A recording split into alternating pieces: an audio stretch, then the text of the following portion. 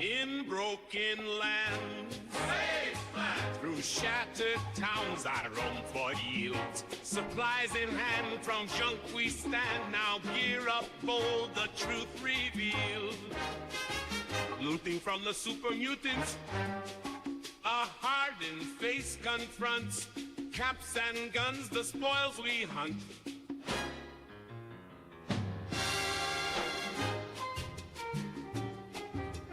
Through ruins vast, charred land, where mines and ghouls lay claim to doom. With stealth at hand beneath the sands, vault dwellers rise from ash and gloom. Scouring round the ash heap, dodging fire with each leap. Mining suits and glowing loot, our bags replete. I know in the forest I search the woods where secrets hide. Amongst the wreck, our hope survival kit. Scrap metal shines like stars collide. Dodging scorched with every move, a sniper's steady tune. Junkyard treasures, wasteland spoils beneath the moon.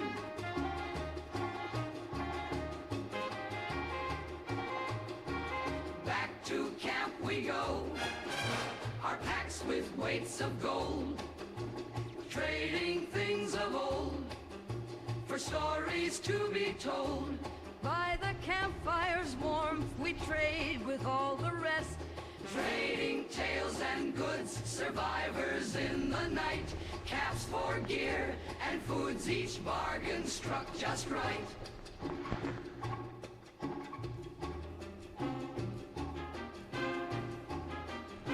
By the fireside, we sing and laugh, our spirits free. The night secures, our bonds restore, as stars above our weary plea. Tomorrow waits, Wasteland's call, with tasks anew, the sun will rise.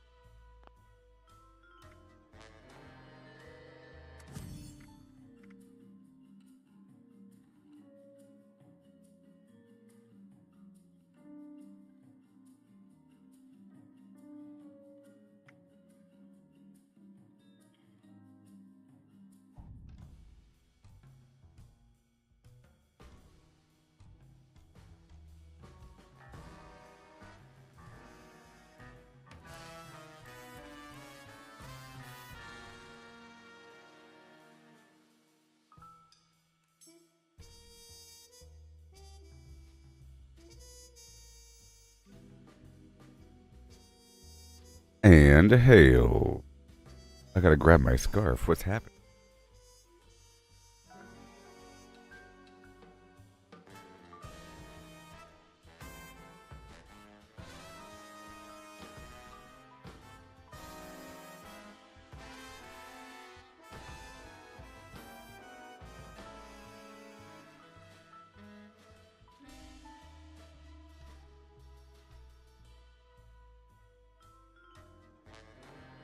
Okay, so for the next month, Facebook is gonna like do something good for me. I posted something on the Facebook, on my group there, on the Gooboberti Collective Facebook group.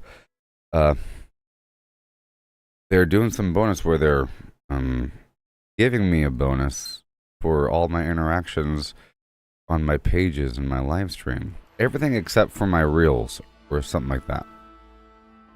So, including this live stream right here. So, if you have any questions, I'm more than happy to.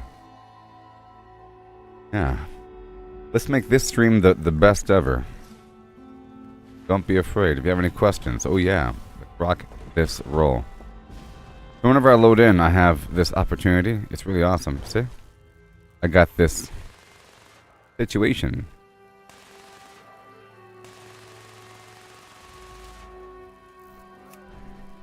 You know?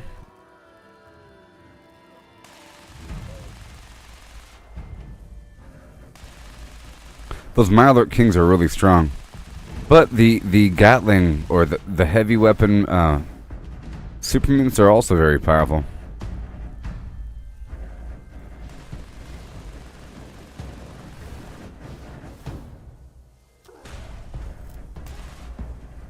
Oh my gosh.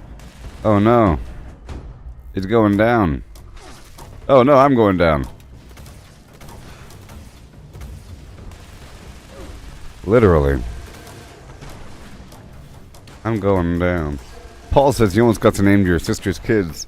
He asked you, if she were to have a boy and girl, but she was unable to name them, what would they be? You said her daughter would be Denise, which she approved.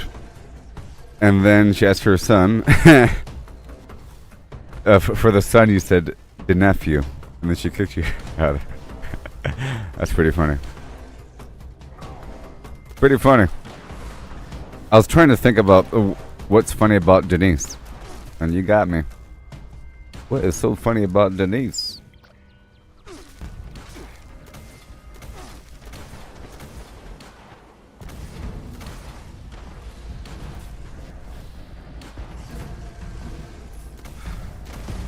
You guys are kind of strong, aren't they?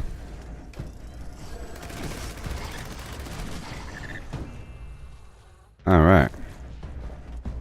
Boom diada. I got a doll baby, sweet as a plum. Okay. So, what day is it? Is it the 23rd? 23rd. That's step one, okay. Let's check the map for anybody. Anybody playing this game, huh? Anybody I know playing this game? Full Generator 1997. That's one of these guys, huh? Is he in my map? I think he is. I invited him. And who else? Oh, what's my weapon? Severin. Severin. Severin. Severin. Severin. Wiberium. Severin. Wiberium. Wiberium. Severin. Wiberium.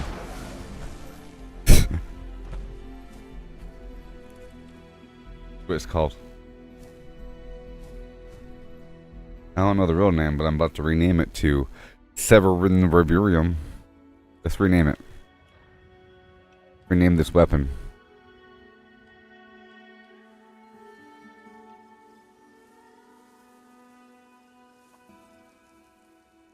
Severin. Wiberium. Ethereum. Yeah. That's my name. My weapon. What, Jason? You want a favor? But in all seriousness, you're talking about this other weapon, right? You're talking about this weapon? Talking about this thing? This is the Gauss minigun. It's called the Beastlander, but not really. Oh, you want mutations? You need for okay. You want a big old collection of mutations? You want the whole suite?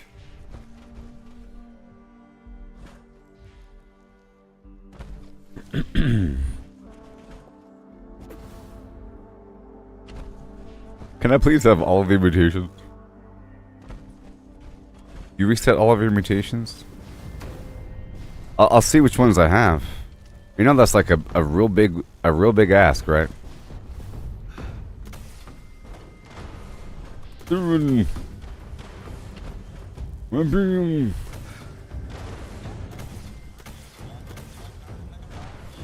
second. So to answer your question, well, first of all, I was just joking.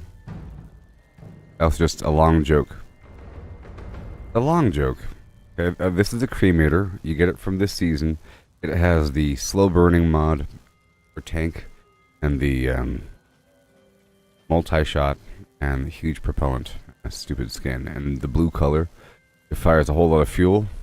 And it's really good. And this weapon here is a Gauss minigun with limb damage and armor penetration. If I didn't specify, this other one is a armor penetration limb damage. They both are. Yay. No. And this weapon here is an anti-armor weapon speed plasma caster.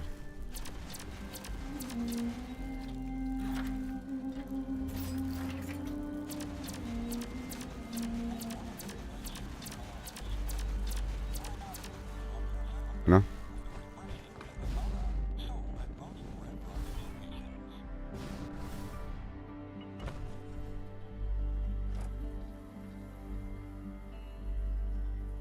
You accidentally take a stealth boy there. Okay, I'll see which serums I have. I might have moved some over. I might have moved some back. Because I'm really not swimming in serums. Or I'm really not swimming in the stuff. But I'll give you what I have here. And dude's a bloodied build. I don't know. People just get stuff in 2 seconds and they act like they earned it. It's kind of funny. You know how long it would take you to get what you want if you weren't asking for it? If you're starting off with nothing, you know how long it would take you? It's like so much gameplay that you're throwing down the drain. You know what I mean? But dude is bloodied, so he said he wants all the mutations to make him for bloodied. Well, adrenal reaction is the bloodied mutation. More weapon damage at low HP. I'm a carnivore, which is good for melee, and it has some good stats here and there. And that Mirelurk steamer is great for carnivores. I don't know if he wants to be a carnivore. You get 3 times the benefit of meats and no benefit from from plants. Of course, you have to have the combination of marsupial and bird bones, no matter what. Marsupial makes you jump up higher. Bird bones makes you float down slower. Since a person's going to be bloodied, they probably want scaly skin for that extra 62 damage and or ballistic and energy resistance. And then there's grounded, which gives you even more energy resistance, but it also shoots down your energy output. But it's okay. I'm grounded. If you do melee, you have twisted muscles for all over melee damage and crippling, and talons for unarmed damage. But if you use a fist weapon, then that counts for both. You get some bleeding damage too. However, your gun accuracy drops. Oh no. Unstable isotope and electrically charged are both good if you are in melee range, because it hurts the enemies with a proximity poison aura, or with explosive fire or electricity. The Plague Walker gives you a proximity poison aura that scales with your diseases.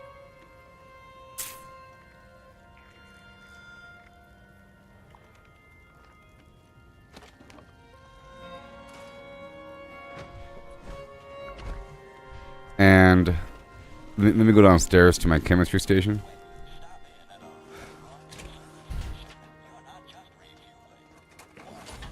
But he did say pretty please, so I'm sort of leaning toward the yes.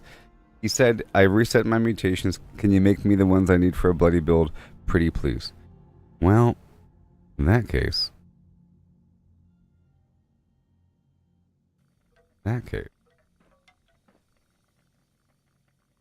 Looking. Not really doing it.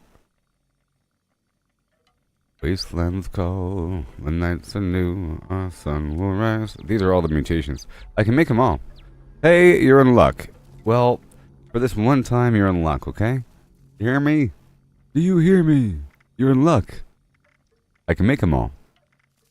And I have I have enough flux for me to not really be too concerned. I have like 21 of this. That's not a problem. Just know that if you ask somebody else, they would have done it for you already. And they probably have tons of everything. Oh, I have like 1,000 over here. Got 1,000 flux.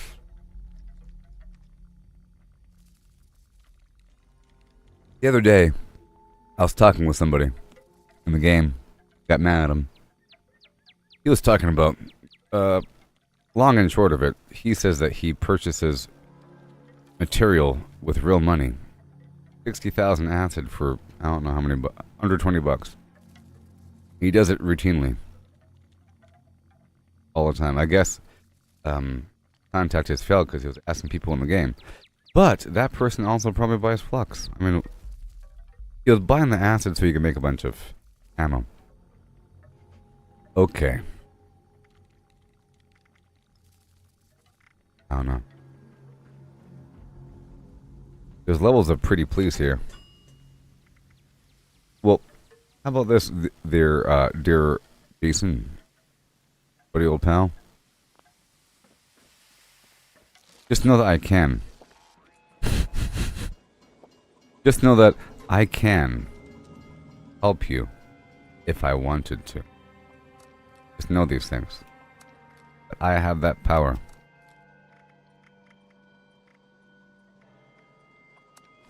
Is within my power to do these things. Peace. No, I can. How long will you be playing for today there? Jason in the chat box. The person that was asking me and then gave up. You know, all the silence makes me not want to do it.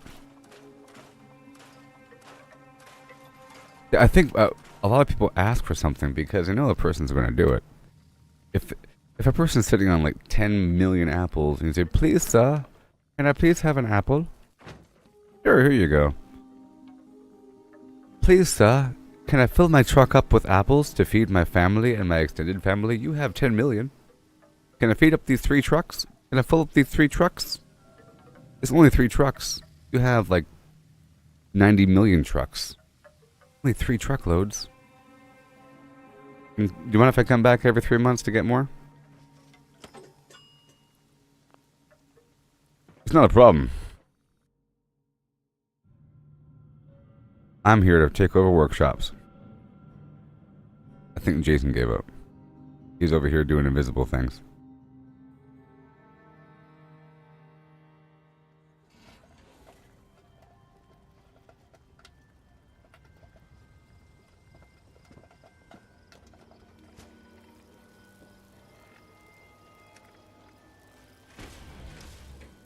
Yeah.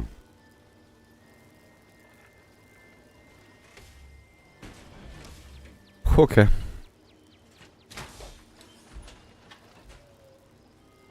Flim Flam Prime, back, online, line. I think more power armor should talk. I think the alien one might talk.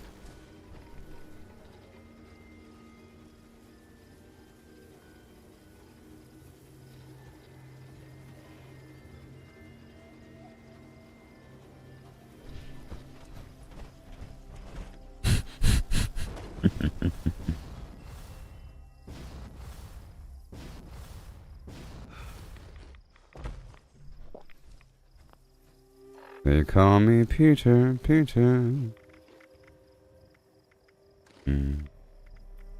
I have all the mutations for free?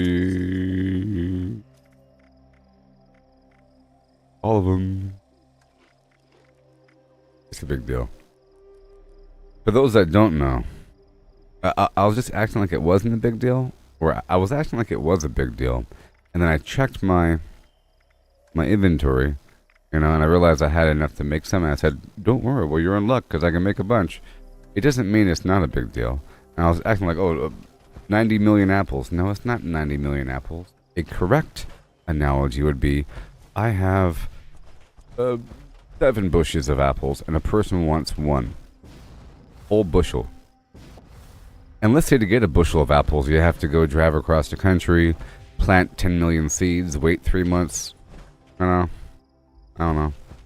Hire a bunch of people and establish a ranch. It's like a big deal. Sort of. In the case of this game, in order to craft your own mutation serums, well, there's two different ways of getting mutations in this game, and they're really good. Hence the fact that he wants them. Game changing. It's like one extra layer to your overall build. You got your perks, your legendary perks, your armor, your weapons, the foods and chems that you digest, and your mutations, and I guess your diseases. Diseases aren't really positive, you know? But there's lots of positives for mutations, but they also have negatives.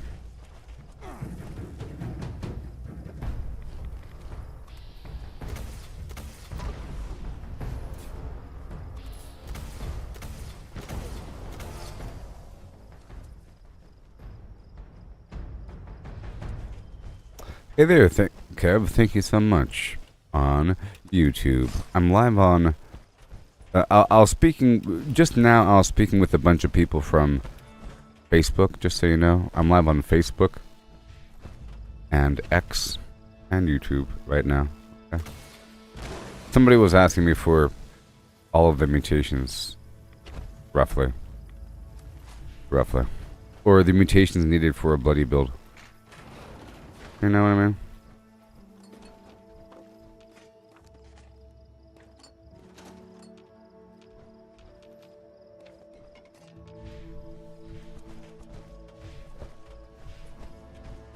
Sometimes people ask me for things and then just disappear on me. And the fact that this dude just asked me for the thing and then stopped communicating. He's at my camp still, and he was like kind of wiggling a little bit, but he stopped communicating at a certain point. You know? People take these things for granted. It's a big deal. So, for brand new players, mutation serums are great. You know, ooh, you can make them. You saw that Fallout show. Serums to grow you a whole new foot. Whatever. There's a healing factor mutation I'm probably not using, which I should be. Or something. But you get mutations from radiation exposure or by crafting your own. To craft your own, you have to get the recipe. The recipe is derived from the Enclave. So you have to kind of dig through the storyline to get to the Enclave. You know? It's part of the story. You can't just go there. You have to work your way through. The story will lead there. It's part of the original storyline. You know? After the Brotherhood of Steel. And they sell the serum recipes to craft them.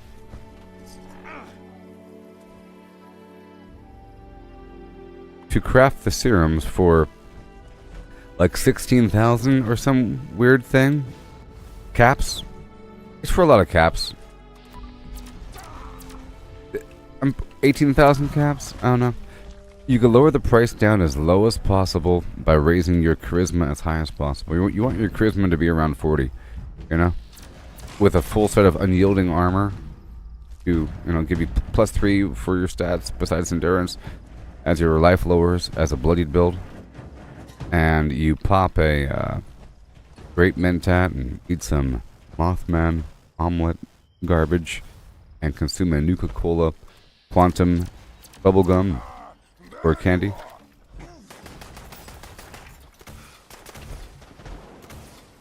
Hey there, Chris. Are you having terrible weather? I heard that the whole country is having terrible weather. Hail the size of baby heads.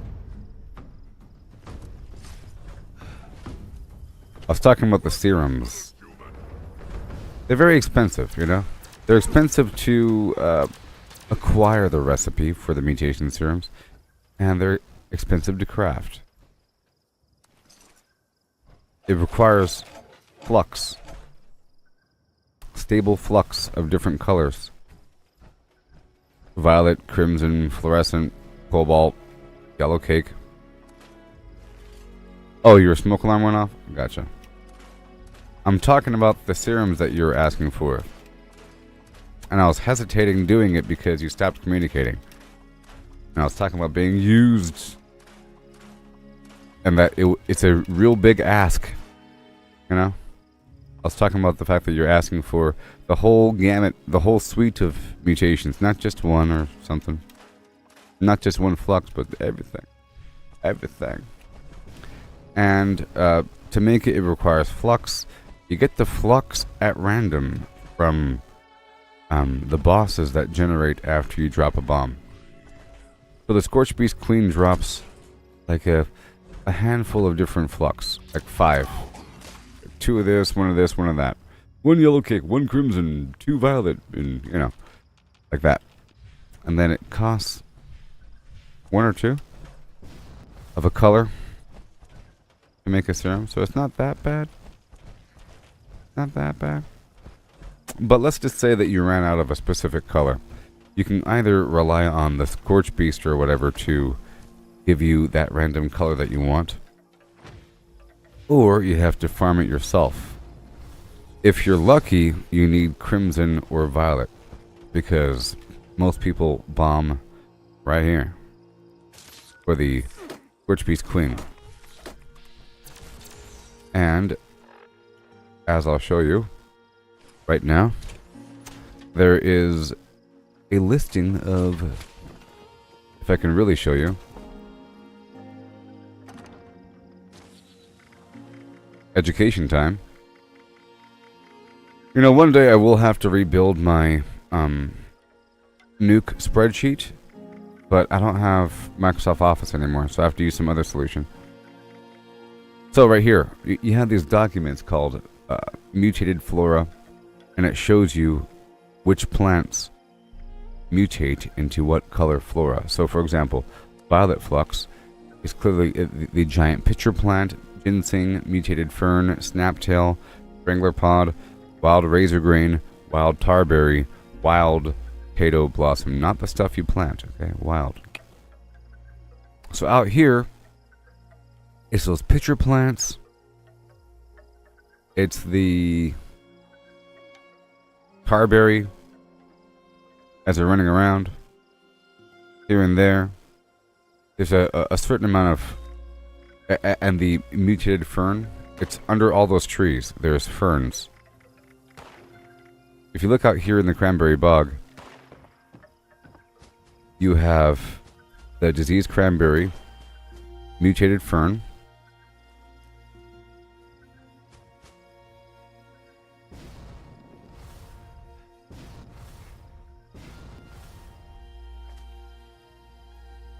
you have radical perk, yeah, for extra strength, or extra strength as you increase radiation. Yeah, so under all these trees, this gives you violet flux if you bomb. Right? I'm just trying to show you this document here. And then let's just imagine you wanted a bunch of cobalt. I know that mute fruit or the blood leaf becomes cobalt. You'd have to bomb some spot that has a bunch of cobalt. You know what I mean? A bunch of blood leaf. So for example, I look at this sheet here. Bloodleaf, firecracker berry, you know, all throughout the Savage Divide. You know what I mean? Wild corn, starlight creeper, gilt bean, glowing resin on the trees. So whenever you bomb, you see a bunch of colorful stuff. That's the indication. It kind of gives you a clue. So it's a 10-to-1 ratio. If you have green thumb on, you have to collect 5 plants. It isn't bad. And then you pair that with glowing mass, hardened mass, and high radiation fluids. That's kind of the hard part, but not really, but sort of. The enemies that you kill in a nuke zone drop those items at random. 1 of the 3, maybe a couple, whatever. Gotta kill a bunch, you end up with 10, like, after going through an entire nuke zone and spending a while, you look at your inventory and you might end up with 10 high radiation fluid, 11 glowing mass, and then 8 hardened mass, or something like that. Some weird ratio. That means that you can make 8 or whatever flux. But you better have 80 of the raw plant. And then you have a time window to do it. This isn't all that hard, but you could use the refrigerator backpack or the Good with Salt perk to extend the rot duration. But you have a window of time to stabilize all that raw flux before it becomes inert and is just water, basically just dirty water without diseases. It's like diseaseless dirty water is what it is. It's disease resistance dirty water. Okay, right now I'm over here at the abandoned bog town, one of my favorite workshops. I'm going to build it up. And I can give this dude the thing. He might still be working with that smoke alarm problem he had earlier.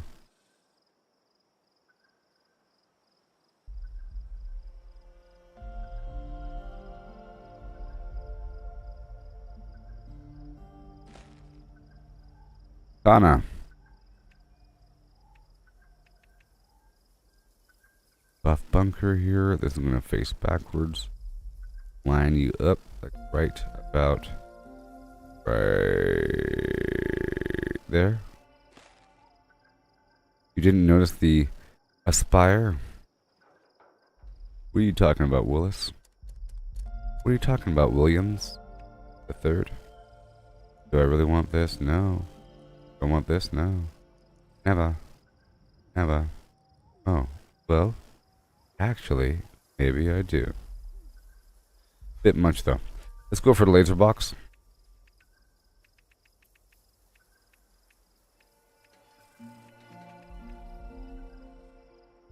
Laser building. I'll slap you right in the middle for those two. And this one's also going to be in the... I can go off to one side. I think is the best option. And I'll slide it back a bit. And then right next to it, I'll slap this tower.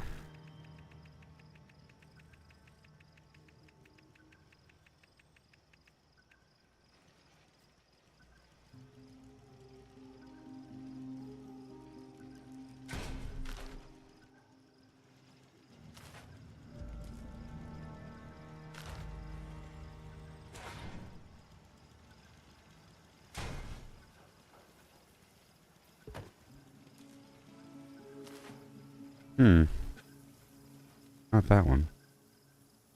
Bit much. Let me rotate one more time. One more time. There it is. Right there on the side. Good gravy.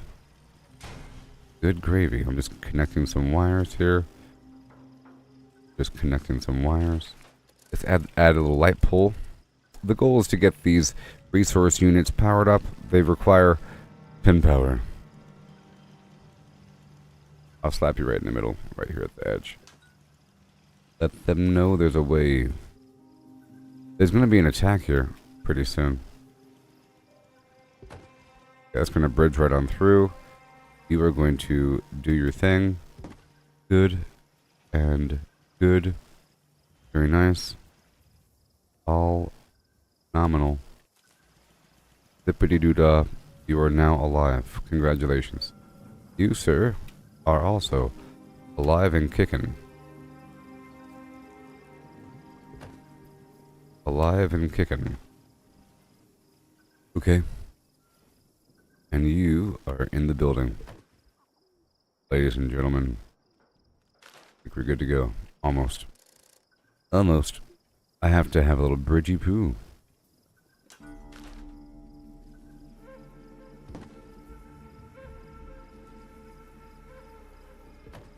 There you go, and now you're good. I'll slide this light back. Bada boom, and now we have to have our artillery cluster, and it's so good. You'll see how good it is during the next time I come back. During the next rotation. Artillery.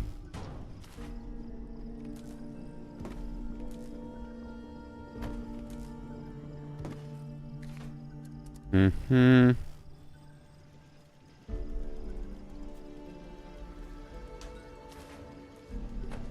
Lights, Maximus, lights. You know, it's funny, I say that whole Maximus thing because of Gladiator. Not because of Fallout. But now, whenever I mention Maximus in a video game as a joke, I'm really saying like the whole Shadows and Dust Maximus. Shadows and Dust, you know? But now, whenever I mention Maximus, you might assume I'm talking about Wannabe Nightman. Mr. Wannabe Knight. Battle Fragger. McGee. I'll throw a grenade into your tent. He made me clean the kitchen last week. I'm gonna kill him in his sleep. Only right thing to do. He doesn't live up to the Brotherhood of Steel value, so I'm gonna let him die in his sleep. What we're gonna do. I'm gonna set the building on fire and not wake him up. That's all I can do. If he's a good Brotherhood of Steel knight, then he'll know to wake up when there's a fire.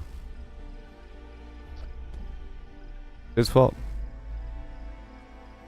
Alright, 1 second. Come on now.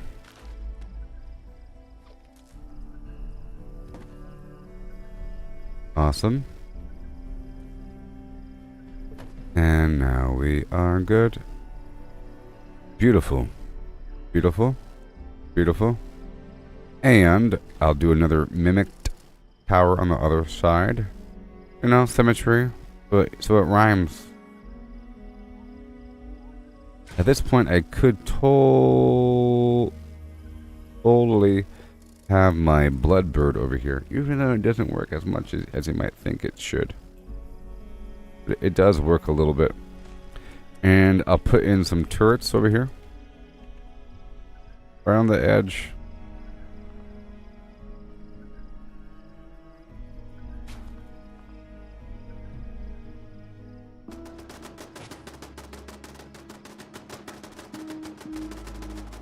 And I'll build one more tower right over here.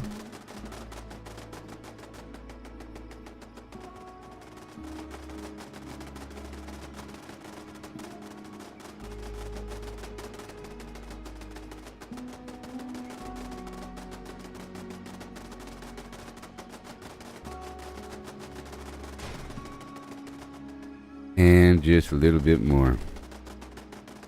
You can't go all the way to the edge because I think the edge is overlapping. Tourette syndrome.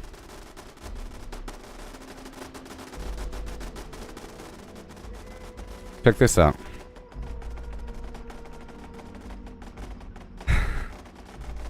Let me go over here and delete this stuff. Believe it or not, that is the problem. And now, can I, won't I, will I?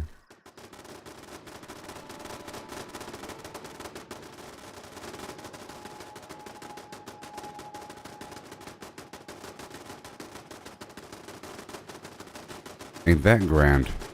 Wow! Oh my sweet Hephaestus. I'm wide awake! Goodness gracious. And then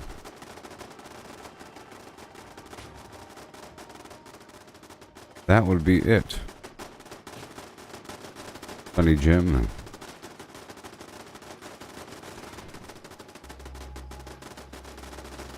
That's what we're gonna do. Okay, that's done, and then I'll take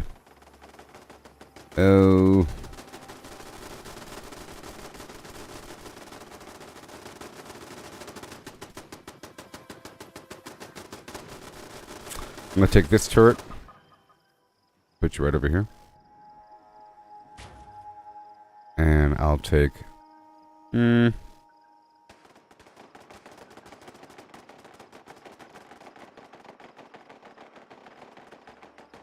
I'll take this whole thing, and I'll slap you right over here, and I will remove all that stored garbage. Workshop Conquest, Kev. Indeed. I see you there. Sometimes I might miss your comment. Yeah. Because I got these other chat boxes open. I'm gonna move this whole thing over and block off this side.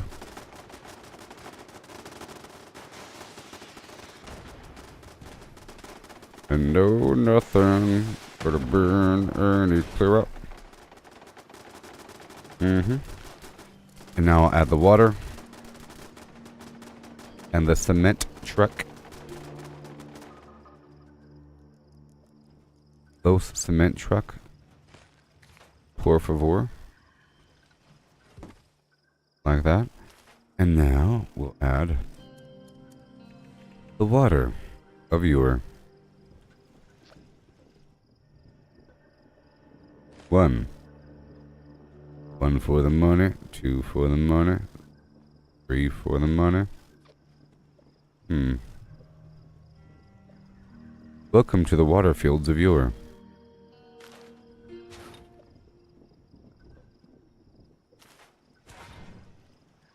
The waterlands. I don't like that lip. You're gone. Okay, so now I'm gonna add the... We're almost at the max budget. I like to fill out the budget. I mean...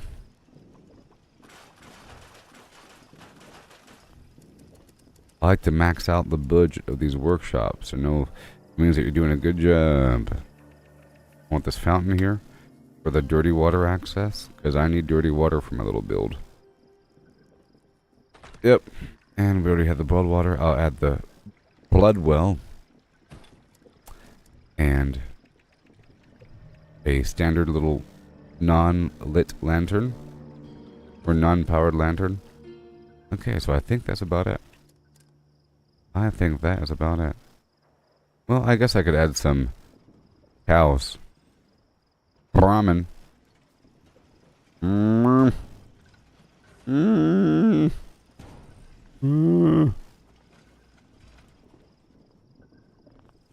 Just a couple Brahmin, and now the budget has been exceeded. Isn't that amazing? We've done it, folks. We've done it. Okay. Now to add something, I have to remove something. And surprisingly, I have no light boxes. So I'm going to strip out the interior of this. And I'm going to strip out the interior of this.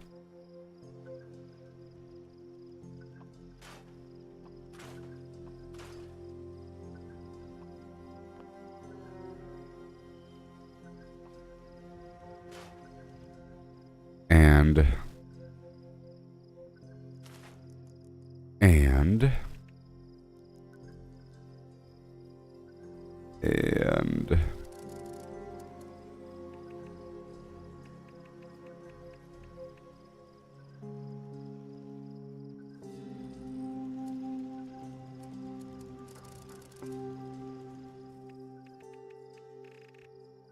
yeah, that's about it. It's not. I want something. Ah, yes. Something else. I want you. That budget is hurting, though. I'm gonna just purchase something. Motion assisted servo mods. I'll slap you right over here. The budget, boss. Okay, let me gut this building over here.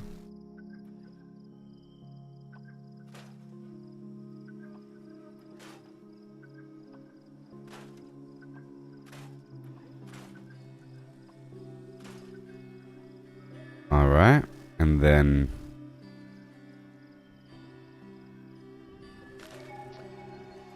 It really is amazing, you know.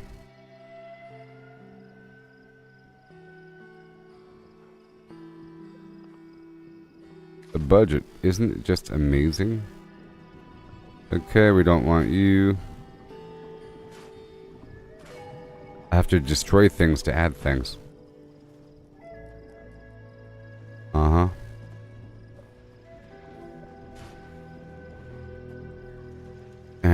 we probably don't need this mini generator because we have that power source and that eats up the budget a little bit. So let's try again.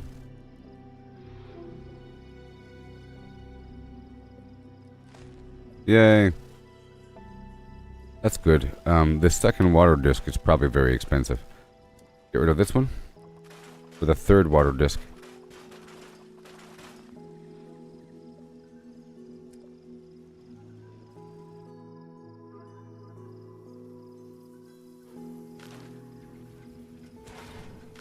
I'm going to delete this door and slide this over.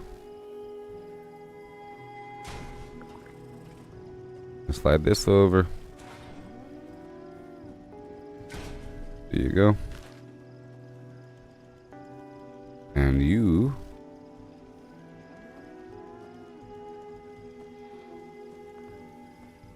the budget boss. Okay. So the solar panel doesn't need to be here. Or this one either. And this cement truck can just stitch right in to anything. It seems like it's powered. That's fine. Alright. So crazy. I need everything.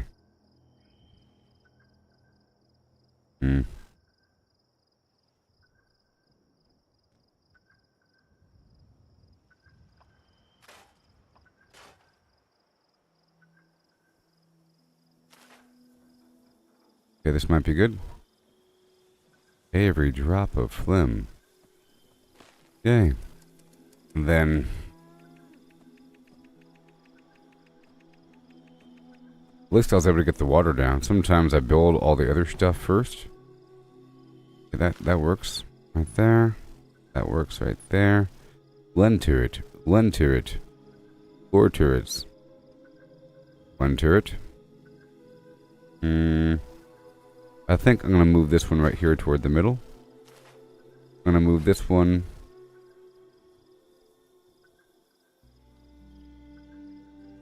right over here on this edge. And you can hit this side, and then you can get that side. That'll cover that entire sector. And this right here should cover this entire sector. And you...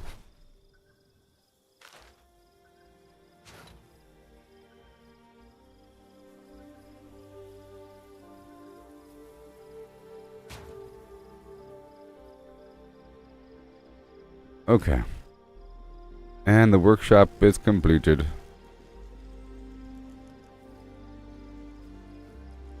Wait. Wait. Wait.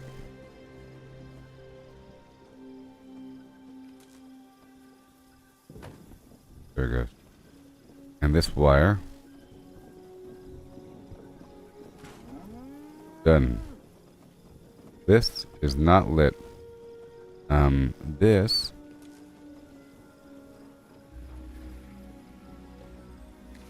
is going through here. This is powered. And this is powering this building. Good. This building is powering that light. Awesome. Okay. And now we're good to go. Hey, I just met you. And this is crazy. Crazy. But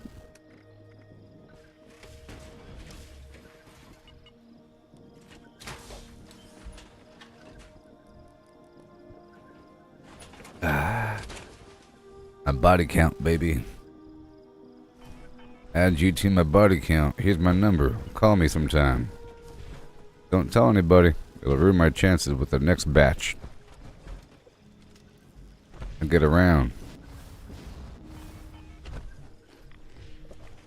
He's telling. Are we done here? 2 more waves? Whee!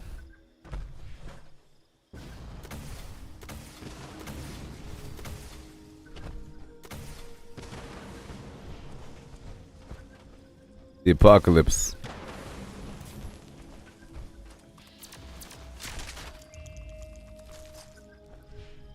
Okay. Afraid I'll wave 2 spawn on the inside. So now I'm gonna loot this building while I wait for that 3rd wave. I did a good job with the first one. These workshops are meant to be respectable establishments.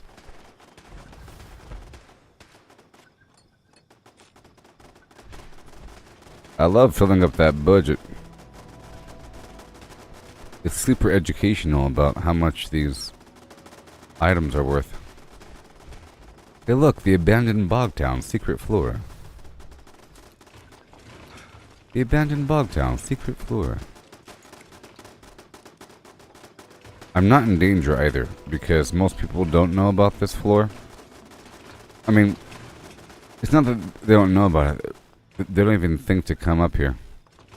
If a person was going to attack me, most people are just going to run through the middle, look around inside the tower, check the map, say, okay, there's nobody here. Because I'm not visible, because I'm crouching.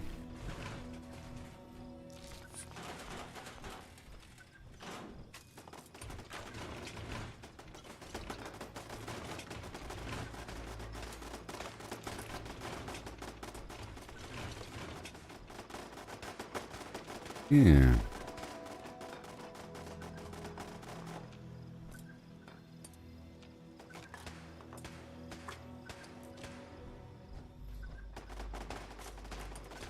A thank you.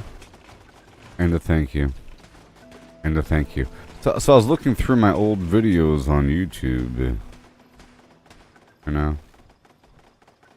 And I saw my old Fallout 4 VR stuff. I did that 6 years ago. I'm pretty sure I did that before Fallout 76.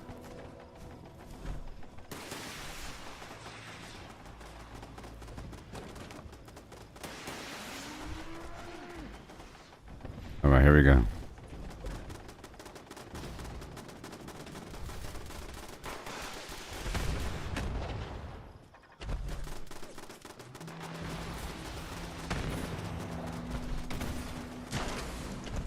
Right there. Are we good now? Yay. The event is completed.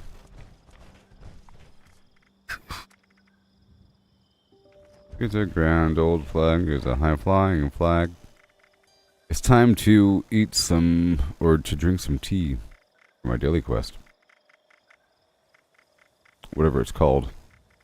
Not called tea. But I guess that's tea. I guess that was tea. Alright. I guess this guy doesn't want the free mutations. Okay, well that one's done. Let's go do the other important workshops. Okay? Let's go activate my Water Park McFun camp for 5 seconds. I have 30,000 caps and I have to go through and get rid of it all. That's for sure. Okay, so the first 2 to 4 hours here are going to be spent taking over all these workshops. Certain way I gotta go about it. Look, it's my Water Park McFun camp. Oh. There he is.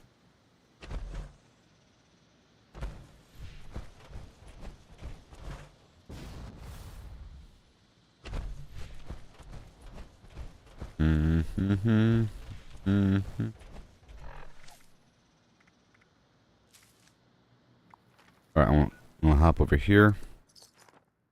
Get this thing set up.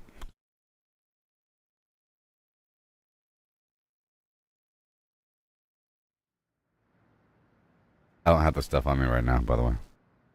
I don't have it on me right now.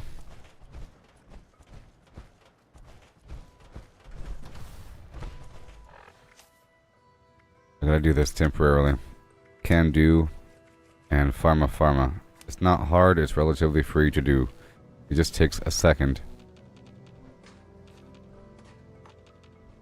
Oh boy.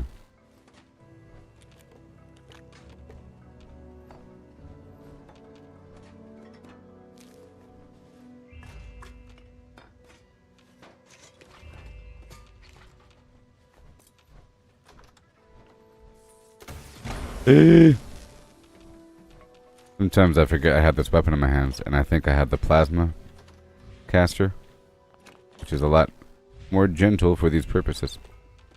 Okay, someone has been through here, but not really.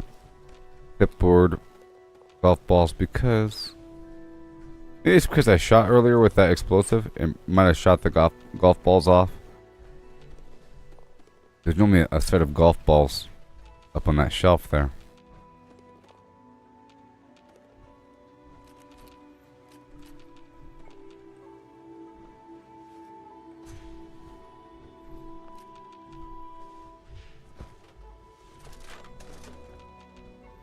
Yeah, right there. For money, all these pencils for lead. Long-term lead. And I'll put Bloody Mess and One Good Army back on. And I swing on through, get the Grafton Monster. And then I have to get these power plants online.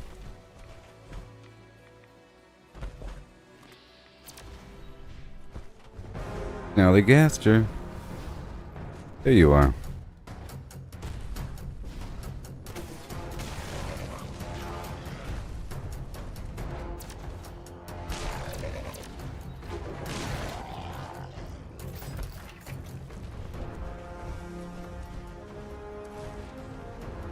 Whee!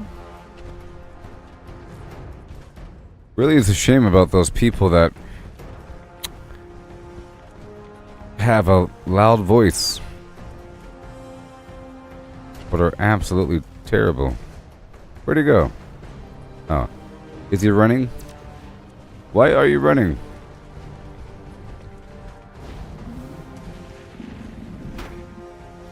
Why are you running?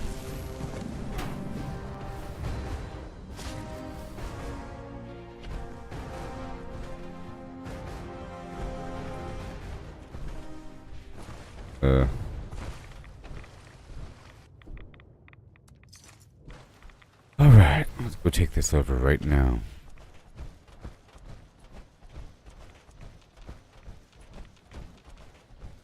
This spot's almost done, by the way. This is a very small spot. Yeah.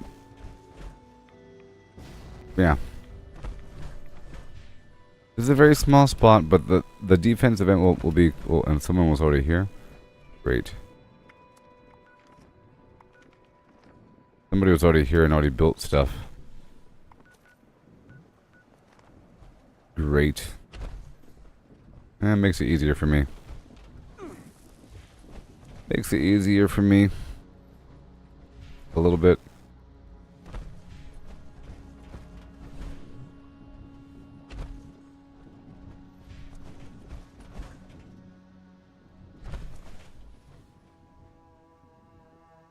I'll just move some stuff around.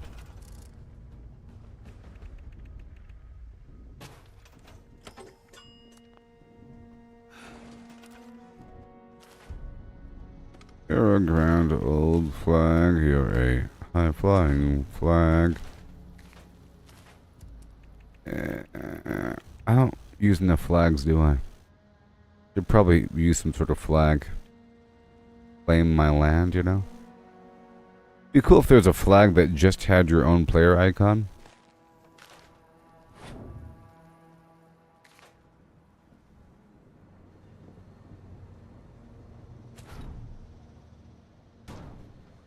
I'm just gonna move this inside this box here.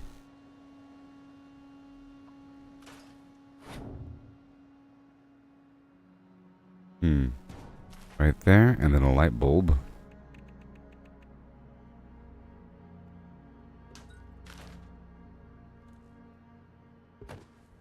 And light.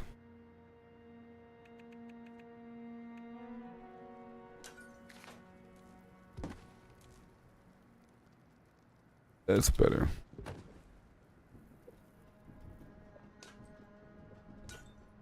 Right there. Right there.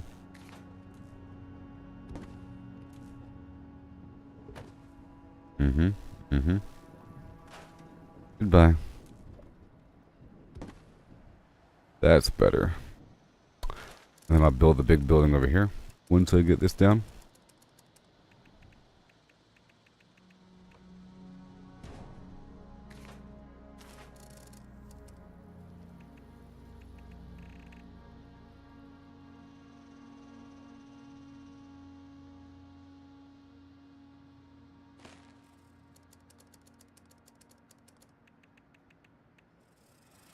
Like steamer. Big old stupid cement truck.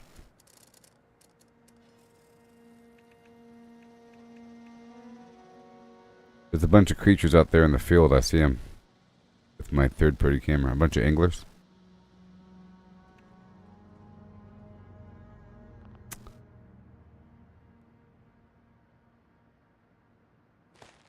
Yeah, that works. That works.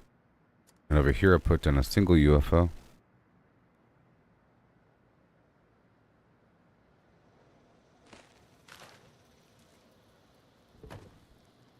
That.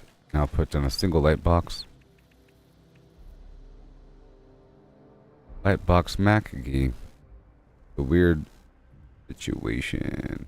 Put down my blood void.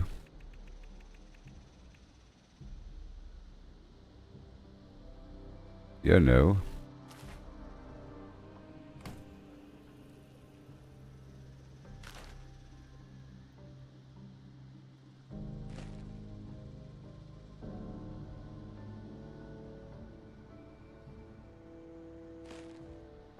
There you go.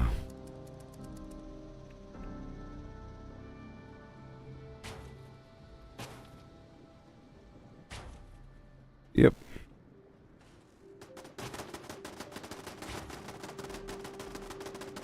And I'll put down a laser box if I could.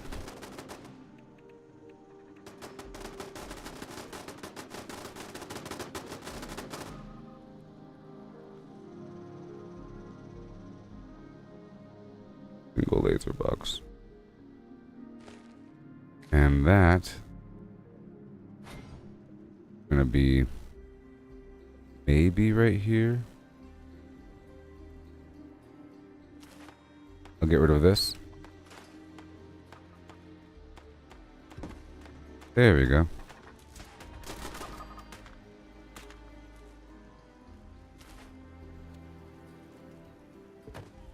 Better.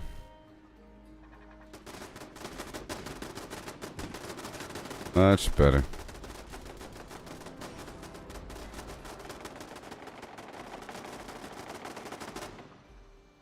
Mm-hmm.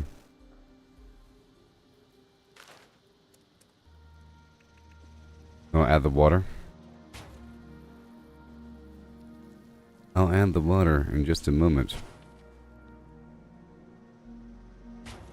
Normally I would elevate that a little bit, but that's okay. Let me add that water. Keep on going.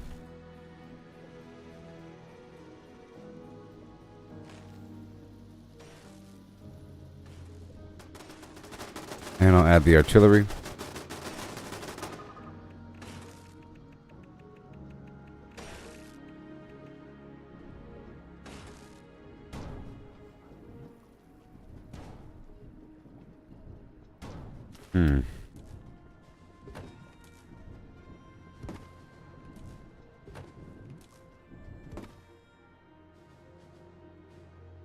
And that would be just about it.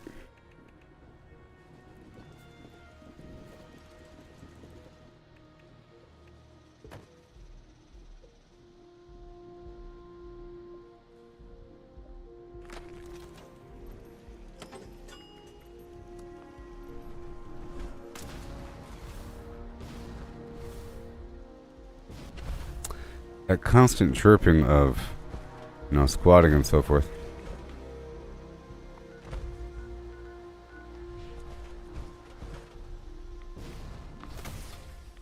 Why is he telling me to come to him?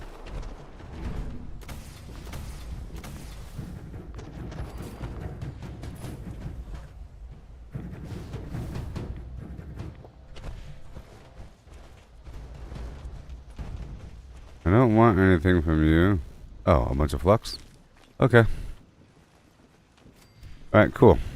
I'll make you the stuff now. Meet you back at my place. I will make you the stuff. Congratulations. You have paid the price.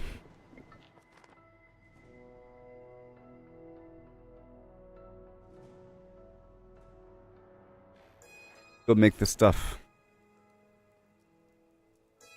Now, yeah.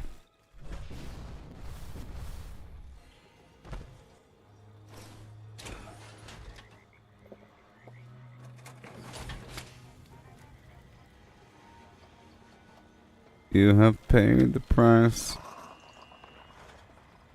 Yeah, 'cause it's not entirely hard for random people to get flux because there's the big Scorch Beast fight all the time, so random people should have some amount of flux if they participate. But it's really hard to get the actual recipe. Really hard. Okay, I have Chemist on, I have Super Duper on. Just fish around in my box over here. Okay, so adrenal reaction.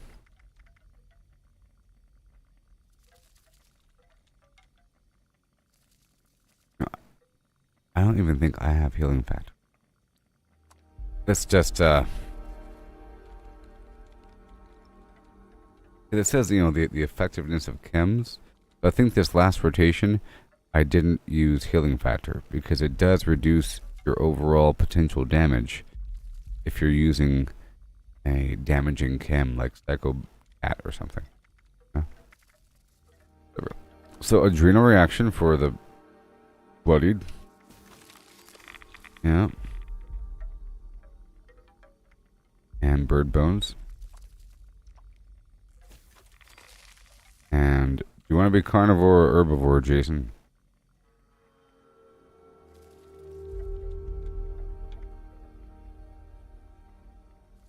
You want eagle eyes?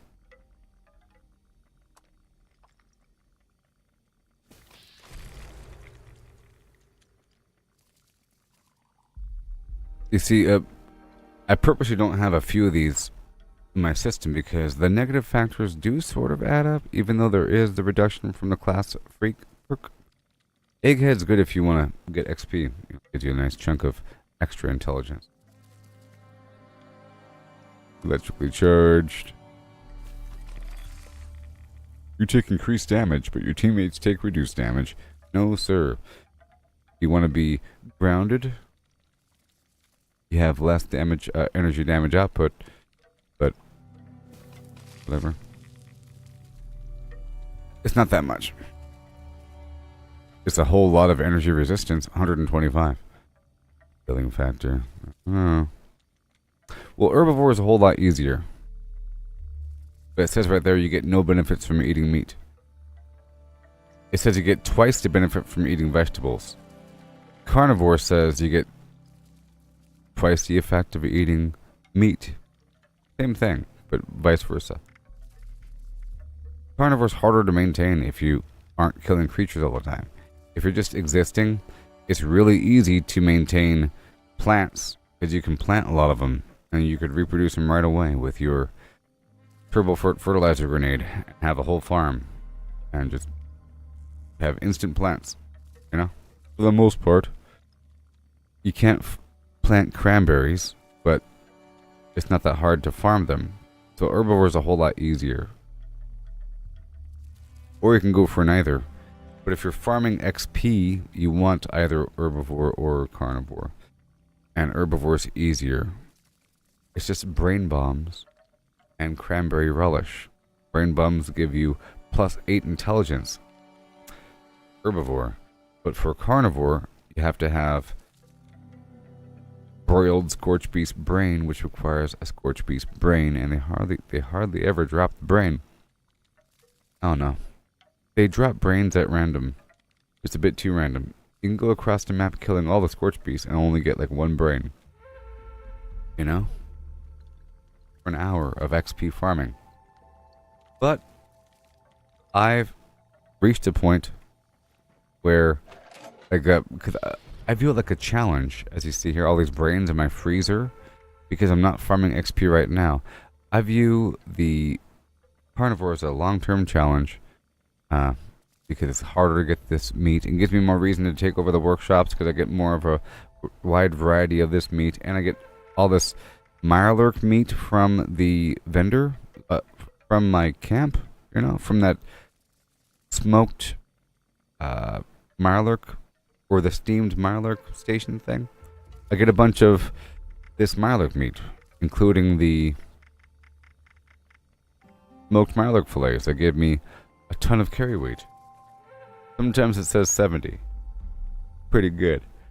You know what I mean? Another factor is, on the herbivore side, there's nothing really to give you extra carry weight, but there's a few things on the carnivore side to give you extra carry weight. Plus, there's a bunch of stuff on the carnivore side to give you melee damage.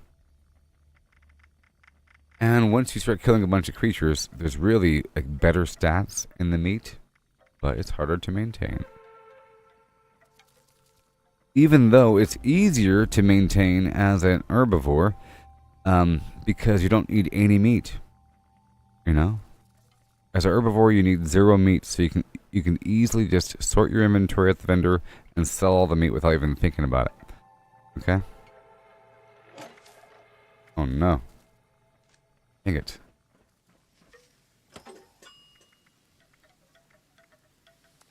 All my meat is spoiling on me as I was sitting here. I was watching it.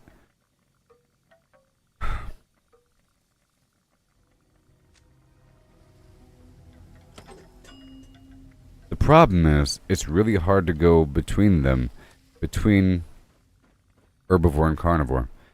To go between herbivore and carnivore, you have to sort of scrub all of your mutations away, because you can't have both. Anyways. Marsupial, yes.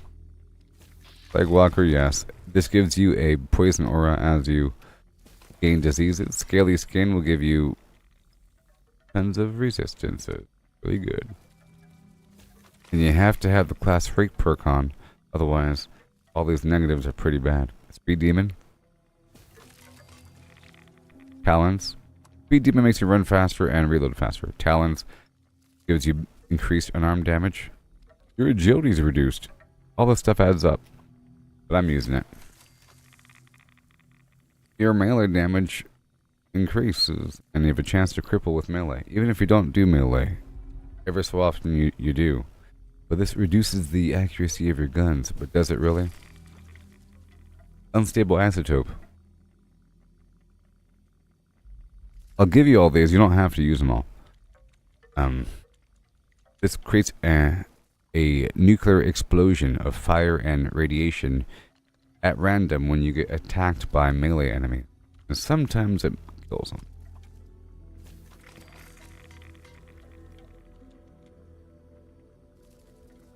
I made you a bunch.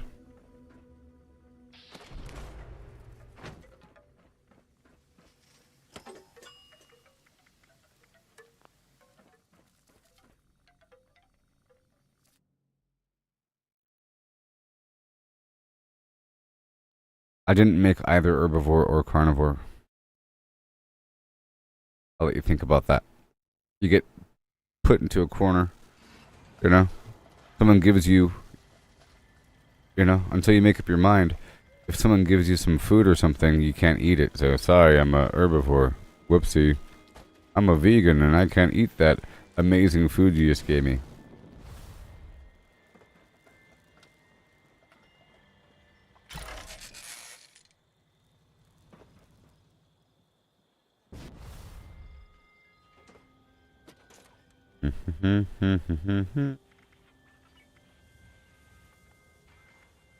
Okay, so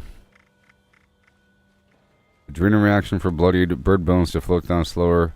Eagle eyes for more perception and VATS critical damage. Electrically charged to explode with explode with electricity. Grounded for energy resistance. Marsupial to jump higher. Plague Walker for the poison aura. Scaly Skin for the damage resistance in general. Speed Demon to run faster. Talons for the unarmed damage. Twisted Muscles for general melee damage. Unstable Isotope for fire and radiation.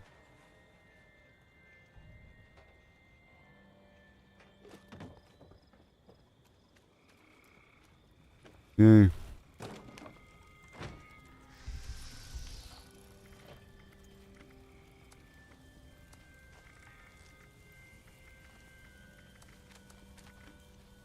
Not me. Okay.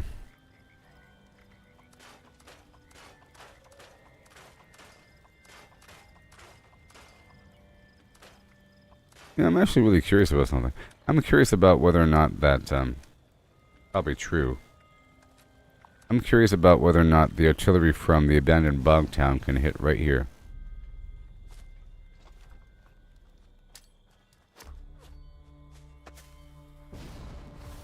That's actually sort of within range of the base here. It'll probably hit the base a little bit. The footprint of this stuff is crazy. Does it say it? Ooh, it's coming. Oh no. And we were in range. No.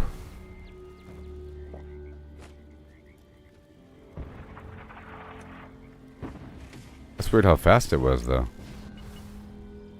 Doody doody doody doot doot doo. Doody doody doody doot doot doo. Want some Kool-Aid? Hey, it's Jim Jones.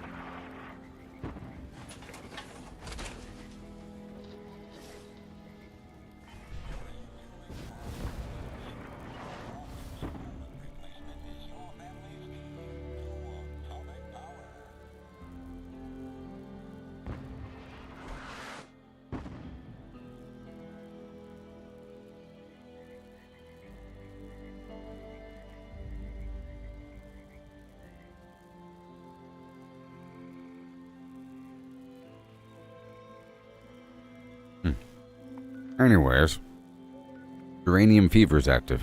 I'm going right now.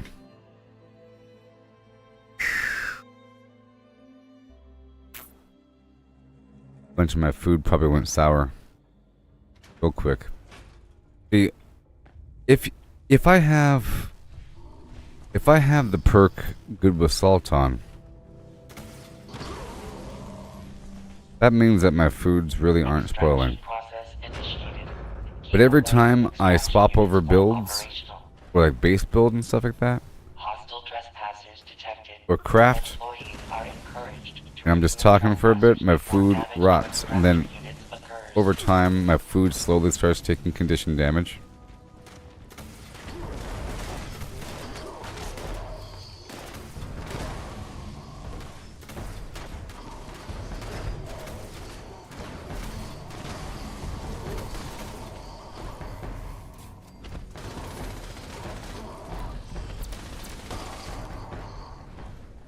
Mm-hmm.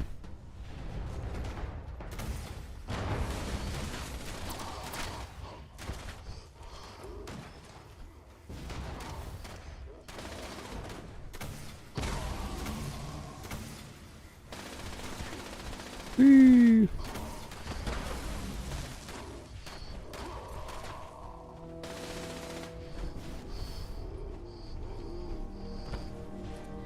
Range in numbers. There's a perk under charisma, don't forget about it. It increases the effect of your mutations by 25% if you're on a team with someone that is also mutated. Which is why I like to be on a team. I could jump a bit higher and float down a bit slower, which makes me jump a bit further. See, you could jump just a bit further when you're on a team. You can go all the way across. It's like you're floating and flying.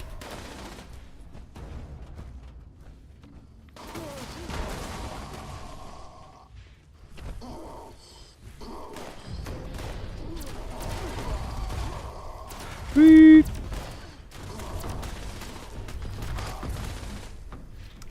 Thank you for communicating. Yes. Whoa. You know,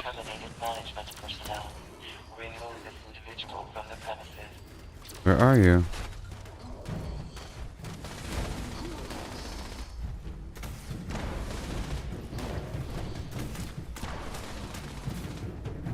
You know, pretty cool.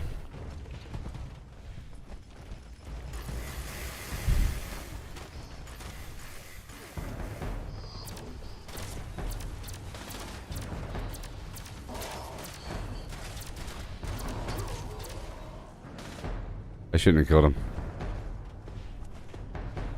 Adequate uranium volume I should not have extracted killed him. Output quantity increased. Let me eat some food here.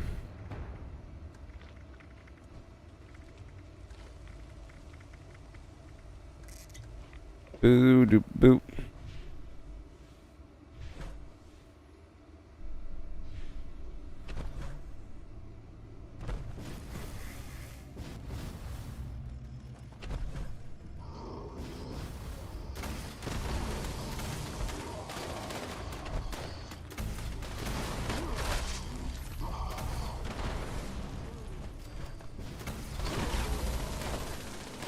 There you go.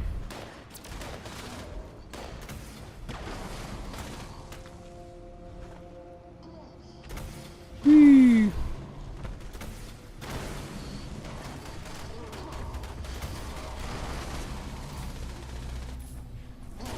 You have to protect these extraction nodes.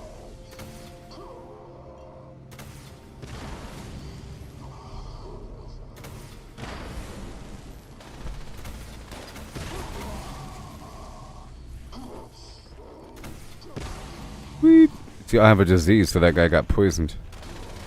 When he walked by me, he turned green. Detecting terminated management personnel. Remove this individual from the premises. You know, I tried to stack that concept.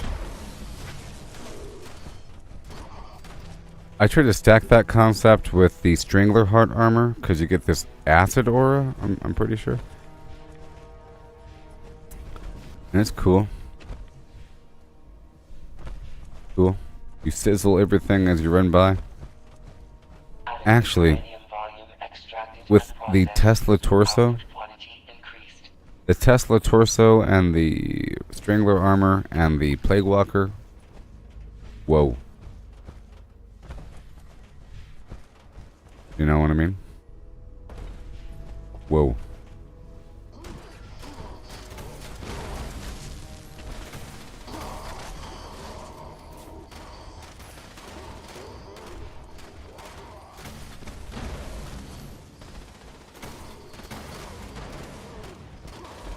Right there. Awesome. Woo, again. Let me go check the hallway. Sometimes there's some hanging around the corner, you know? And then I have to go take over another workshop. I only own 2 right now. You know?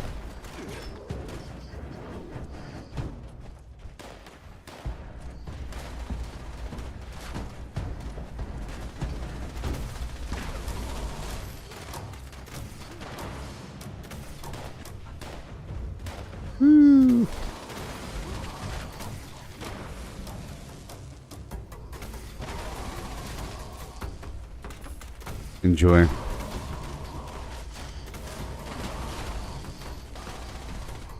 Adequate uranium volume extracted and processed. I'm gonna repair Charlie. Charlie is repaired. Terminated management personnel. Remove this individual from the premises. He's over here.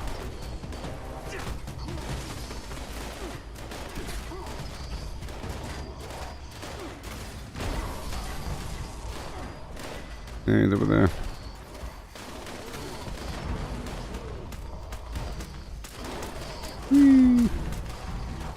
The mole miners really are cool. You know? And that makes sense for this game. Mole miners. Forged.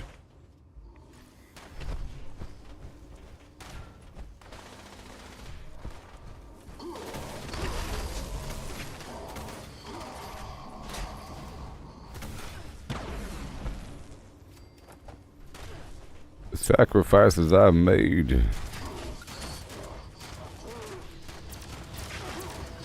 Adequate uranium volume extracted and processed. Output quantity increased.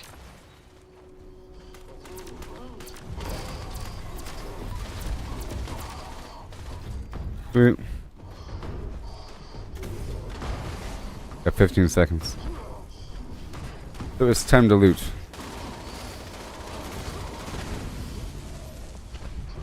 It was time to loot. In the last couple moments of your... Extraction complete. Extractors must complete cleaning and You say ventilation so. process before continuing operation. Please vacate. Someone dropped all their weapons on the ground. That's why I wait until the end to start looting. If you say so. Thank you. Blackwater Mine. Of the backwater. Want to hear my song? I know you do. Enter the song. Boom.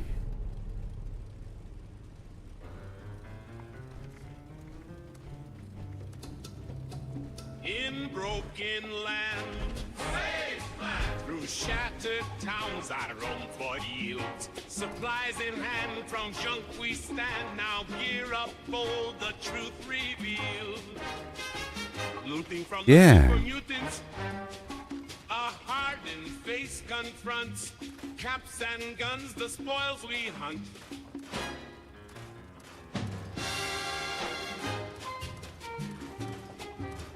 Through ruins vast, charred land, where mines and ghouls lay claim to doom. With stealth at hand beneath the sands, vault dwellers rise from ash and gloom. Scouring round All these items. I am using the scrapper perk. with each leap. Mining suits and glowing loot, our bags replete. Replete. I know in the forest I search the woods where secrets hide. Amongst the wreck, our hope survival kit.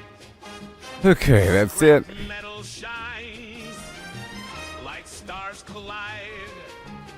Dodging scorched with every move. Snipers steady too.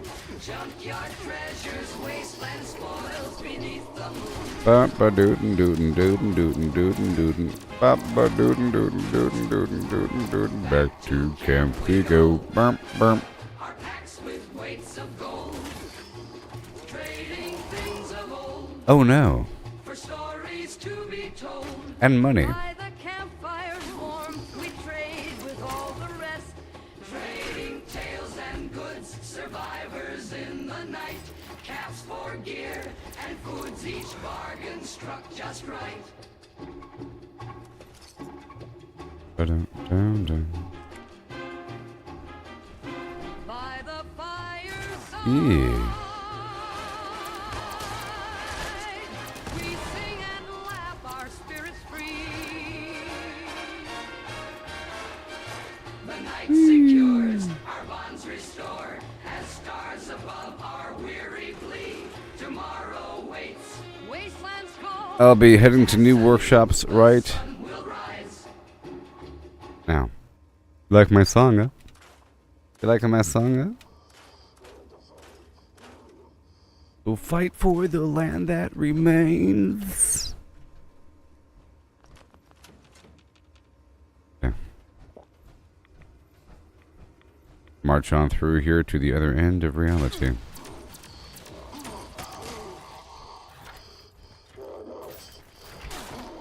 All these dudes lined up in the corner. Get over these workshops. Let me turn this back on. It gets a little creepy. A lot of ambiance.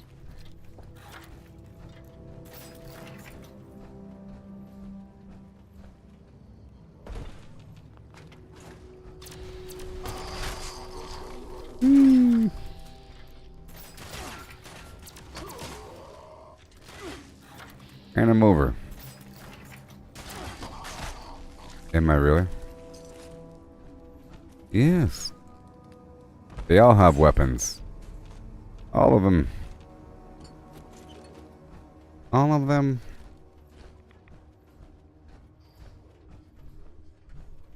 That was nice. Most people don't go off to the right after that event. Loot that back corner. But I do. Now let's go take over a power plant. It's about time. I'll check Thunder Mountain first. And I'll build it up.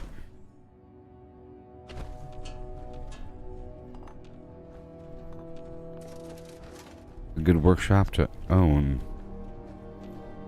Sort of.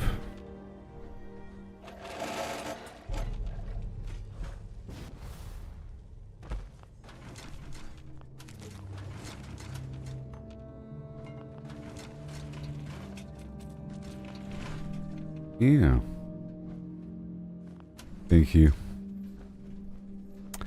Get these lockers really quick. And I'll go down the hill to the vendor and get rid of some legendary items. Boy. And I'll do some quick vendoring because I have 30,000 caps. I really should do it as much as possible. Whenever there's a vendor, I have to sort of empty out all their goods casually. Sometimes I do it on purpose where I go through shopping mall and I buy all the junk from all the vendors. Just selling a bunch of stuff. Other times, you just gotta do it whenever you're at a vendor.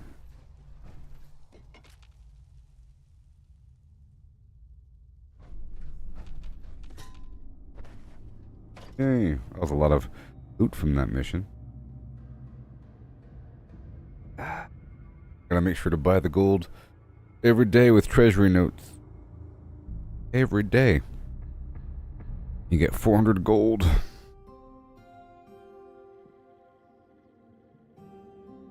Many times I get a bunch of gold and I spend a bunch on lunch boxes and other things like that. Other times I save it up and I buy the big items. I could buy every single weird mod, but that's, I don't know. A lot of those mods I don't use.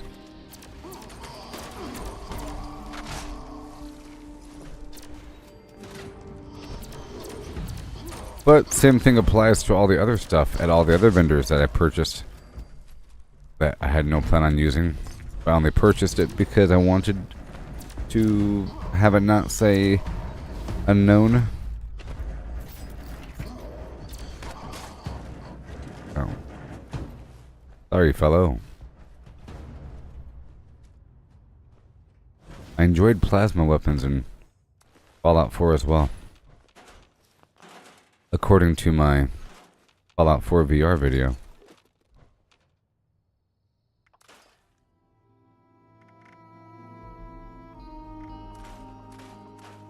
Safe and Sound is a good public event. These public events come back to back sometimes. I think I can maybe take over a quick workshop in between. Sometimes I take over workshops and build nothing, just so I can have them and come back and build later on. A lot more effective that way, or at least I build just the primary resource generating building.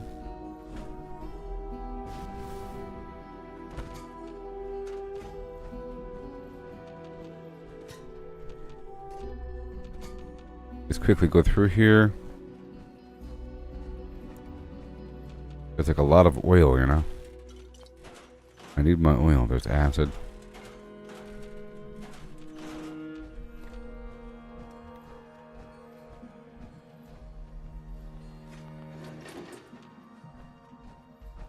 Alright. Yeah.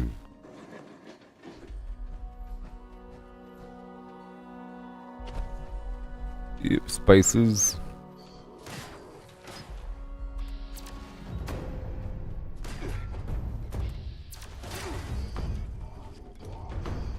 So I have to hurry up. Knock all the stuff out here.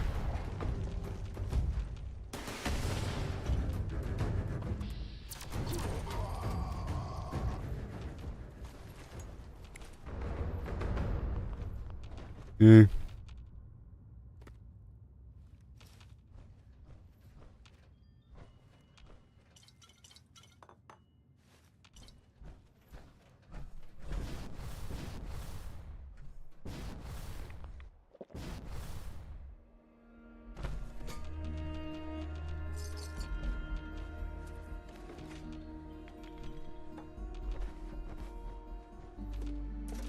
Okay, so now I'm gonna hop on down the hill here and do some crippage.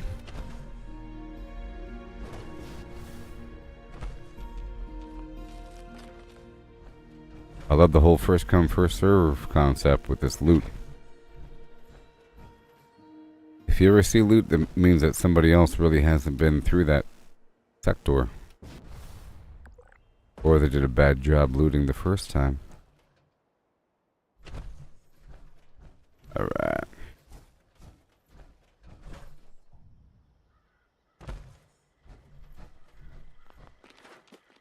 All these events. Okay. Boom. Bam. And... there you go.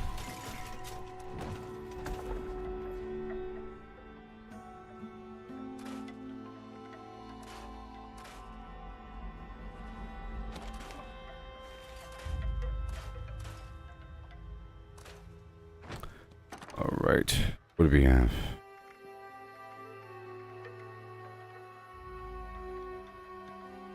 Lotsmith arm. I'm gonna pull out these low-level items and then sell them. And then try to do what I can with the other stuff. Anything low-level? You.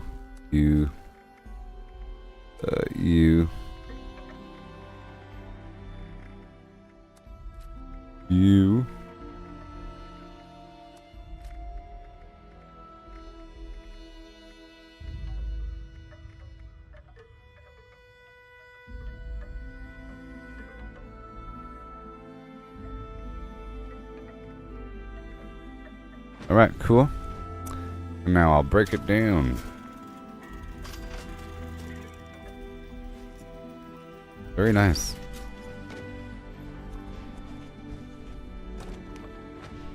Okay, let's hop out. I will certainly be there in time. Let me lower down my life more.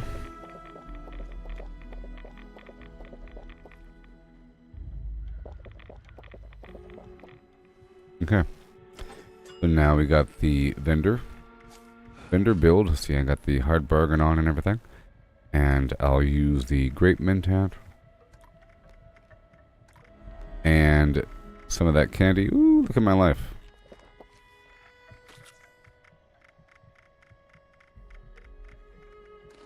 And I'll get the tail end of that event. Or halfway through.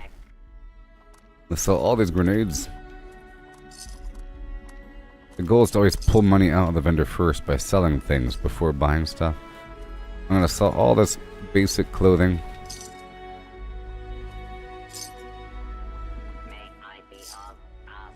And a bunch of stuff here.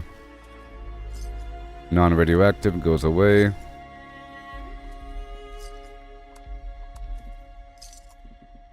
Let's go through the whole situation every so often. Non-radioactive. You can tell there's like a rad line there. There's rads. The gourd. Honeycomb. I love how there's so many different items. It can be completely overwhelming for a person. It's sort of like getting back into World of Warcraft after a long time. You know? That meat was about to rot.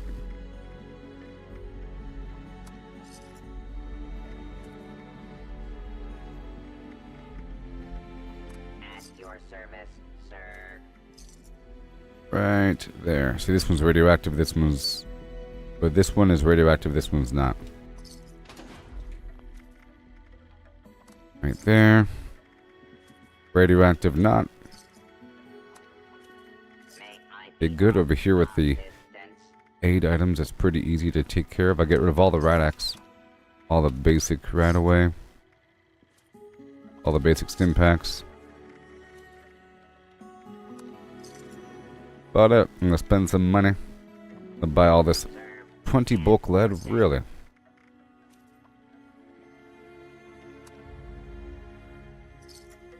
That's it. Some of that is probably coming from cheaters, you know. Cheaters. Ruining the economy. Selling bulked junk.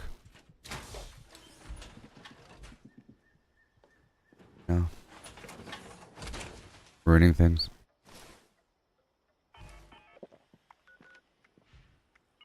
Safe and sound. Oh, those distant explosions were coming from the event. Ew.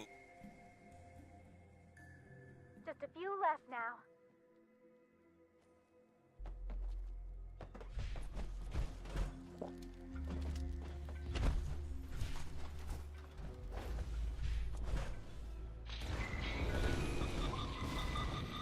I have arrived.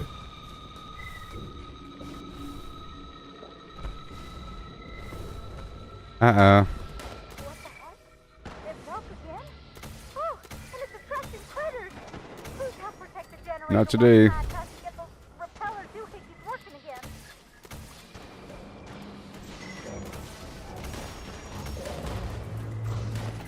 No.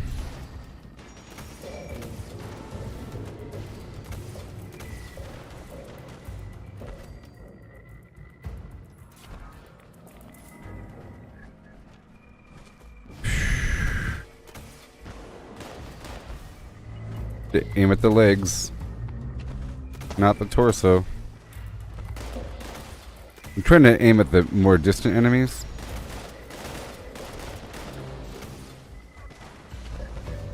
Could have. What the heck? The juice must have been turned up too high. Not the juice.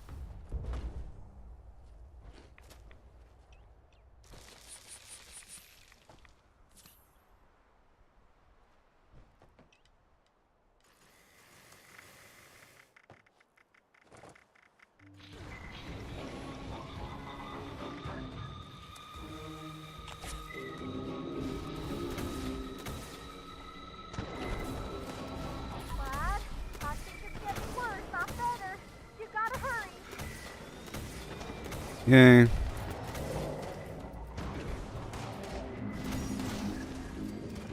I'm trying to not hit them directly. Not directly.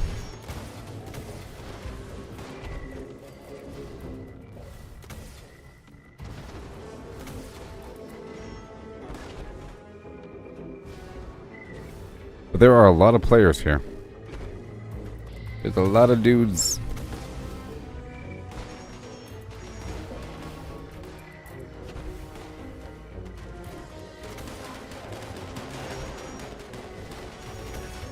The doohickeys?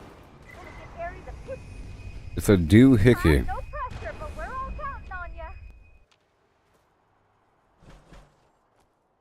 10 seconds until the next wave.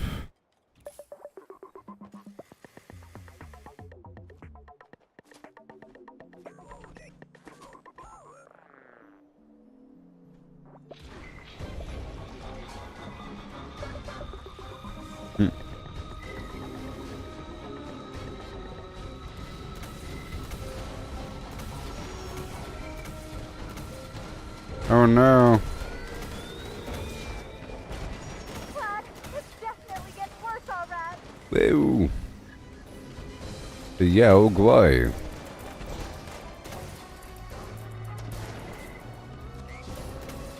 no. Lad, hurry. That thing is back. It's looking mighty hungry. What? You stop now. You got this. Lad, hurry. Not sure how long we can hold them off. Oh boy.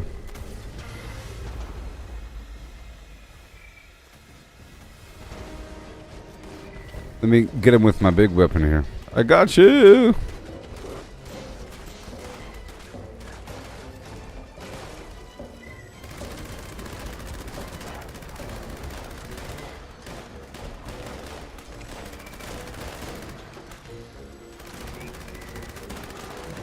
All these melee dudes right next to him.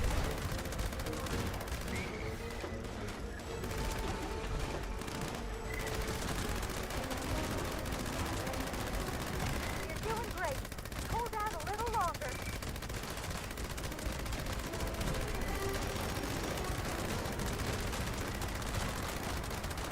Slowly and steadily.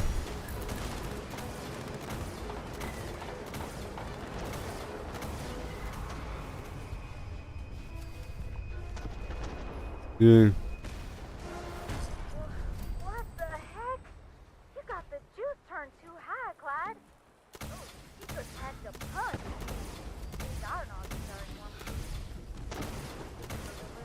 Anyways, hope the reward is enough. You've done it. Saved our behinds. Be sure to come on back once Take we that, get things Vertibot. up. Isn't it exciting?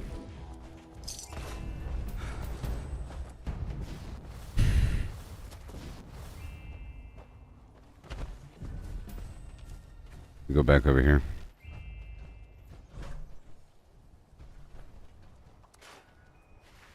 Yo, that bulk junk on me from that vendor.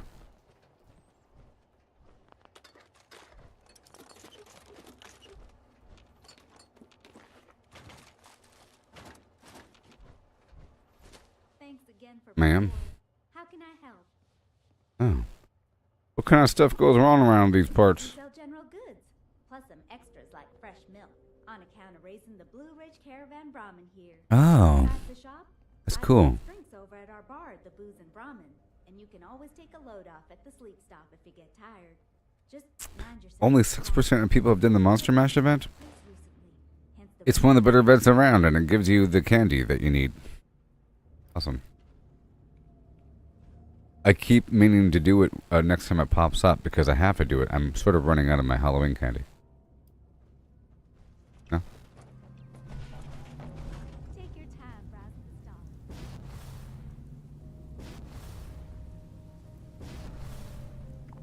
Doobity-bop-bop-a-doo-bip.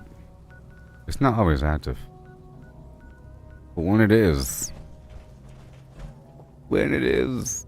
But see, the Halloween candy isn't as viable on if you're not using a mouse with a button on it. You know, it's good if you're using a mouse with a button with the hot buttons, you know. But using the hot bar to eat candy isn't practical. I like the candy because it stacks with itself. The AP benefit. I mean. And the Monster Mash event is one of the only... Oh, I was going to do it yesterday, but there was a level 20 person in there. You know? It's one of the only PvP events in the game, actually. It's one of the only PvP events. So, I was going to do it yesterday, but there was a dude... There was a dude in there. I didn't want to, like, create a problem. I didn't know if I could resist not killing him.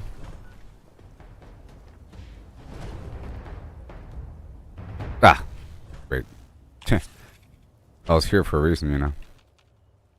But since I'm here, I'll go ahead and do this. I was supposed to shoot that guy with the syringer, but I was talking about the thing. Since I'm here... You know, a lot of people glitch their way through this situation, but it's really cool. The whole process to get through the nuclear silo and launch a bomb is really cool. A lot of people just like glitch through the security grid and then act like it's normal. Hey Christopher. Hey Christopher. Madge. Were you here the other day when that person talking about buying acid from some girl on some website for like $16? The controversy. I had some level 1000 person trying to help somebody else out in my party, and they were just scum of the earth.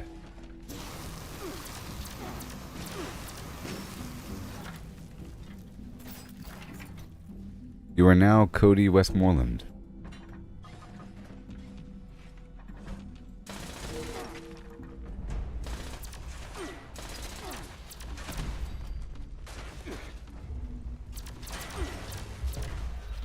Are you on PC or and your wife's been playing ever since? She loves it. I'm not gonna do it now, but it's actually rather cool.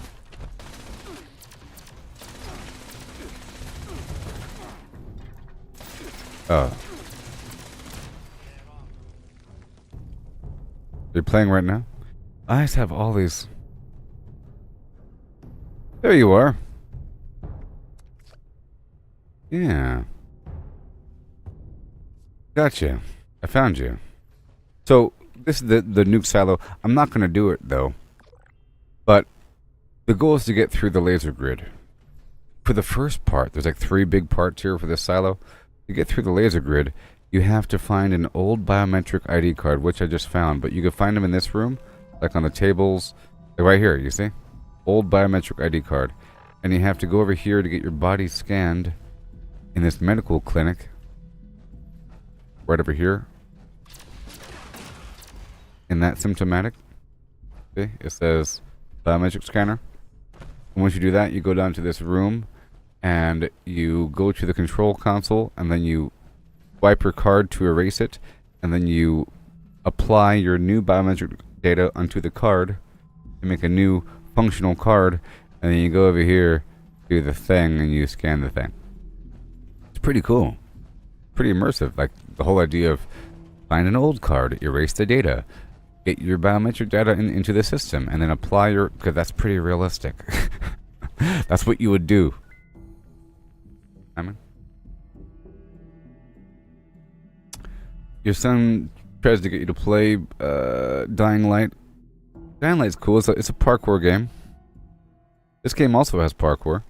There's more to do. Alright. Well then, we're done here. It's time to... Stop it. What the heck? No. What's happening? Yeah. That was weird. What time is it in the game?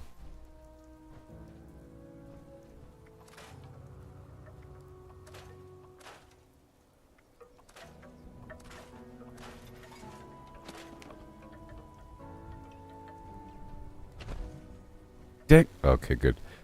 I thought I accidentally destroyed my helmet again. They make it too easy. Alrighty then. Hi ho diddly flim. Here we go back again. Let's go take over this Thunder Mountain can thing. Right now. The beginning of the stream. We have to take over the workshops.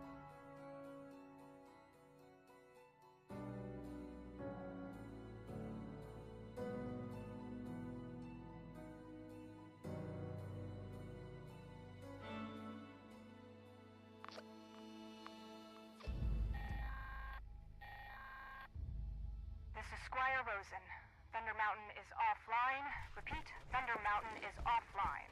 Any brothers with a background in engineering, report to the plant for... Let's swap out this fusion core.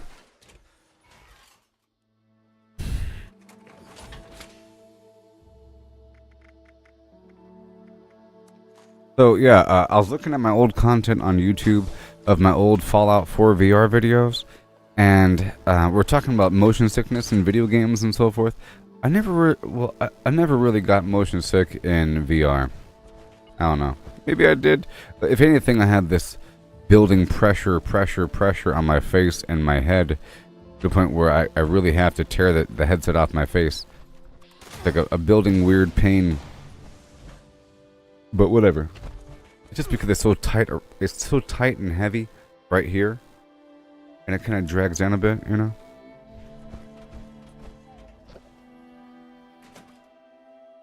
I just posted a video to the collective, like a 16-second video.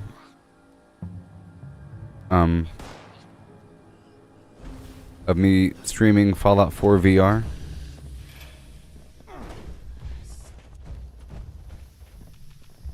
I think if you get sick from these games, like Fallout 4, it could be the aspect ratio, you know, the field of view. It's the field of view probably, you know. It gets all weird and narrow. I have it turned up to like 90 or 100 here or something. I mean,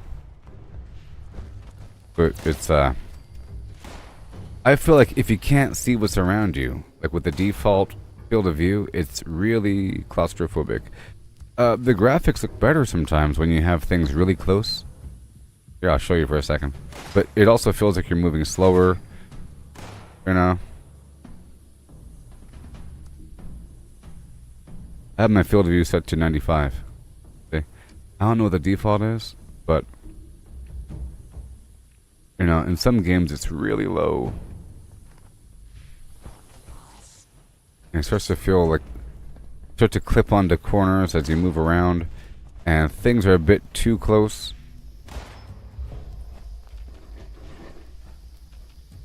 But things are pretty close, you know?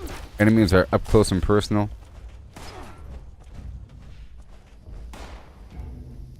I don't like it turning it too high. Yeah, that's probably what Dying Light is doing. It's probably the field of view. On PC, if you're playing, you probably have the option to crank it all the way up. You know? Many console games don't give you the option at all. Let me, right here. Let me turn this all the way up to right here. I have mine set to 95, so that things are a bit further away, you see? Ah. Ooh, see that? Nice. I can just slide right through these doorways all fast. Oh,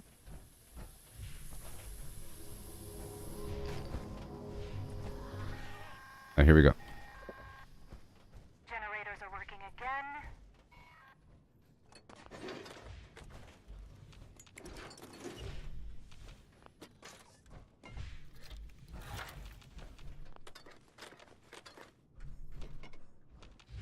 Yeah.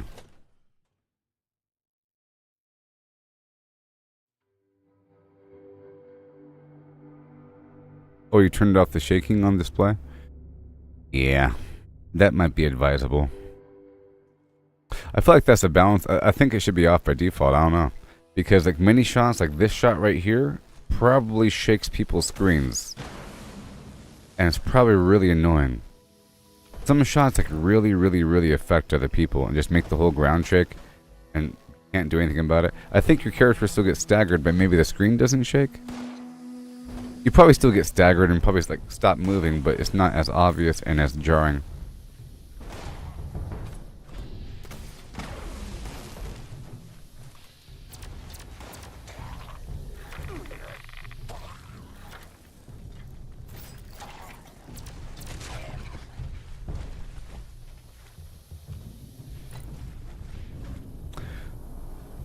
Yeah, so in Fallout 4 VR,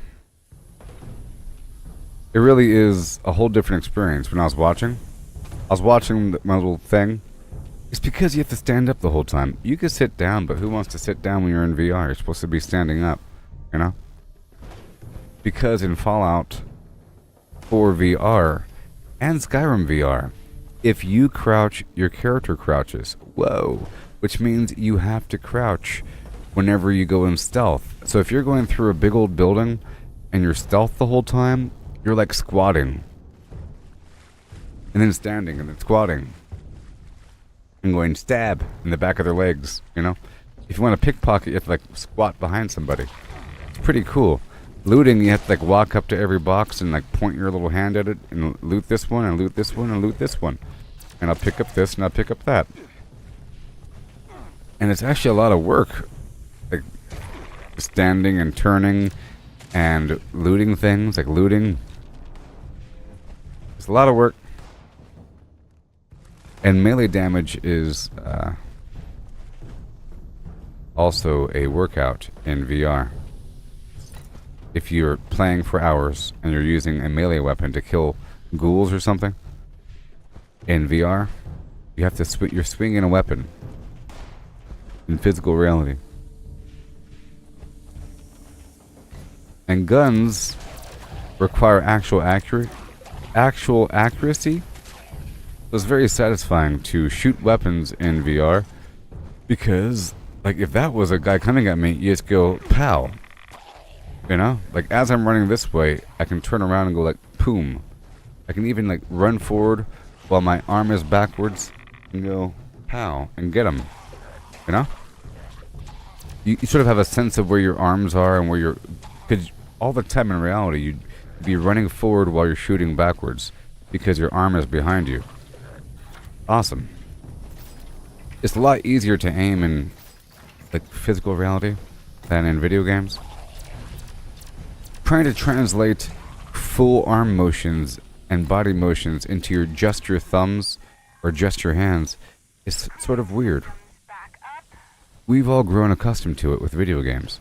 But with VR, you're actually doing the thing, which in essence might be easier, depending on what the thing is. If you're playing Mortal Kombat VR, you have to like know martial arts.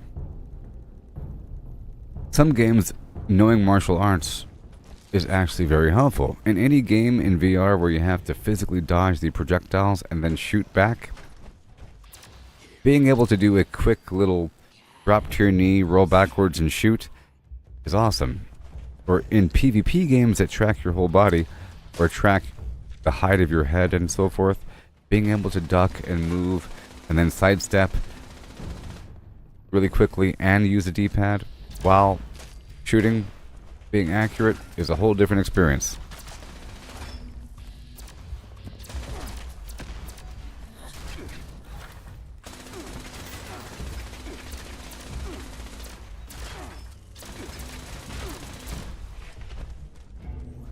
I'll loot them on the way out.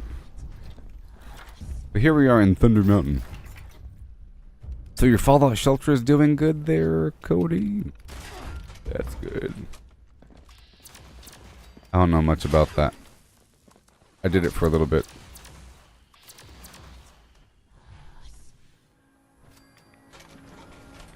Alright, here we are. We're almost done. We're in the final sector of this maze.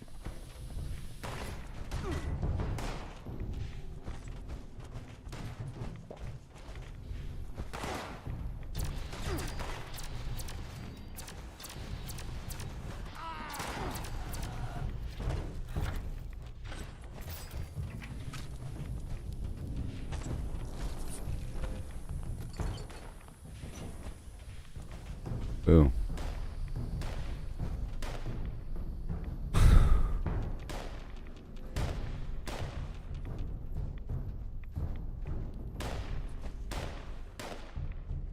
Alright, here we go.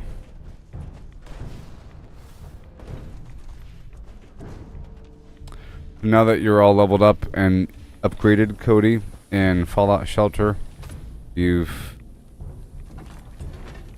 dug out all the rock and expanded, and now you send settlers out and get a ton of loot.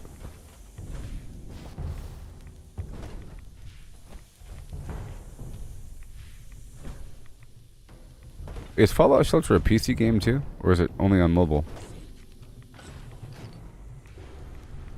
There's Steam trophies? I wouldn't mind playing Fallout Shelter on the side, you know? Whenever I'm not streaming. Here's the magazine. Ooh, that's cool. That's cool. That has me interested. I like those sort of, it's almost an idle game where you have things building up in the background, right? I played a little bit, but I never got too deep. Alright, so we're done here. I'll get this bad boy online.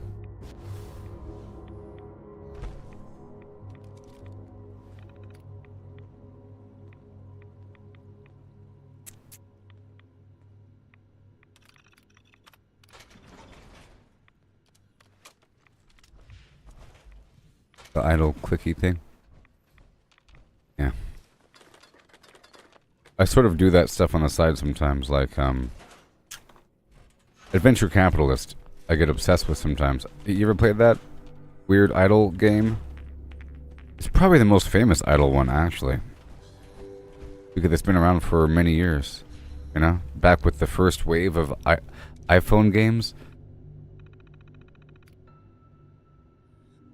Yeah, Adventure Capitalist. Everybody knows about that.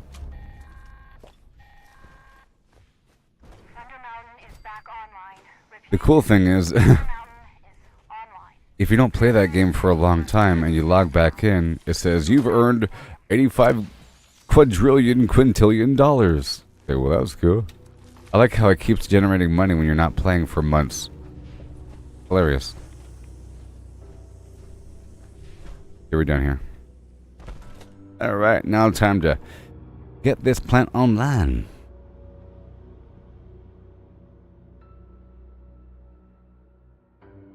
So right now, there's a bonus program for me right now in Facebook, so I really appreciate you communicating with me in the chat box. They told me that all of my interactions will give me bonuses for 30 days. Whatever that means. Monetary bonuses for interactions on my page. So if you haven't liked the stream already, and all that,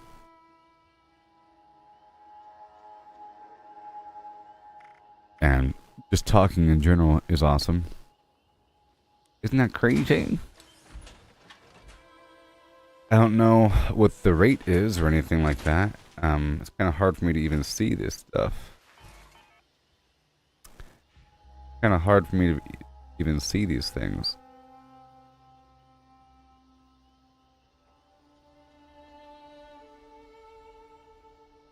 So, in the last 28 days, I've reached 303,000 people here on Facebook.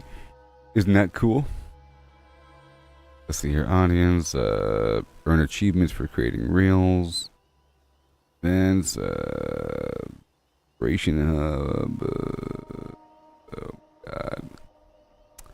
1 second. Page access, live ads, moderation.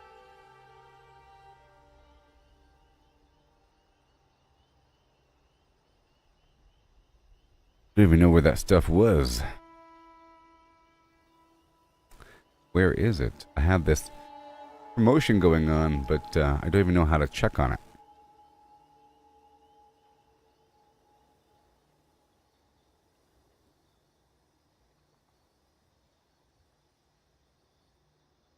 Let me check one more thing. Give me a second, please. Oop-a-doo-doo, shootin'-doo-doo. There it is, I found it. Bonuses. Found it. 0. Yeah. Earn bonuses when people view and engage with all of your posts, except for reels and stories.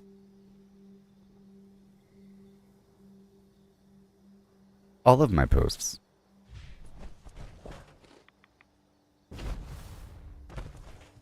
Yes, I'm sure it helps. For 30 days.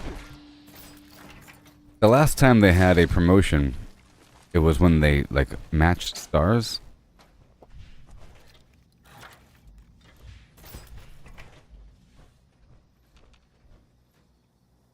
Yeah. Yes. I will ask said questions every 15 minutes. Oh, you just subscribed? Oh, thank you. Have yourself a golden Zagnet. Am I capturing this workshop right now? What's happening? Yes, I am. Yo.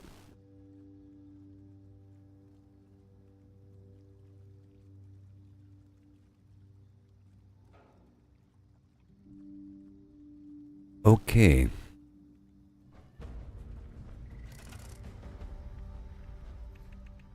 Get this online.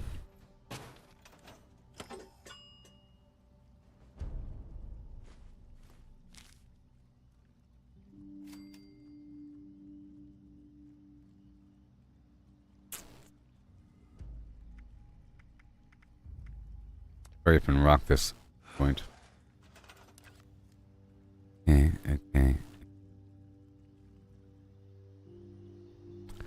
Alrighty then. Get this thing online.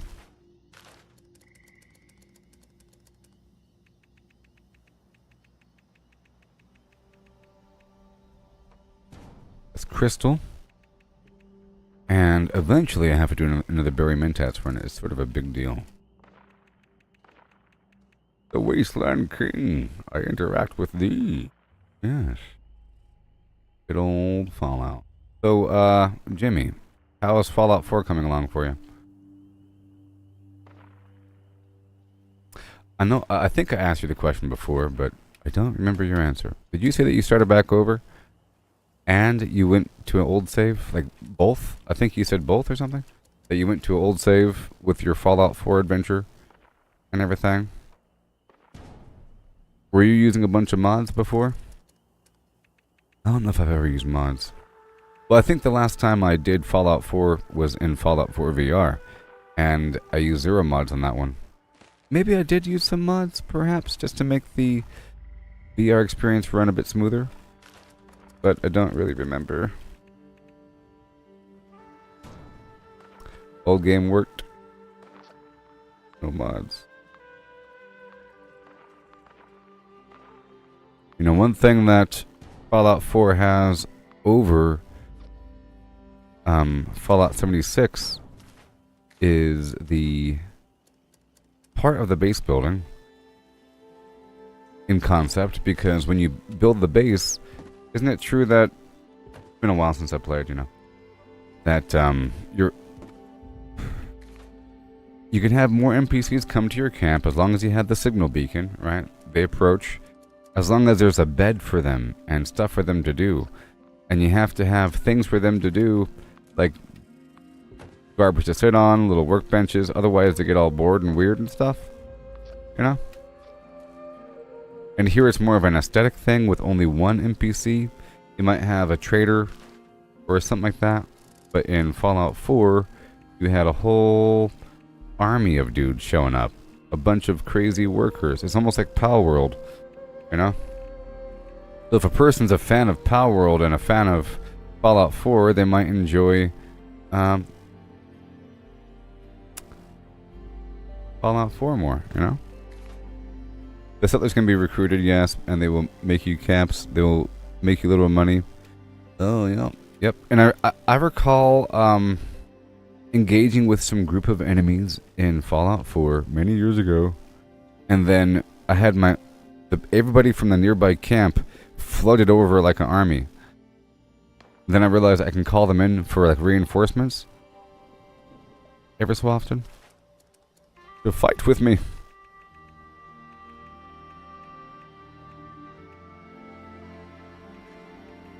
Let's get this blood void going right here. Right there. And water.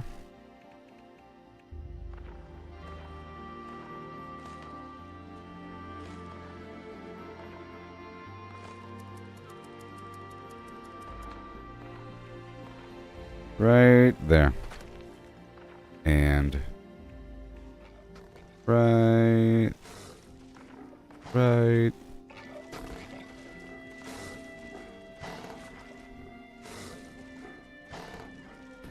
Don't you dare. You got some dudes here. That's fine. We'll put in a couple turrets. Whoa. You received a Minuteman flare. That's what it was. That's what it was. That's what it was. You're able to call them in with these things. You know what I mean? In this game, you can call in the artillery strike, but I'm pretty sure you had that same thing in Fallout 4. I had some castle at the top of the map at one point in Fallout 4, and I remember throwing the artillery strike grenade and it working.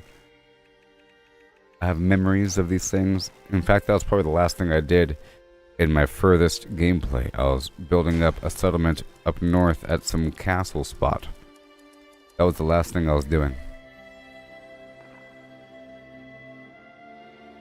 Yes. Works the same as in Fallout 4.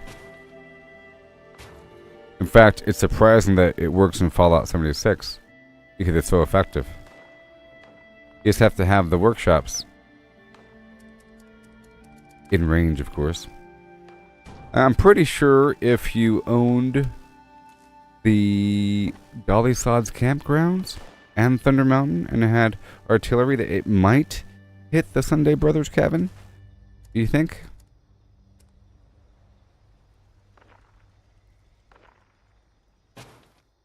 You think?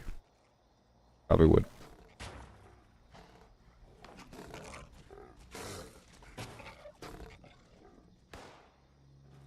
Okay, that's almost everything. That's almost everything. Let's get that cement truck down. Yeah, that'd be kind of cool. I haven't done it yet. I haven't successfully done an artillery strike in the place. You found a workshop that produced fusion cores, and you said, well, you found a power plant. You can play with me there, buddy old pal. That's what I'm doing right now. That's why I'm here. I'm here specifically to get fusion cores. There's 3 power plants across the map. I'm currently at Thunder Mountain. It's the hardest one.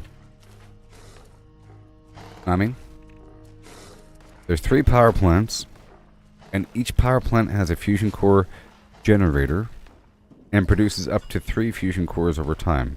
You come back in like half an hour, you know? You get more. Come back half an hour, you get more, you know? You own all 3 power plants, you keep going around, you end up with a ton. Which is why I have 86. I'm trying to have over 100. That's what I usually go for.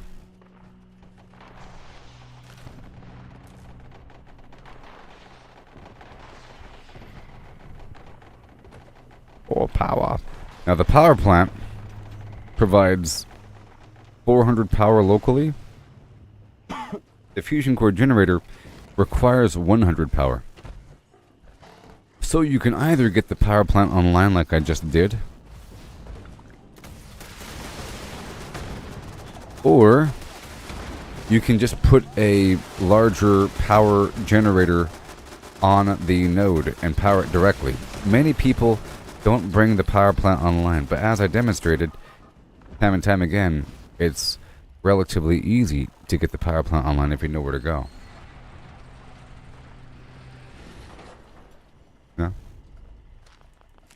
Yeah. Jimmy, once you realize that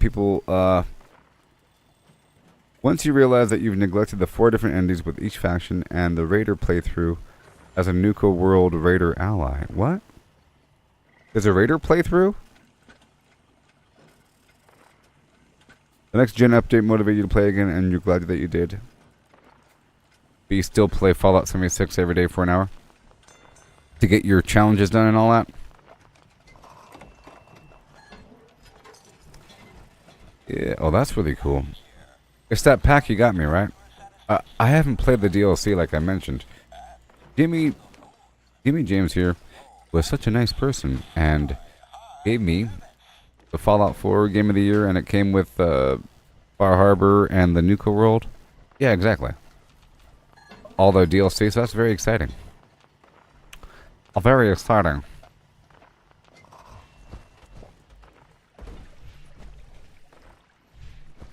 Are we done here? Yes. There's probably 1 fusion core.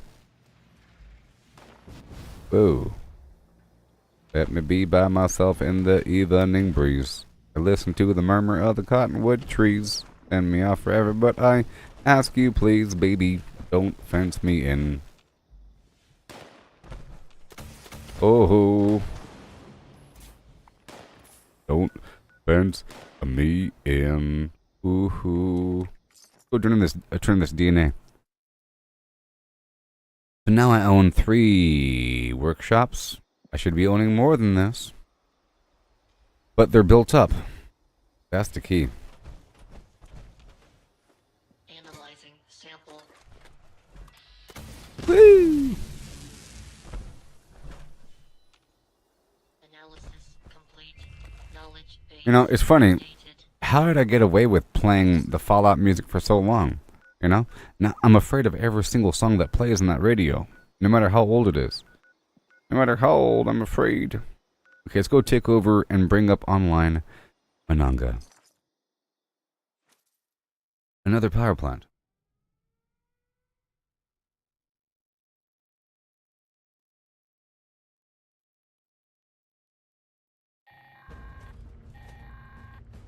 Attention customers. Monongah Power Plant has experienced an unexpected failure. We apologize for the inconvenience. Rest assured that our maintenance crews are working hard to minimize the outage and safely restore power. This Based way. on current projections, most customers should expect power to be restored by... So, when the game first came out, everybody, anybody here play the game since it first came out? Fallout 76?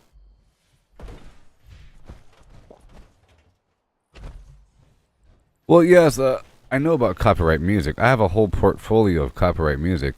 Facebook has a whole library of copyright music, and it's pretty good. And then I have all the AI stuff. I'm just saying about like the actual music, you know, like Bongo Bongo or Civilization. You know, there's lots of good songs that fit the mood for this Fallout world and that are nostalgic because they're sort of related. You know, like 16 Tons or Adam on Barber, Boom Diada, you know, Uranium Fever, all that stuff. Boom Diada, all that stuff. Yep. Yep. I didn't know the gun was loaded, and I'm so sorry, my friend. I didn't know the gun was loaded. And I'll never ever do it again. So the jury all agreed that Miss Effie should be freed, but the juror's jealous wife was indignant, yes indeed, so she pulled out a pistol and shot Miss Ellie Barrel. See, I know these songs. Because I played the song so much.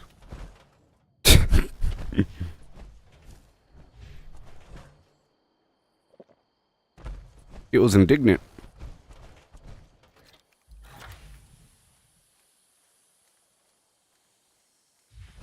Isn't it just crazy? You'd figure that at a certain point, most games do it now, where there's an option in the menu where you say disable copyright music.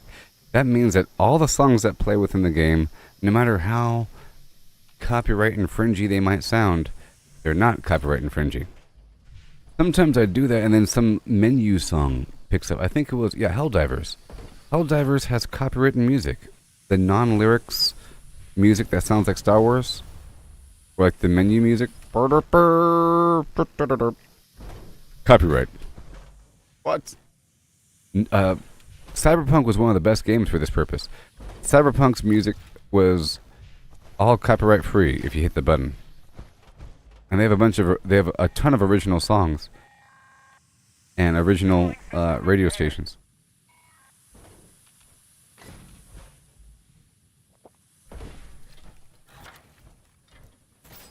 Oh yeah, Butcher Pete.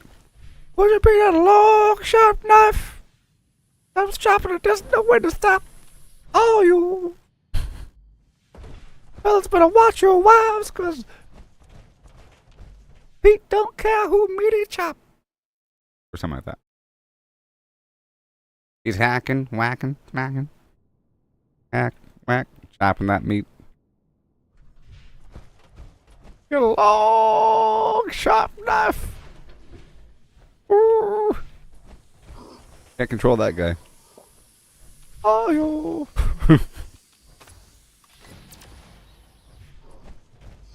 Pete don't care who meat he chop. He doesn't care, even in jail.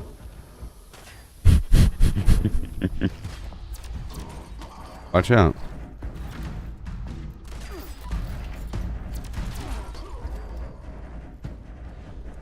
Yeah, chopping that meat song is pretty nasty. You got a long, sharp knife.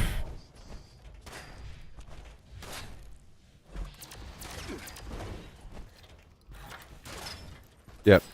Until they caught him chopping at his cellmate. That's right. Oh no. Hacking and whacking.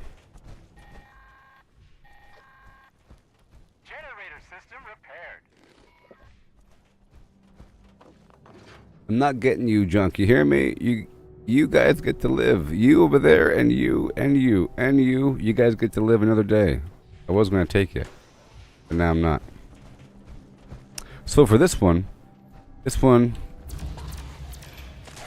there's a slight difference in my little layout.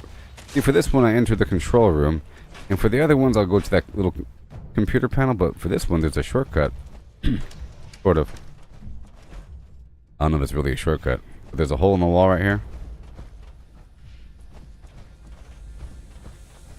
Probably saves a second, so you don't have to go through the terminal.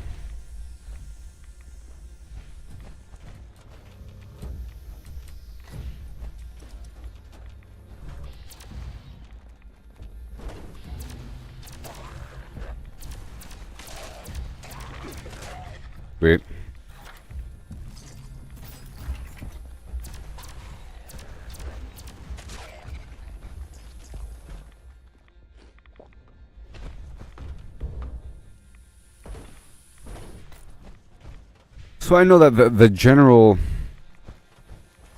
flow of combat is a bit different in like Fallout 4 versus Fallout 76. VATS doesn't completely pause time, right? It just slows down time quite a bit.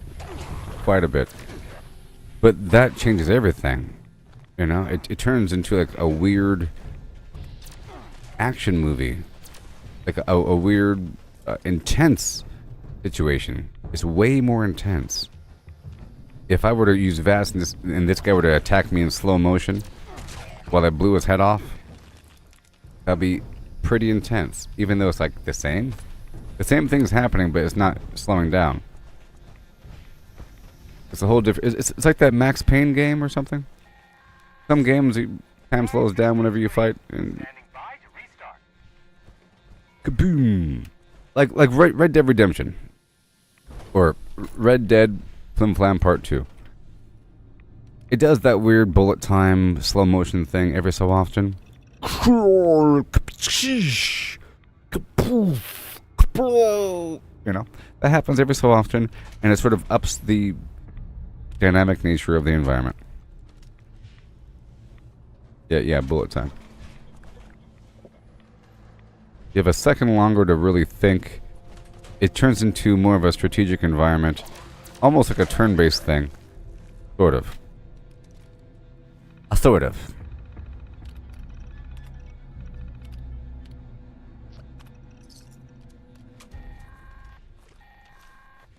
Ba ba ba ba.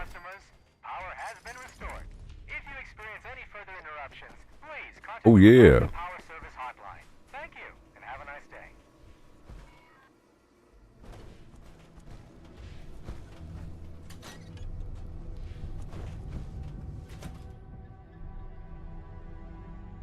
But in VR, for example, Fallout 4 VR time slowed down, so it's pretty intense. And I posted that 16-second clip of my character fighting some garbage, you know? I'll play it for a second. Just for a second. Facebook cares about these things, I would imagine.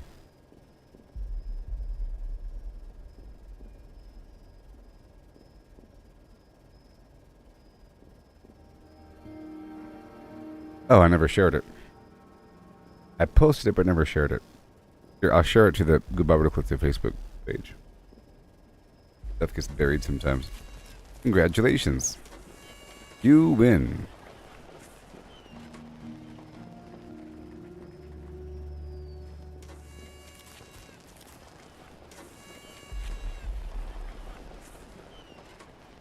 Here you go. I'll show it to you really quick. I'll show it to you. 16 seconds of VR fun.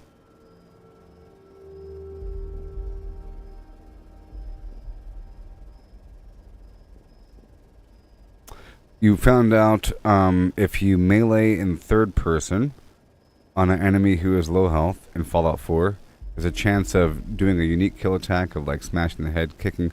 Oh. You double tap the power attack button in third person. That's cool. Oh boy. Here you go.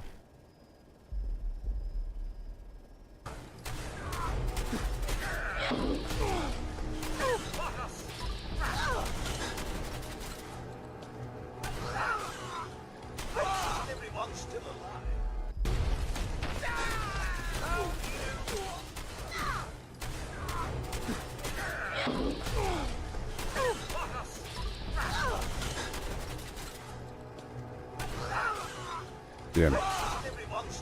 The end of that. I like Cudworth's little banter thrown in. Well, so scratch. I hope everyone's still alive. Yeah.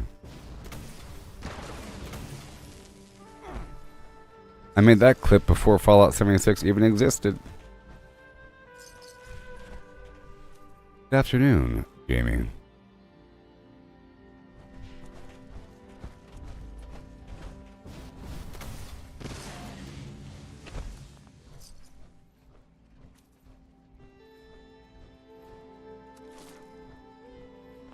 Taking over this spot.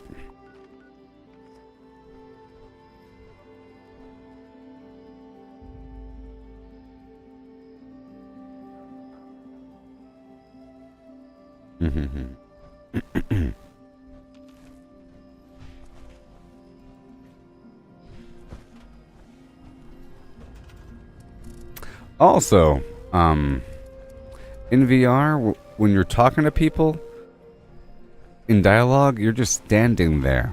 You know, I guess you can sit down. You know, you sit down while I talk to you. In normal video games, you're like sitting here. Also, going through inventory, like going through the inventory, going through like menus, going through the base building menu while standing up is kind of weird. Like shifting your weight to one side, shifting your weight with a camera on you. It's a weird thing. But sitting down doing it is normal. I guess you could just sit down.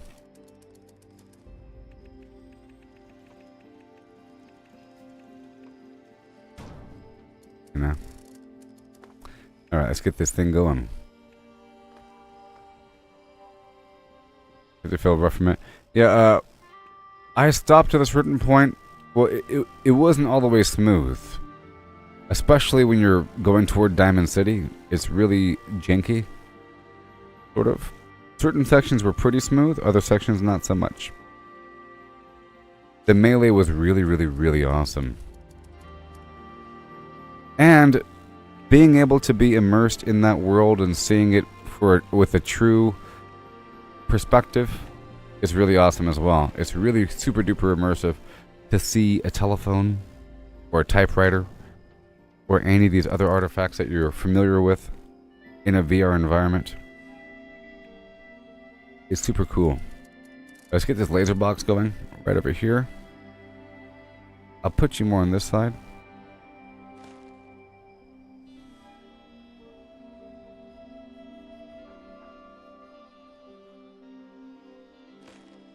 Put you there.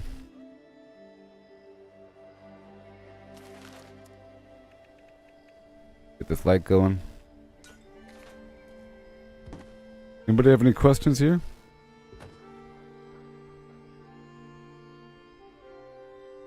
Yeah, being able to interact with physics in the environment is really awesome as well. Like, you can stack items and then knock them over. Like dominoes. It's really awesome. And seeing NPCs up close. Like, interacting with NPCs. I was saying it's weird standing up, but it's really cool. It's weird while still being cool because the NPCs make eye contact with you. Or they know where your head is and they're staring right in the middle of your eyeballs. It's not as obvious when you're here in... They do it here too, by the way. They do it in this game. The NPCs are staring at your head. So if you move, they're looking at you. But if you're in VR, whenever you shift your weight or like look around or squat or like walk... They're like doing this. They're looking at you. It's really weird. In a good way. Okay, are we good here?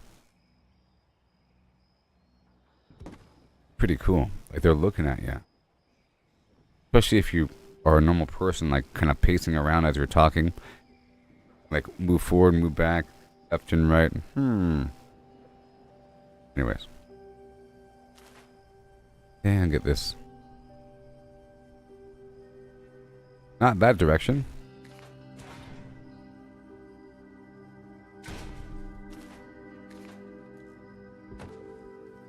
There. There should be a defense wave coming pretty soon. You know how it be. And I'll put down one more laser box if I could afford it, but I probably can't. But this is going to be good enough, I think. If I just only have this in my hand, and I do. There it is, good. One more light box will do.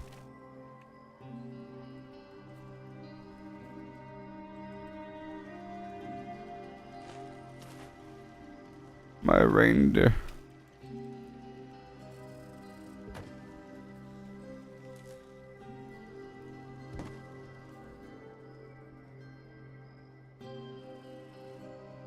Okay, then you. You. It's not joined yet. We have to add the light here just to extend this connection.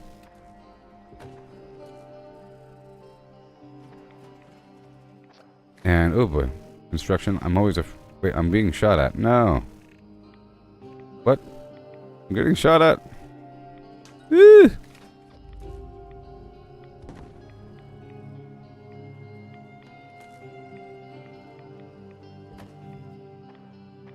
Okay, that's good. Now I'm going to add the artillery.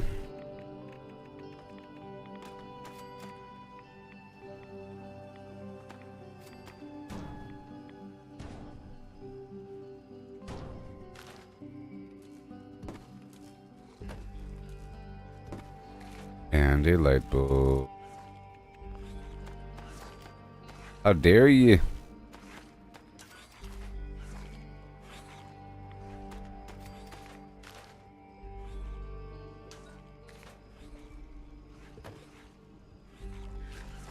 No.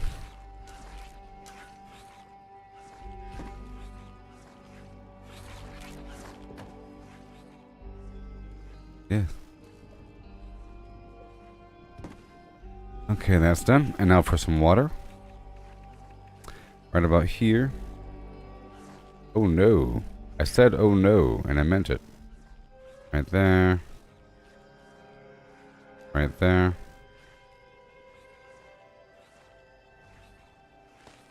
If you can handle it.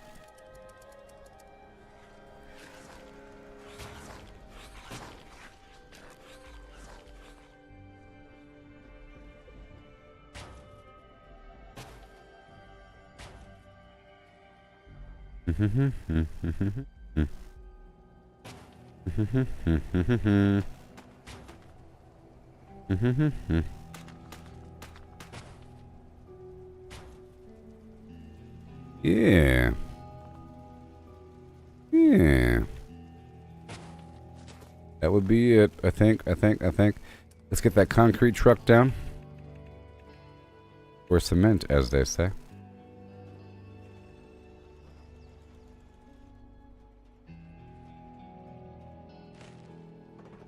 Right there, and then that would be it.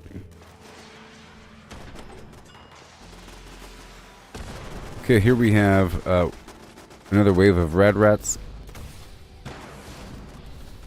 Oh, whoops. No, they just destroyed it.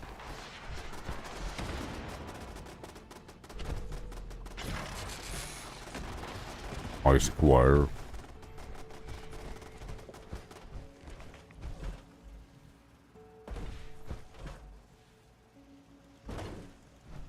I keep seeing this discussion about Titus and Maximus on the internet, you know.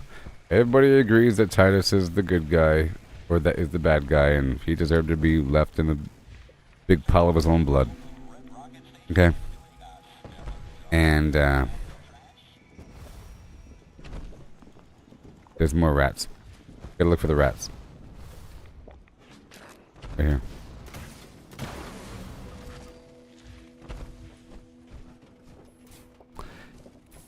They're saying stuff like, he ran away when he's in power armor. He could have just kept punching him. You're not watching the punching doing nothing, and the fact that he has the arm jetpack mod, and that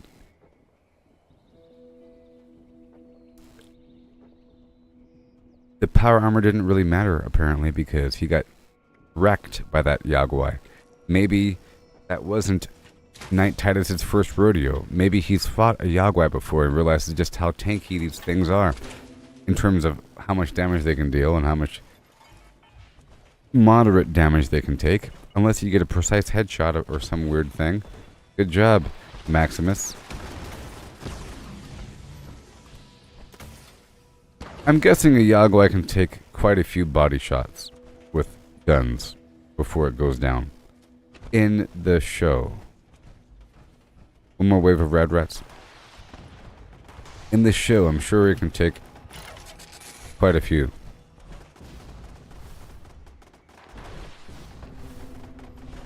I think it would be good if I had a tower over here.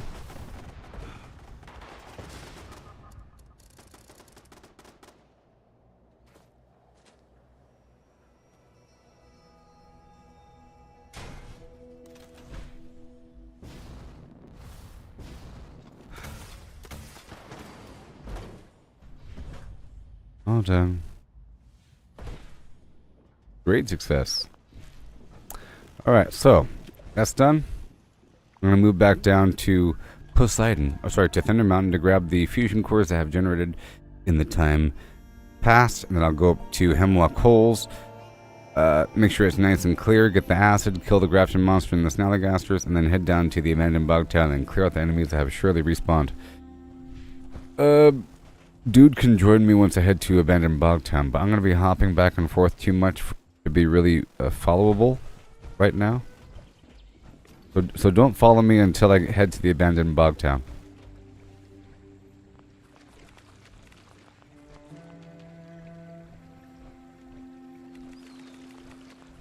I realize that all this water respawns quickly.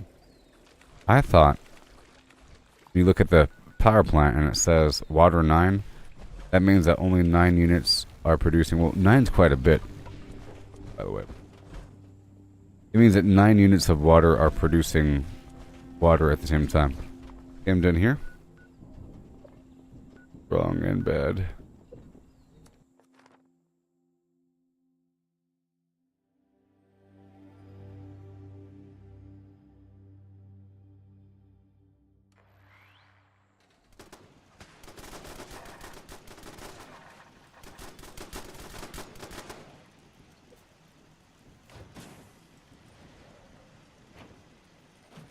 Yes.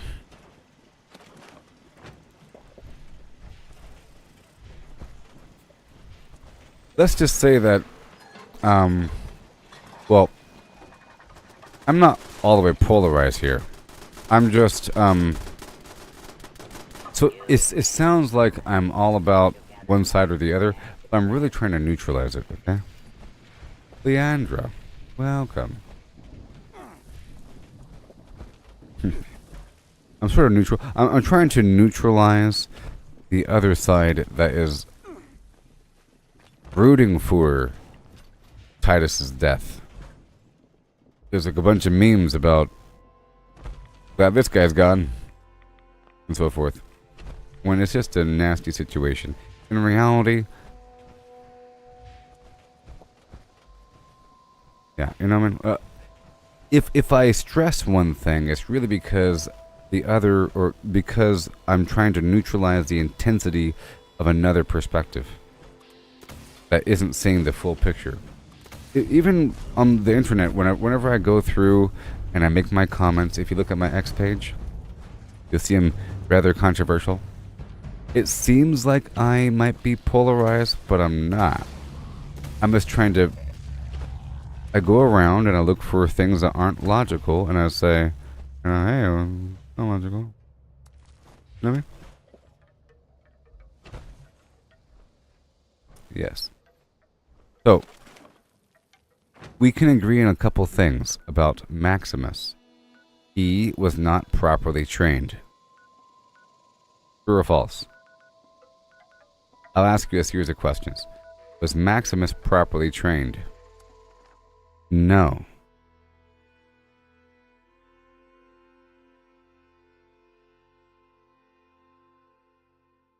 He wasn't trained because part of the training is psychological.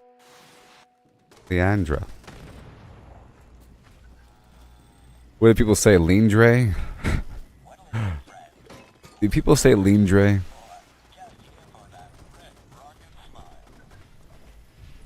Leandre.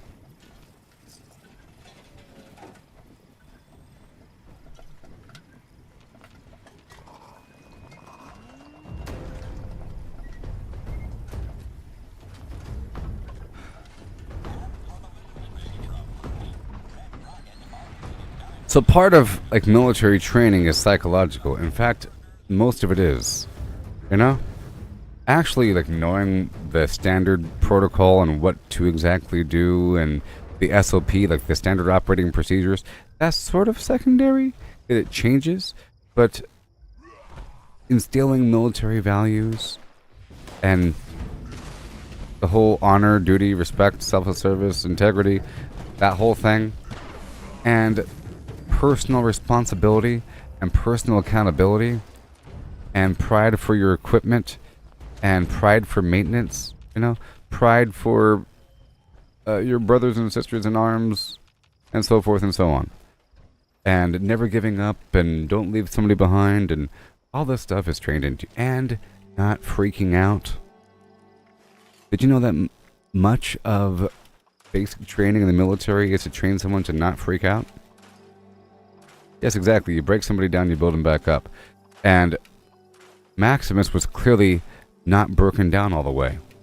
Or built. I think he was like halfway through his break. As we saw from the beginning of the show, he was like halfway through the breakdown process, and he wasn't really built back up. He was in the horrible hazing process, and just cleaned the latrine situation. You do that to people in the military. I know that the Brotherhood still is in the military, but still. You do that to people to try to break them. And when they do break, that's your time to really get them built back up. Some people never break. Some people break faster. It's really to identify who breaks, who doesn't break, what is the threshold, because you'll be experiencing this again in combat. You know?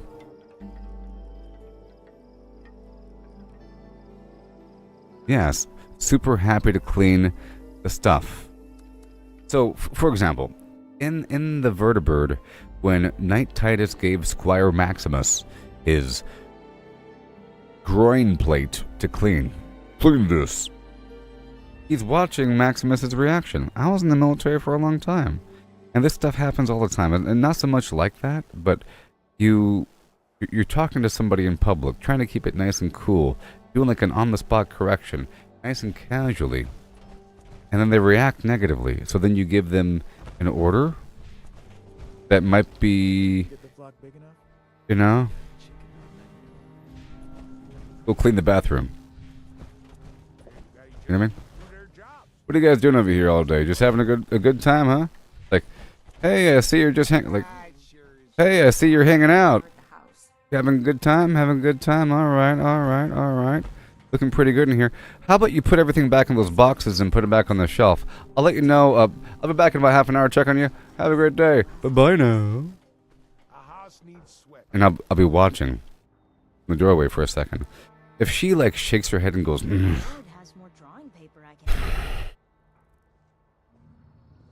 for push-ups. You know that people, I've known many people that have gotten in trouble, like secondary trouble because of their facial expressions. What we build here has to last for generations. Finally, someone with the guts to People have gotten into trouble for their facial expressions. It happens all the time. If you can get it back, we'd be very grateful. Grateful enough to pay you. I had a soldier one time, and he had this big issue of displaying his emotions. And I had to pull him to the side one time to tell him, to give him this little speech about, yeah, you can't do that. It's bad. It's bad. Understand, it's going to get worse. So much worse. People can see your facial expressions. You have to act like you like this stuff. You know? Excellent. I can show you roughly where it is, but you'll have to wait until you're closer to get an exact fix on it. Eventually, you learn to do stuff proactively that you're supposed to already do. Nothing beyond what you're supposed to do, because that's also bad. Hey, I took some initiative and I moved everything across the entire room. What? But if you say, I took the initiative and I opened up each of those boxes, I did a packing list, I updated the packing list, and I attached it to the side with laminate. Oh, well then. Or you can say I have the whole stack right here of all these packing lists for all the equipment over there. I was sitting here. I went over the map as well. Let's do things. And not react about it. For example, Thaddeus was a wonderful squire. I didn't do it, I realized. He was all about it. Even when Thaddeus was told to go climb that tree to go get some apples.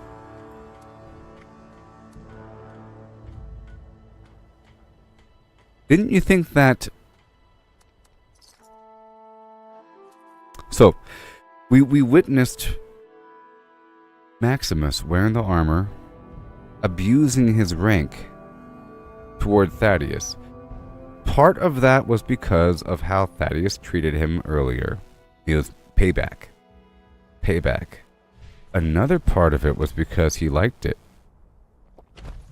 He liked the feeling of power and the feeling of having a high rank and a feeling of being called knight and the feeling of giving orders. He enjoyed it. It's kind of obvious.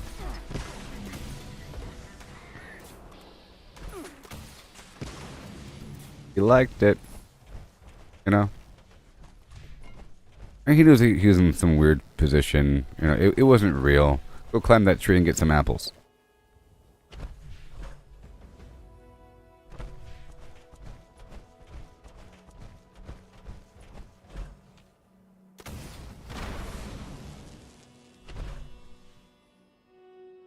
Yes.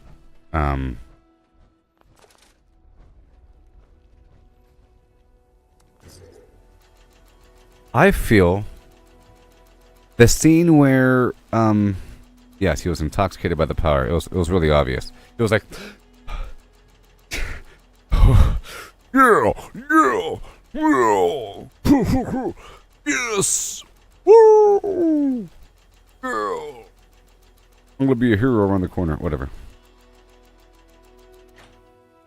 In the scene where Maximus was, where Maximus stepped on Thaddeus's foot, you know, I feel like that scene could have easily turned into a horrible murder. Yeah. If Thaddeus didn't think wisely as he did, because he read the manual and he's a good squire, he knew about the special pin that you can use to pull out the fusion core while it's still active. I'm pretty sure it's like a special tool that squires have, because sometimes you have to pull the fusion core out while it's still running. But it's a security precaution where you can't pull it. It's like locked in. He unlocked it and pulled the fusion core out. He was able to survive.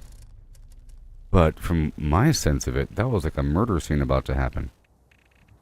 He was about to murder him. Like, so, let's just get our story right, okay? On the same page. Right? So, when we go back, let's just say something happened, you know, and no big deal, huh? Yeah. What do you say?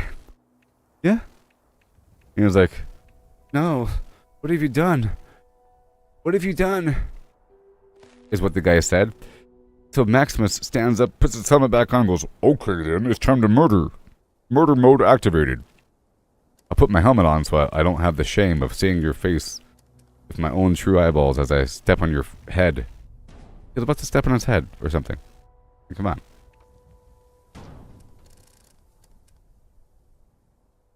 He should be sick to his stomach that he stepped on his foot. That was horrible. Yes, it was a murder scene. He left him to die there. Yes, Thaddeus left Maximus to die there. But I'll tell you what, though. Well, I don't really think that... Oh.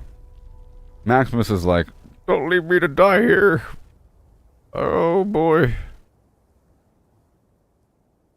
But in reality, Thaddeus would have taken the relic with him, or whatever, gone back to home base, reported on everything, got some amazing promotion, and he would have said, oh yeah, the armor's over there in that alleyway, and Maximus would have still been alive. Those roaches might have gotten in. Maybe punctured some tube or something like that, you know, and start nipping at his neck a little bit. Maybe. But I think he would have survived. It would have been terrible, but you can survive a little bit of time with no water, no food, and I think according to Thaddeus's perception, it's not that hard to take this head and get out of here and then call back home base and get picked up. You know, the mission's basically over, and I escaped this guy. I escaped this weirdo with the stolen armor. Luckily, I escaped him.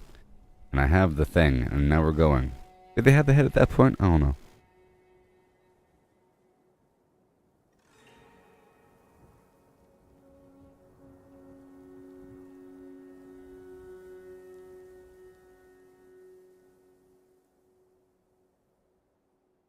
Do I think if he told the truth? Oh, no. I don't think Thaddeus would have been reasonable because the truth is terrible. Because the truth was... So, what would the truth be? I don't know. I freaked out. There's just, it was like 18 feet tall, standing up. It was a gigantic Yaguai. It was I think it was a bear. Some crazy monster pustulated bears tossing around Thaddeus like he was cotton candy. And, I froze, I froze, Thaddeus. He was screaming for help. And then, I know I should have packed my bag better, but I just couldn't find the stim pack in time. And, Titus was sitting there with punctured lungs and coughing up blood and a fractured skull and in immense pain. And he was sort of ranting about how much he didn't like the Brotherhood of Steel's current leadership. And that kind of bothered me because they were nice to me earlier. And then he said I was he was making fun of me. He said I was the worst squire ever when I couldn't find the stim pack in time. I took my sweet time shooting the bear. And then when I broke my flashlight and didn't have a replacement, and when I questioned him in front of people and made horrible facial expressions and probably put razor blades in my friend's boot.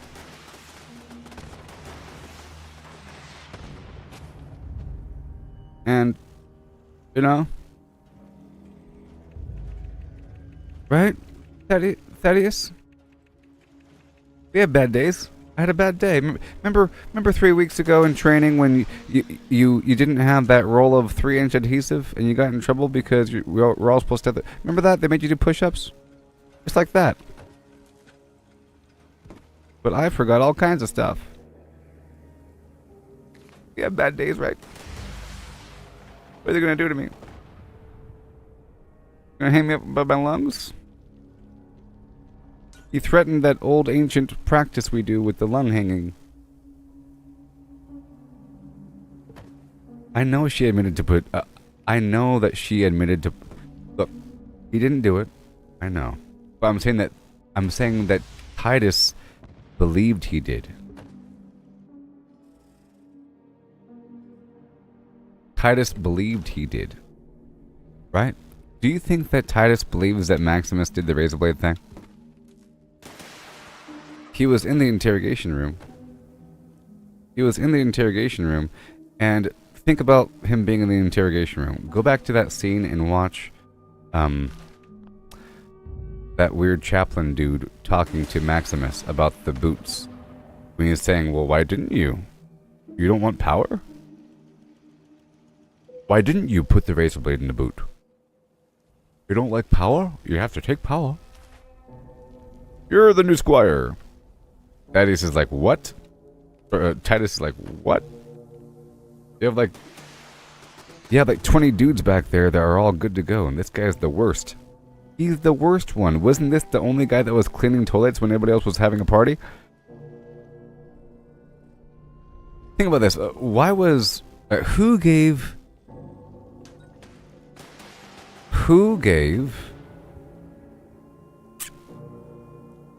I'm thinking about it. I'm thinking it's like a student leadership concept, okay? I'm thinking there's vague student-run, if you want to call it student, leadership, where people in that school are the leaders, and then you have higher-ranking people that are really the cadre. As I said 85 billion times, I was in the military, the army, for 14 years, okay? I went to air assault school and airborne school. It's 3 weeks for those things. And there's people that walk around with little black hats on, black baseball cap and a black t-shirt. They're like the cadre. They're running the school. but they're just sort of running the operations. In these schools, you have people being assigned as like a squad leader or a platoon leader for a period of time, and you sort of rotate through where you police each other, where everyone is sort of in charge of each other, including dishing out punishments. You know, and corrective action. Like for roll call, like, where is McGillicuddy? Sort of thing. Missing 2. Call him up on the phone right now. Drive to his house. Drive to his house right now and pick him up. That whole thing. So I'm thinking, well, the question I have is, one second. Who gave Maximus the order to clean the latrines? Because he was the only one doing it. Okay? If it was the leadership, what did Maximus do to deserve that? If it wasn't the leadership, he was being hazed. They already established that he was in the hazing process. He was getting beat up. It was all organized by Thaddeus too. So maybe the aspirant rank or something? I don't know. The aspirant rank means that you're up, that you are lined up ready. It's probably the rank right before becoming a squire. Because he was an aspirant. He called him, that's enough, aspirant. Thank you so much. You know? It's probably the rank, I don't know. You gotta wonder. There's this guy. He clearly, and he was new. So what's up with him being new? So it's also my understanding that Maximus was transferred. Why was he transferred? Why do I know he's transferred? Because he was new. And he's old. He didn't just join them. He's been with them since he was like 7 years old or something. You saw the video. He was picked up as a kid, like FN 2187 of the New Order of Star Wars. You know? During some operation, you're sort of kidnapped, but you're rescued. Almost like the Mandalorian. Some youngling you have to rescue, and now they become part of your clan because it's like sort of secret, and responsibility as part of your ethos to recruit people by saving them. Oh, we've got another kid. He's one of us now. So he's been part of these guys for like 10 years or more. Over 10 years of his life. Of all of his formulative, hence the pimple comments. Hence the pimple comments, you know what I mean? Sometimes it gets messy and blows up like a pencil, like a pimple and gets everywhere. He was probably abused and didn't know the context of it. It's kind of sad if you think about it, because he's witnessed this before, or he's had it happen to himself before. So he's witnessed like a bunch of people with their pimples popping. Let's haze him. Let's pop our pimples all over. That probably happened to him. And he didn't know. What does this mean? What's happening? What does this mean? Oh.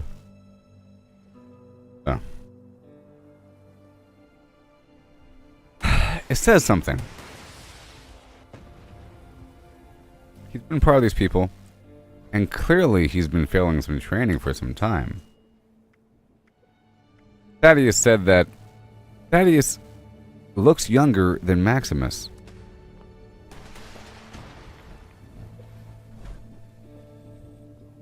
All boy. Well, they're not all boys. His friend with the razors. You know, his friend with the mustache and the razors? His friend with the mustache.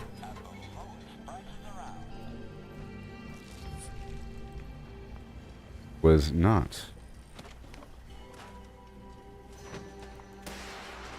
one of those men we've been hearing about.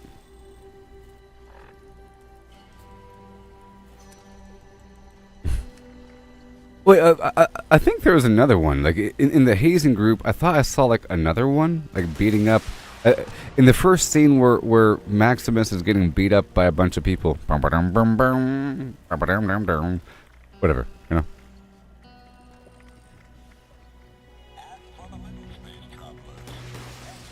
And it's been an ongoing thing that is called the Brotherhood of Steel, but they have women. It's just called that. I know we all know that. Yeah, we're good here. Alright, this workshop is done. Okay, done, and done. Who the heck are you? They call me Fisherman. Ice Fisherman.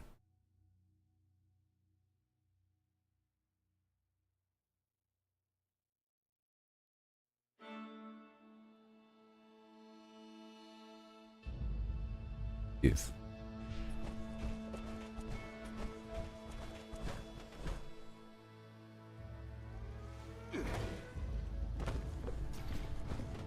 Yeah.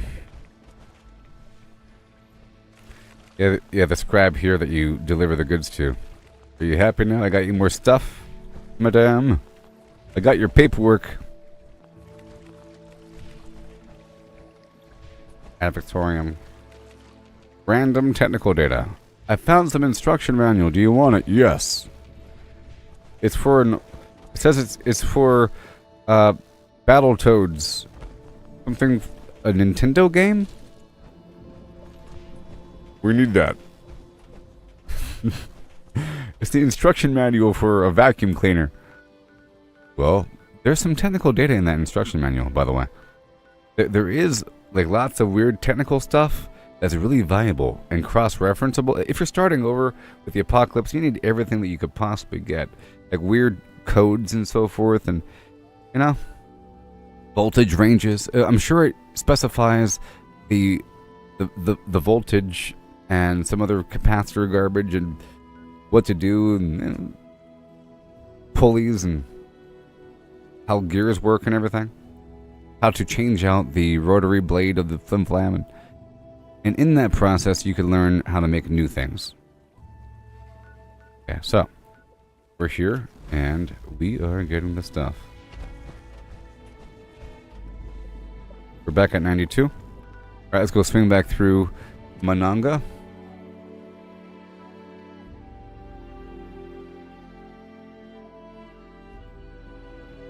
Yeah. Whee!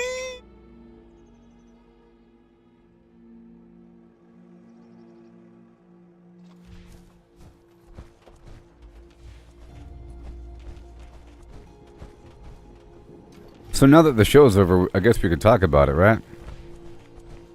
The ghoul. Pretty sure...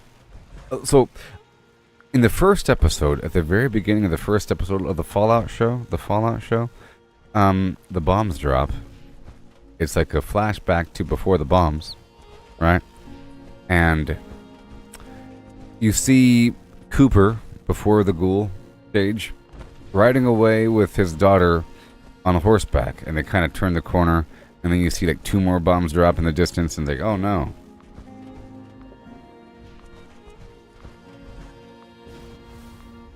Right? Well, you got 2 options here. I don't think option 3 is the answer, because we never actually saw her die. Option 1 is she's a ghoul. Option 2 is she's in a cryo tank. Option 3, she was rescued, she aged a bit, and now she's in a cryo tank. Because it's kind of weird to... I think it'd be kind of weird to have that child actor be in the show again and deal with the ghoul. She has to be like 10 years... She's going to be a raider, okay? She's going to be a raider. Prediction. She's going to be like hardened a little bit and upset with him somehow. You left me to die. I thought you were dead, sweetie. No, I wasn't. You left me to die when the thing... He's going to find her. She's going to be about 23 years old. And she was cryogenically frozen after... Like, she found the pod afterwards. He fast forwards in time. He's going to find her. And of course, his wife is in the pod or something. His wife is going to come back, of course. Obviously.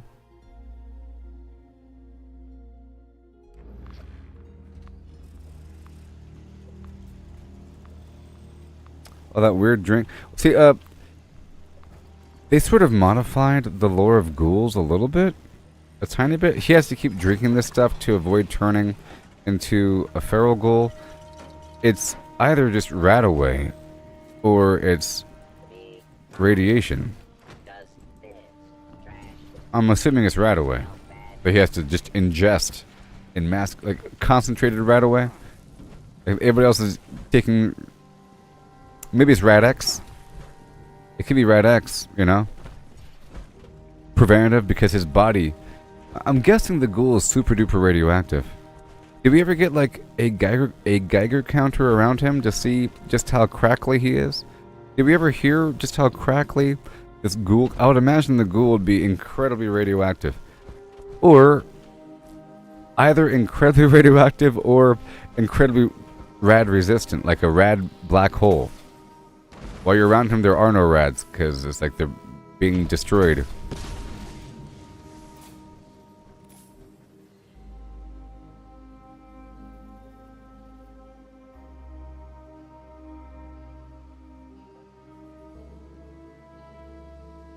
Yes, Jimmy. You think it's a mutation serum?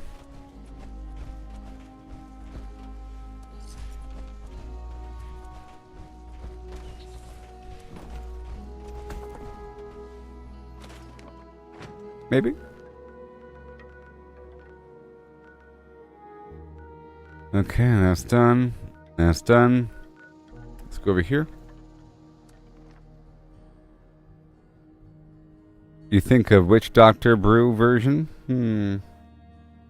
Well, it's definitely something weird.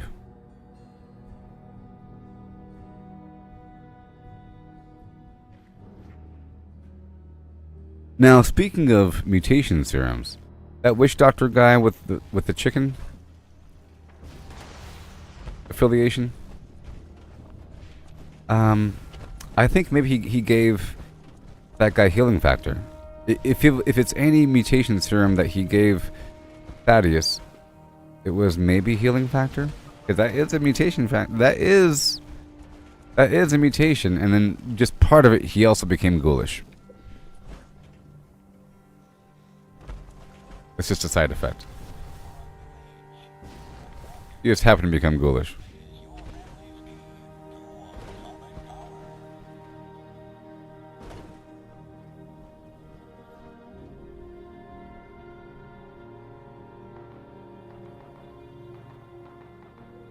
Yes. Healing, yeah, and we could also assume that Witch Doctor has ingested at least one of his serums. Right? Because why wouldn't he? Maybe because he knows, like, well, everything in this box is bad. Not even the good stuff that I'm selling. It's all bad. Oh my! I wouldn't touch this stuff with. It's like a fentanyl dealer. I don't think fentanyl dealers are using their own supply. Yes, and all of the mutations have negatives. Maybe he ate some bad goulash.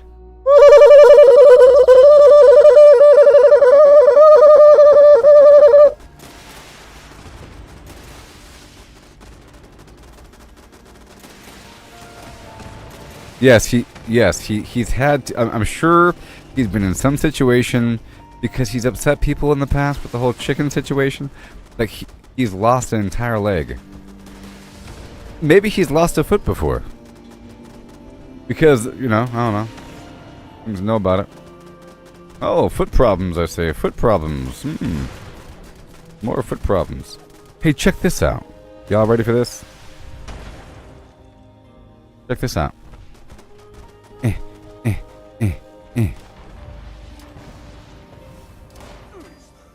Not me. Oh, the perfectly preserved pie?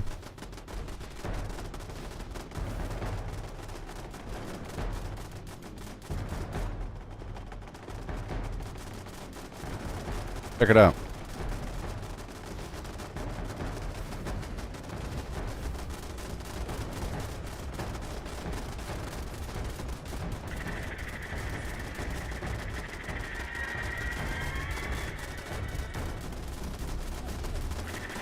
Yes, all serums require radioactive elements, so you're ingesting some horrible. Yeah, so every single serum will give you ghoulish.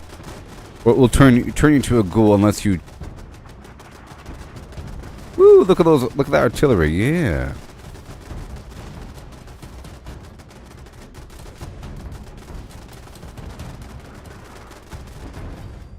Yes.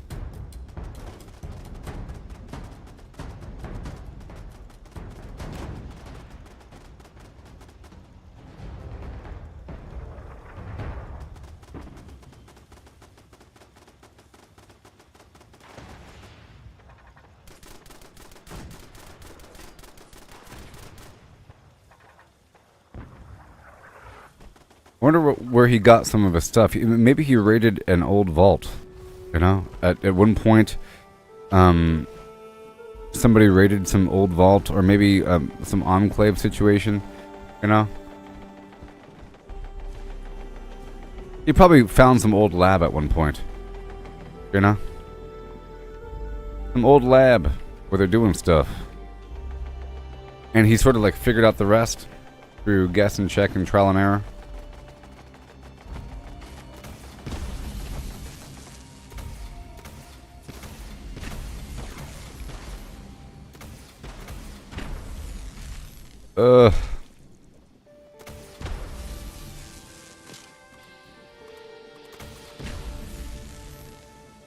I have to make a nuclear grenade. Yes, yes, he could have been a former employee. Exactly. Totally. It's just he's gone downhill. He might have even been like a salesman. You know? Because we sort of don't lose our behavior over time. Our personality. And what we do. So, if he's a weird snake oil salesman now, he might have been some other version of a sales rep for a pharmaceutical company in the past. It's just now he's gone down, and that's just, this is all I know. You know?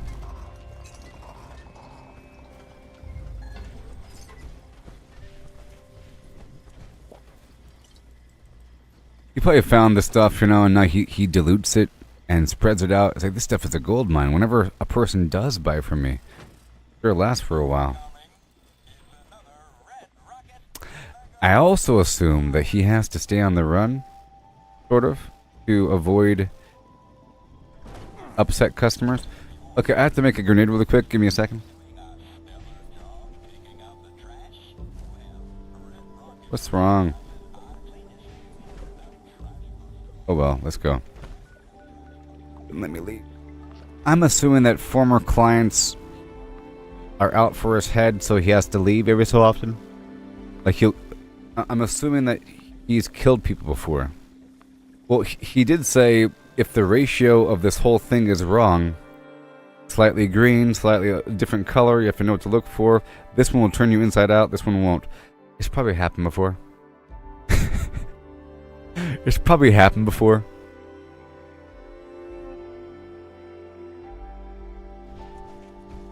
And maybe someone has tried to rob him before and make their own and then died right in front of him. Like while he was tied up in a cave. He was like, I'm going to drink all your stuff right now. So no, go ahead. The person goes, blup, blup, blup. And goes, oh, wait, hold on a second. Blah. Turns into a bloated ghoul. You know one of those bloated ones? He turns into a bloated, glowing ghoul. Throwing up plasma.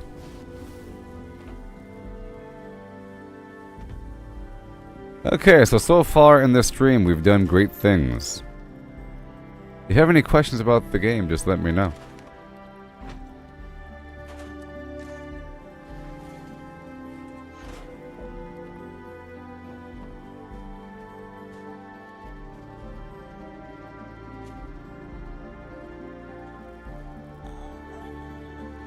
The guy never died, right? He sort of ran off. He's still out there, and he still has the rest of those serums. Man, do you think the show would be a joke if Goosey got marsupial and bird bones? I think at least one person has to have marsupial.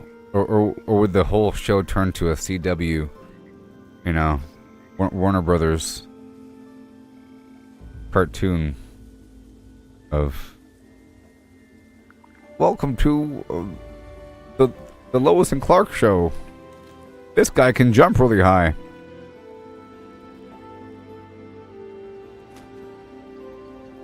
Just imagine, like, you know, people walking up, and here's Tim. Boom, boom. Hi there, everybody. Don't mind me. I have my mutations under control. My genes are quite starched, you see. Animaniacs. Boing. Hi there. I'm here to help. Boing.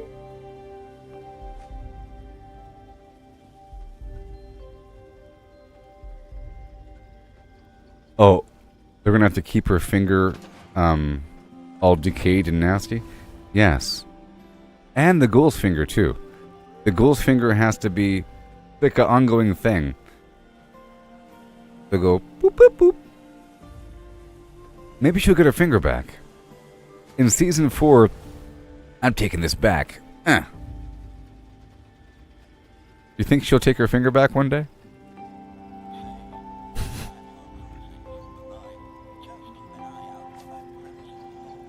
Alright, everybody. Let me just reset the universe here. I think it's a possibility that she, like, takes the finger back. Like, she bites it off again. Again. Fine, you could have it.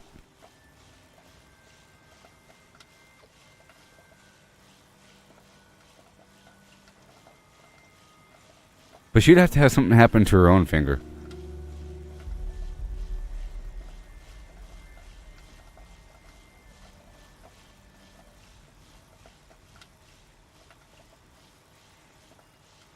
But I could also imagine her finger, like, regaining proper blood supply and everything.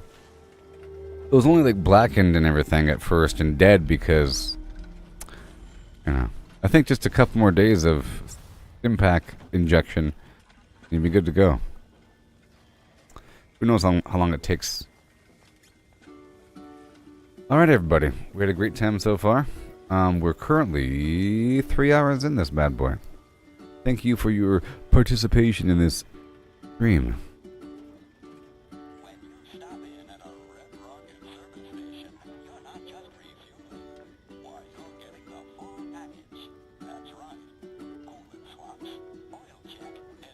Yeah, so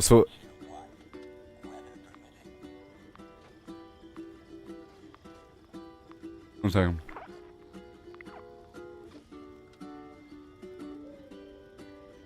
I'm reading this comment on Twitter saying, I think one of the dumbest things in the Fallout show, this is somebody else, was when the knight who was bleeding out started insulting and threatening the only person who could ensure his survival. Just because someone is a jackass or evil doesn't mean they're also stupid. They're condemning the whole show because Titus was making fun of Maximus when he was bleeding out. You know? I condemn the characters, not the writing of the characters. It's the characters. Like, I'm talking about Maximus, the human being. That's not even his real name. In season 4, we'll find out what Maximus' real name is.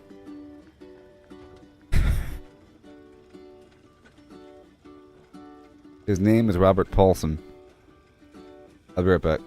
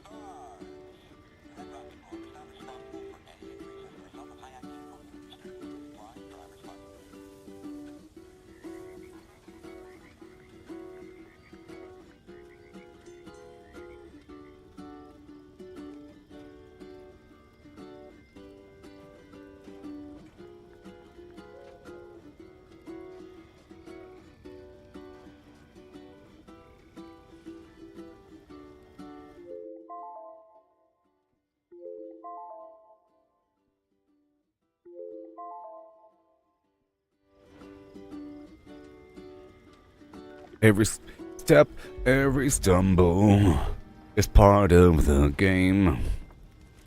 All about the climb, the need to feel ashamed. Learn to fail is the only way to grow. Shooting forward, let your determination show. Gotta train, gotta grind, gotta hone your skills. Can't expect to win without putting in the drills. Success is stagnant, it's the failures that will teach. Race the journey, reach for goals out of reach. No music, well, you know. I don't always do it. Rise and grind, never settle for less. Here, I'll play some of this music as I rotate through the meandering brush. Sometimes I play the actual in-game music. You know what I mean? Like the ukulele. I like it. Or I like the piano. Sometimes my music can be kind of jarring for people that don't know what the heck is happening. Why is there rock and roll music playing? You know? Happening.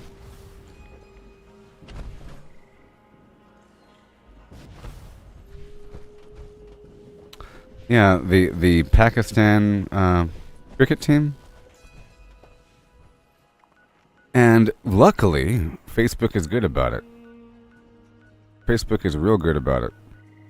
Luckily. Because what happened was I was looking at my page last night and I saw that my last stream was blocked. You cannot view this right now. This video is blocked. So people couldn't view the rewind or whatever. Which sucks. So if anybody puts a copyright strike out there, it's immediately acted on, whether or not it's true. And the video gets taken down.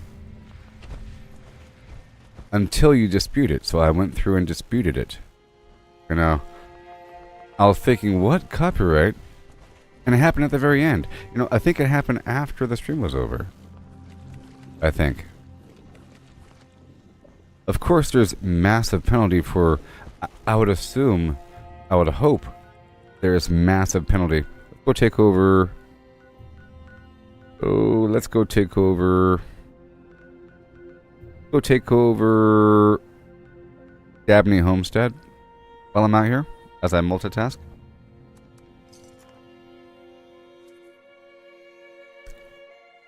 So, you're able to dispute. I thought it was some other music from the game because I was playing my own music and so forth, but no, it's the Pakistan cricket team,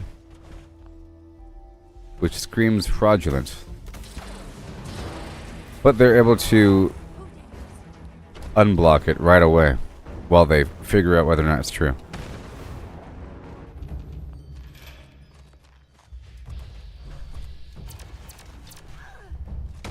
You gotta think. One second. Who will get in more trouble? A person issuing a false claim?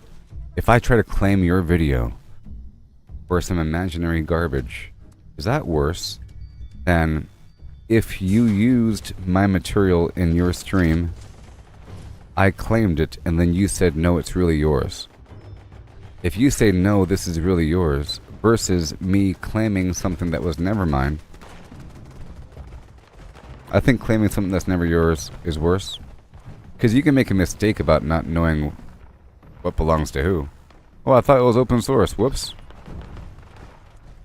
Whoopsie.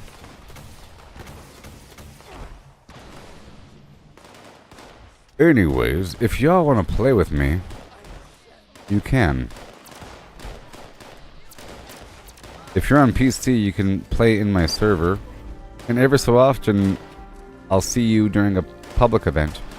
And then ever so often, you can spend your money at my camp after perusing my wares. Are you okay, sir? If it weren't for you, Knight Errant, I'll make sure Night Shin knows everything that you did here.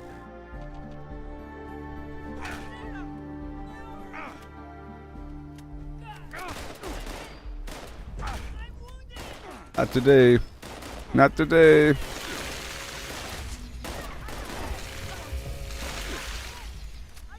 One second. I'm almost done. One. You wait your turn.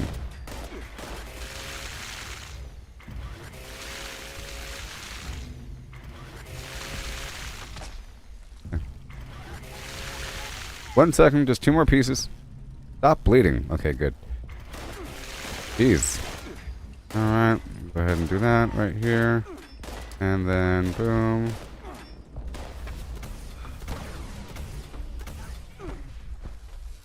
And you are good to go. I saved the best pieces. This is all we need for the boys back home. For the boys in blue. I got you the best stuff. 1 second.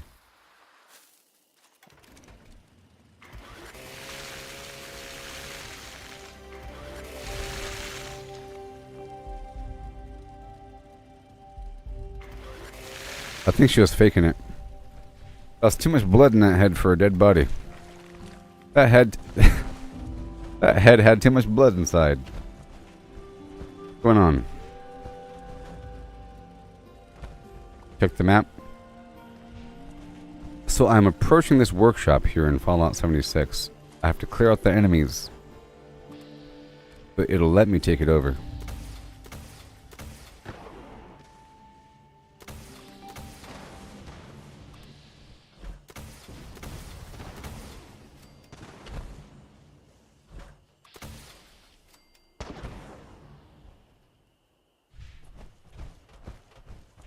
Yeah.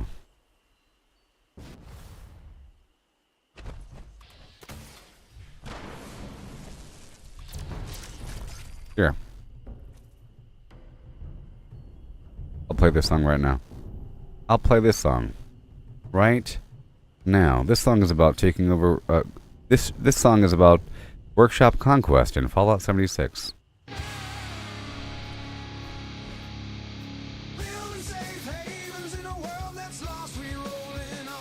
Yeah.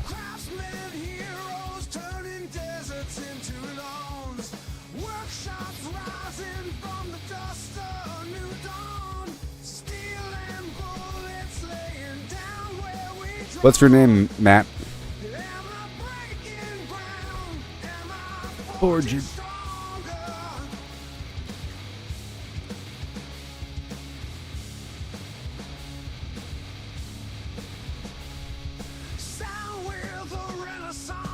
False Rebirth Brigade.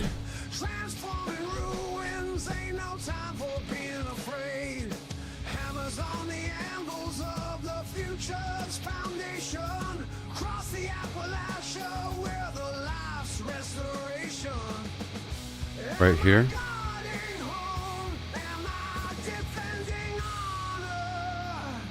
Am I defending honor? We're claiming freedom in these wastelands so vast we claim in zones. Yeah. Let's get this thing online right now.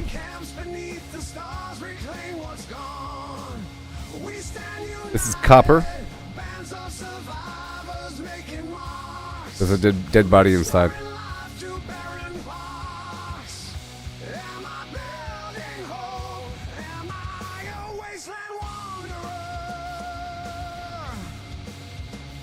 Yeah.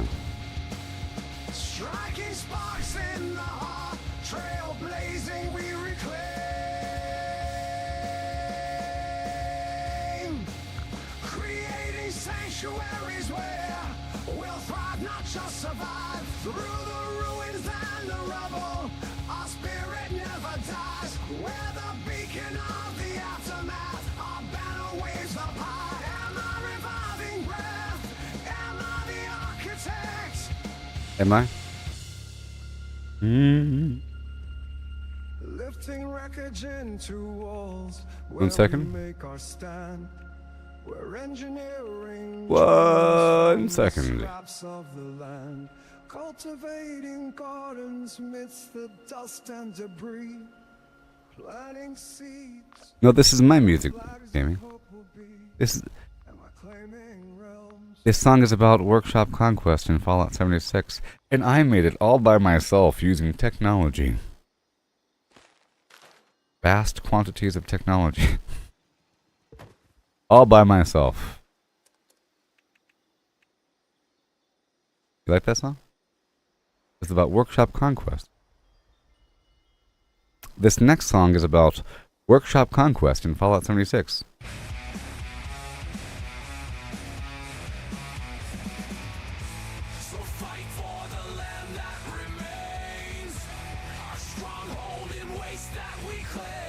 Our stronghold and wastes that we claim.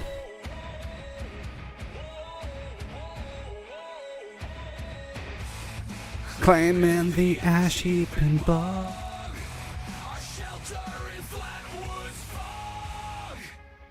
Beautiful.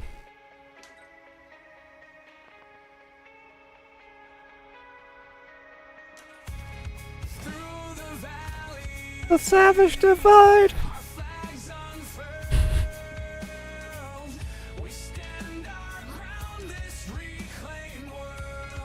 Yeah. And the forest build a still stronghold.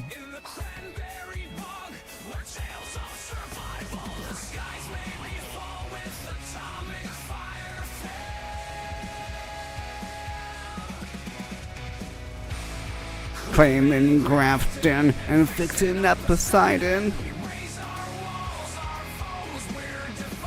Hey there, Mudbug. We are multiplying.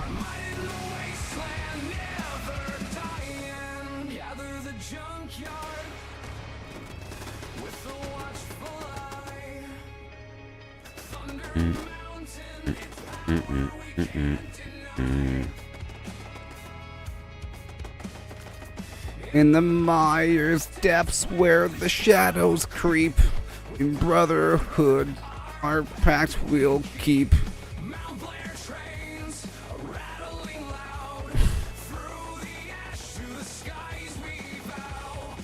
Hammer steel at the power plants.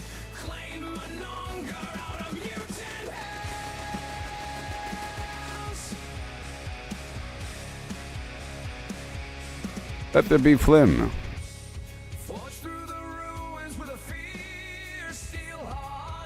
Yeah.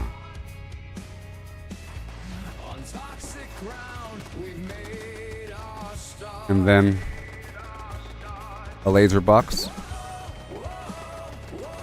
right here.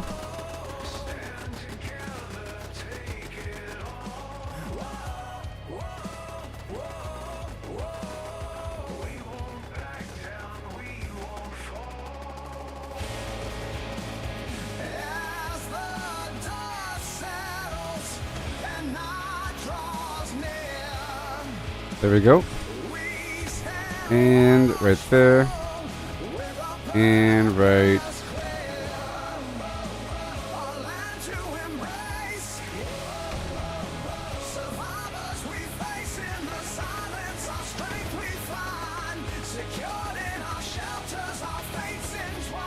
Like that.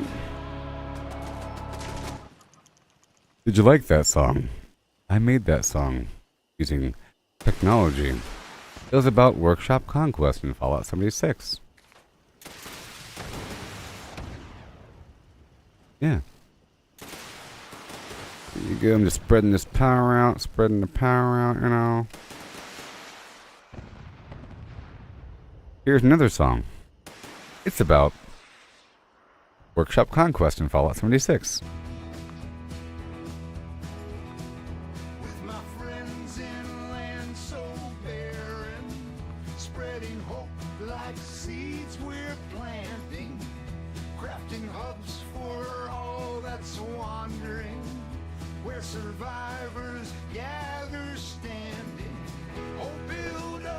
Build up. Build back the shelters long forsaken, yeah. Yeah. Yeah.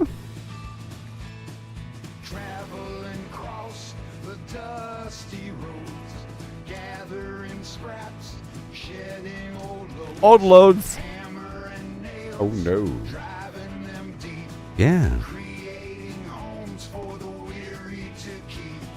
Fires burn bright in the heart of the night. Vault dwellers warming Vault dweller? Fury's light. What are you, some sort of vault dweller? Connect these two.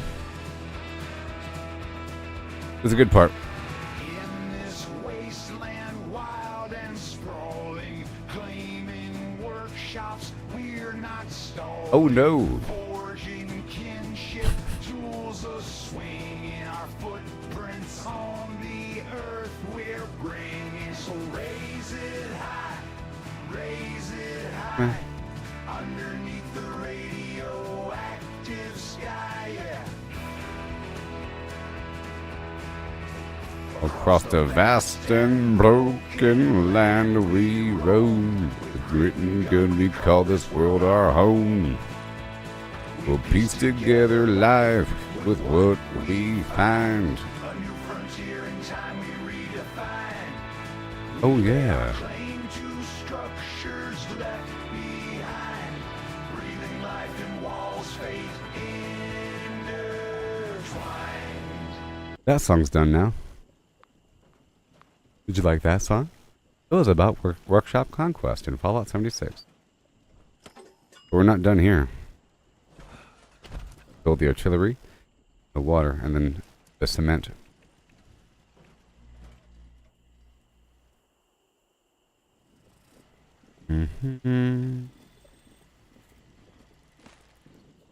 Right there. This next song is the last song. But not really. This next song is about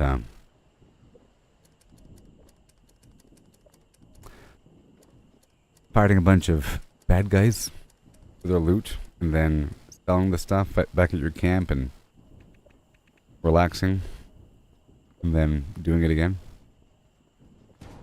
Specifically, super mutants. So forth.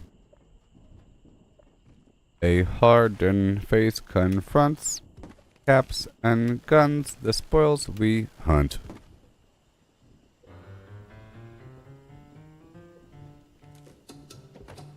In broken lands, through shattered towns I roam for yields. Supplies in hand, from junk we stand. Now gear up, bold, the truth revealed.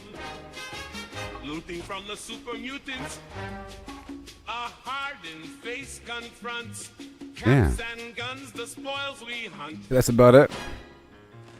I'll put the other water down. Through ruins vast, charred land, where mines and ghouls lay claim to doom. With stealth at hand beneath the sands, vault dwellers rise from ash and gloom. Scouring round Done. the ash heap, All done. dodging fire with each leap. Mining suits and glowing loot, our bags replete. I know in the forest I search the woods where secrets hide. Amongst the wreck, our 2 more own waves. survival kit. Scrap metal shines like The UFOs have descended. Dodging scorched with every move, the sniper's steady tune. Junkyard treasures, wasteland spoils beneath the moon. Yeah.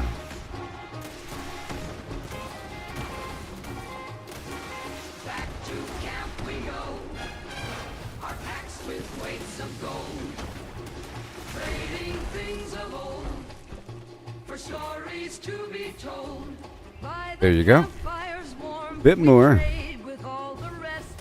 Trading tales and goods, survivors in the night. Caps for gear and foods, each bargain struck just right. Thank you, turret. By the fireside,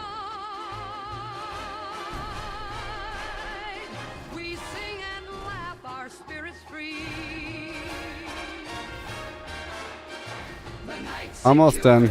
Our bonds restored as stars above our weary plea. Tomorrow waits. Wasteland's call. With tasks anew, the sun will rise.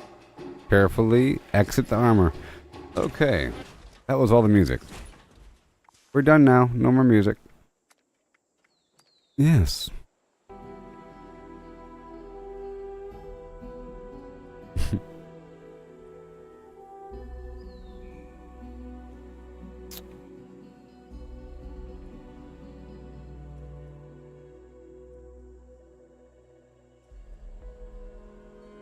But I also have this other stuff. Yeah. I got this other stuff over here. Isn't that funny? Back when I was playing that Lego Fortnite game, I have some really good songs about building a ship out of Legos and traveling across the map. It doesn't really fit this game. But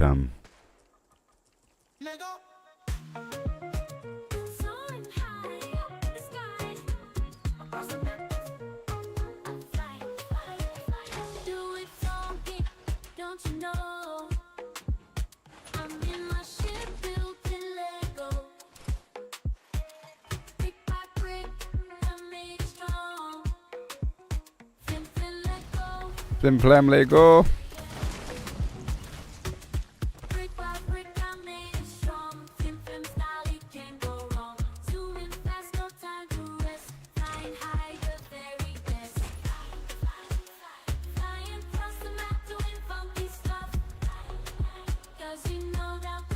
I love this song.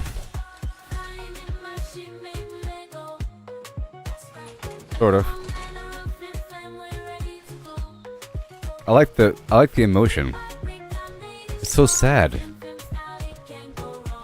Can you sense the sadness, you know?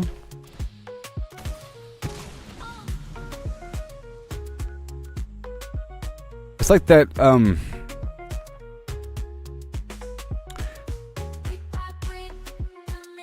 song by what's her face? What's her name?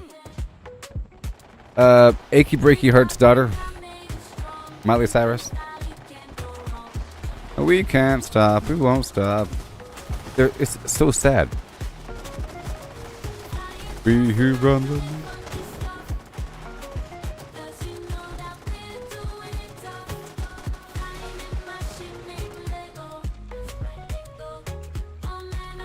But we're not here for Lego, are we?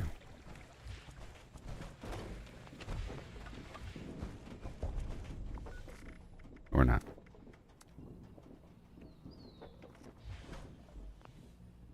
Okay, let's proceed with our journey of yore. Had to change it up for a second.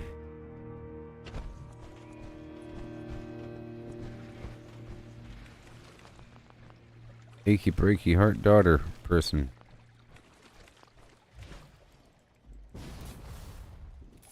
Yeah. Yes, it's that I can't stop. It's we who run the night. It doesn't sound the same. I'm just saying, that song is also secretly depressing. You know? It's like they're making themselves believe that all they want to do is party all night long. You know? Because that's all they have left. That their lives are empty. What that song's really about. Our lives are garbage and this is all we have. The world's going to end tomorrow anyways. It's what that song's really about. The world is garbage. Everything sucks. And all we have is this party.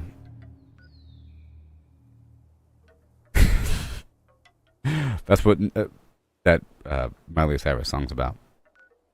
Okay, so we have this One Violent Night activity. But I could quickly dash through and take over something. You know, just for claimy's sake, and I could. I'll do the Gorge Junkyard really quick and just lay claim and then dip on into the tail end of that public event before it's over.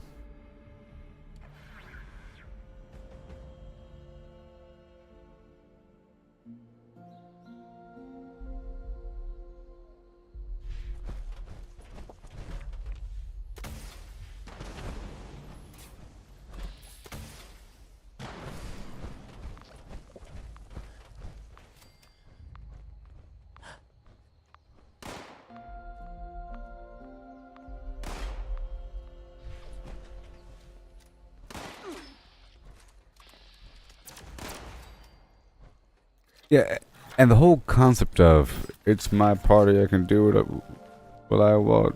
It's my. How come you're not? So you're not invited to parties? You know what I mean? Why has it got to be your party? You know what I mean? This is our house. We can do what we want.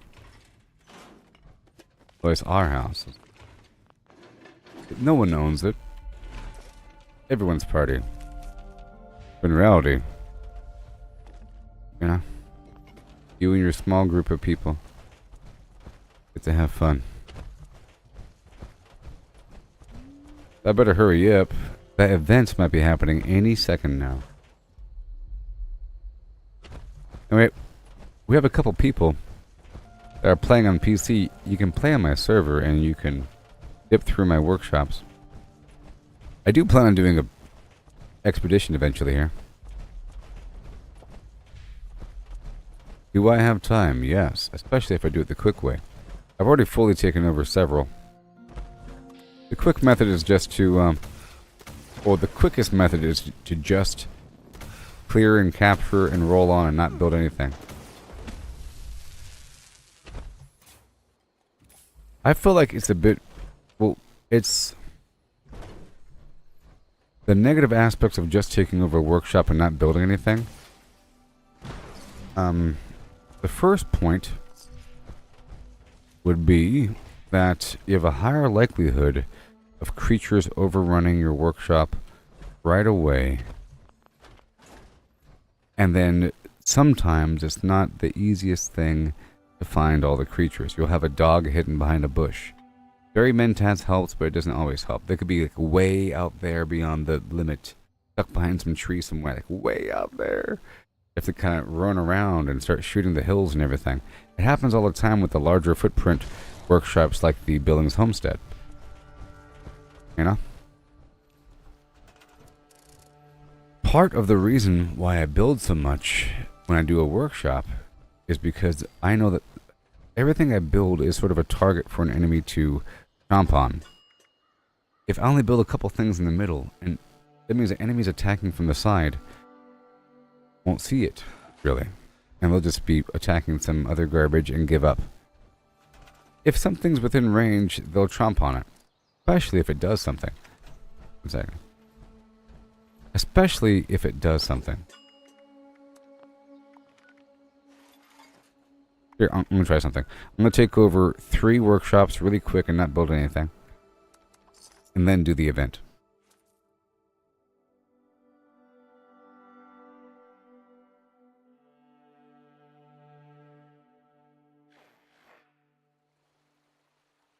Another factor that's negative and not about not building anything is, as I mentioned, well, it's 2 factors, but it's the same point.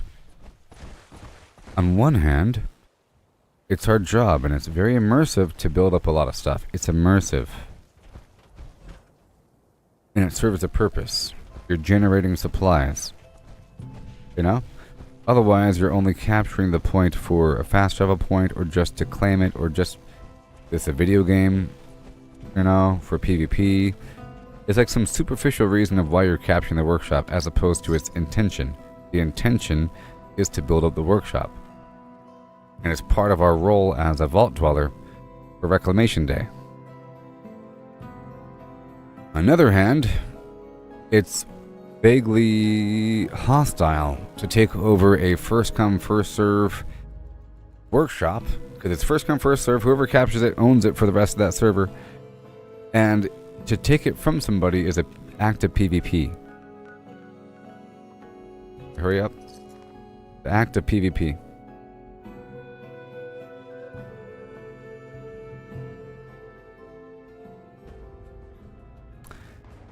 And if you build up if you capture a workshop and don't build anything, then somebody else in the game that had the intention of building up that workshop might be annoyed at the world and at you. At the world because they weren't here first. At you because you didn't build it up. And you took it over. And they might be thinking you're lazy or something, that you deserve to have the workshop be taken from you because they could do a better job. I say this sometimes. If you've heard it before, so be it.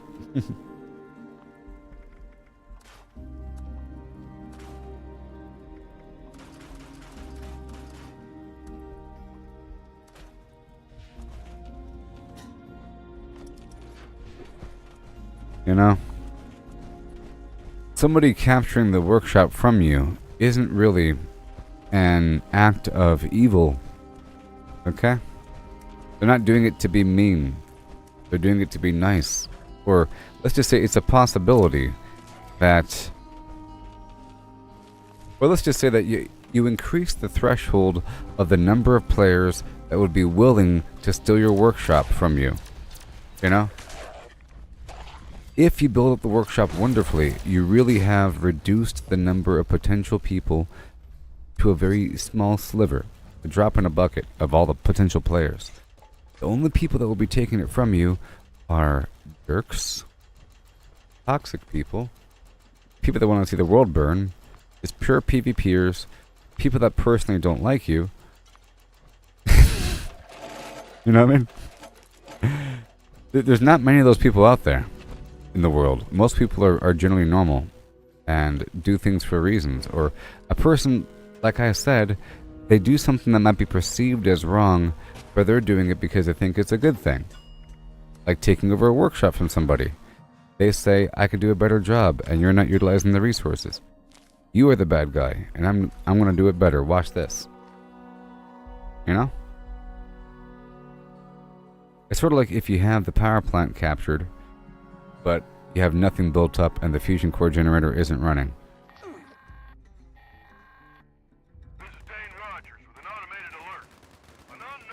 That's real bad. Hi there, how's it going?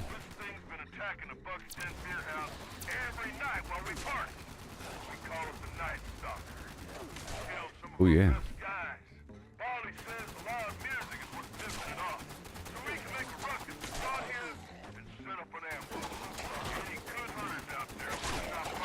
Yes, people justify. This is that everyone attempts to justify. Even like the evil people. They say, I've had it rough my whole life and these people have had it easy. I'll teach them a lesson they'll never forget. And now they'll be, at the end, they'll be hardened like me. If they survive this ordeal.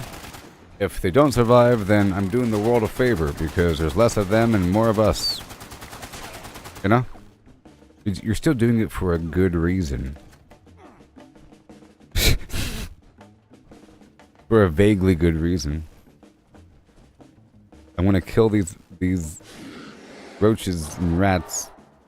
They're eating all my cheese and barley. We'll put them in a bag and drown them in the lake. Smash them with a hammer. It's a horrible thing to kill a bunch of rats. Okay? Kill them with poison. You know? Break their spine with a rat trap. Every single method is terrible. They're mammals, you know what I mean? And because they're inconvenient. We're supposed to bigger picture, you know? Rats are disease vectors, you see, and the bubonic plague.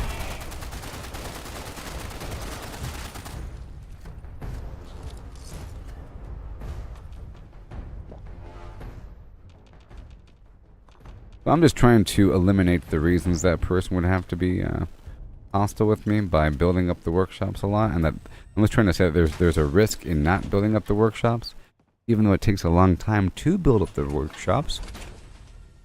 And in theory, by the time I took over most of the workshops and built up just one thing, like one blueprint, boom, by that time, I could have taken over all the workshops.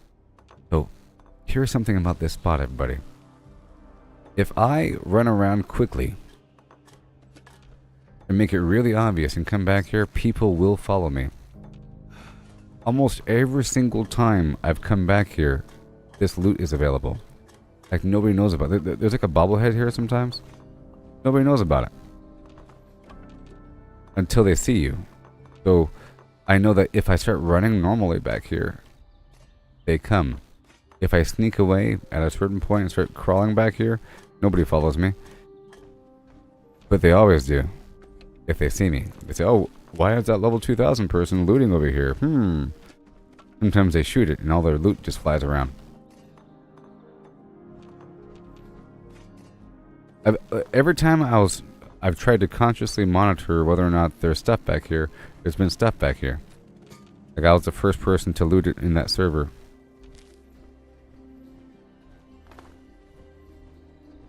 Like a bunch of cans and stuff. People loot this room.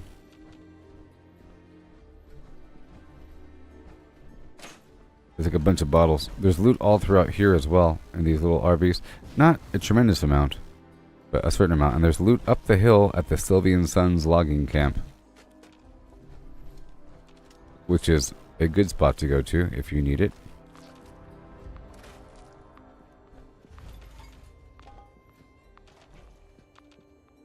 Oh, you. Maybe not. I'm not going to do it. I'm not doing it.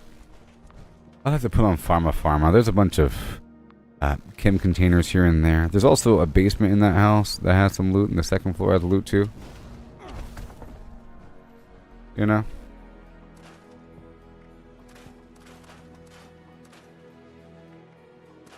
All done. Okay. So I'm going to go take over another quick workshop. This is where the magic happens. Blip, blip. Let's go take over this one by way of the foundation. I'll take over the federal disposal field.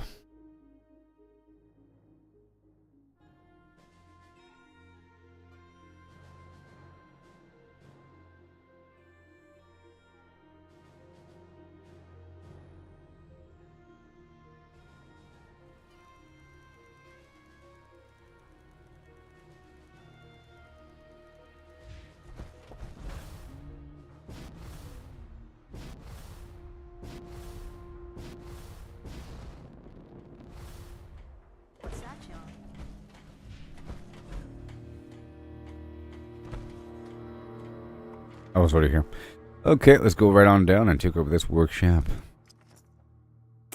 That's what we gotta do in the world. If you have any questions about this game whatsoever, if you're brand new, ask those flim-flam questions. What's your favorite go-to build? People these days, I don't know. I think people are looking up on the internet what to do. Best builds in Fallout 76. You want to be a stealth commando build. What you want to do. I feel like people are, you know.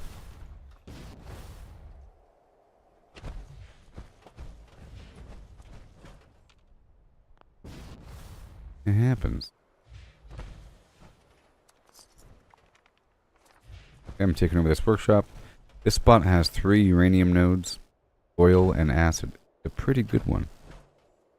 It has a weird footprint in the middle's really radioactive. But it has this building here, so it's nice. You can put stuff on top. Probably build this one up. Maybe. Whoa, that's not what I wanted.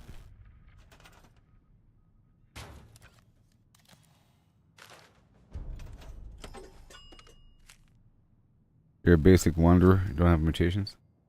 Not how it is. I sort of miss those days because the whole game does change at a certain point. I didn't even know about me. Okay?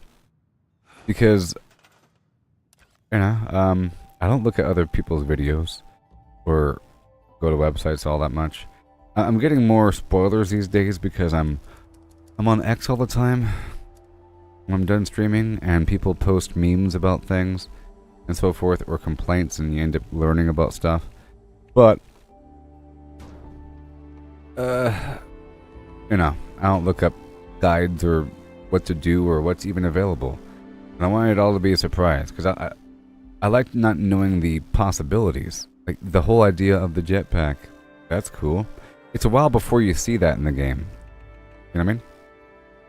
If you're first playing back when the game first came out and everybody's the same level as you, it's a while before you see it. Especially if there's no public event. You know, if public events don't exist and you're actively avoiding people. It's a while before you see a jetpack or any of that. I gotta put this right here. And then I think I accidentally got the occasional mutation, but I felt like it was a more advanced version of a disease, like a really bad disease. So, oh my gosh, I got a mutation. Oh no, I gotta cure this thing right away. You know? I figured there might be some way to take advantage of mutations, but I didn't know it'd be like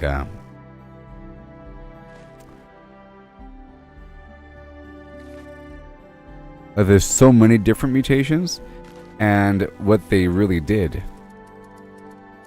I probably got like some weird like herd mentality, you know? Some weird thing. Empath. One of those weird ones. As opposed to talons. Like talons is obviously a good thing, but it lowers your agility or something. You know? Some of them are obviously good and increase your capability in some way. Like, I also didn't like marsupial when I first started using it. I felt like it's too easy to accidentally jump over things. You end up jumping a bit too high all the time.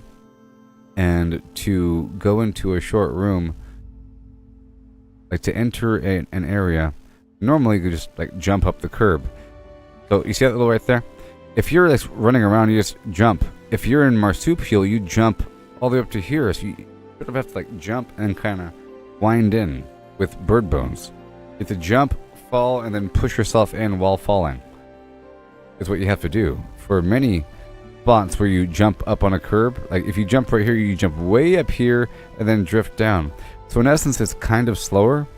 There is this lead martini thing that increases your drop, your fall speed. I think it's just to balance out that terrible effect. This is gonna float a bit. I don't like floating things.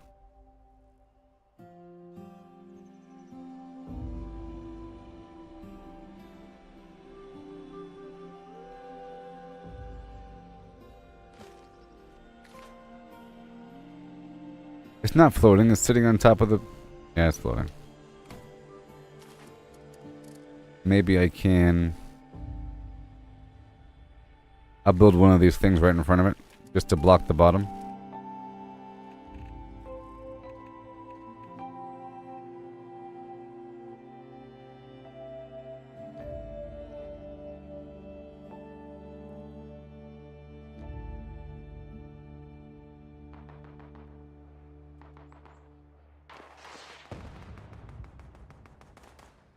Too bad the terrain sucks.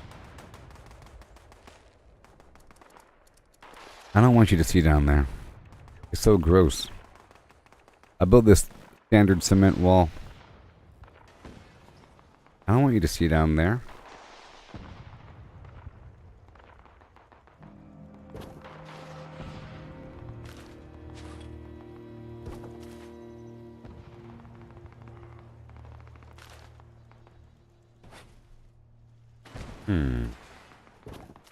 There's a ruckus and commotion outside right now.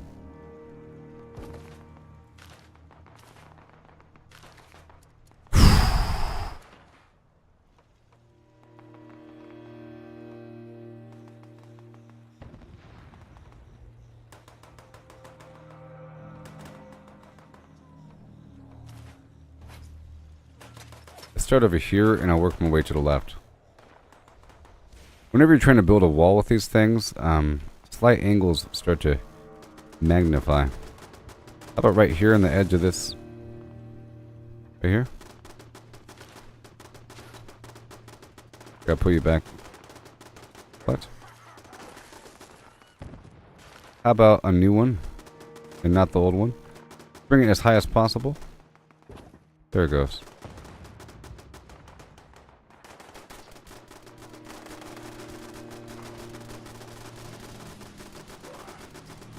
Be a slight angle. I can dip it in a bit, but it doesn't really want to. And it's kind of flying. Here, I'll just build one at an angle. I just don't want to see the bottom. Ugly. That's good. Just a corner. Yeah, just a corner is fine. Just the corner. Sure.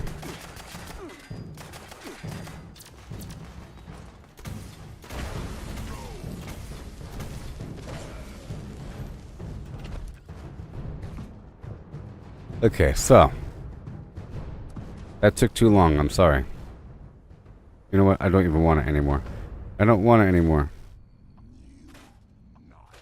I don't want it. I don't want any of it. Okay? We don't need it. Do not leave here alive, fool. Right there. You're good. You're good. Oh my gosh. Give me a second. Prepare everything. There's prepared. Let me close the door. Bye-bye. I had to repair everything. Alright, I'm just going to just throw this UFO in, even though I don't need it. Because I have this. It's fine. That's good. These guys, they're not going to make it without biting.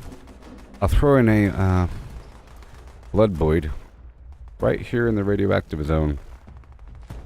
Just like that. And then one more.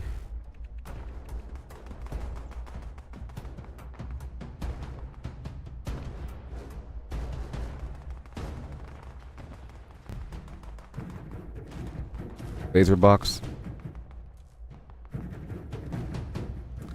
Yep. Yeah, so when you're not because I'm pretty powerful in this whole situation, but it's only because of all those mutations and the armor and the weapons and the perks and all that stuff. But it takes a while to unlock all that stuff, and along that journey is quite the progression. You go here, 1 second. You go all the way over here. But these things have to link together. I think I can probably have one more of these. I can. And you feel you get pretty powerful in this game. I would say it's compared to being to playing a long-term Dungeons and Dragons campaign, and then you're like level 20 or something. Isn't that how it works? Once you're around level 20, you're basically godlike.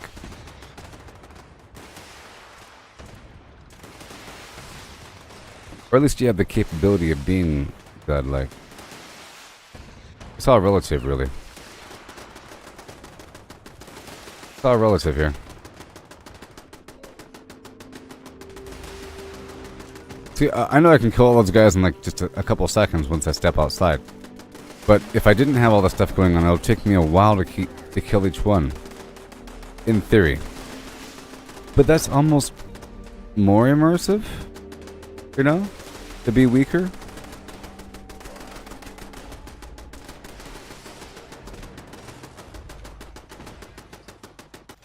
Okay, now I'm gonna go out there and fight. But we're almost done. I'm gonna just purchase my scaly skin serum. Serums. I'm gonna put down the... Hey look, another one. Serums. I'll put the artillery right here in a semicircle. Or whatever. And I'm almost done.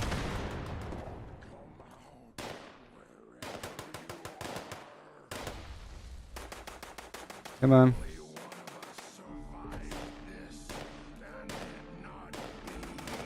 Do you think the mutants are going to have any of their traditional lines? Only one of us survives this, and it not be you. That's a classic line. Maybe. Okay, let me go back outside.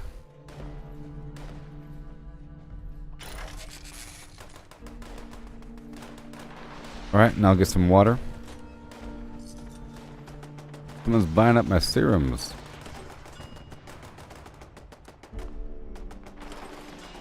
Oh no.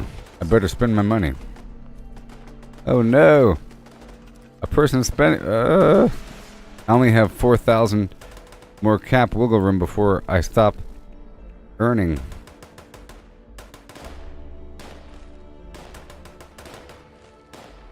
That's it. I'm gonna clear out this spot.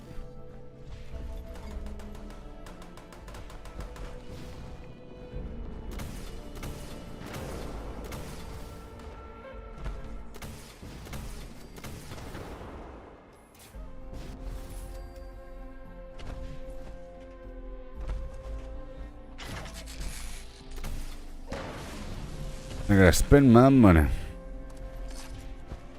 I don't think I've been by Welch yet. After this wave.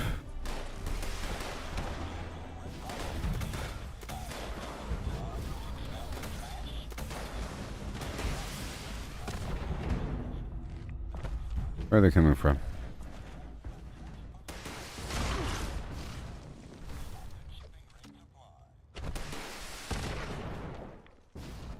Where are you? Now I'm going to put out a few more turrets up on the roof.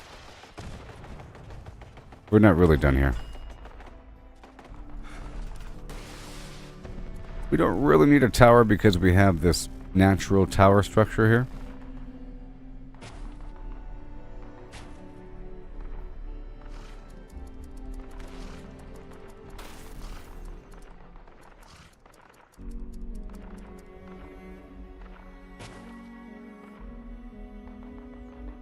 We have all these structures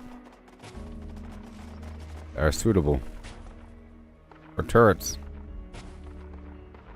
But are crazy. And the wall all the way around is good for turrets.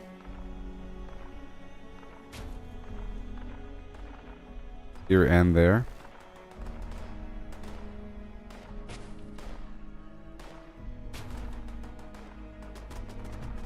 Right there. That's it. And we're good to go. Let's swap out this fusion core. Phew.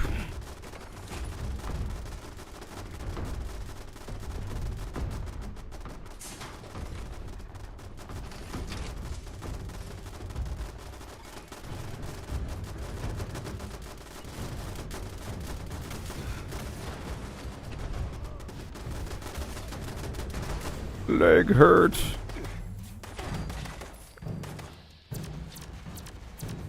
Congratulations. All done. Alright, the beasts of burden. I walk for miles. My feet are hurting. Every step down is some more. It's part of the game.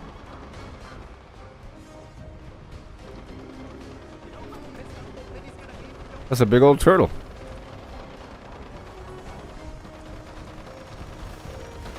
Let's go, Jira. Let's go, Jira.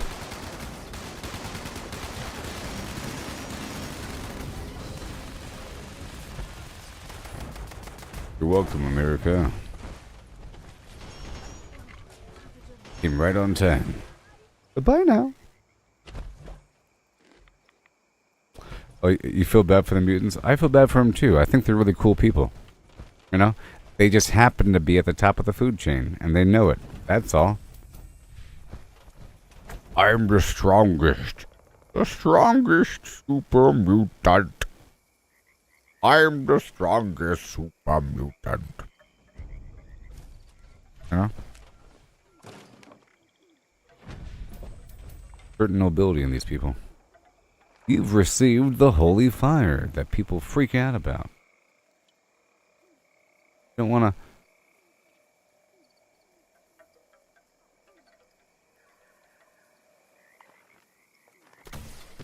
All about the climb, the need to feel ashamed. Learn to fail is the only way to grow. pushing forward. Let your determination. To the human. Oh, my leg! My kneecap, stop it! Ah, brother!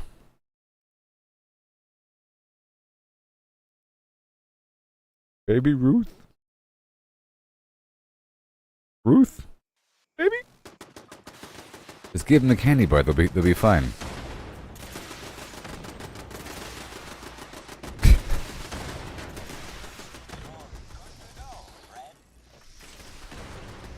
Whoopsie. I didn't want to do that. Gotta train, gotta grind, gotta own your skills.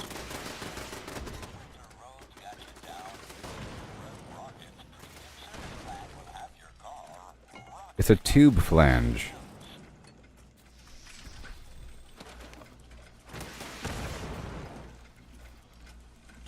Just stop that.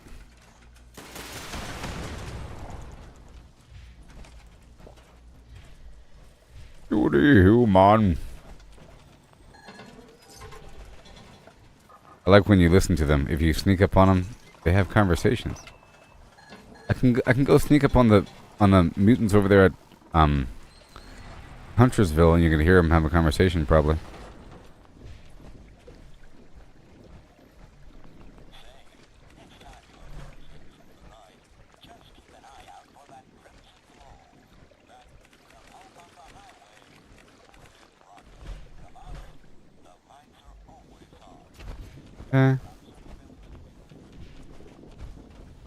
Excuse me, don't mind me.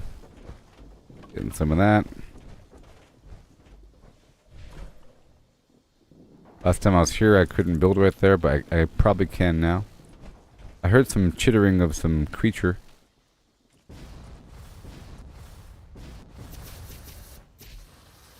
Do I really want to use this? No.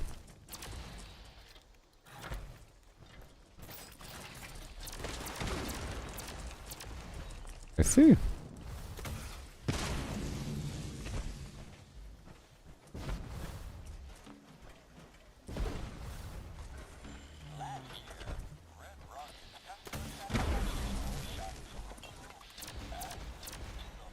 Excuse me, ouchie. Alrighty then. Purified water. Now let's not forget I have to totally spend my money before it's too late. Are we good here? Good here. Gonna squat. Gonna squat. Drop. Cut them down, open up shop. Oh no, that's how Rough Riders roll. Something about vault dwellers that rhymes.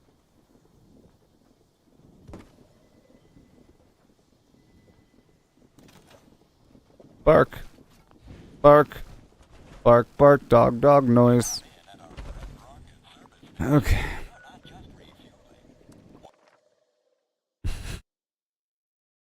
Grr.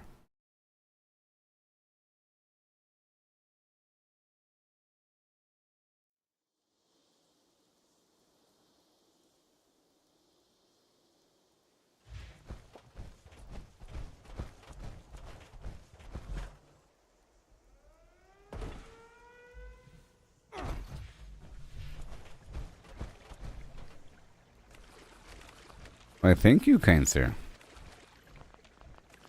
All the water in the world can't get me down. Get some of this right here.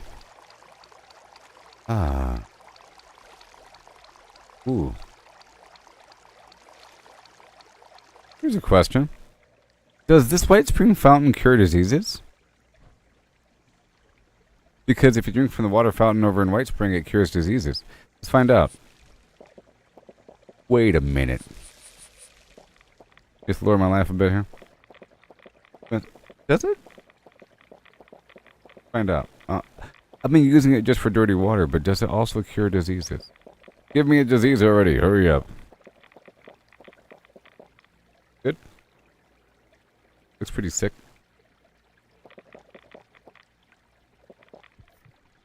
There we go, parasites. Hmm.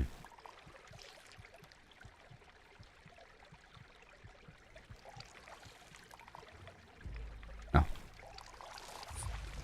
was a good question, don't you think? That was a good question. But did you know that? Here, I'll show you. In case you didn't know, I'll show you something.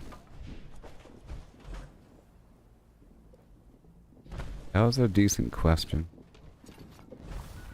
I'll show you what I'm talking about. Let me hop through here for free and I'll run on down that way.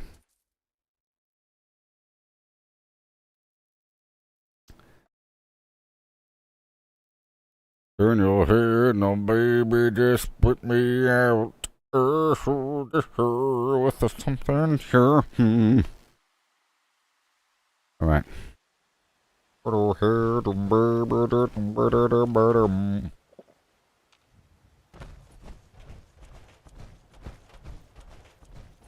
Excuse me. Tiptoe by the window. Where I'll be. If you didn't know, this right here, the sulfur water fountain. Okay, it has a name. It has a name. You have a disease right now, and now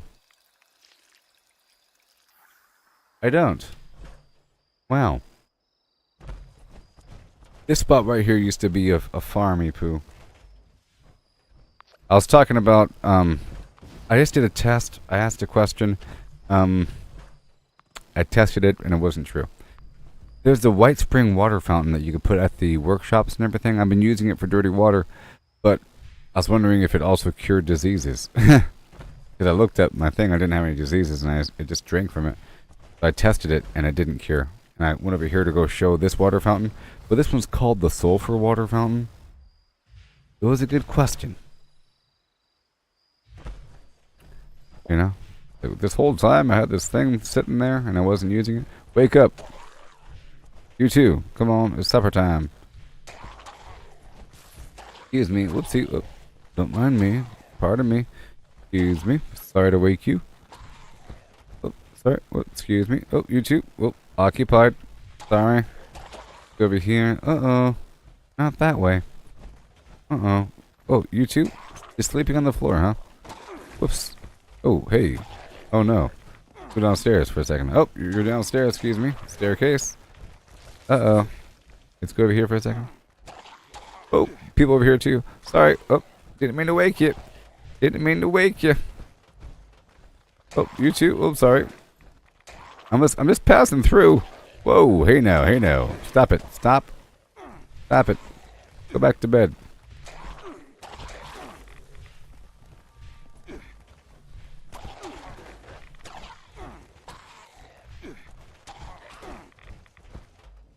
Someone got frozen.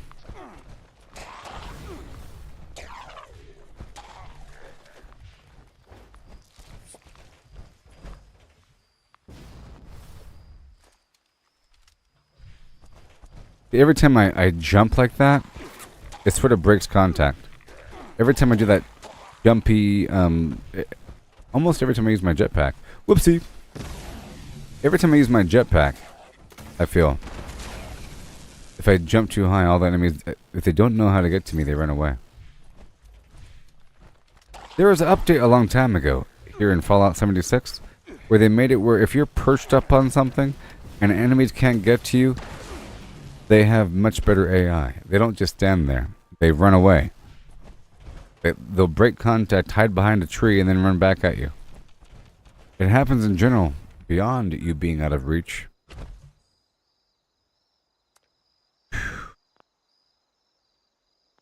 I think I can take over one more workshop before that happens. No.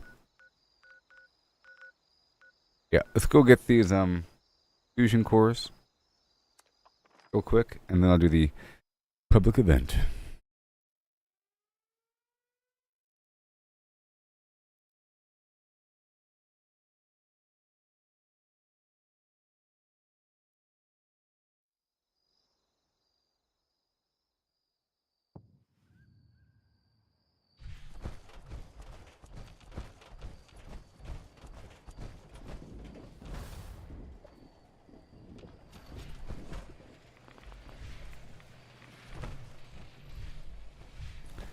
I must not have a fast travel target here if it teleported me over there on the side.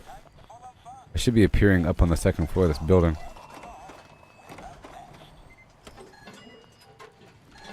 Thank you. I'll get that eviction notice mission with my amazing weapon. And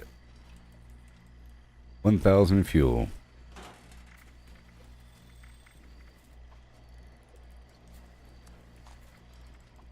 I mean, it's going to take a lot of fuel. And my weapon will probably break halfway through. But that's okay.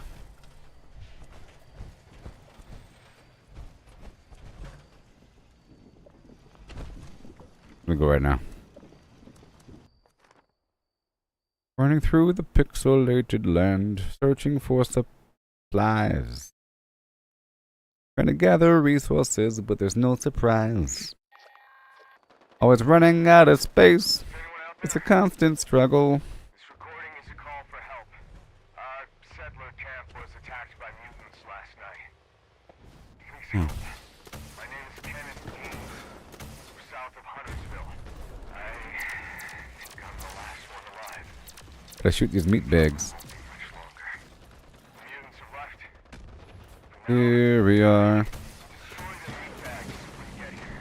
I bet you some of these new guys don't know just how rough this mission is. In the crater. I hope these guys... Tear the radiation. I'll tell them directly in the game. Running. We'll never finish building here if it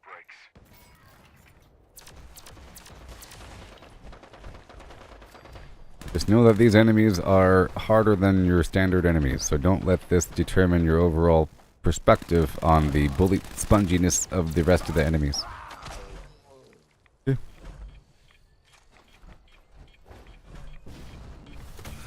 Some people might think this game is hard. These enemies won't die. Looking for the meat bags.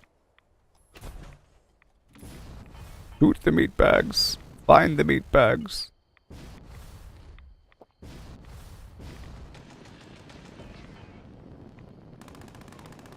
Probably one more up top.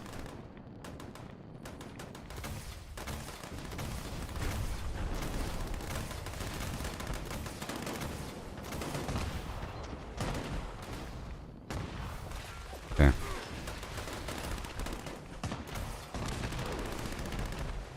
Where is it?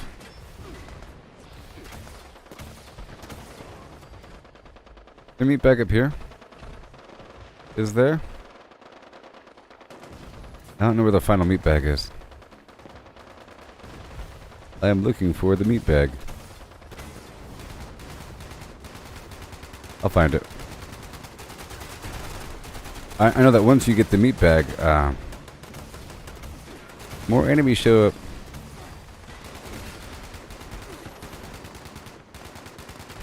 I should share my good with salt perk. There it is. No, that's not it. Right here? Right here? Nope.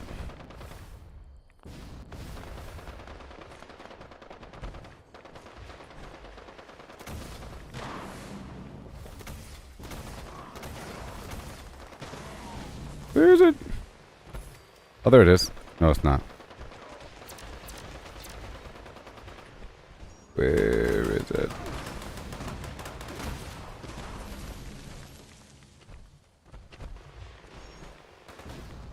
Hey there, buddy.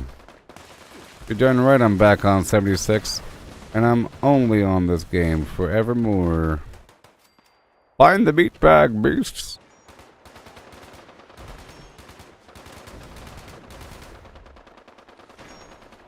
Where is it?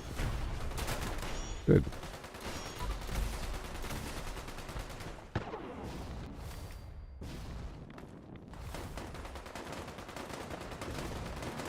Oh no.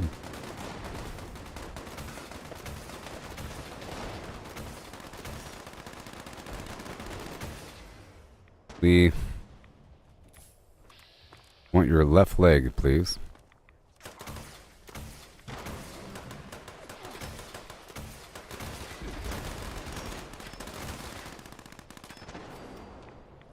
Oh yeah.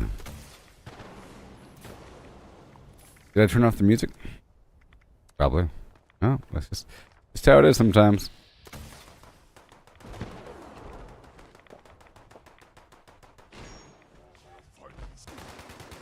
Good morning.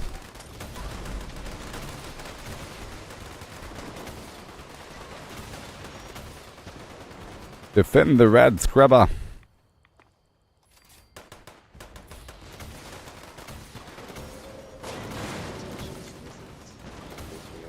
Oh, you know what? Artillery. I bet you might. You know what? The artillery might be in range. Please be in range. Please be in range. Is it? It might be. Oh, it's out of range. Oh well.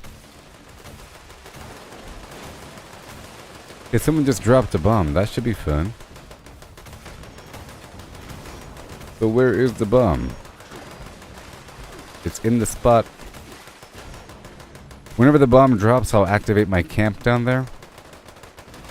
It's like a mobile camp I have set up down there.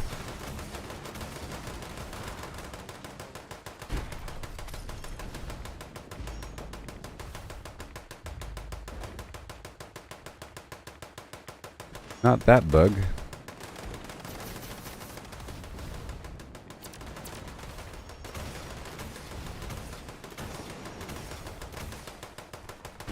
Not that bug.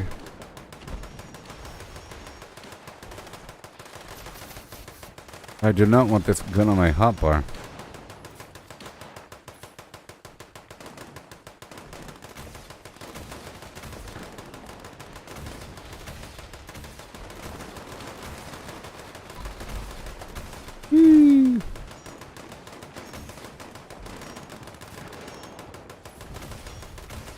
His Tony Two Stims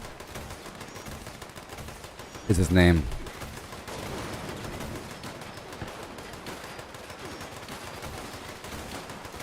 Good thing I have 93 fusion cores.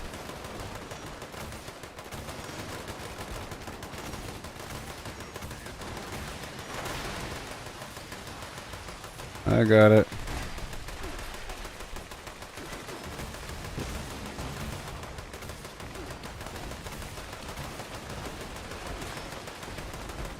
Okay, good.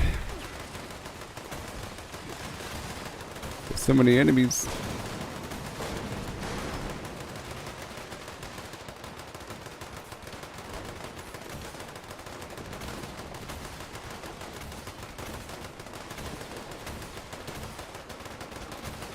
Two, three. Woo! Until it hits the windmill right in front of my face.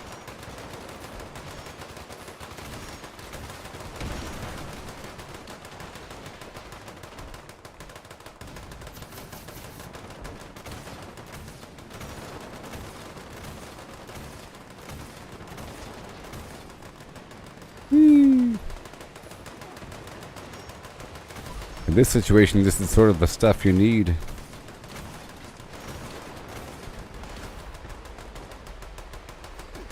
Sort of.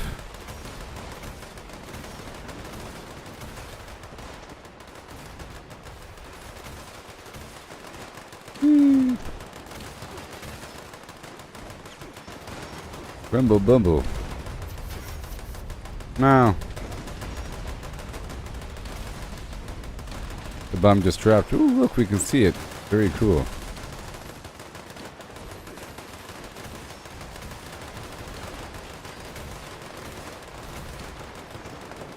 Got 2 minutes left here.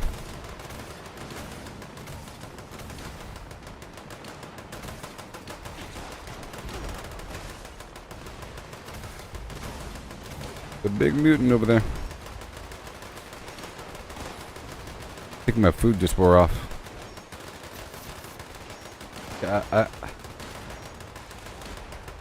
This is in the spot of one of my chems. Or something.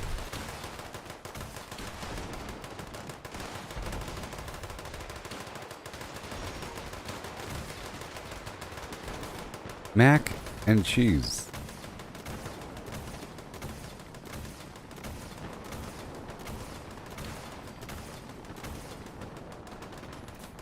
Oh.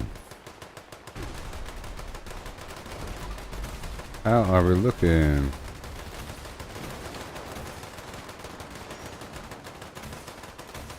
This does eat up a ton of bullets, this mission. You know? Oh, hey there, Reddington. What do I think about all the updates? I'm talking to Reddington 3942 on YouTube. You know, for those of you on Facebook, I think it's wonderful. Wonderful. This game in general, it's always been in the ballpark of wonderful. Things can always get better. Things can get worse. This game has gotten better. It wasn't bad, but it got better. Know what I mean? Alright, 9 seconds. Yeah. I'm not doing the public test server, but I know about the Skyline Valley map expansion. Very cool. This Atlantic City stuff was great. I like how time has moved forward a bit. And everything.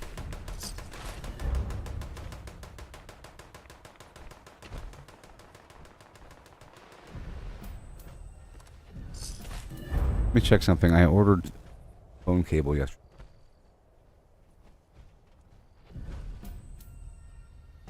Because I got a new battery. That's when I rule out any other issues. Okay, I need to go check my front door, okay? I'm gonna activate the camp down there in the bomb zone. And I'm gonna empty out my pockets and head down to my camp in the bomb zone.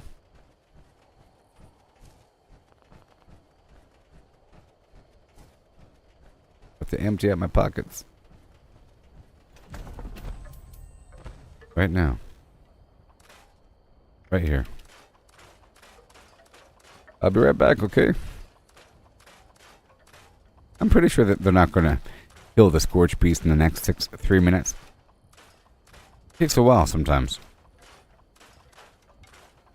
Maybe. I'm over encumbered here.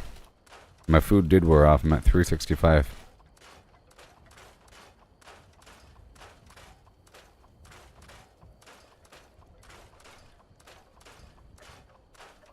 They call this a scrapper's delight.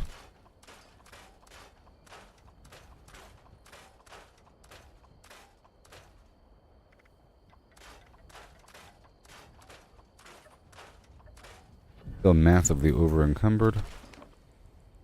It'll be kind of okay a little bit. And I'll make sure to consume what I could.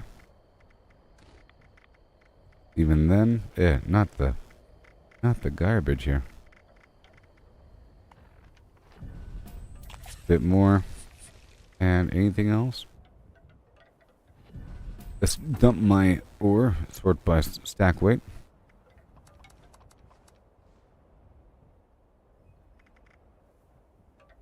Oh my gosh. I'm gonna put the 3 stars in here. They're giving me too much stuff, people. Okay, so now let's head on down to this spot. I gotta check the front door. Go quick before the robbers come. The robbers. Yoo-hoo! If I take a Radix, I'll be fine. Wait, repair.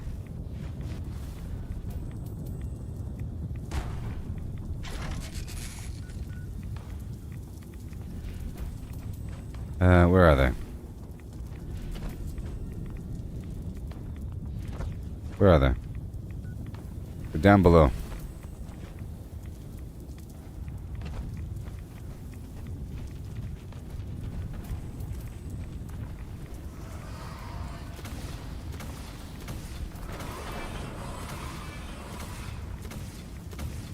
I want him to come to me. Come to me. Come back to my home.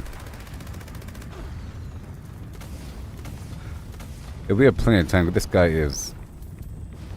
Woo! He came to me. Come to me, butthead. Yay. Attack me. This should be like a taunting perk or something. Pull them to my base over here.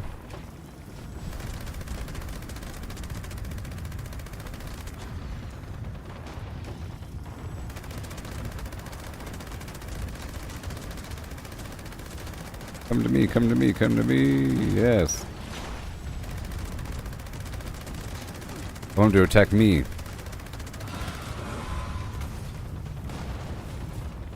Reload, you fool.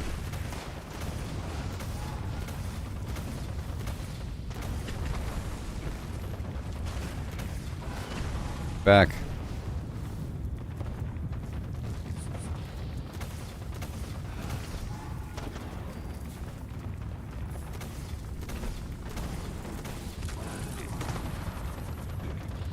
Come on. Come on. I just want him to be pulled to my base for a second. Come on, base.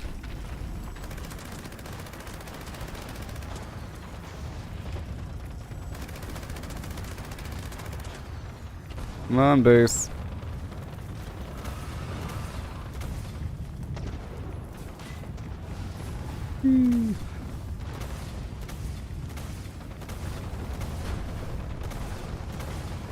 Just showering him with the fires of yore. Gotta get my turrets involved over here.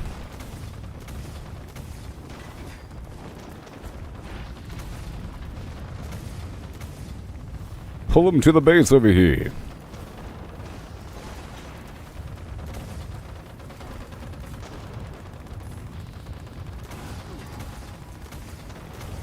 Attack me.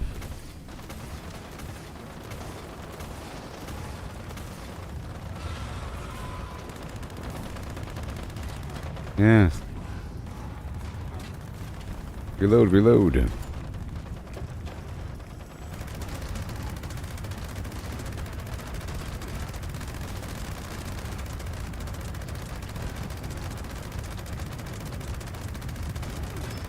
Unload a whole clip on him.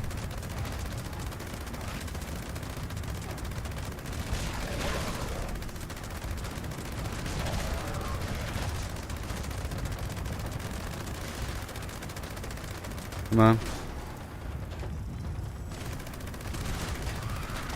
No. Not gonna happen. I'm just gonna keep backing up here. I'm walking backwards.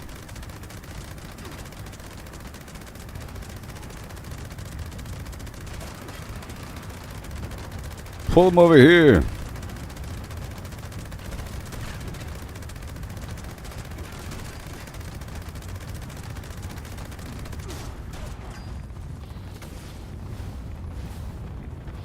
Come on.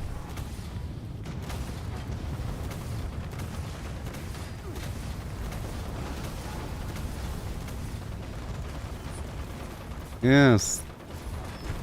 Pull him over here.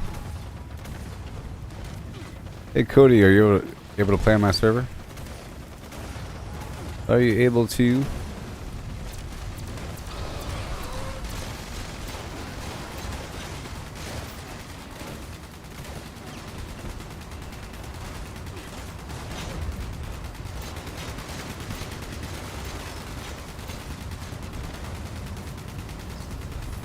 Yay. You are over encumbered. Every enemy in the area. Now I have to go check my front door right now.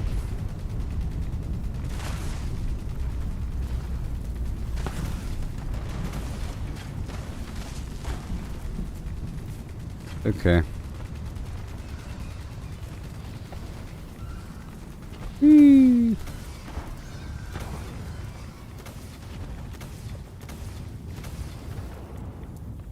To pull them to the camp, you know? Yeah, buddy. What you gonna do about it? Okay, so I'm over encumbered. Let's just, not be. There's somebody scorched.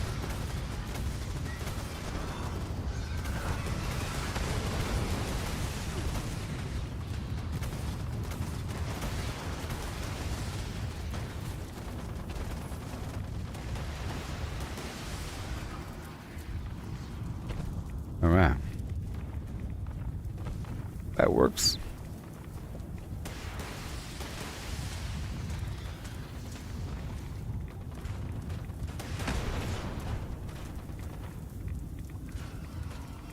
I'm gonna put my shelter access in just a moment.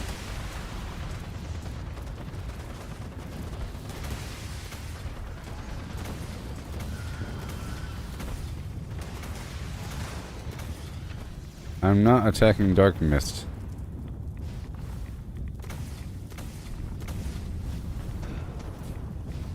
No.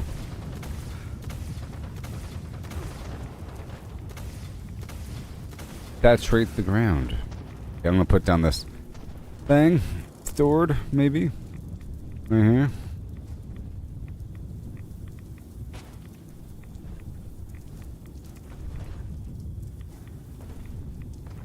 I have a decontamination shower here in my cellar if you need it. Don't take away my basic needs.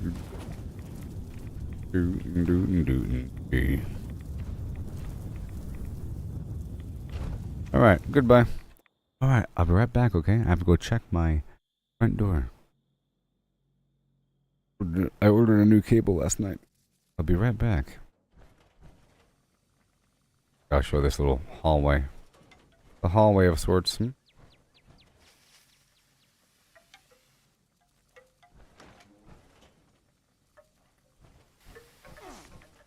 Welcome home. I'll be right back. Yeah.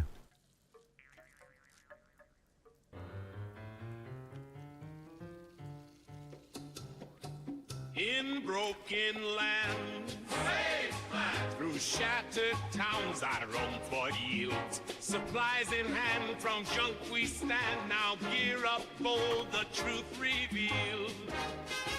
Looting from the super mutants, a hardened face confronts. Caps and guns, the spoils we hunt.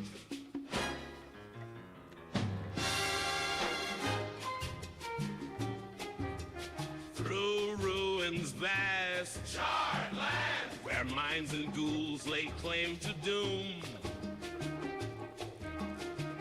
With stealth at hand beneath the sands, vault dwellers rise from ash and gloom. Scouring round the ash heap, dodging fire with each leap. Mining suits and glowing loot, our bags replete. I know in the forest I search the woods where secrets hide. Amongst the wreck, our hope survival kit. Scrap metal shines like stars collide. Dodging scorched with every move, a sniper's steady tune. Junkyard treasures, wasteland spoils beneath the moon.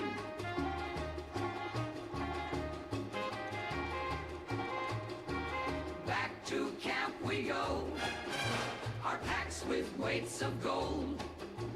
Trading things of old for stories to be told. By the campfire's warmth, we trade with all the rest. Trading tales and goods, survivors in the night. Caps for gear and foods, each bargain struck just right.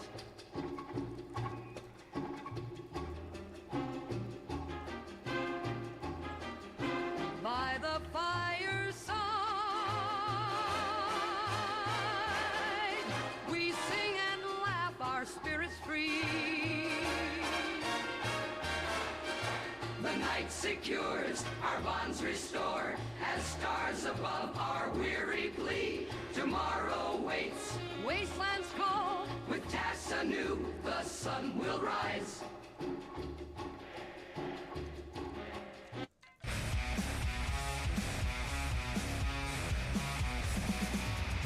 So fight for the land that remains, our stronghold in waste that we claim.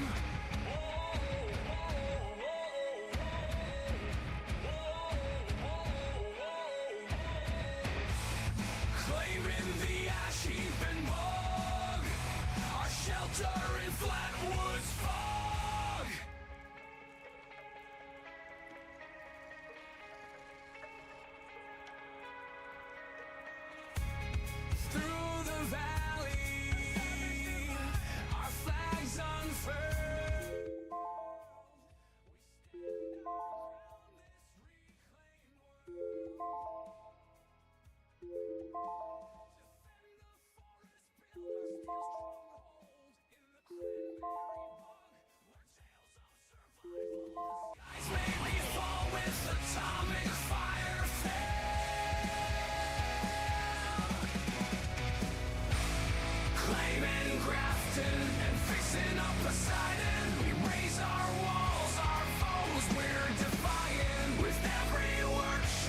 Okay, I'm back. I had to get something from the front door. I ordered a cable with a watchful eye. Thunder, mountain, and power. Can't deny.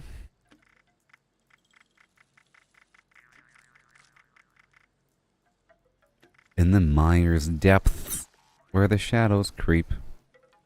I'm trying to put that stuff on YouTube. You know? And on Facebook as like individual little things. I'm trying to figure out a nice free program I could use to make a music video. I'm not gonna use Blender, I just gotta know what the heck to do. 414, test your metal, rock and roll. Another public event, just for you. If I own too many workshops, like most of my time is spent going back through my workshops.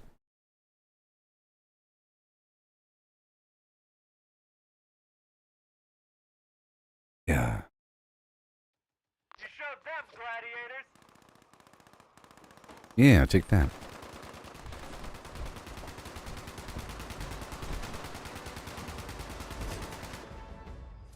Did I win? And I have to go down to the vendors, of course. You're lucky that was the warm-up. This time, you're facing Beatrice the Wrench's jet machines. Sometimes there's no music. I am using friendly fire so that I heal these NPCs when I shoot them. I might even heal my teammates.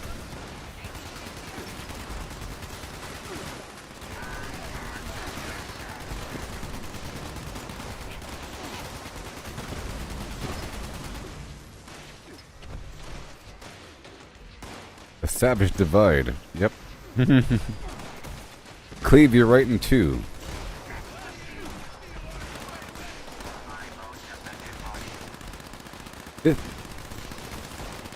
It's sort of like doing Moonshine Jamboree without the music. This song is this event is supposed to have music. Sort of bugged out.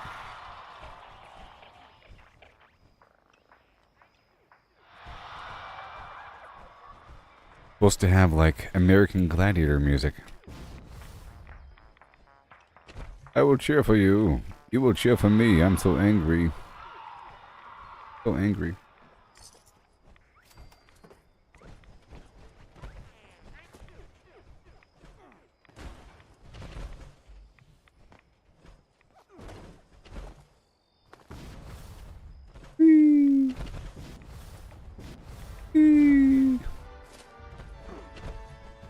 Winner, winner, Radstag dinner.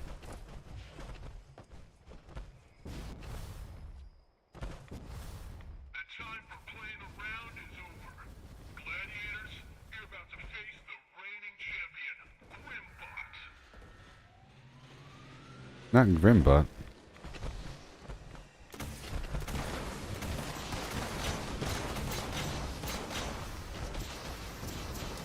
Not Grimbot. I need different AP foods.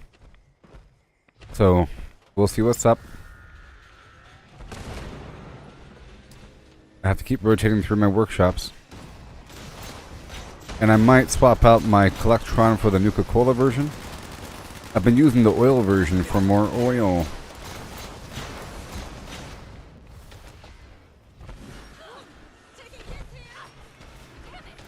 No one believes you.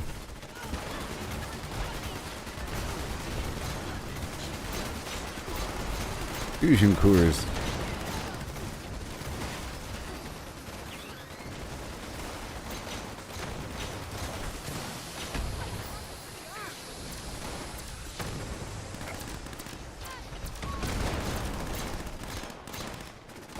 Reloading is so slow.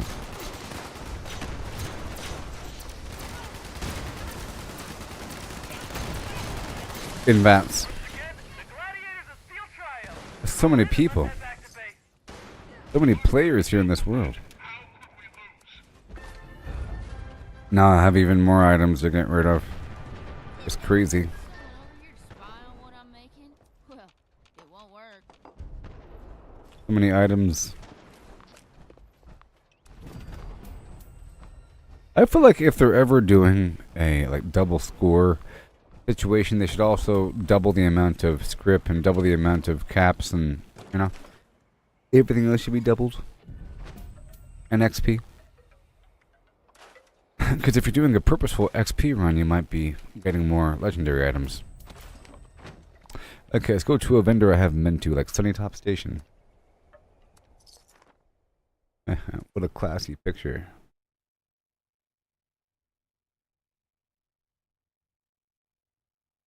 Have you seen that, I Think You Should Leave show on Netflix? Where that one dude was convinced that the more complicated a pattern is, the more expensive it is. Or that it should be. Look at all these patterns. Now let me do the armor first and sort by value and go to the very bottom. Going for the 2 stars first. And the Winstars.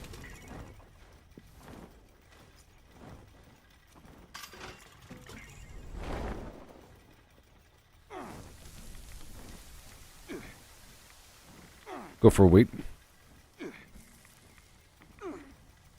Prototype arm. I feel like unless you're selling unyielding or bolstering, like that.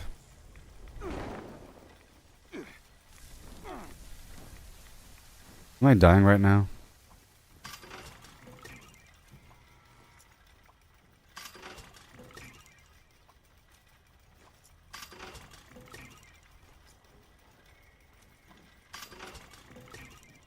Huh. Uh-huh. That's it. Jeez. You swap out this fusion core. Spending all this per diem on those. Exactly. You know what I'm talking about.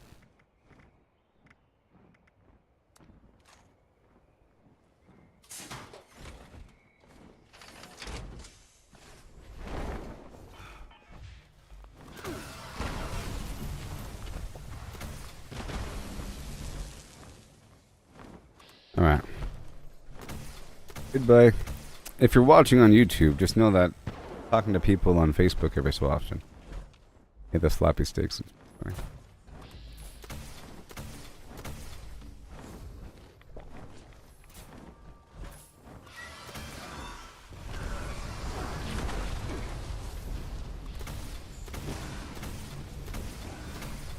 Not today. Thank you, buddy.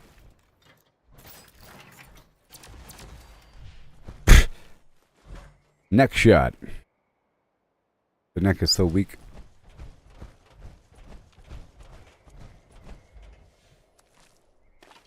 Yeah, got the DNA while I'm at it. So,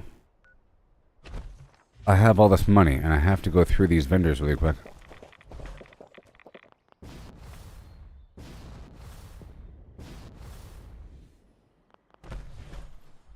I have to go get a bunch of dirty water as well. So, I'm going to do that really quick one more time at Thunder Mountain. There'll probably be two fusion cores there. But I could also multitask. After I do Dolly Sods here, or after I do Thunder Mountain, I'll go down to Dolly Sods.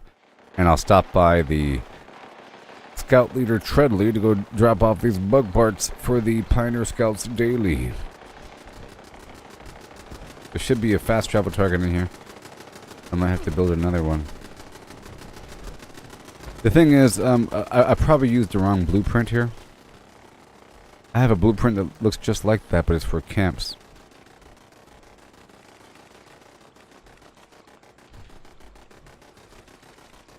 One of them doesn't have the fast travel target because of the camp.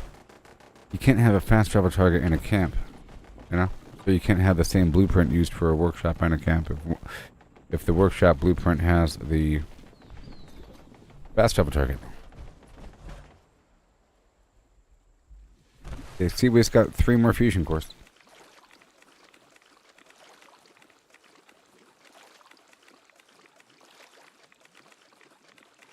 See my numbers go up, not down. So where are these people? All these people.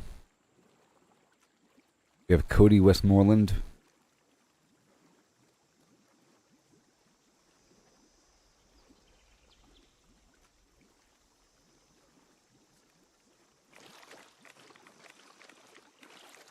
Gotta fill up my reservoirs.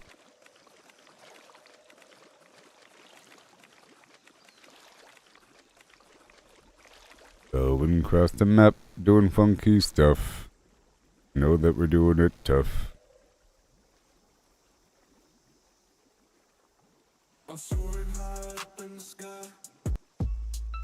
Here he goes. I'm soaring high up in the sky. Across the map, I'm on fire. This is my music, by the way. About Lego ship action.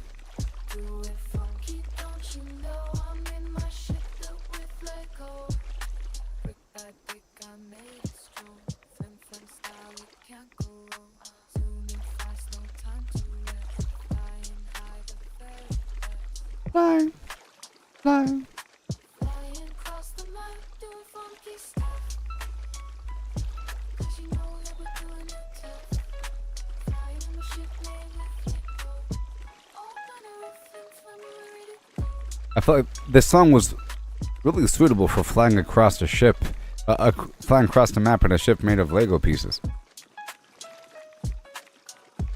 with the occasional twirl, you know, with camera angle changes, like a long-term voyage. This other one, hold on. Finding my ship built with Lego.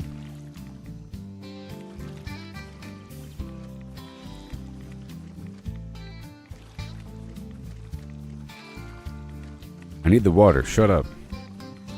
Soaring high, up in the sky, across the map, I'm on the fly.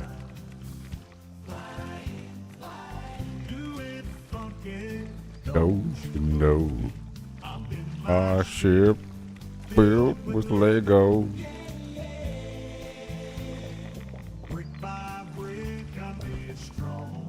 Strong. Zooming fast, no time to rest. Flying high, the very best.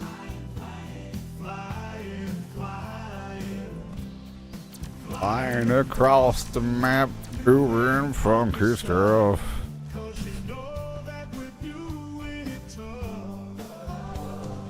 Flying in my ship made with Lego. That's right, Lego.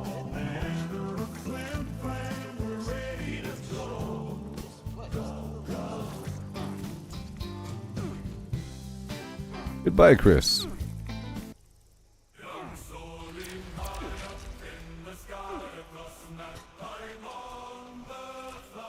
Flying. I was trying to make a bunch of songs back when I was streaming Lego Fortnite, which is a survival game using Lego pieces.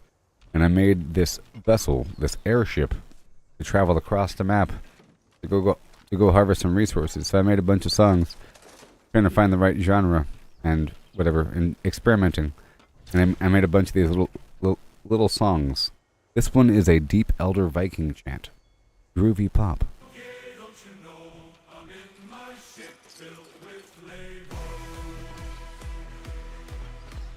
Deep Elder Viking.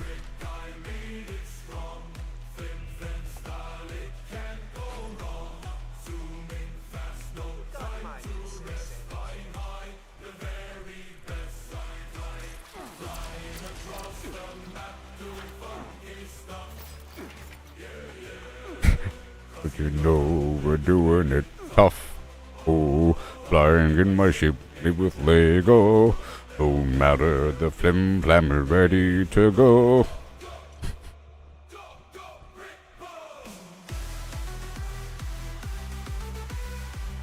I've already memorized these songs because they're my songs, but I've heard them a lot.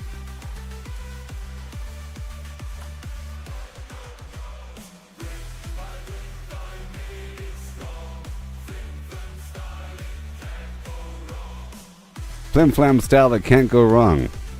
Brick by brick, I made it strong. So the funny thing is, all of these songs that you're hearing had the same lyrics. Isn't that crazy? But they're completely different.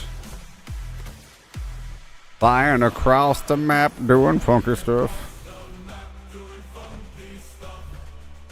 Yeah, yeah. Isn't that crazy?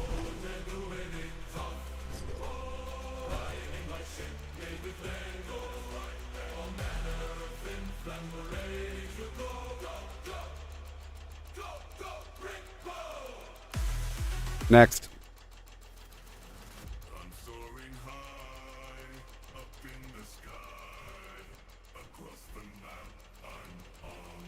This is another one. This is also Deep Elder Viking. It's different. It's brick by brick, I made it strong. It's much. I like it almost better.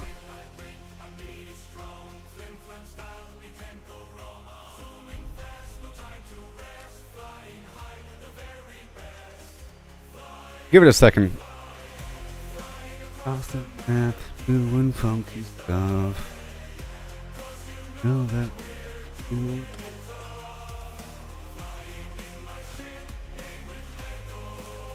That's right.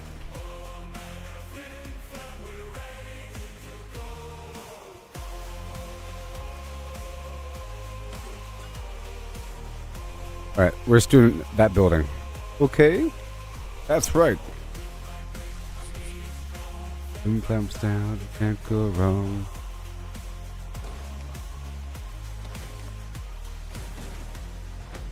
Hurry up.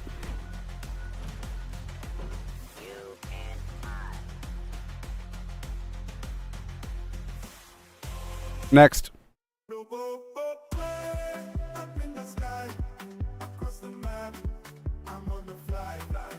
We're funky, don't you know? I'm in my ship, made with Lego.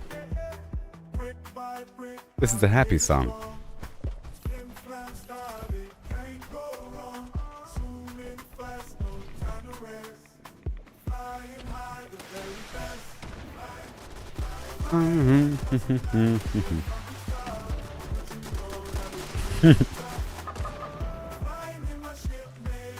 It's also sad.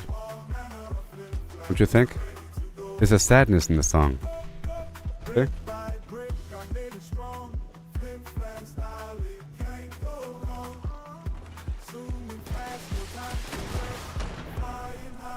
You know the way. This way, come on. I spit on you. Oh, hop. Exactly.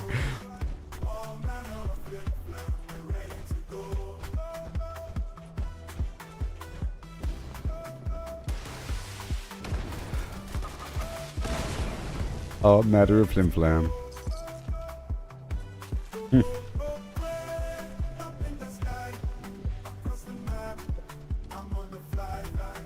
You are funky, don't you know? I'm in a ship built with Lego.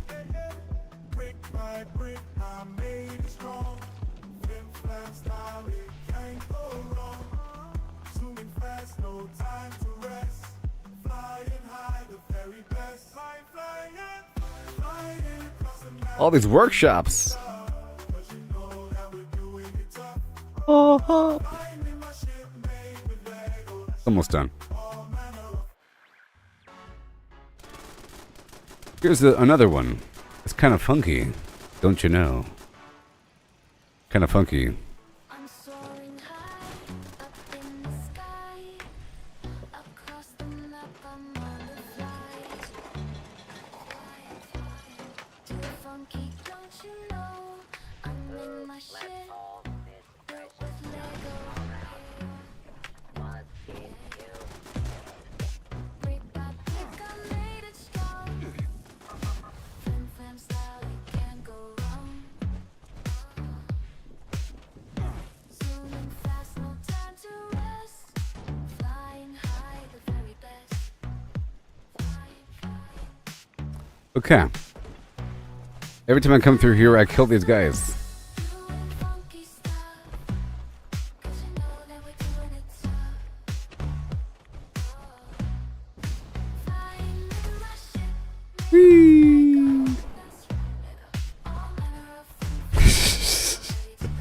Lego all the way. Let's go.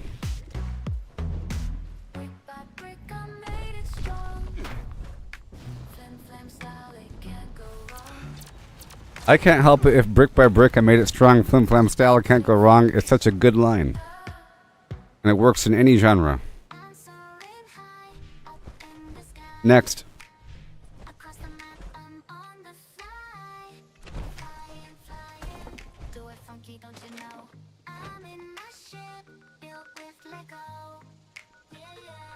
You watch.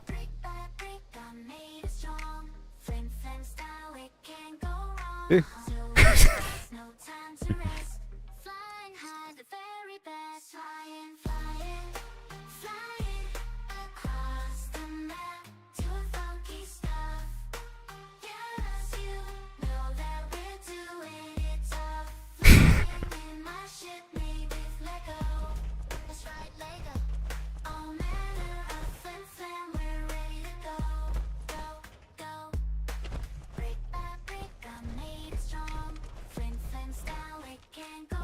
I clear out this spot. This is a really good workshop, by the way.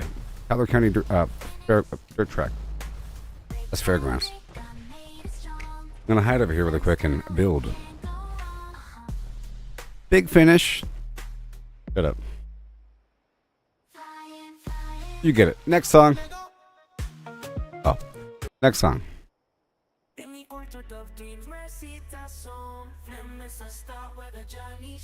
Not that one. No. Those were all the same lyrics. Pretty interesting. Pretty interesting. This next song I made, you might not have heard, but it's a goodie. It's one of those ska songs, you know, with the horns and the you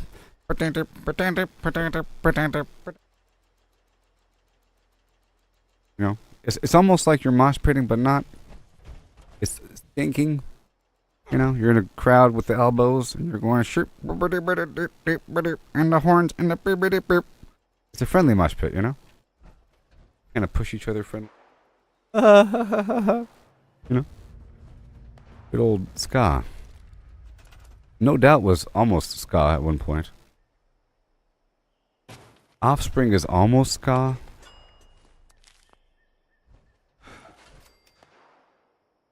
Yeah.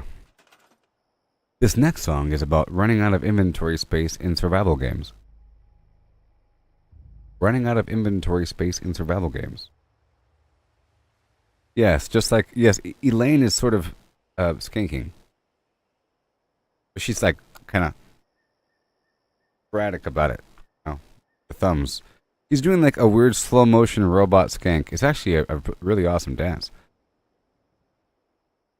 And it's not matching the music. If she was doing it as a joke, it'd be funny, but she's doing it seriously. So it's not funny. Awkward. If she was doing it as a joke, it'd be hilarious. Watch my slow motion robotic skank dance. Here we go.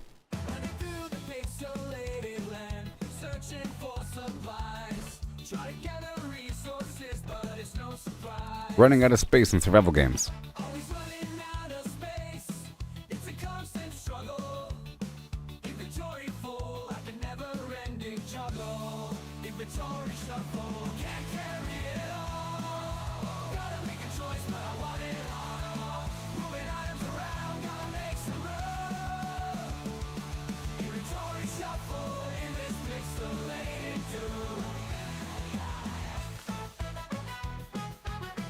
This one probably sounds the most like a song out of all my songs.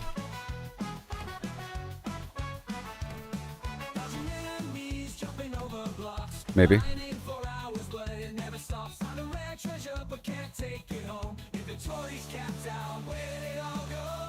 Yes, Dropkick Murphys. There you go.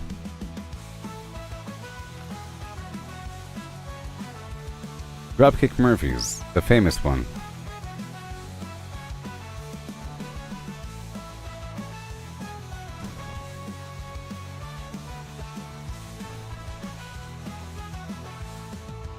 Yeah. Right here.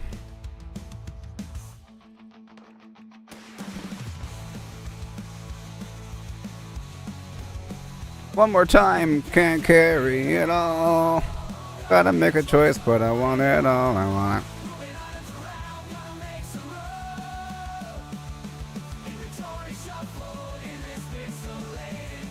it. Now for the slow breakdown.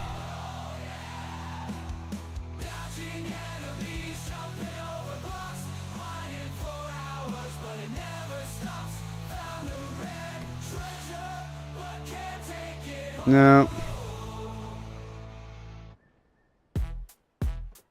And wait. Shh. Oh, it's just you. You scared me. My spidey sense was tingling. You made too much noise, Beast, and I heard your footsteps. I'll make a new team. I heard the shuffle of feet. What you gonna do when you get on the floor? And boom, and flap them wings.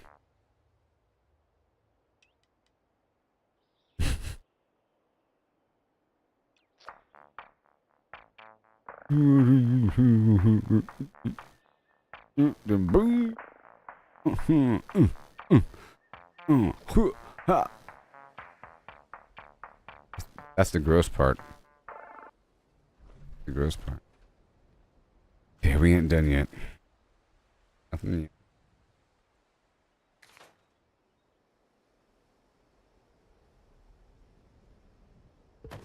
Come on now. There should be a defense wave coming.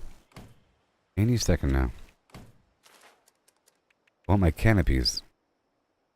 My can of peas.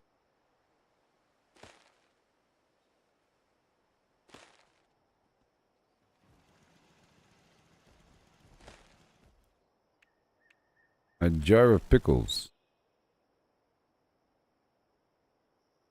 This next song is about my gaming motto: failure is growth, success is stagnation. It really breaks it down, okay? This song really breaks down my gaming ethical philosophy. Listen carefully. Post-grunge alternative rock.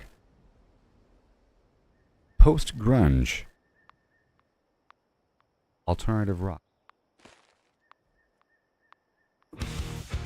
Every step, every stumble, it's part of the game. It's all about the climb, no need to feel ashamed. Learn to fail, it's the only way to grow. Yeah. Pushing forward, let your determination show. Gotta train, gotta practice, gotta hone your skills. You can't expect to win without putting in the drills. Stagnant is the failures that will teach. Embrace the journey, reach the goals out of reach. Rise and grind, never Here we go. Every stumble is a lesson in progress. Embrace the journey, seize the moment time. Failure is growth, success is stagnation, alright. You know I said failure is growth, success is stagnation, alright. You know I said failure is growth, success is stagnation.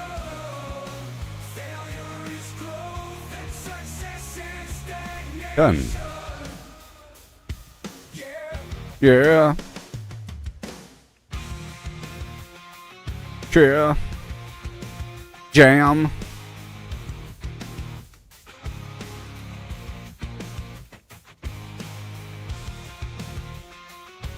Yes. I'll go for the canopy right here.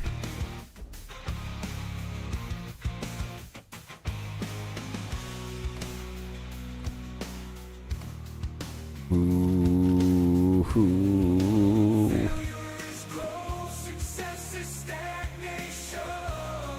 All right.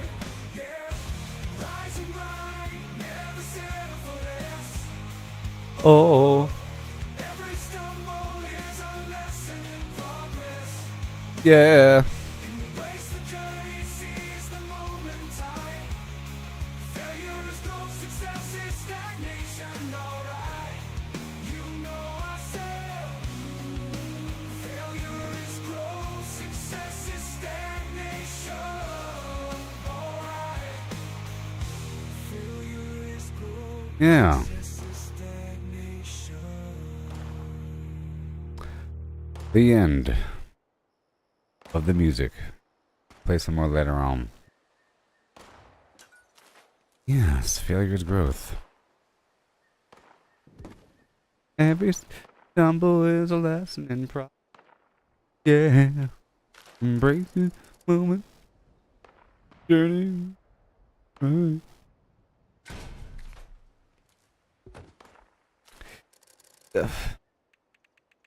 Call up that Rick Ross dude.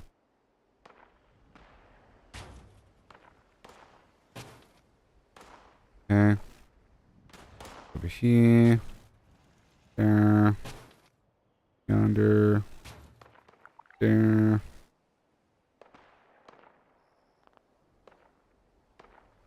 Matt. Yes.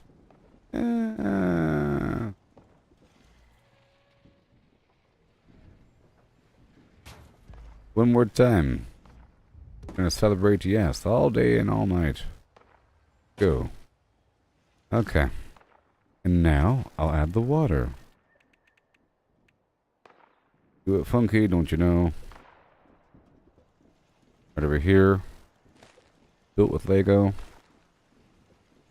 Good deal. Brick by brick, I made it strong. Flim flam style, it can't go wrong. Zooming fast, no time to rest. Flying high, the very best. Flying across the map, doing funky stuff. As you know that we're doing it tough. Oh, oh, flying across the made with Lego. All matter of flim flam. Get my artillery down. And we're good to go. This spot is done.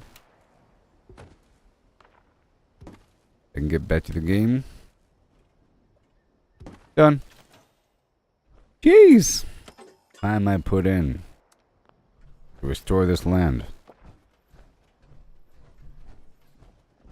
And I have to figure out this weight problem.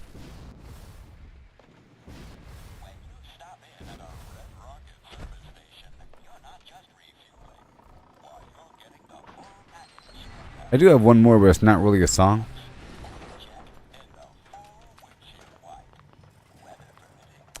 It's just a bunch of flim flam. You know? It's just a bunch of flim flam.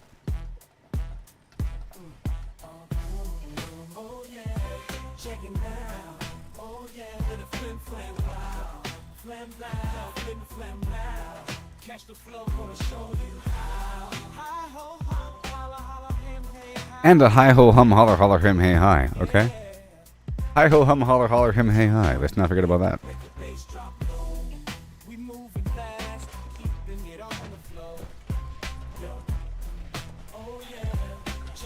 All done. We'll get this air tape up on the hill.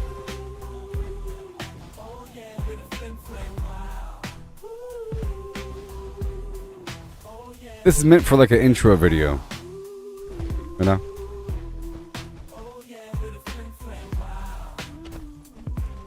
Hi ho hum holler holler him hey hi. I'm impressed it got that, you know? And it did it very well. It knocked the hi ho hum holler holler him hey hi out the park. Tell you what.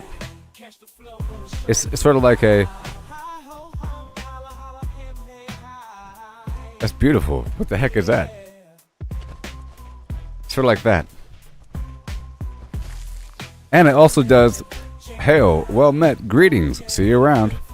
It's going to do that too. You know?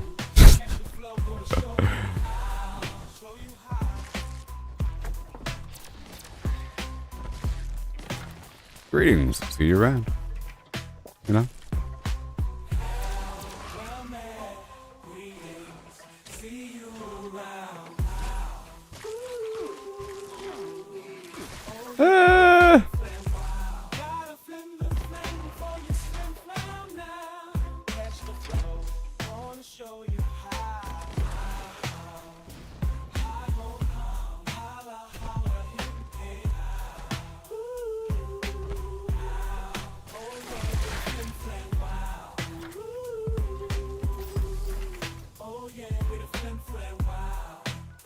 Okay, I have the air hollow tape. Let's go do this event over here. Boys to Men coming back again. Lemon flamin' with the East Coast something. The end. Now this song goes on for another minute, if you want to call it that.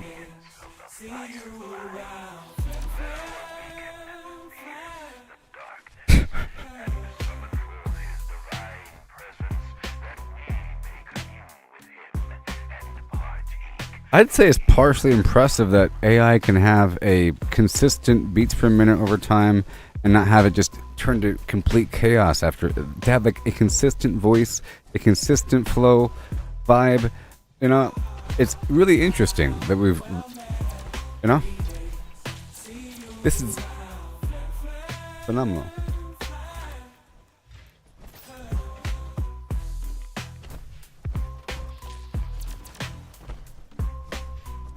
It's missing like a verse, okay?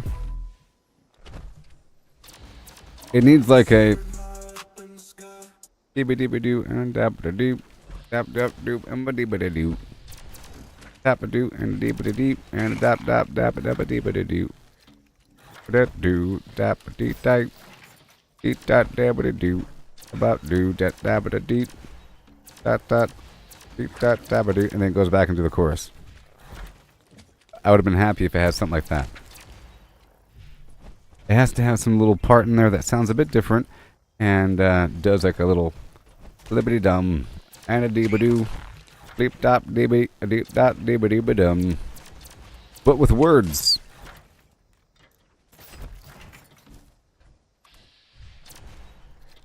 Yes. So, I understand how it works. You know, it's just amazing that I think most people don't appreciate or understand how it works. You know what I mean? Maybe. They think it's just like someone's programming it or something. But in reality, you don't have to program it. You just got to give it a bunch of stuff. You give it, the more information it has, the more it figures out the truth behind the reason. You know, it can find out better music theory than our best musicians. People have listened to music over the aeons, created music, figured out what sounds good, harmonies and so forth, and they've written down rules and all that stuff. The AI has read all those rules. Even if it didn't have to read those rules, it just has heard finished compositions, and it can compare and contrast everything that's ever been made and figure out all the weird gray zone in between. You have rock and roll over here and classical over here, and in between's a whole lot of interconnection that we've never experienced. You know? So what about this point? Oh, that weird point of all things I've ever combined? Let's find out. You know, you have this weird mesh that's infinite in depth. You know? It's up to you, the prompt holder, to pick some. It's like an ocean with a bunch of bacteria in it.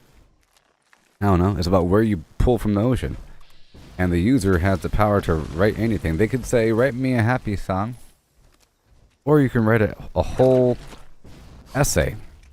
And then fine tune. And then do it again a couple times. And because it's heard, I really feel like it knows people. If you have songs especially, think about all the emotion in songs. You know?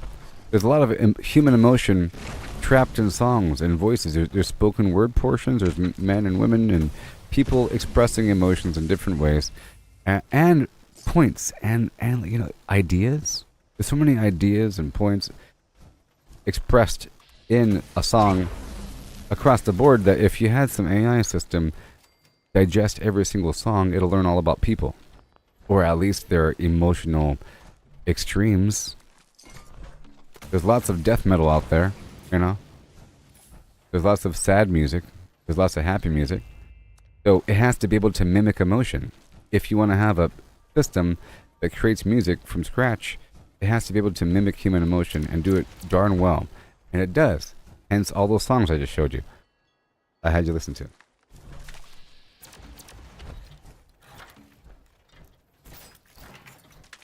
Like all that other word stuff, that's cool. But Now, in that context,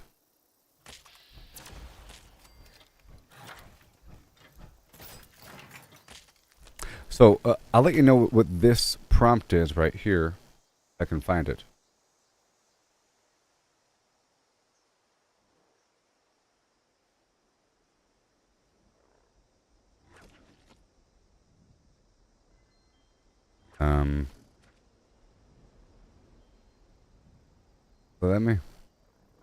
Let me, 1 second.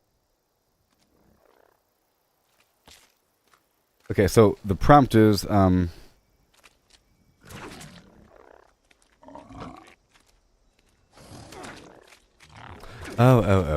I know. So what I did on that last composition, so I'll let you hear this one again. So listen to this one because I think this one's pretty good. You know, I was going for a specific situation, and you could really break it down quite well. This is one of the first ones you heard. It's about farming mutants and ghouls and scorched from across the map to collect their goodies. But kind of hard to find you the original, because well, I guess this wouldn't be a good example. I'll have to find the original, because I built this one in series, and each chunk had a different prompt.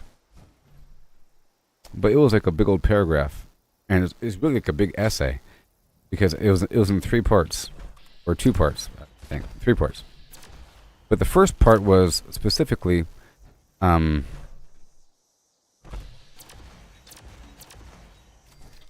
song about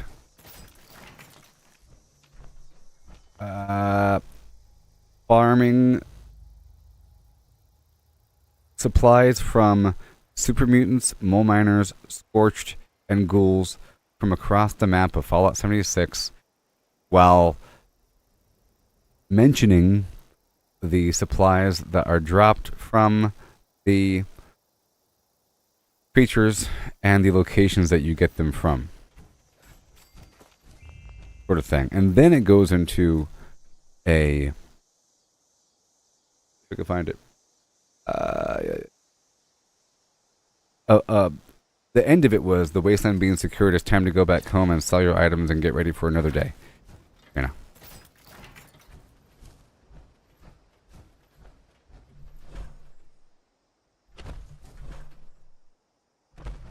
Yeah, it'll produce a couple different examples. Let me go up here because I'm not doing the mission here. Got 2.5 minutes. I'll give you a couple of different examples, and some of them sound like garbage if you go through it. It's not really the flow you want, or it's not combining those words together. And if something sounds good, you can kind of input that again and everything. Yeah.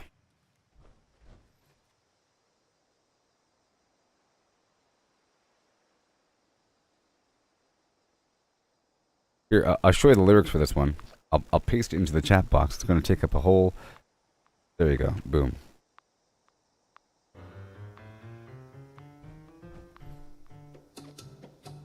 In broken land, Wasteland, through shattered towns I roam for yields. Supplies in hand from junk we stand. Now gear up, bold, the truth revealed. Looting from the super mutants, a hardened face confronts. Caps and guns, the spoils we hunt.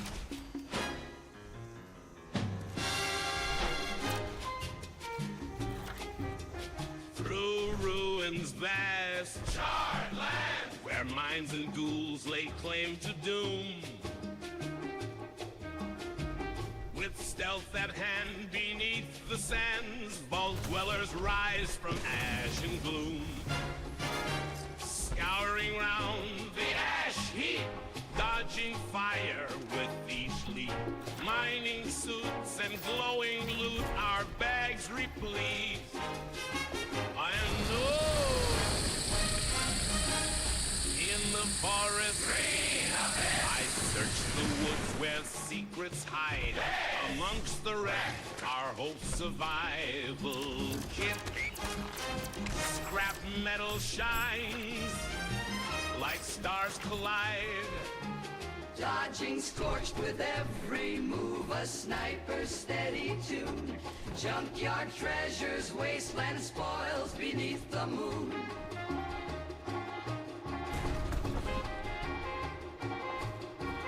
Back to camp we go, our packs with weights of gold. Trading things of old for I love that part. stories to be told. By the campfire's warmth, we trade with all the rest. Trading tales and goods, survivors in the night. Caps for gear and foods, each bargain struck just right. Whoa. Ba-doop boo boop. Ba-doop boo boop. By the fireside, we sing and laugh, our spirits free. The night secures, our bonds restored. As stars above our weary plea, tomorrow waits. Wasteland's call, With tasks anew, the sun will rise. Done. Isn't that nice? So cool.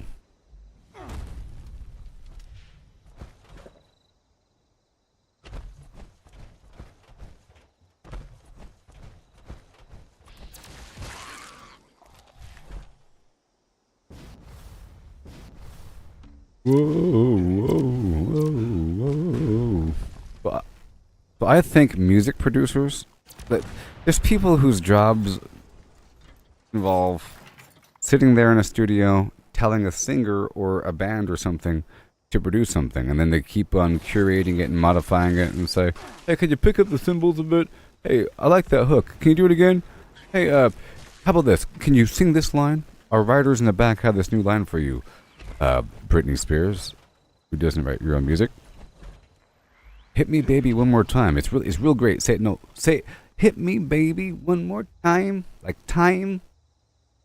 Not time. Time. Do it again. Good job. You know? Because it's not... Newsflash, it's not Britney Spears' idea. It's somebody else's. It's 17 people in a room. They made the song. Britney Spears is just the instrument. Yes, the more cowboy guy. Time. Time. Really hit that note hard. I think that's going to be the hook. It's going to be the number. Wait.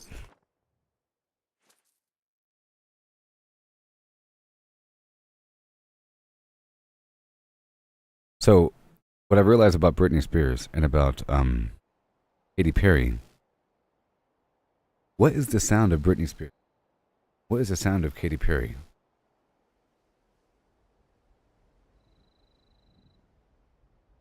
The sound of Britney Spears is... Ugh. Or, hold on, it's, or, ugh. Hold on. I think it's like that. Oh. Okay. The sound of Katy Perry is, I'm not trying to be explicit. I'm trying to say that's what they sound like. Katy Perry, it's, something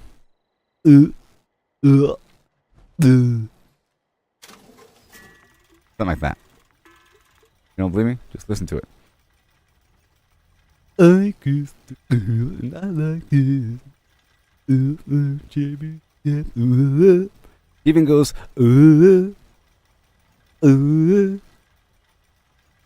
us girls, we are so kissable. Okay? If you listen for that, you hear it in all of her songs, and it's weird. Britney Spears. No. I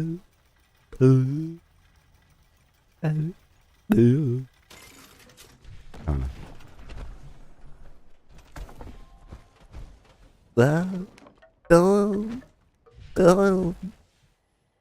It's something. It's like a weird. It's a weird sound. In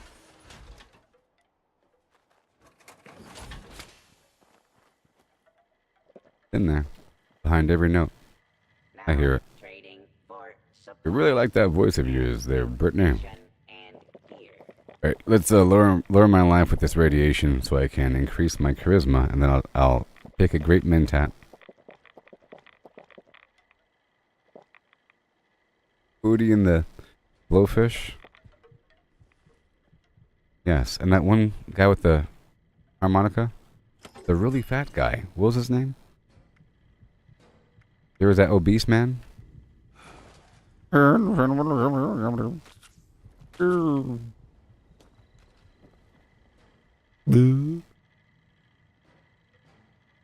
Girl. Yeah. Resupply here, citizen. Who is that one obese man with the...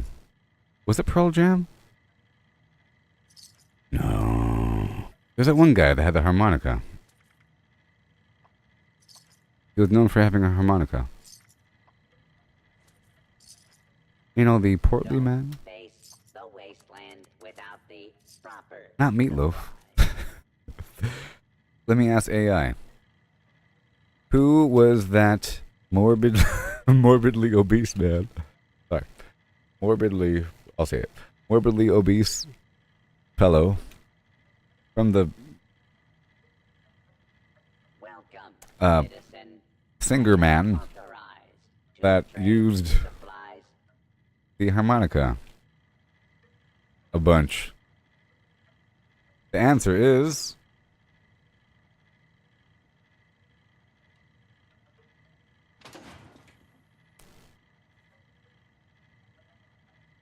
Stock up now while supplies are available. Kevin James Blue. Well, there's so many people apparently that fit that criteria. He was sitting on a stool because he's so obese.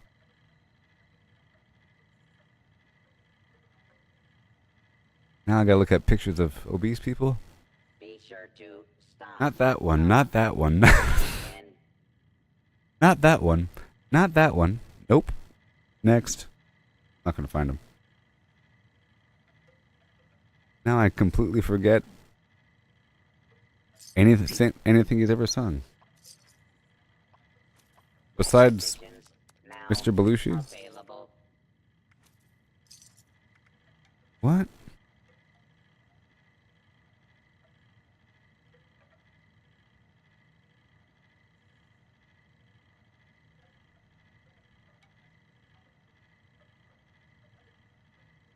If you have supplies to trade, I can be of service. Oh. Like in Berlin,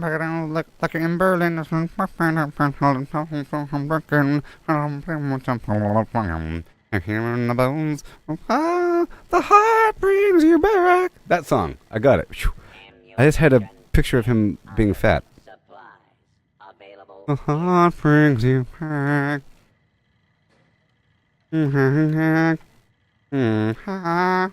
Blues Traveler. Blues Traveler. There it is. Whew. Whew. That guy. I am authorized to trade supplies and equipment. And he'll play the harmonica halfway through his song, sitting on a stool.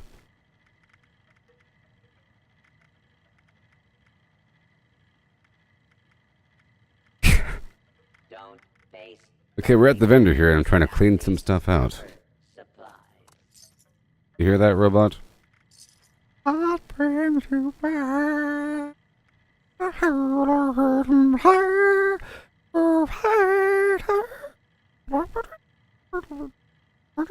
He's really good, though, with the harmonica. Stock up now while supplies are available.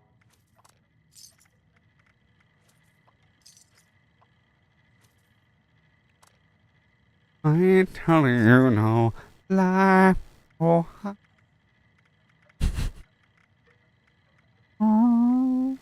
Now trading for supplies, ammunition, and gear.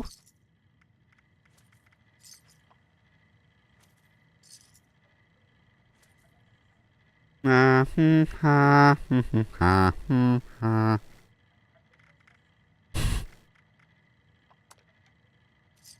sure to stock up while you We came here for the sweat. Why isn't he sweating? Oh, hey, they brought out the stool. Harmonica part's about to begin. Harmonica. The stool's out. Yeah. Welcome, citizens. I am authorized to trade supplies. Oh, the song is about. Well, I guess I should listen to the lyrics, huh? I was focusing on the obesity. Resupply here, citizen. On the obesity.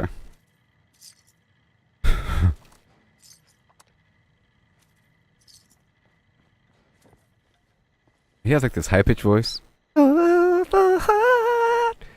He's like huge. Oh. It makes you want to watch the music video. That's all you're thinking about. Especially if you're younger. You know? I think it scarred me.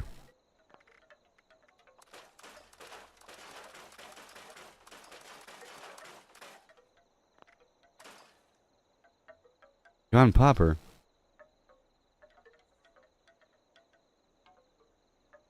Who the heck is John Popper? Jonathan J. Popper. Oh my. Oh yeah, that guy. Yeah, that's the guy. American obese musician and songwriter. The frontman of Blues Traveler. Would have a hat. John Popper, shocking arrest. He's the world's greatest living harmonic. I don't want to hear about shocking arrest. Keep his memory good in my mind as a portly, happy man on a stool with a spotlight on him and there's like sweat. No, that's the only vision I want.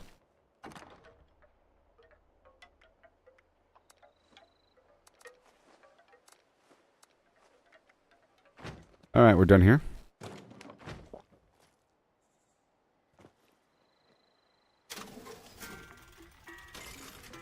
Well, I gotta give away some stuff here.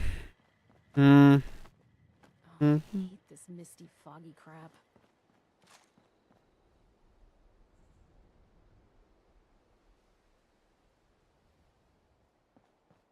Now the world has gone to shit. The rich gonna be poor, and the poor gonna be rich.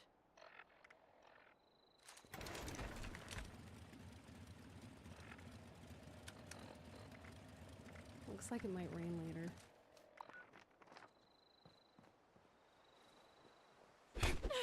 Where'd they go? Thought you could hide, didn't you? Ugh.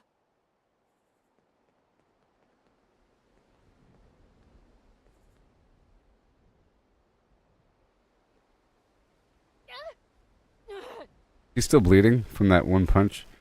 He probably is. I'm invisible. That was a heavy attack. You're not the end of me.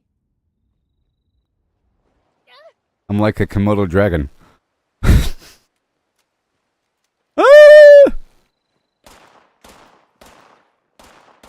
She's freaking out. Shooting into the... So this is an example of... She doesn't know where I am. She knows where I used to be. Right in the kidney.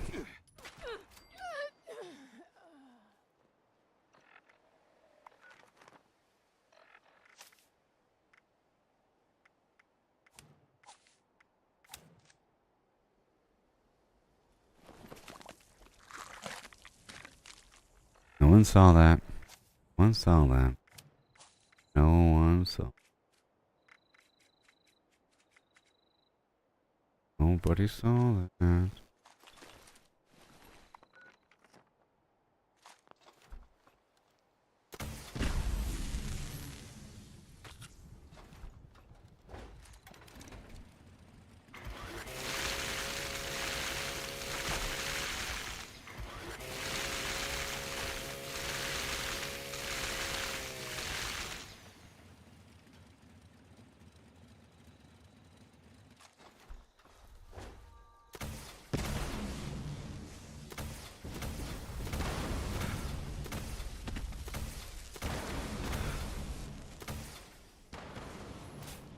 There you go.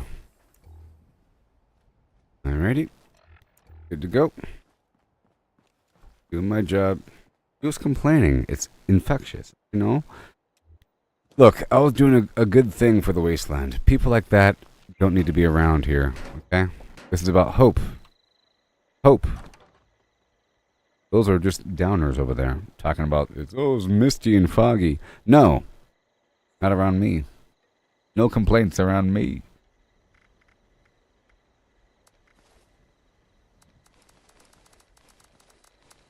I heard her complaining about this beautiful environment. It's a beautiful day and she's complaining. It's not even windy. It's like 74 degrees. Crickets and stuff.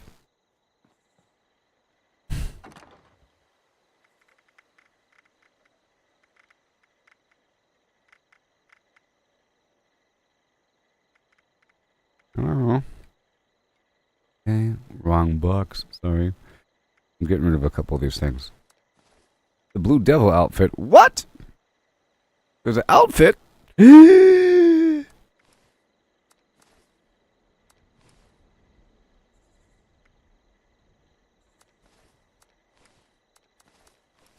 know, I love those lion statues. They're one of my favorite old items. I think they're in Fallout 4 as well. Those nice, rusted up or oxidized big old bronze statues of lions. These plants weigh a £1/4 each. I hope you know that.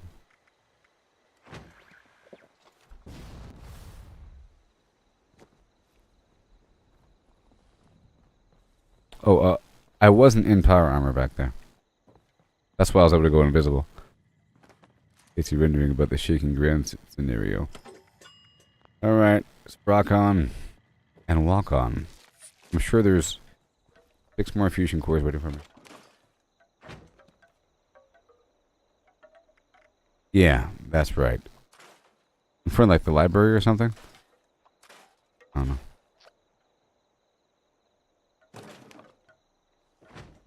They make like a good wall. The line of sight break in your camp. They're pretty large. It's like a large thing. Not that large, but okay. So now I have to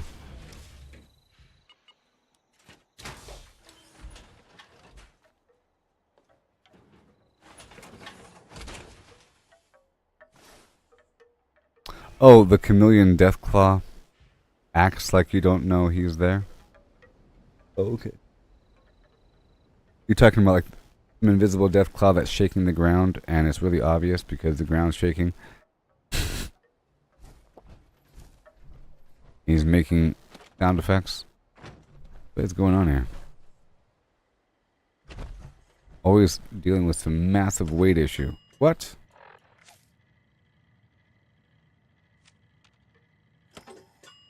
Wait a minute. Oh.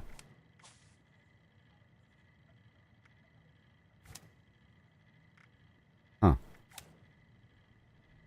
Wait. Huh? No. Wait. Huh? No. Wait.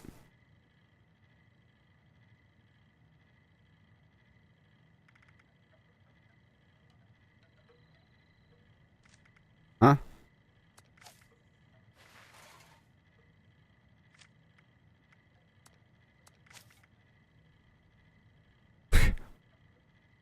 Did you see that?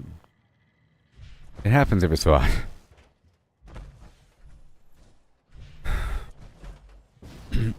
It said the heavy PA build, but it was set to the contractor build, you know?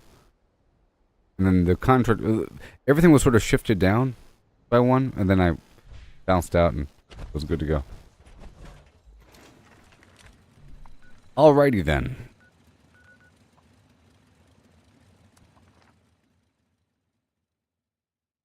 Remember back when Jim Carrey used to be funny?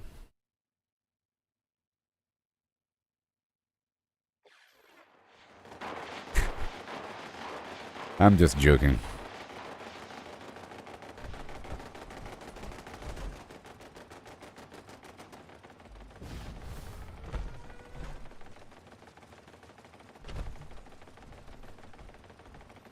the big copper fountain.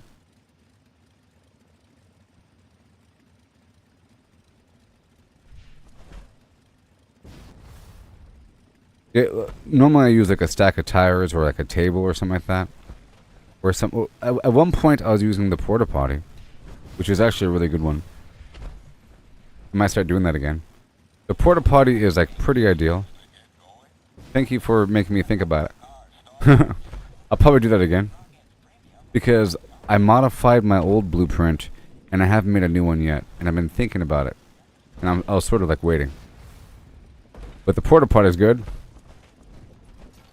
The tire, like, I think the last time I tried to demonstrate and make one, it doesn't line up sometimes. Sometimes, well, I know what happened. The last couple versions I made didn't work. Of, whatever. Like, I blueprinted, I thought it worked, I went to another spot, it wouldn't work. You know, you really have to test it out whenever you start stacking things. Here, I'll make one right now. I'll make a blueprint.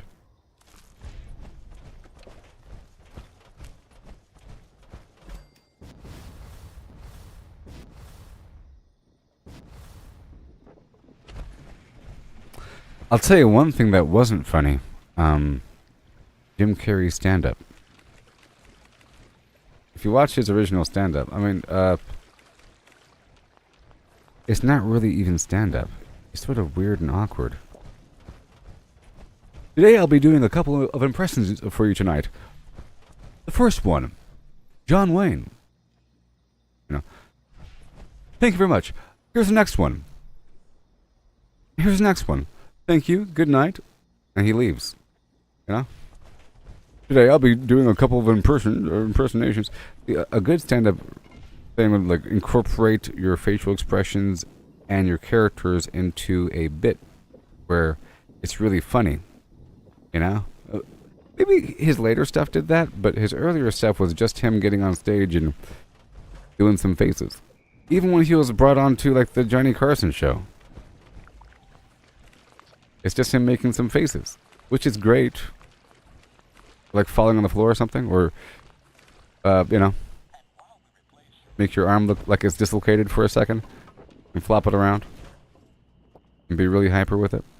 Which is great for a show like In Living Color because you have these characters that you have to play.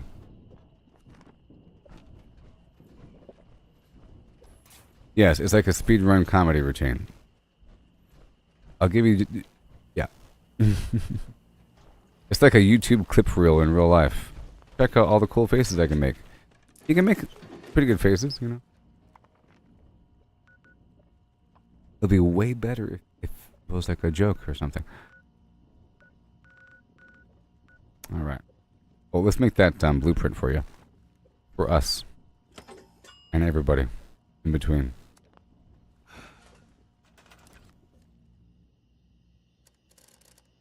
I used to... So people are talking about nuclear winter on the internet. You know, I'm thinking about... Do you think this is true? Because I think it's true. At least one company on planet Earth has a social media campaign program where they have fake fans that act like they're interested in something just to get a good assessment over the overall... you know, state of other fans, you know? Where you have a fake fan that says, oh, I can't wait for this thing, I'm so hyped about this. For these reasons, you know? And then people start discussing things. No way, or I agree, they should have more of that, less of that, blah, blah, blah, blah, blah. Discussion, and then they use that information to then work on the project. Hey there, Jewel. Well, I think that Bethesda might be doing that. Of course it exists. At least one company on planet Earth is why I'm saying that. This is a good little... It has a good footprint. It's very small, rectangular, relatively tall. This would be a large stack of tires. And in general, you should have your stuff elevated. Normally I use these elevated surfaces, but even then, like this right here should be a little bit elevated because it had the railing there. Or even right here, normally I'll put an elevated thing right there. Now the question is, does this work right there? Because then it'll be good. Hey, look, it's good. We know it works. Another good thing is you could hide inside of a porta potty. Now, I was mentioning porta potties just now.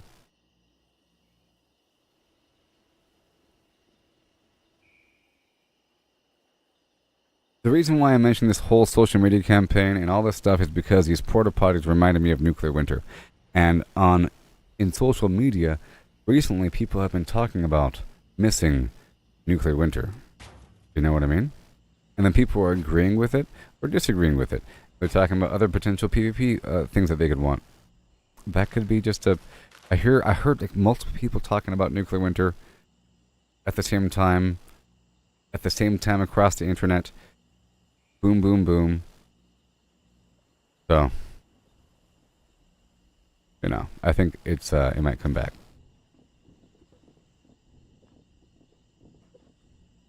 I feel like it's organic though. It's like it's an organic creation. But let me make a blueprint here. This is going to be called 0110 _ porta turret. Yeah. Yes, and nuclear winter was honest PvP because you start off with nothing. It was sort of heavily build based. Oh. Like frog legs. I like that it had different perks.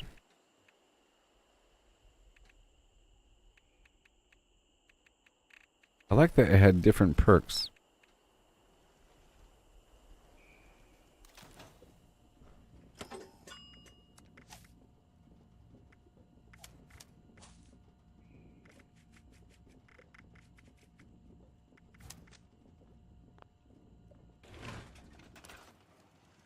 You know?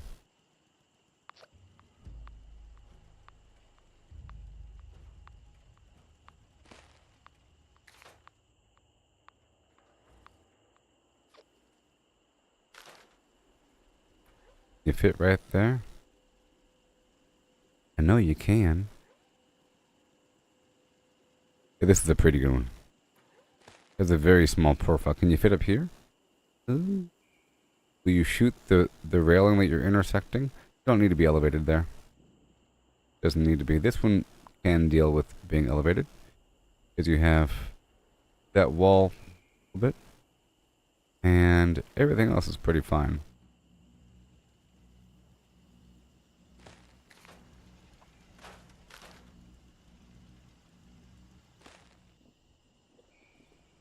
What is that, a porta potty or something?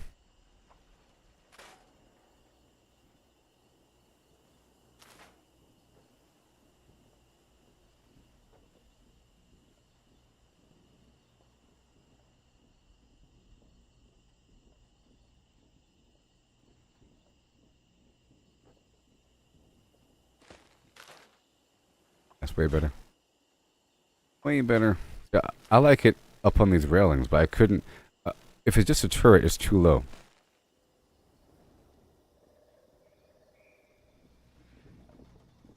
Do-ba-do-do-do, and a do-do-do in your face. Right here. Done. Okay. We're currently sort of dealing with over-encumbrance.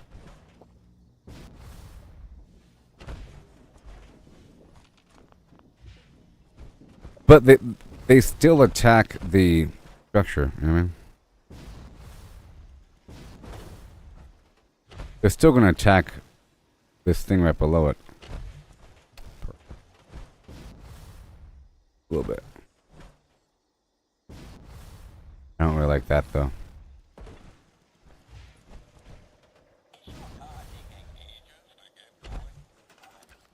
Alright.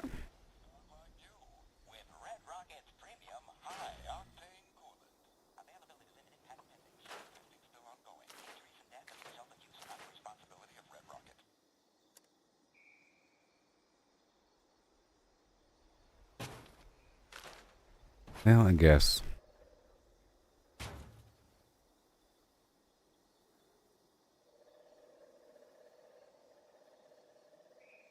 Because if you can't see the turret, then it can't shoot you.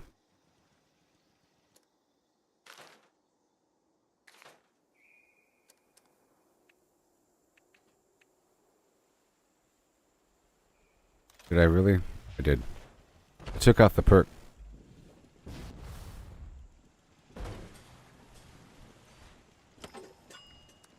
So a person might think this is like a waste of time to like fine tune things. It's not a waste of time if I'll be doing this tomorrow. You know what I mean?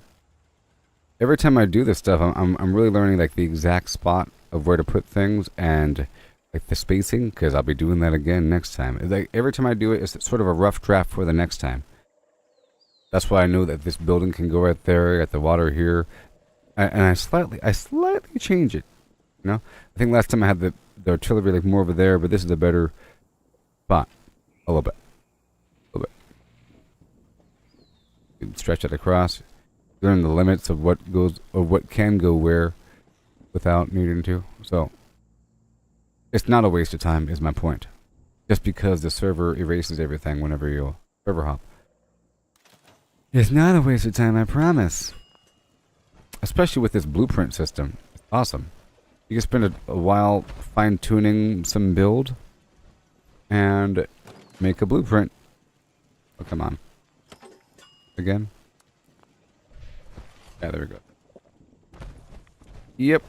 Most things that you build can be blueprinted, or you never build something that's way too complex in one situation that you can't blueprint the whole thing, unless you build a big house and you fully populate the house with stuff.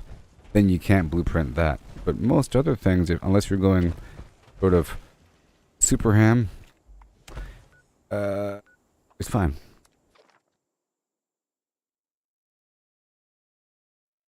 Yes, every time the goal is to make it a bit more smooth and efficient and streamlined, and sometimes I'll build something and I know, well, that's not good. Next time I'll do it better. But I let it happen this time. Almost as a condition, because sometimes I don't know if something is good or not unless I do it, so I allow, because I know I'll be doing it over and over and over again, so it's not that big of a deal. Sort of like the water placement here. I'll sort of experiment to see if that works. It doesn't really work as much. I don't like this lip like there. The time before, I put the waters right there, and it was sort of a much better kind of strip. And this right here is sort of shoved a bit too far forward and should be kind of clamped back over here, but I was having a hard time placing. And with just enough room, and this could in theory be facing the front of that, but based upon this composition, this right angle, I wanted to line it up here to see how that kind of feels. So I'm still sort of experimenting with this little corner. And I'm still experimenting with this side over here to find, you know, the best arrangement. This time, I shoved that laser building a bit far forward, when last time I was having it in the middle. Well, the first time I used that thing, it was in the middle. It's not far enough to stretch to both. Okay? And then the time before, I had this one right here. I had a big tall tower right next to it, and the defensive structure right in front, and that's actually pretty good. This time I did it a bit different. But, whatever. And I would like a tower over here, and I don't like floating things. Alright, here we go. We're at 101. Most wanted. One of the best events around. I was going to do that Enclave event right afterwards. Flying in my ship made with Lego.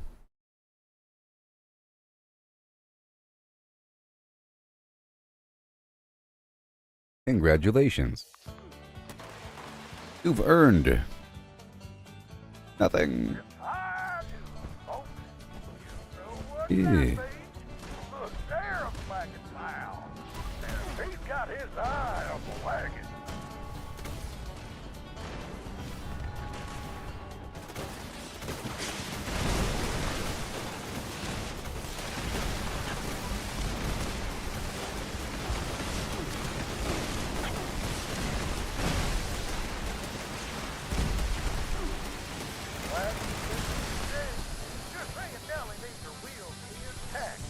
Okay. I like to buy these sodas. You done did it, partner. Take your prizes and ride off in. Don't forget to spend your stuff. Or make Don't forget to check your Nuka points over here at the terminal. You might be maxed out. These Nuka-cade points max out at 100,000. You get 5,000 for each of those events.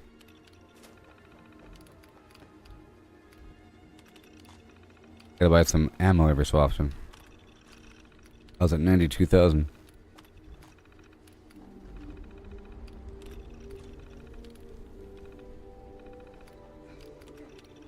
Gonna buy a bunch of this Nuka quantum ammo.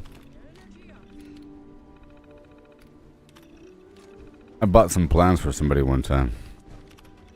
There we go.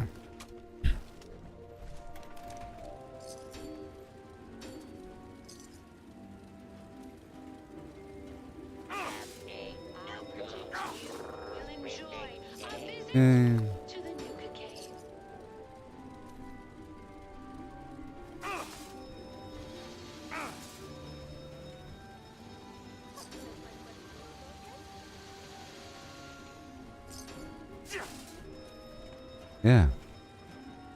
And done. I think I'm filled up beyond that. I might give away a bunch of stuff over here.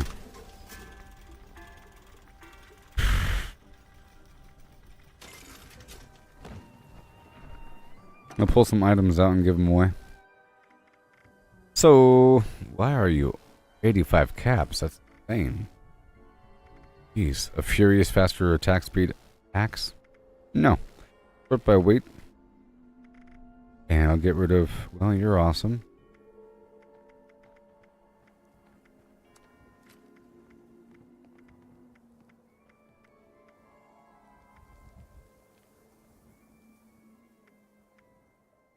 Huh. That's interesting. I just happened to get another one. See, I thought this one right here was...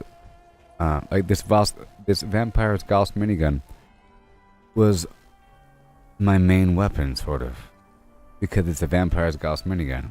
But in reality, I have this Vampire's Gauss minigun. This right here is a Vampire's faster attack speed, reduced action point cost. This one over here is Vampire's faster attack speed and damage resistance while aiming. So if you want like a tanking weapon, this is it. Damage, but you can't trade these weapons. You can't get rid of them. Only destroy them. You can't even give them to your other character. All this stuff here is stuck on me. I think even this Enforcer, this crossbow's pretty good. Yeah, I probably got it recently. I got it recently because I've been going through my inventory. It's just recently I saw that weapon. I was about to script it. Basically, my point here is that when it comes time to managing my inventory, there are certain items that I can give away or trade to other people or sell. Other items I can't. And those are the items I like to script first. The items I can't give away. Because I have to end up destroying them for nothing. At least if I give something away, I had the satisfaction of giving something away. Destroying something is weird, but you have to every so often. You do things incorrectly. But putting an item in a box for somebody isn't really destroying it, you know? Even if you never see the person. Like putting an item in a box in a well-populated server in a public area isn't really... It's almost like you're giving somebody a miracle surprise. If they're clever enough to search everything, you'll find some amazing item. That's kind of how I feel. I'm giving somebody a surprise I'll never meet with the chance that they'll never find it. Which is better than just destroying something. But right now... Well, eventually I have to move a bunch of items over to my other character. You got these items like the Gunther's Big Iron. I like to give those away. You get them for free from these events. And out of context, it seems real cool to get this Gunther's Big Iron if you have nothing. You're brand new. Whoa! Heck is this? What you want to do is you want to look for an event called Most Wanted. Make it sound all complicated. You're looking for an event in Nuka World on tour called Most Wanted, you see. You want to farm that bad boy. You want to server hop. Keep server hopping until you get that event. At any given time, a public event could occur, so you want to just keep on server hopping until you get that event active. You want that weapon. Or you can just hope the event pops up. Hope. Well, that's that. Here to explore the fairgrounds? I'll put away this holy fire. How much do you weigh? Oh my god. Time to destroy some garbage. Time to destroy some I'm already rich. Who cares, man? Acting like money matters over here when I'm filthy rich. We're not talking about money. We're talking about script. I'm not rich on script, but do I need to be rich on script? Sort of. I sort of do. I have to get rid of this Hellcat stuff in the T65. I will now be giving away free legendary items in that red box over there by those disgusting clowns.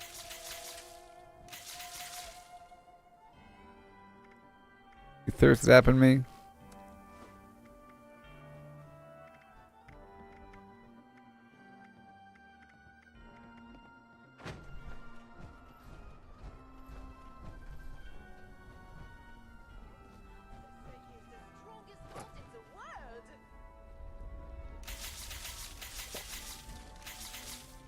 Anyone and everyone welcome. Except gophers. We got enough of them over at gophers.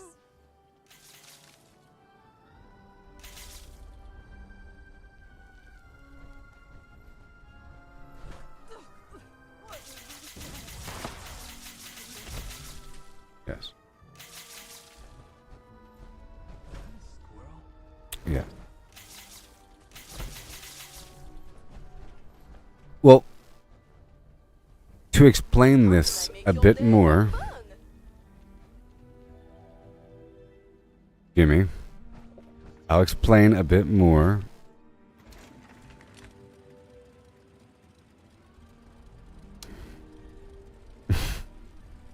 For those that don't know, you only get so much script per day, so anything beyond that is just imaginary. You spend the script on legendary modules to make better weapons, you know, and then you run out quickly. I like to gather a lot. Like I'm back down to nothing, almost, because I was trying to turn this into a bloodied version, and I went through my whole stack. So now I'm trying to build up another mountain, but you only get so much per day, and then if I play all day and I'm doing all kinds of activities, some of this stuff gives you like a ton of legendaries. It sucks. It sucks. Like the expeditions give you like a ton. Ridiculous. Here's 5 legendaries. You know, you end up getting too much. And unless I actively go through and move items to my other character, and then my other character scripts all of that, turns it into modules. You know what I mean?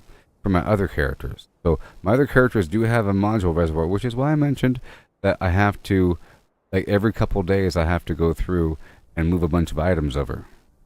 I can't do it right now because I have a bunch of workshops. But I have to do it eventually. And I'm sort of just not doing that right now because of that workshop situation. But I also plan on getting a bunch more legendaries before the stream is over. You know what I mean? Welcome to Nuka World on tour. Would you care for a balloon?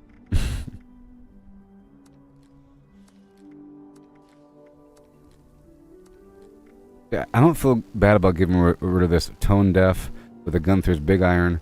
Other items, I like to have my vendor stock with a few things. T65 will make me destroy it. Hellcat too. All the stuff I'll be destroying. I also don't like 3 stars, by the way. It's like a big old chunk of script. I'd rather have a bunch of little 1 stars than a bunch of 3 stars. Because if I get a bunch of items and they're 1 stars, that means that I can script them. if they're not 1 stars, I have to be very selective because I can only script a few. Yeah, they give you a lot. You're playing all the time, like every public event, and sometimes these public events are back to back, depending on how much time you take to reset your character. Some of them really are back to back, and whatever. You don't get a million legendaries during those activities, but it adds up. I think once in a blue moon I get a legendary enemy from my workshops. Over for the day. In theory, right? So here's another one. It's going to be like maybe 1 enemy in that little group of Mirelurks that might be legendary, or none. I don't know. The end of the public event will give you 1. And plus, the Scorch Beasts are more often than not legendary. Alright, so here we go. I'm going to destroy this garbage. And destroy this garbage. Destroy that one. See, the Hellcat and the other thing, it's one thing to hold on to that Hellcat piece of armor, the left arm, until tomorrow, and then script it, you know. Items I can't destroy, I prefer to script first, like I mentioned, but not if it's like a 3-star. I'd rather have a heavy item that is only a 1-star. So and that's the first thing I get rid of, the heaviest, cheapest. So I can get rid of more and have a greater effect over my overall carry weight. I don't want to get rid of something that's light that is a 3-star, because that has like 0 effect over my overall encumbrance. Got rid of a dagger, good job. I could really go for a ramen burger right about now.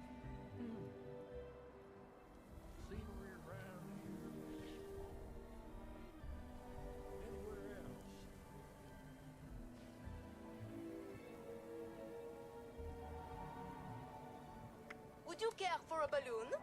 I do agree that there should be limits, you know. Uh-oh, uh-oh, uh-oh. Uh-oh. Bad things are happening. I'm like unequipping things.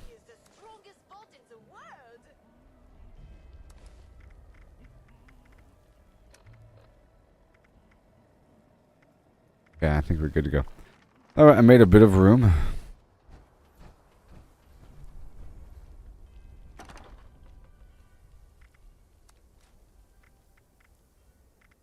Thing weighs 20 pounds.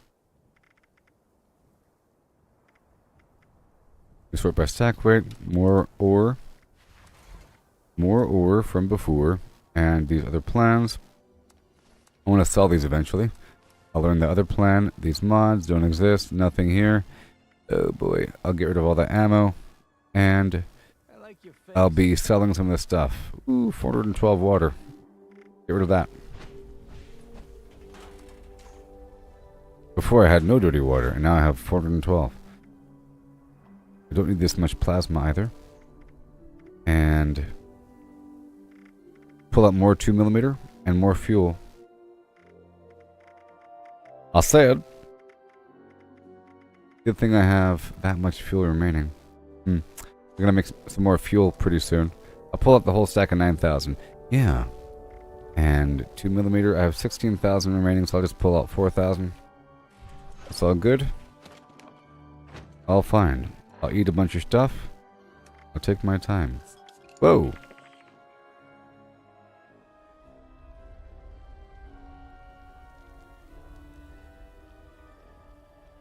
Yes. Yes, I agree. I agree. I like the idea, Jimmy, actually. I do. Sort of like, Jimmy is saying that we should have a sliding scale that builds up based upon the number of hours that you played, because it's not really fair. It's sort of like the game is almost kicking you off. I've heard this other complaint from other people as well. At a certain point, whenever you run out of like money from the vendors, and not so much to caps, but the script from the legendary exchange, you end up with a horrible inventory issue where you're forced to make compromises, to give things away, destroy things, to sell things at your vendor. You're forced to, or stop, or leave things on the ground. You know, is what you're forced to do. to make heavy decisions. At first, when the day is first and fresh, nice. It's like they want you to sort of transition to go do something else. Like an expedition, but then the expedition gives you 5 more legendaries. Haha. No. I would prefer if the expedition didn't give you any legendaries and just gave you extra script, like a big old chunk of script. You know? Don't give me legendaries. Don't give me 5 random stupid legendaries. That's a compromise. That maybe certain activities can give you more script, but then I think people will just be farming those activities. You know, people. They'll say, well, you gotta run expeditions all day because it's the only way. You gotta run expeditions. You know? Or just stamps. Stamps is fine, you know, where stamps weigh nothing, and then you get a bunch of stamps, and then you get the plans afterwards, and then you're good to go. Something. But because the expeditions give you legendaries, then that isn't like an alternate activity to do that doesn't give you loot. Because there should be something that's you can do that for sure doesn't give you loot, but gives you something else. Like gold bullion. 300 gold bullion. Congratulations. I don't know.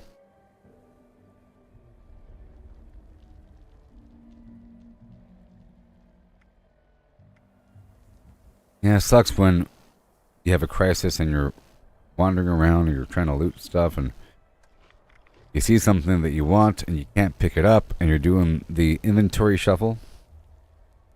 Hey, I know a song about that. Can't carry it all.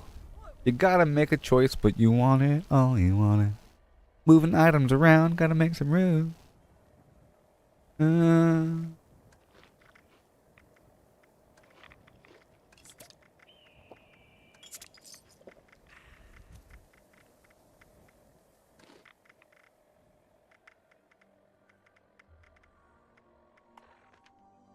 Okay, are we better? We're better. Okay. So here we go again.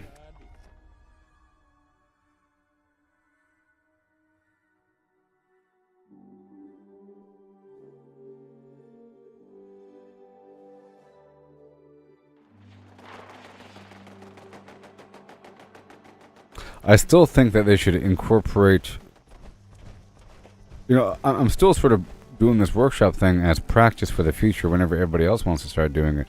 You figure more people would do it with all these amazing resource items that we get. Speaking of that, I don't have the fast travel target in here.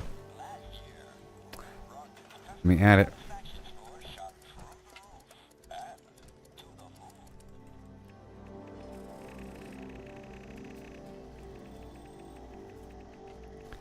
So with the workshops, I'm sort of preparing for the future whenever they get better. And you make them better by having them, like, we all know how they work. Okay? We all know how they work and what you can do with them. All of us know it. You can put down these resource structures. You can activate the other resource nodes, like you can build an extractor on top of the resources. Power plants have the fusion cores and power up other workshops. Not all of them are powered though. You know? And that's it. It's contested territory. Somebody can take it from you. It initiates PvP. You get free fast travel. It initiates defense events and then the retake activity. But I think it'd be really cool if different factions across the map. Step 1, there has to be like a major faction update, which is going to happen. Surprised it hasn't happened yet, to be honest. Okay? Because there's a bunch of factions in this game that were added after Wastelanders. Like the Brotherhood of Steel garbage was added after the Wastelanders update. And yet, you can be a knight errant in the Brotherhood of Steel, but it doesn't count. And there are random Brotherhood of Steel people walking around that you save and nothing happens afterwards. I'll tell Night Shin all about this. Good job. No? There will eventually be, like, the Mothman. All of them. A big page. There's a lot of them.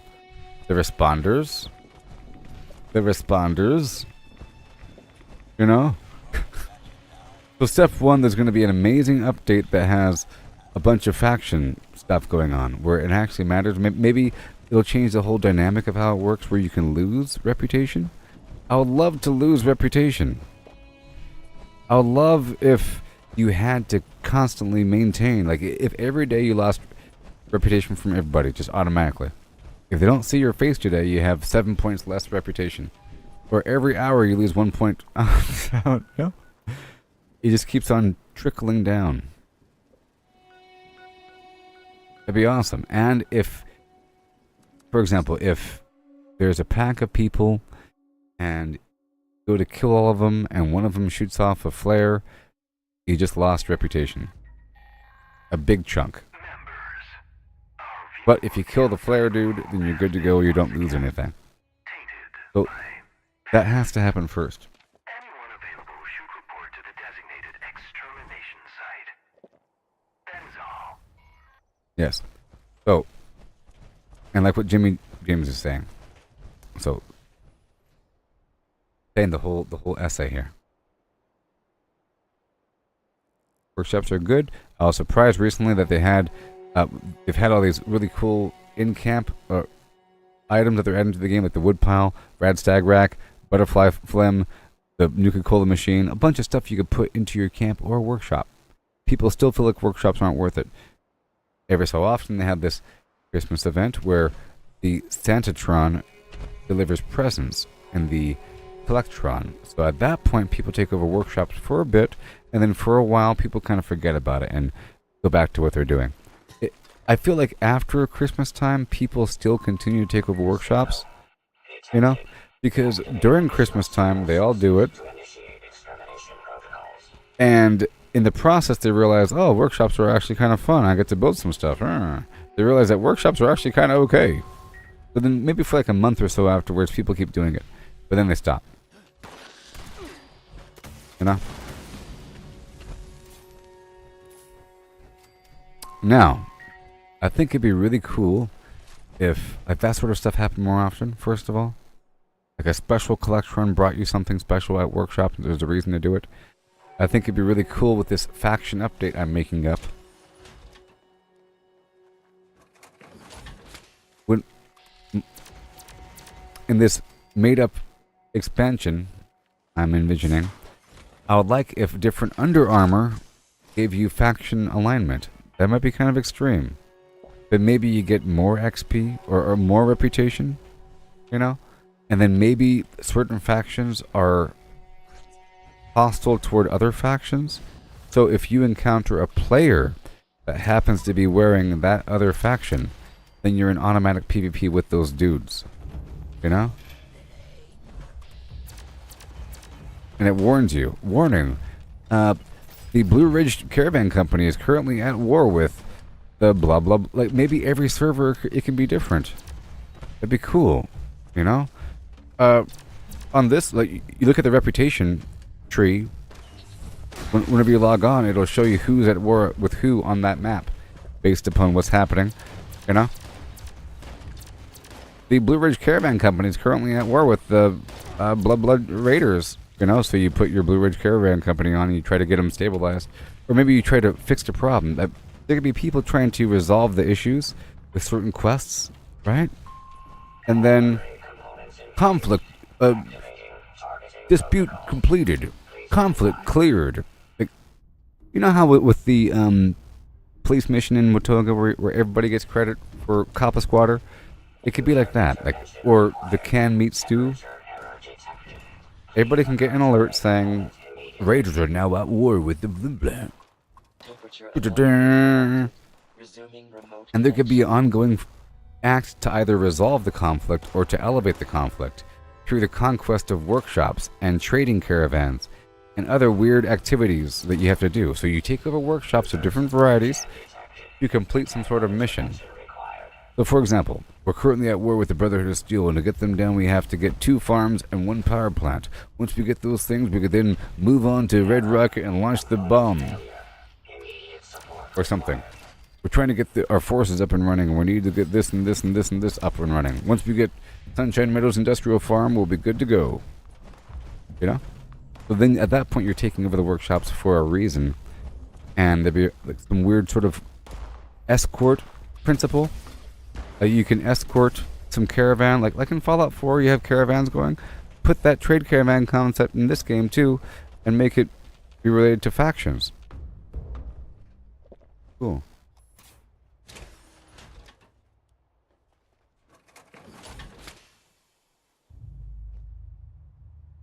Like, I love the idea of, like, you have this trickle loss over time, so you can't just ignore the settlers forever. You have to, like, check in with them and maybe spend a couple days working for them, you know what I mean? Like in reality. And then disappear for a bit until, man, I can't let that thing get below neutral. I've been ignoring them for too long, you know? I've been ignoring these Blue Ridge guys. I gotta help them out. Do a couple escort missions. I'm just working for these guys, you know? Because right now we're not doing any of that. It's all just make-believe. The NPCs keep track of what you've done, but they don't forget, you know? They don't act like you haven't been there for a while. They say, welcome back. You're here to help us again? And they should say, you're showing your face around here again? You know how it's been with you gone? You can't just show up helping us out and then just disappear on us. You know what? I have to... What?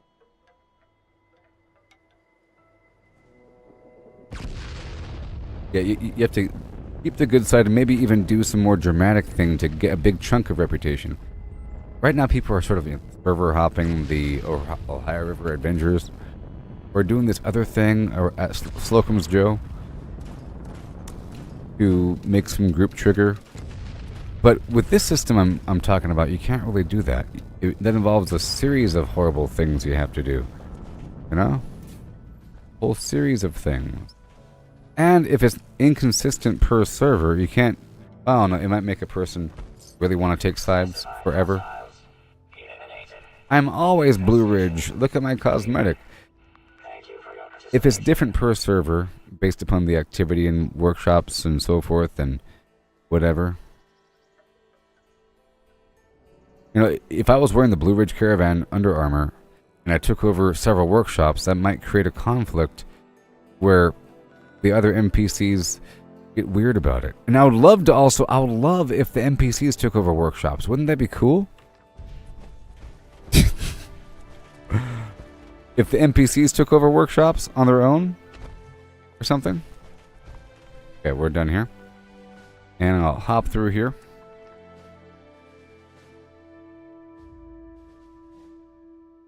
Yes. The long haul of the reputation grind. I did it legitimately. It's also another reason to do Workshop Conquest, by the way. In case you don't know, there's a bunch... I had a map at one point that I made.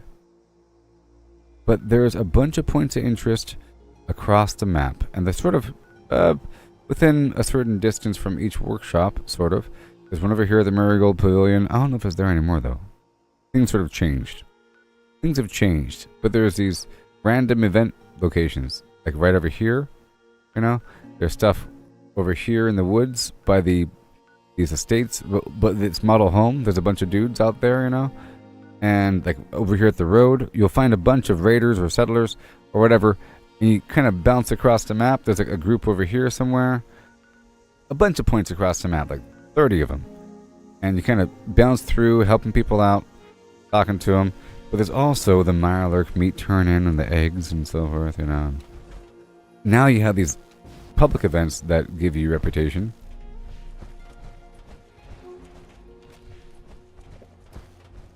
And then it's done, and you never have to worry about it ever again. And that's disappointing. It was like a whole gameplay aspect that I was building up, and then once it's done, it's done. At least the leveling never stops. Yeah, encounters. Random encounters. At least the leveling never stops, and I actually have a lot of progression to go. There's tons of progression for me remaining. Tons.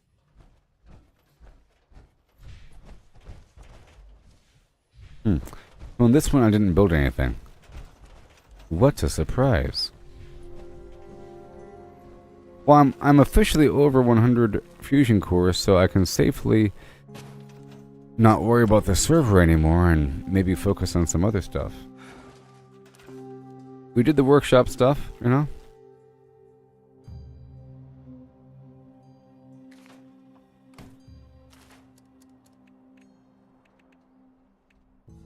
I want to get rid of this blueprint. Camp tower. Goodbye.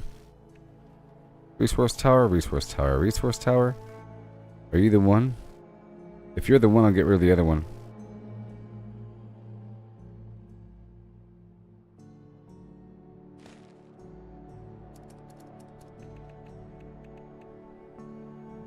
This distinguished guest public event is cool when there's 1 million people there. Otherwise, it sucks. Or I should say it's frustrating. Because you have to look around for these broken robots. The hard part. And then for a bunch of plates and whatnot. And some baskets. That's not as rough, but it seems like it's really hard to find these robots. Perhaps if you know where they are, to begin with, it helps. It seems like there's many activities across this game. You have to already know what to do. And it really helps, like knowing where to go, what to do, what order of activities, and where to find the pipe, the control panel. It's all part of it. Like even in the Mama Dolce's thing, it does mark it. Sometimes these things aren't marked. It'll say repair the circuit panel. You're like, what? Especially if you don't know to like sort through all of your little icons, and there's 1 million icons. It's right around the corner, but you might not even see that corner if you have 1 million dots. Maybe.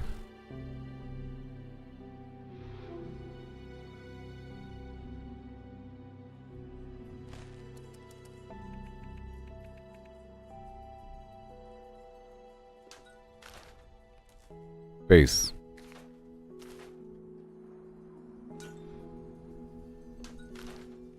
Final Frontier.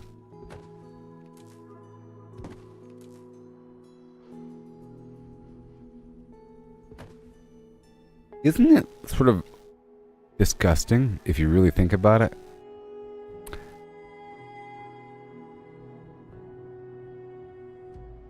You have all this dirt here, which is basically decomposed plant matter. Compressed. Along with other life forms. And whatever. Mixed with sand from the rock. And the rock is also a bunch of compressed dead plant matter. For the most part. Some rock is a bunch of bones. Limestone. You know? The horror of limestone. And marble is limestone, which is just like a coral reef. Bunch of bones. Bunch of bones. Bunch of bones.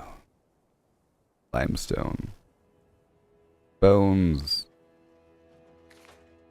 Bones. Horrible. And then that turns to dust and mixes with all the plants that are growing in and around it. You know? And that turns into dust and gets mixed with water and turns to mud. And that gets compressed. Turns into more rock. Here you have all this stuff just laying on top of the bare rock. You know?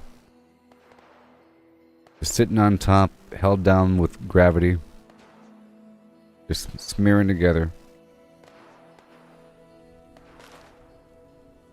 I tell you, this dimension is crazy.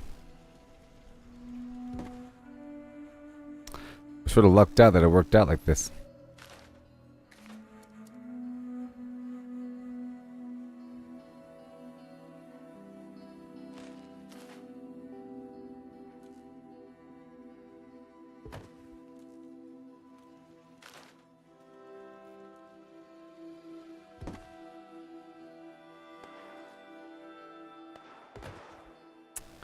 So Starfield.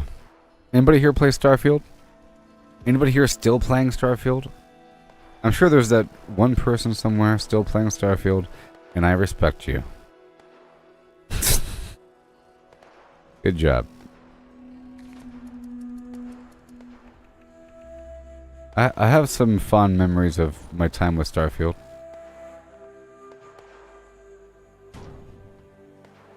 Part-time.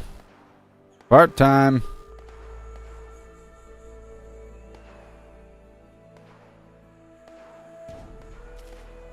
Aurora. Your son makes you? Good.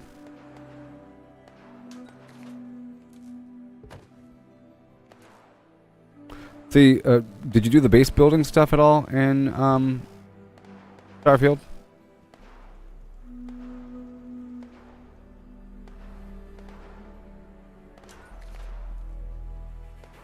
You know?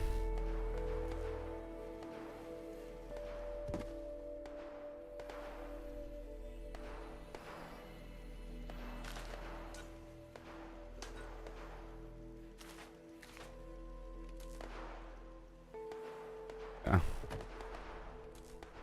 It's similar. It has its pros and cons related to Fallout 76 base building. You can send stuff between your bases with these transport vessels, which is an interesting mechanic to get that system up and running when it does work, you know? It's really about setting up that system and then reaping the reward. But then, part of the reason why I stopped is because... Wait a minute. Part of the reason why I stopped is because I felt like if I had too much stuff, I had too many bases especially, once I hit a certain threshold, the whole game became very clinky and terrible, and like there's a frame rate issue. It's just, even if I'm nowhere near the stuff, there's like issues with the whole universe starts to break down and so forth. But I heard that there's been a bunch of updates since that point. Not that I plan on streaming it, because I'm streaming this now.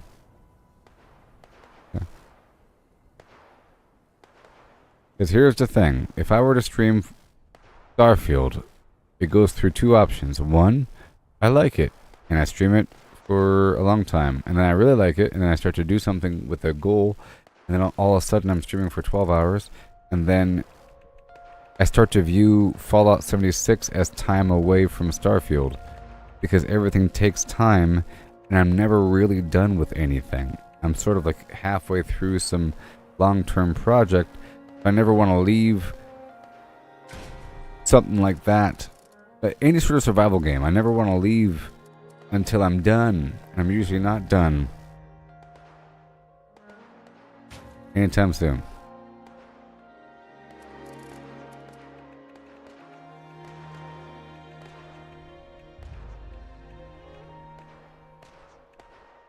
I'm usually not done at all. You know?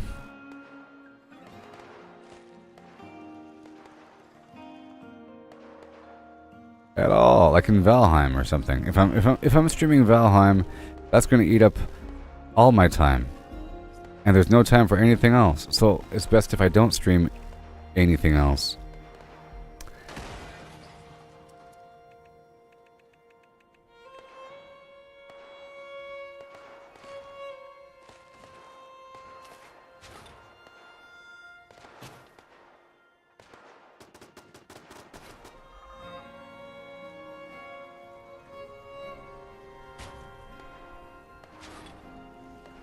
And for a game like Fallout 76, if I don't play it, the longer I am not playing Fallout 76, the harder it is for me to start it. It becomes almost a hurdle for me to begin again, especially if more and more time has passed, and more time has passed.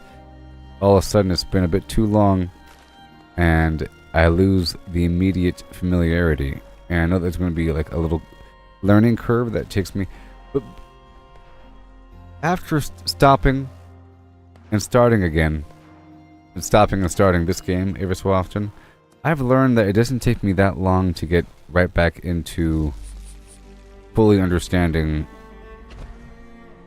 everything. And remembering things, like the recipes and farming routes and hotkeys. I always am fearful that I'm going to forget everything, but it doesn't take very long. I think it's because I spent so much time in the past for a long sequence of time doing nothing but this. I can leave for a bit and come back and have it not be completely foreign.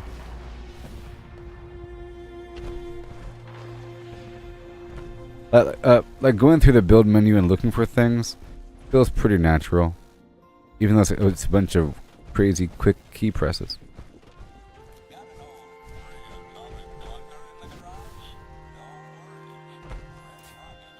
You know, I heard somebody say something about something, saying it just takes 10,000 hours of doing something for mastery. It doesn't even matter how you do it.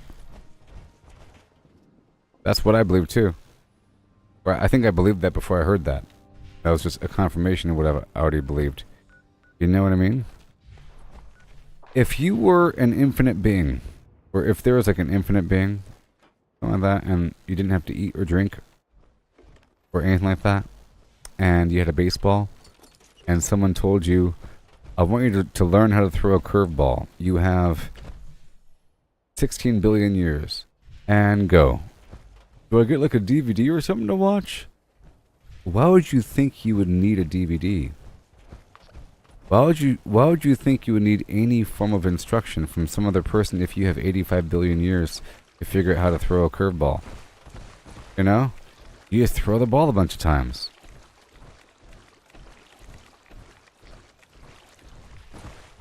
Throw this ball. A lot. You have a magic gift. Every time you throw the ball will return to your hand. After a 1 second delay. Now throw this ball forever. This is your job. Guy that rolls the rock up the hill all day long. This is your job now. Throw the ball. Doesn't matter how you do it. Just keep doing it. In fact, get creative with it. And, you know, sometimes the ball doesn't even leave his fingertips. One time he broke his finger trying to throw the ball. Getting too creative with it. For 3 centuries, he was really bad at it. You know?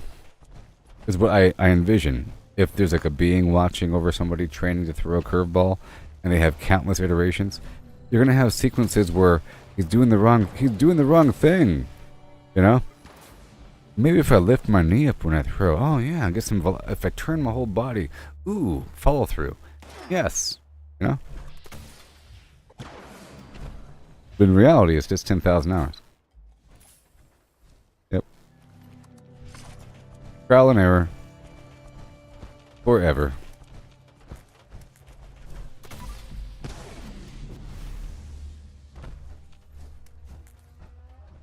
Even if you get a person that's like 4 feet tall, a grown adult, 4 feet tall, you give him a basketball that is twice as heavy. You say, I want to see you make 10 3-pointers in a row. You have 85 billion years. Figure it out. They start like, running around with the ball, like trying to rotate it, get it to speed. This ball's heavy. It sucks. I'll figure it out. Ugh.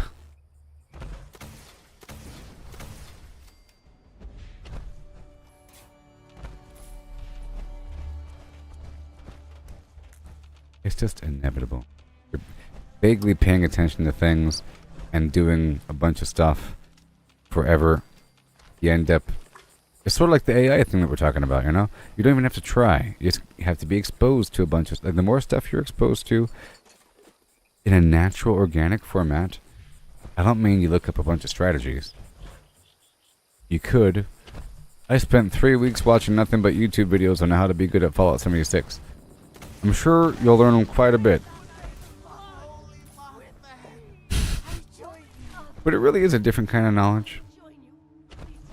It's like you know what to do, but not why. And you have to build up the why afterwards. Versus knowing a whole lot of why, but not what it's really for. Knowing that if I keep on doing these why things, eventually it'll maybe connect to one of several possible end states that might be good. Versus already knowing all the end states. Like, I know all the end states and all the possible best combinations of all the best possible gear because I looked at this almanac. And now I know that the best combinations. Ugh. But if you look at everything and try to appreciate everything as it comes and try to make the most of things, I guess. Even if you do something for a while. Fine. That's what I'm saying. Even if... For these 3 centuries, you're doing it the wrong way. I mean, you know, like right now, I'm using this weapon for a certain amount of time. I'm going to be shifting over to something else. It's all dynamic and everything. And but my overall mood. Hey there, Chris. Yeah.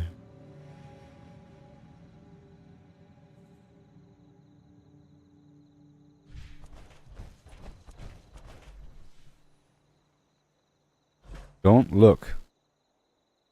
See, somebody else will make a big deal about this. Oh my gosh. Bethesda. Look at these walls. I gotta take a picture of this. Oh my gosh. Oh, this game is just trash. There's no walls. Oh, this game. I know this stuff sort of happens. What? Invisible wall syndrome? This happens. Be careful searching for those artifacts. Hope won't stand by while you take them. Lumberjack Protectron. Normal. Ah, you've returned. And you have the artifacts in tow. Oh, wow. I have your stuff.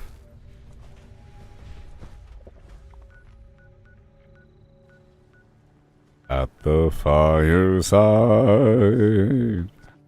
we sing and dance our spirits free.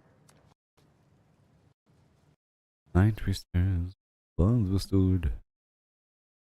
Game just crashed on little me. Hence the invisible wall situation, huh? Hence the invisible stalker ritual version 1.0 now available. Like trash. You're not a fan of the Stalker series?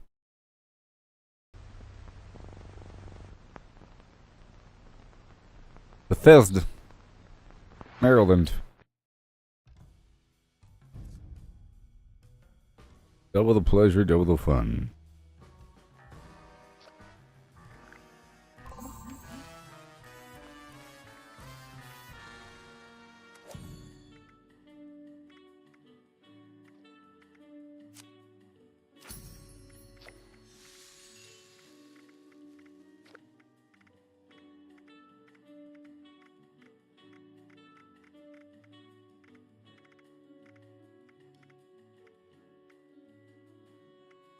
Was it a flag?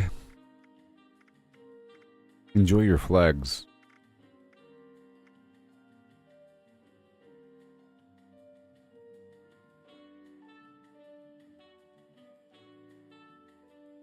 I have a plank partition?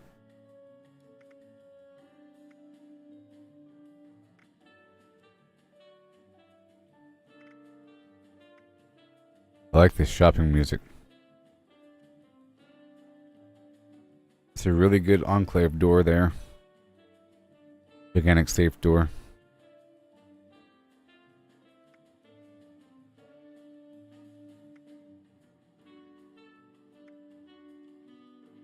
Yeah, this doorbell makes music.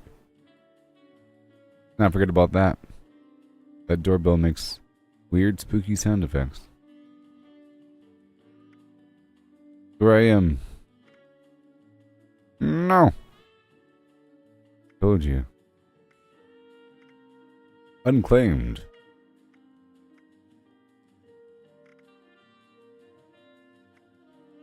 Plushy.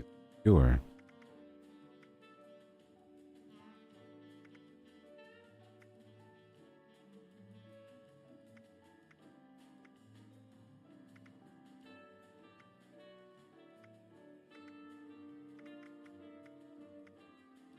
My diplomas.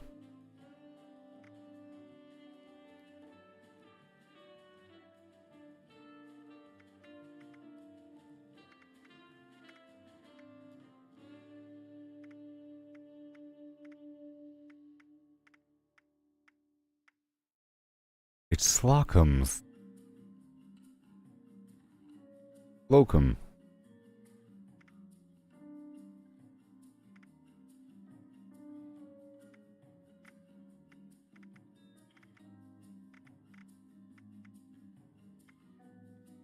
Slocum's Joe.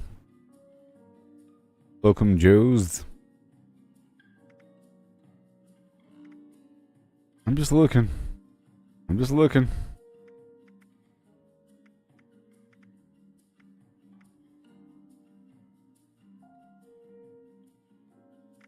Oh yeah, that wagon.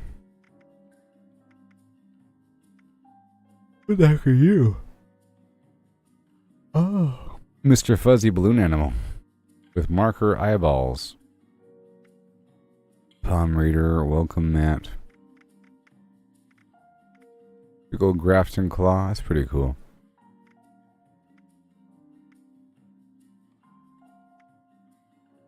A toaster.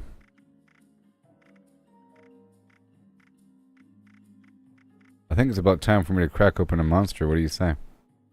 I think it is. Ooh-wee. Hope you all had a great day today.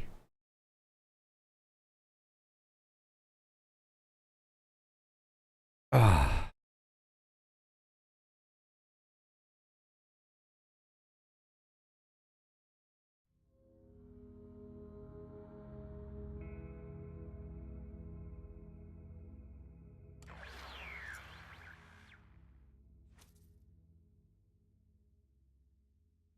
Oh yeah. Monster Energy. Are you still doing Diablo? Isn't there like some new update? Hey there, Leaf.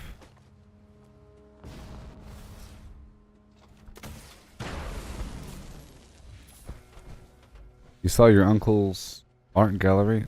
What kind of art?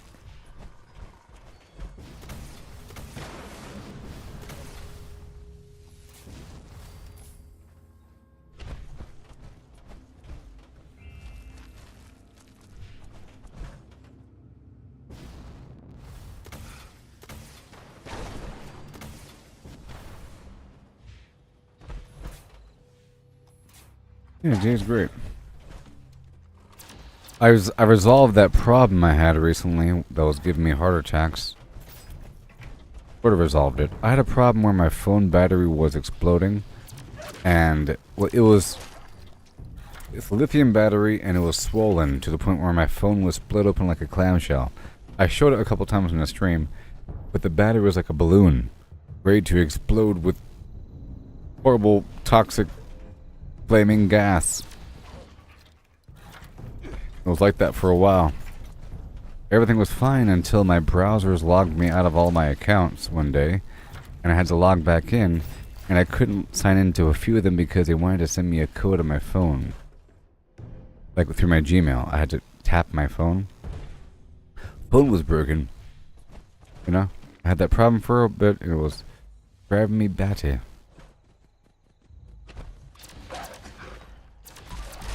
Wait, is this a different server? Is this a different server? I think it is.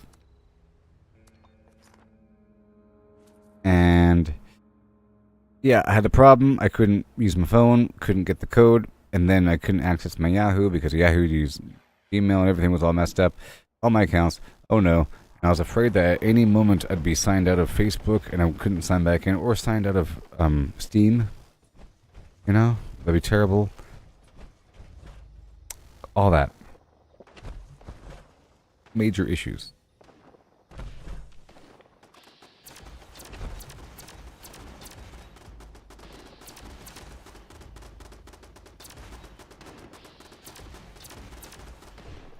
Is what happened recently.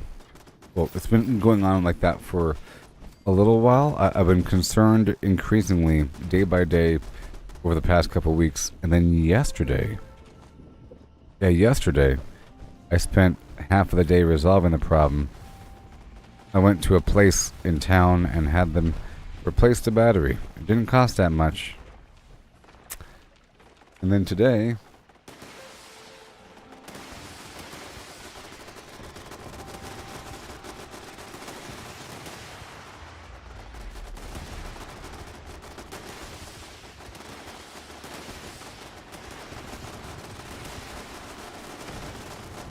Today I got new cable.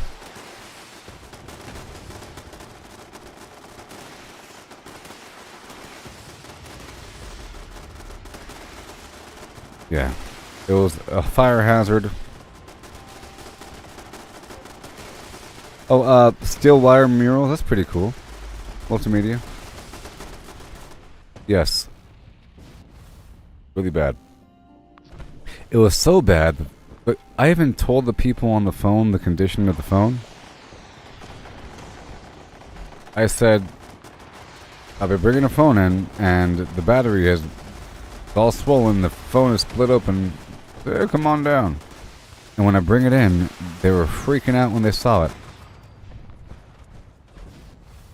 They said, oh my gosh. The problem. Oh my gosh, that thing's about to explode into a fireball, shooting out white hot gases in your eyeballs. Put that thing in a metal can ASAP.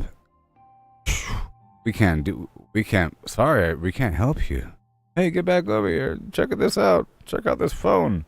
Oh my gosh, I gotta take a picture of that. They took a picture of it, and they said, go to this other place across town. They'll help you. And I'm thinking, why can't you help me? They took a picture of it and they sent me away. I went to the other spot and they're like, oh yeah, sure. They didn't even mention it. Said, oh, wow. They didn't even mention the problem. No problem. Come back in like an hour. They came back in an hour. It was good to go. Yeah. And it was only $60. You know what I mean? Sometimes replacing parts on old electronics can be more expensive than just getting a new thing, you know? But that's like the part and labor together, so it's not that bad at all.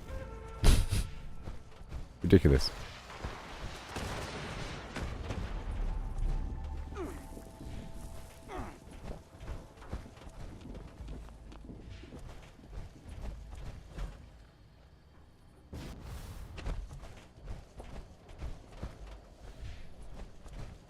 Yeah, my phone was split open like this, with the battery about that thick, but normally it's about that thick.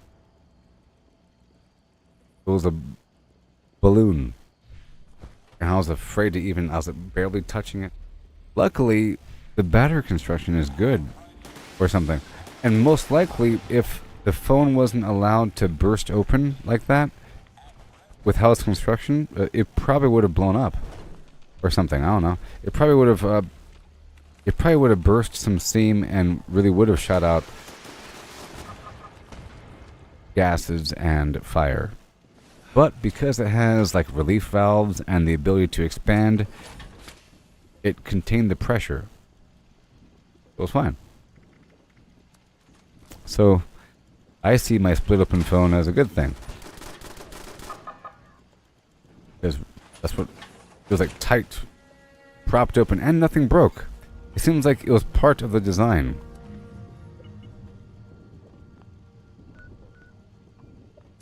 It was part of the design. For example, you have like the phone, the screen face in the back of the phone, the battery in the middle, and some circuitry, right? And you have wires and so forth connecting the front of the screen to the back. Well, they're all accordion styled. They're accordion, so that when it was split open, none of the wires were pulled. Everything was just fine. It was just all stretched out with this accordion. Nothing was messed up, even though the whole thing was split apart from the inside out. Because they planned it, you know? I feel like they knew it's a possibility. Sometimes the battery could expand due to garbage. It's almost like crumple zones in a car. It was designed to fail.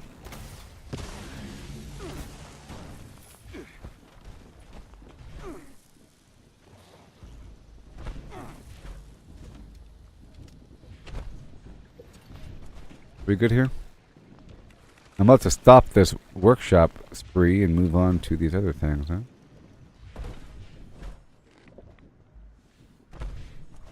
Yeah, the LCD was just fine.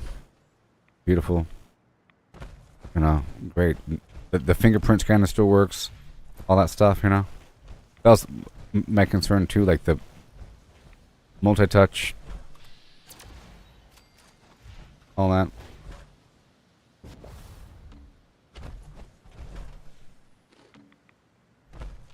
I have other old phones that are destroyed because I dropped them or something.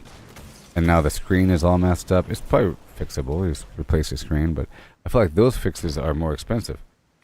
You would think replacing the battery would be expensive because the weird iPhone battery, so it's completely proprietary and weird. I thought I had to. I thought I had to go back.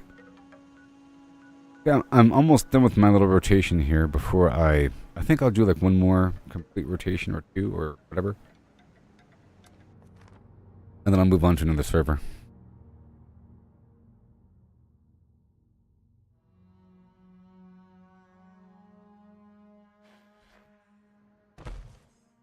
But you were asking how I was, and that's how I am. It was full of stress, and now that big situation is no longer there.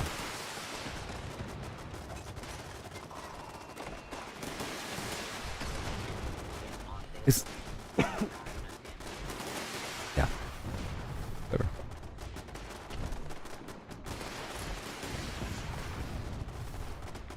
Workshops. This is a really nice workshop location. It's very large. Lots of room for activities. All this money.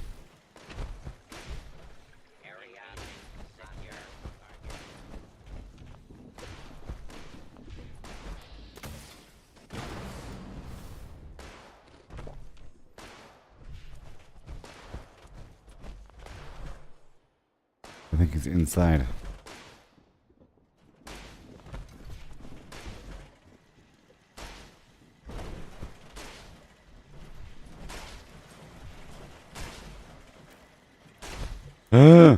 It's so funny how they spawn on the inside.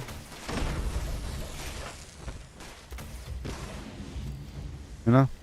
They've done that quite a bit. Where they spawn inside my building. It's happened a lot with this blueprint here.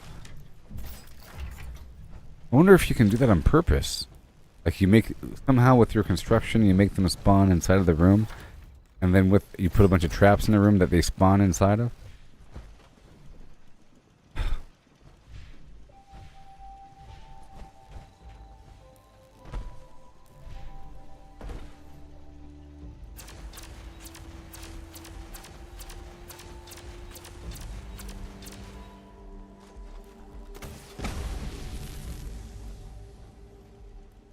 I gotta make a nuka grenade. I gotta make a nuka grenade.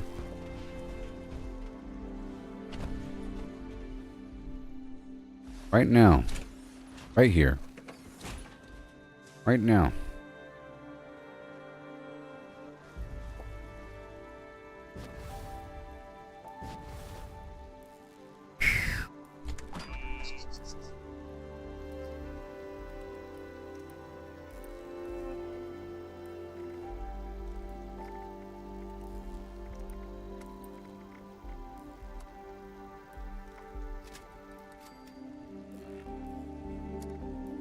I don't care about Super Duper right now.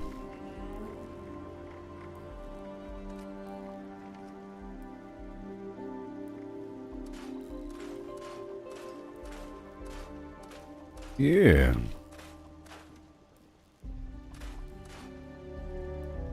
Alright, alright, alright, alright, alright. Watch out. That worked. Some grenades go through walls.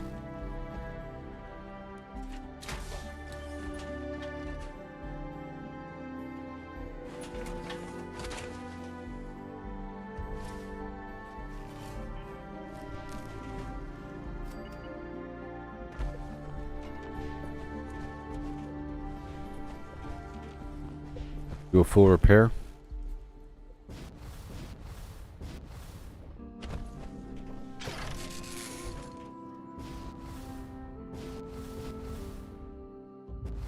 Whatever.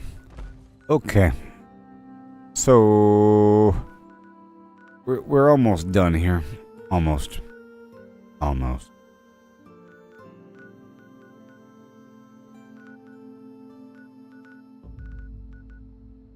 Let's activate my main camp again.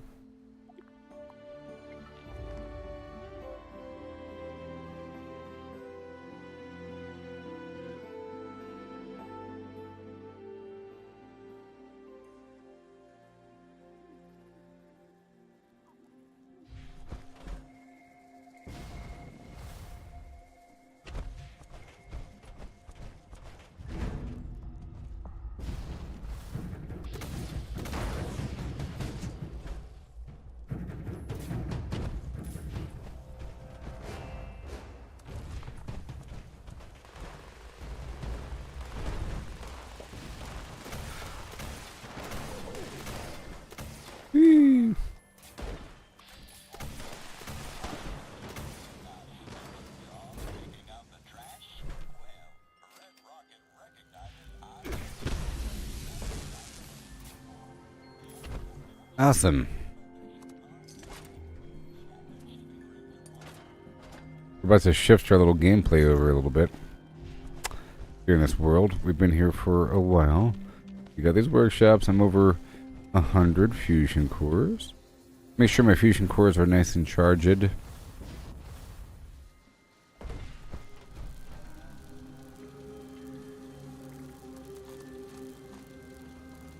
I'll plop out these two. Oh yeah.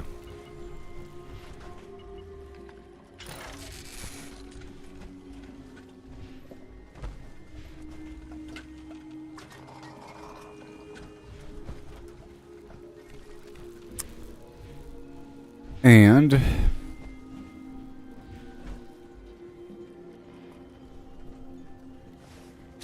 there's like a lot we have to do here. World. Okay. There's so much, but I'm gonna go grab myself a Monster energy drink. Kiwi strawberry. What do you say? What do you say?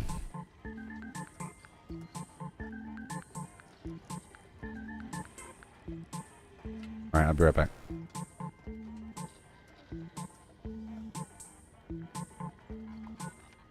Somebody requested the music last time, so I'll play the music this time. This is actually effects and not music. Here you go. Have fun with the music. You know what time it is? Red Rocket. Yeah. In broken lands, through shattered towns I roam for yields. Supplies in hand, from junk we stand. Now gear up bold, the truth revealed. Looting from the super mutants, a hardened face confronts. Caps and guns, the spoils we hunt.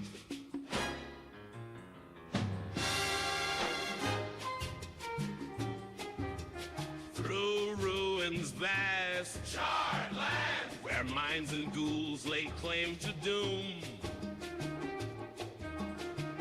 With stealth at hand beneath the sands, vault dwellers rise from ash and gloom. Scouring round the ash heap, dodging fire with each leap. Mining suits and glowing loot, our bags replete. I know in the forest I search the woods where secrets hide. Amongst the wreck, our hope survival kit. Scrap metal shines like stars collide. Dodging scorched with every move, a sniper's steady tune. Junkyard treasures, wasteland spoils beneath the moon.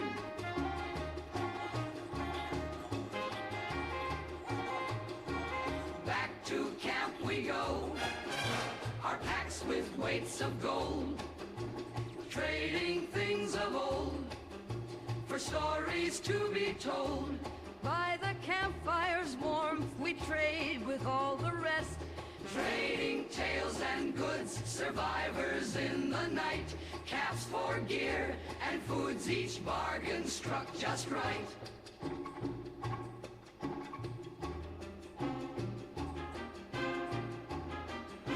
By the fireside, we sing and laugh, our spirits free. The night secures, our bonds restore, as stars above our weary plea. Tomorrow waits, Wasteland's call, with tasks anew, the sun will rise.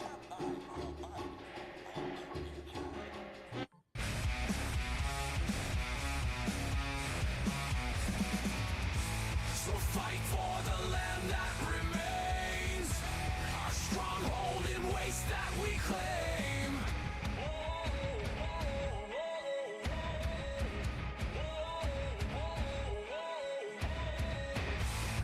Claiming the ash heap and bog, our shelter in Flatwood's fog.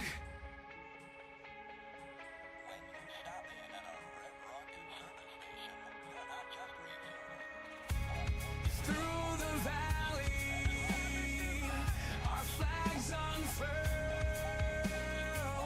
We stand our ground, this reclaimed world.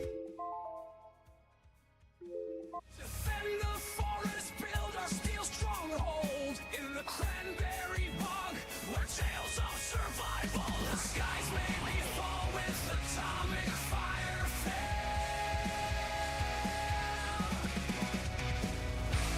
Claiming Grafton and fixing up Poseidon, we raise our walls, our foes we're defying. With every workshop, we are multiplying our might in the wasteland. Never dying. Gather the junkyard Oh no. with the watchful eye. Let's go. Thunder Mountain, its power we can't deny. In the mire's depths where the shadows creep, brotherhood, our pact will keep. Their trains. Rattling loud through the ash to the skies we vow. We'll hammer steel in the power plants. Claim Mononga out of mutant. I want a new song. What do you say? I want a song about the Battle of Mount Blair. Y'all know about that? Y'all know about that Battle of Mount Blair?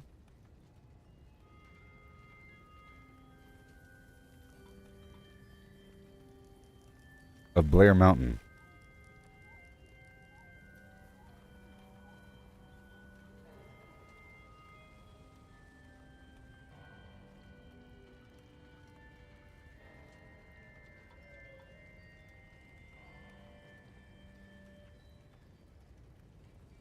Oh. Kind of curious. I'm kind of curious. I like to test out this AI system every so often. Alright, so we're about to knock out a few dailies. Maybe some daily ops, huh? I have Jaime here with me. I know he wants to do the good stuff. He wants to rock and roll with the good stuff, huh? Let's eat a collection of different foods for a moment. I think tomorrow I'll be doing the Berryman task run. Yeah. You got a Maserati ad, Chris? Haven't made a video of my rig? No. Yeah.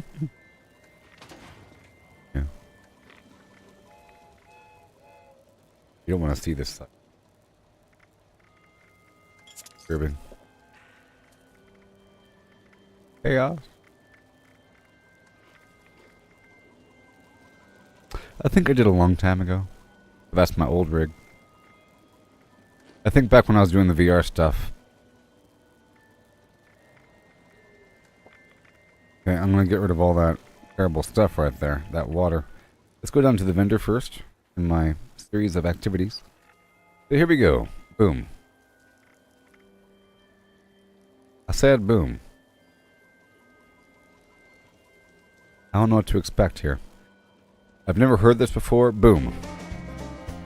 In 1921, the guns rang high. Labor's heart was torn beneath that sky. Miners' arms lined up in ranks so bold for the rights they claimed in the West Virginia Code. Battling for fair pay, the struggle's tale. Though the mountain air turned smoky pale. Call cabby. That was okay. You know what I mean? Kind of curious to see what it will do. Because I want to know if this song creating AI knows about the world. And it does. It didn't just learn songs, it learned about reality. That's how I can ask for it to create a song about Fallout 76 and it knows details.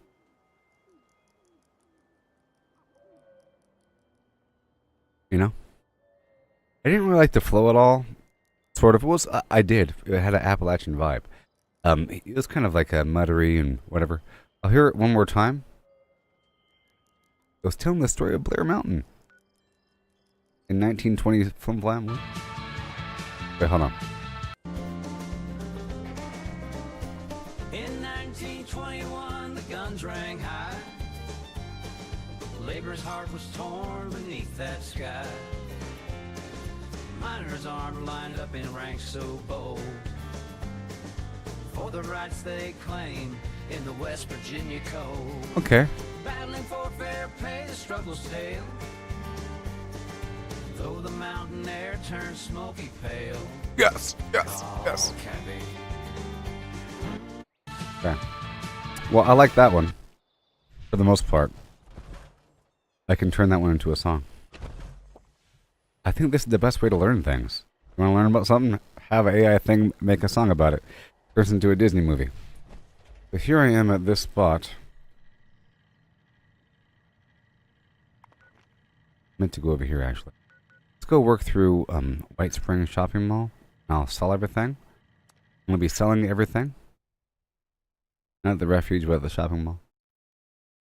You're not a car guy, but you're getting car ads. Well, and it's Maserati. Well, that could be a good sign. Because yesterday I was introduced into some bonus program for Facebook, where I get bonuses based upon the number of interactions on my page.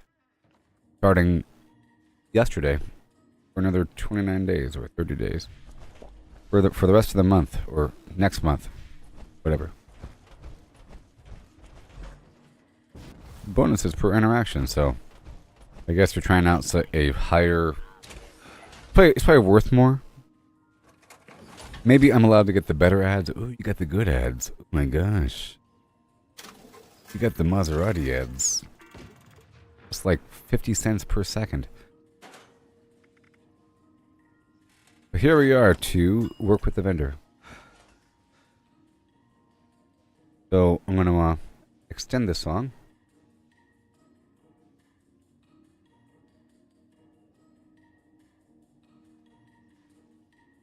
Because I kind of liked it.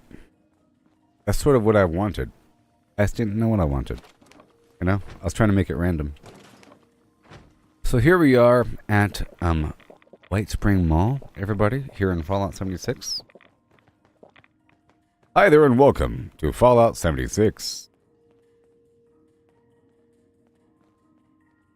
Please peruse their wares and spend your money. Not her, but him. In the back. Someone should be with you eventually. Welcome to the Free States vendor.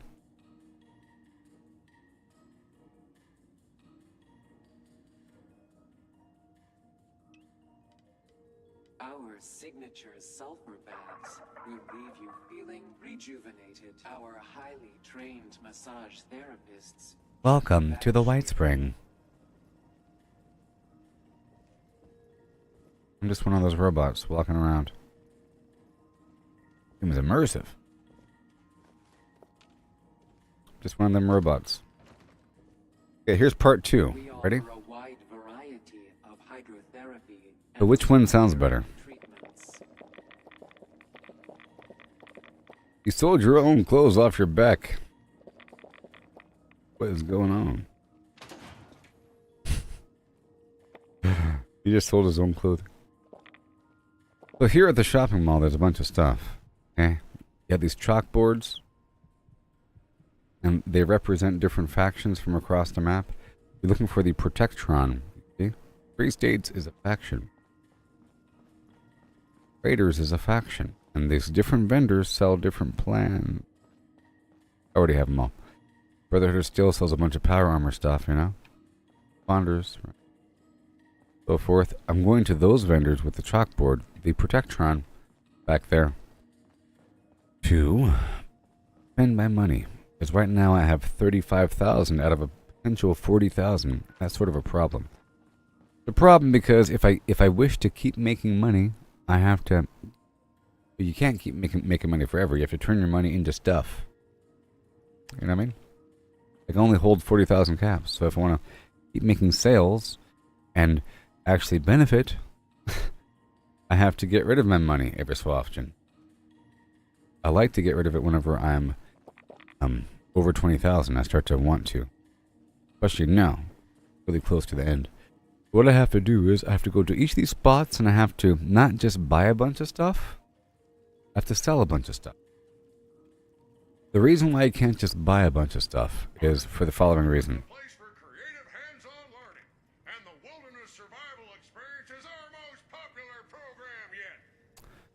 Sadly, my entire camera construction that might have to move. There we go. I moved it like an inch. Now you can see how much money the vendor has. The vendor caps off normally at 1,400 caps. So if you buy too much stuff from the vendor, like this.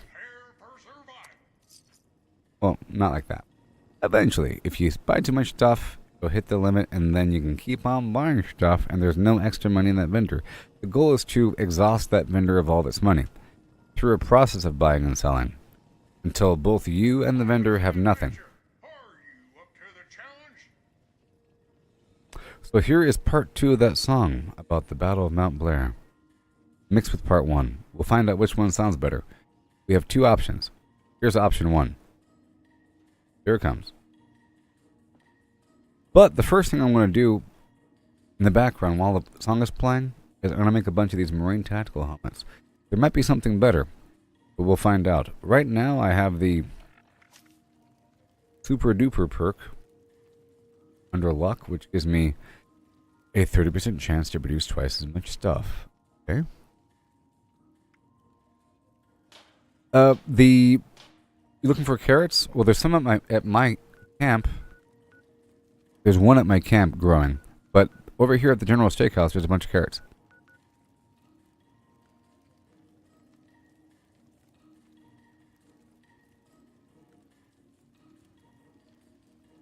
There's a big. Yeah. So I have to craft a bunch of stuff, and I don't have to. Gotta have something to sell. Right now I have a bunch of extra dirty water, a bunch of extra chems and so forth, and purified water, but that's really not enough to churn through each of these vendors. I have to go through each vendor and buy up eventually all of their junk and sell them as much as possible to keep the ball rolling, to avoid the vendor from hitting 1,400 caps. So I haven't reviewed it recently, but I've been making these helmets. You see, it says it's worth 125. Really worth 31. So as long as something, let's look and see what else is worth that much money. The Marine Tactical helmet is worth 125. You see? What else? Everything, all these other items are nothing. This is armor, you know. Headwear. No value. See, no value, no value. There might be something new. I unlock new plans all the time. Sometimes it's like iffy why something is worth anything. Like right here, 15. Ah, the treasure hunter outfit. There it is. You see? This is worth 114 and it costs 1 oil and 3 cloth. And it's close to the other one. The 3 cloth, 1 oil, about 30 caps or so. Right over here, We have the Marine Tactical Helmet. This is 1 glass, 1 plastic, and 3 rubber. No oil, and I have a whole lot of everything. I have 89,000 plastic, 24,000 rubber, or almost 25, and 60,000 glass, so not a problem. And you see me picking up glass all the time, like bottles and everything. It might seem like it's a waste to have a bunch of glass. Just know that I'm consciously thinking about this helmet. Same thing whenever I pick up basketballs. Rubber. Okay, well let's just look at these other items that might be sellable while we listen to part 2.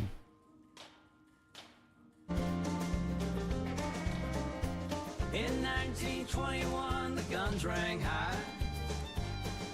Labor's heart was torn beneath that sky. Miners' arms lined up in ranks so bold for the rights they claimed in the West Virginia Code. Battling for fair pay, the struggle's tale. Though the mountain air turned smoky pale. In the ash heap. 114. Ooh. 5 long days, the fight ensued. Brothers fell where the bullets flew. Banners raised on Blair's rugged slopes. Echoed cries against the tyranny they opposed. Power versus need, the lines were drawn. On one side the miners, the other greed spawn.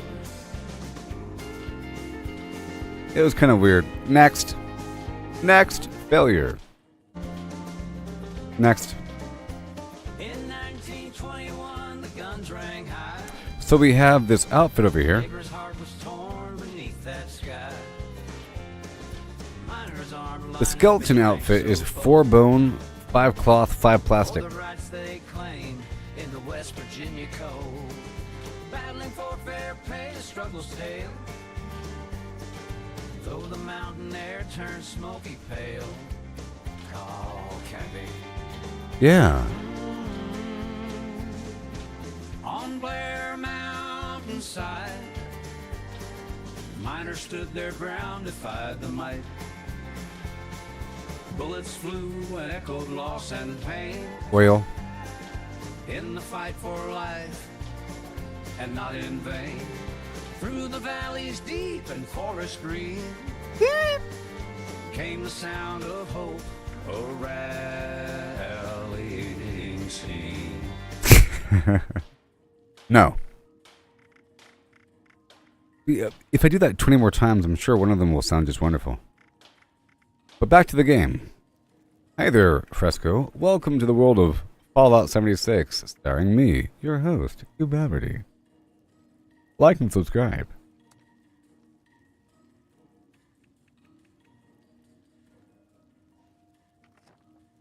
What I'm doing right now is I'm about to go through these vendors. I'm trying to find what is the best thing to craft based upon my plans here. And I think it might be this helmet. I was just verifying. This Marine Tactical Helmet I can sell, and I make about 120 of them.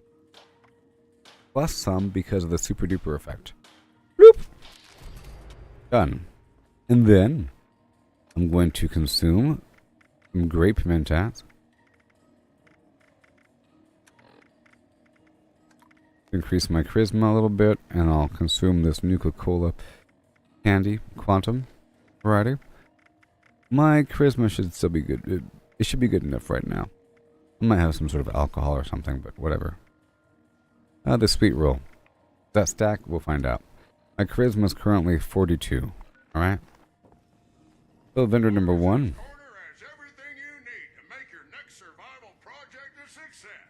Want your money. I'm going to do the clothing at the very end, okay? I'm going to sell everything else first. For selling everything else, get myself nice and pimpy, as they say. Not that. I want to sell all the meat I'm not currently consuming.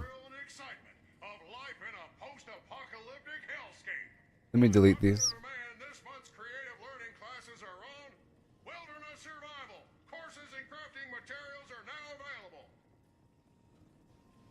I'm going to be refining a song in the background.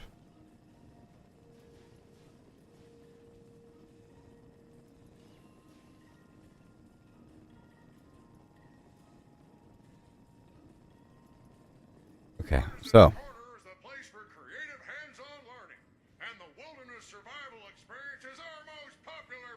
here we go. I'm selling a bunch of stuff I'm not using. Brain fungus, not in my current build. This bubblegum is plain bubblegum. Goodbye. I have a bunch of good stuff. This company tea is all going to spoil. I think right here I should make sure I do have Gooba salt. I do. So the food doesn't spoil. And let's hurry up. Does these cranberries want the radioactive food? I'll be transferring it over in the future. Firecracker berry, not today. Rads exist. Glowing fungus, don't want ya. This glowing meat, I don't need any of it because I'm currently not doing as much melee, and I can get more every 3 seconds. Done. And honeycomb is gone. The long roll. Not you. Mutant hound meat, not right now. Not you. The mute fruit. The mutt chops. Keep you for my little endurance pile. I'll keep you. Just that beer. I'll get rid of the other beer. Okay. And all the Nuka-Cola. I'm keeping this dog. I'll eat ya. Radioactive. Radioactive. No pumpkins for me. All this purified water. 100 or so. Yep. Boom. I'll re-roll these parts. Rat meat. And plain razor grain. Elderberry steak. All this raw fog crawler meat. Okay. And good flour. Non-radioactive sugar bombs.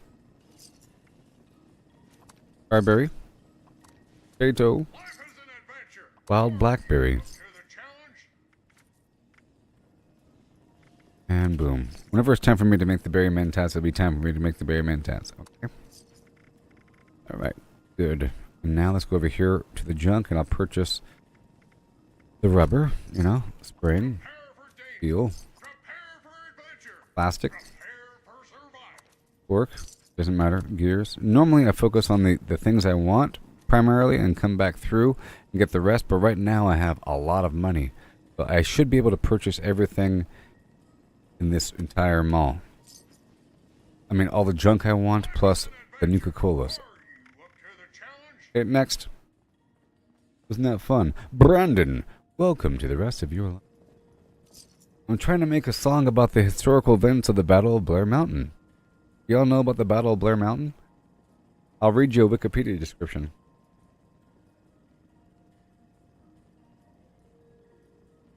The Battle of Blair Mountain was the largest labor uprising in the United States history. The largest armed uprising since the American Civil War. In Logan County, West Virginia. Part of the Coal Wars. How come there hasn't been a movie about this yet? Is it just Fallout 76? There probably was a movie, you know? There probably is a movie about it. Probably even a popular one that I've seen before. That was about Blair Mountain? No? Missed opportunity. Anyways, we're still going through selling some stuff. I just finished selling all the food.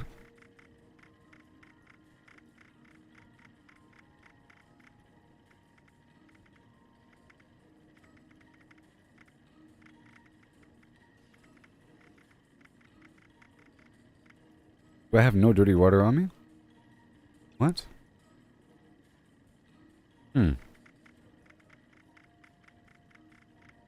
Guess the vendor doesn't want dirty water. Vendor said, I don't want your dirty. Out of here. What the heck are you doing with that dirty water? No. Alright. I'm trying to make a song about that. So here's another one. Boom. I said boom.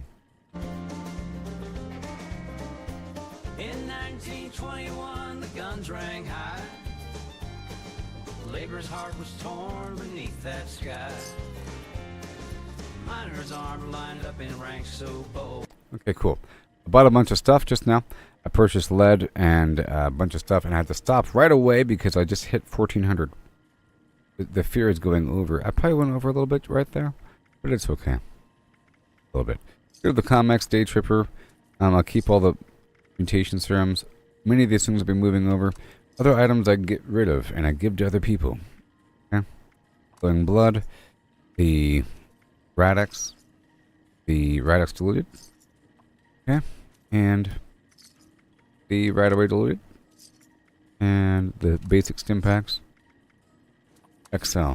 And now what are we at? We're at that food and drink. Let's go for the water. Purified. I got that. Everything's fine. I think we've gotten everything.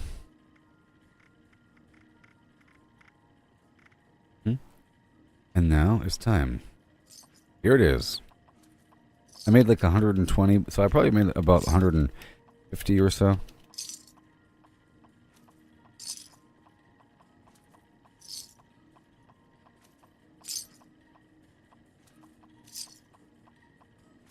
Okay, so now the vendor has no money. I can safely purchase a big mountain of stuff.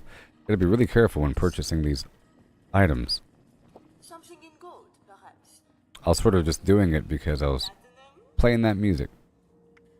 Okay, now I will purchase more junk until it gets a bit closer. Right over here. I've already went through the rest of my inventory, so it's going to be nice and clean and easy. The hard part's done. Wait, stop it. Stop it. Stop. I got too close.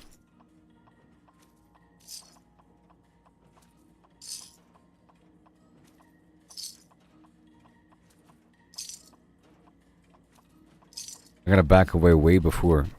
I think I back away at 1,000. I don't want to go over. Not like it matters. It does matter. Tremendously. I'll check for... Oop. I'll buy those spices. And I'll buy nothing. Next. Normally I would check these trash cans too. Because I'm using can do right now. Okay, so I'll let this guy get up to about 1,000. Stop. And we go. More helmets.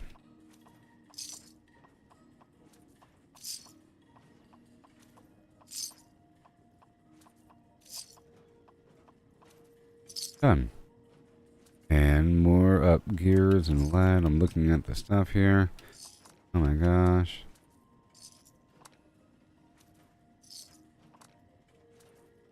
Okay, again. Bring it back down.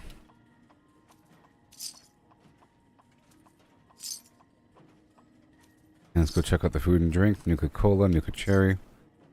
And that's it. Next.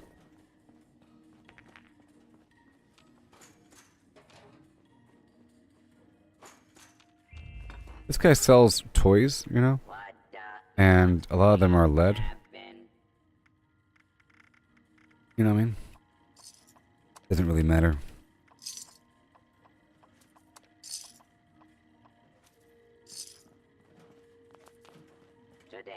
These hangers here are made of steel. Please take appropriate precautions. Right there. Done. For the rights they claim in the West Virginia Code, battling for fair pay, the struggle's tale. Though the mountain air turns smoky pale, call Cabby.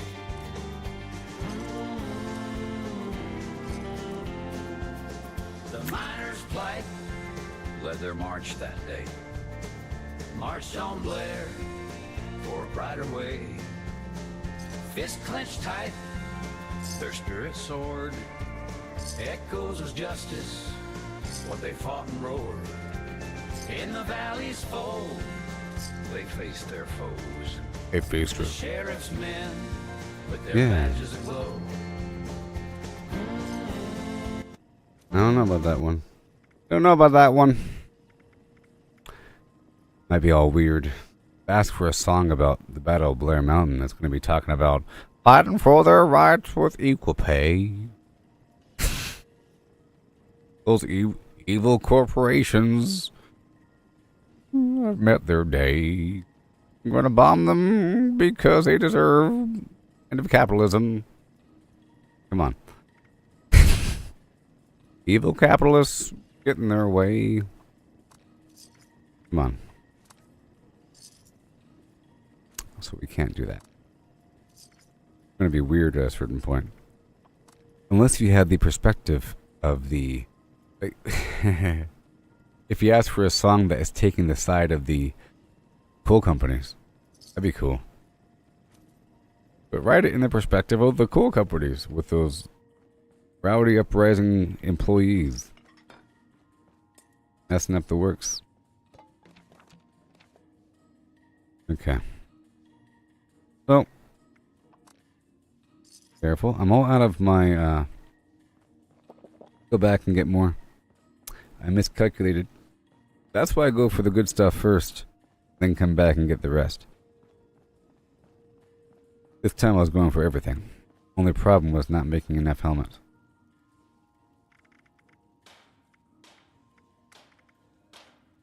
Just a few. Just a few.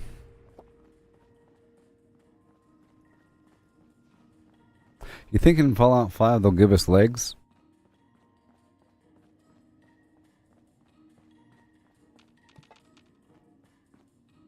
Or is that like a Bethesda thing now? Wouldn't be a Bethesda game if you could look down and see your buddy.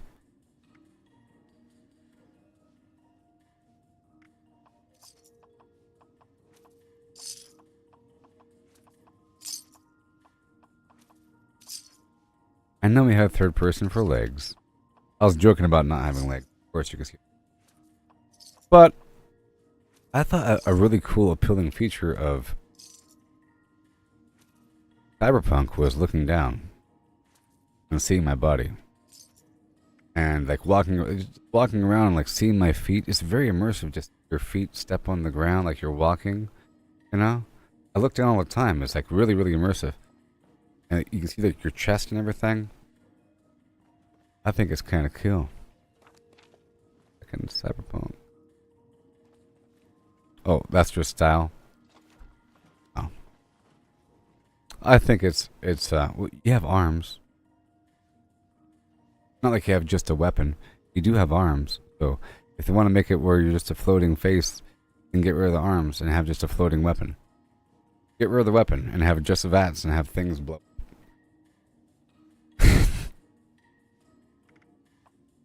Okay, this is almost done. We're almost done.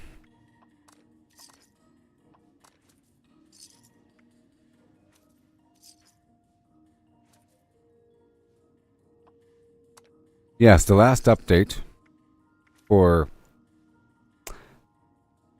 Cyberpunk I did play. And you have date night. Or you can invite Pan Am or whatever down to your apartment. That's awesome. Okay, get rid of all these helmets. Yes. It's very exciting, you know? They meet you, you play some stuff, you talk about your day, you know? Such a great relationship. Share some feelings, you sit on the couch and talk about things. You know what I mean? Dance for a second.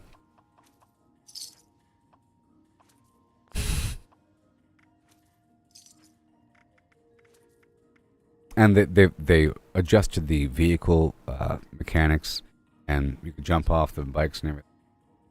Very exciting. Very exciting times. Okay.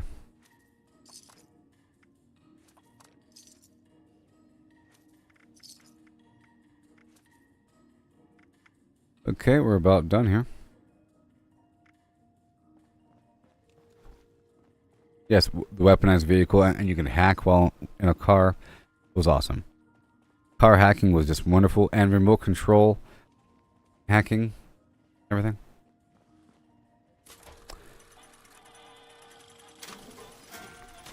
Okay, well that was done. I still have a lot of money.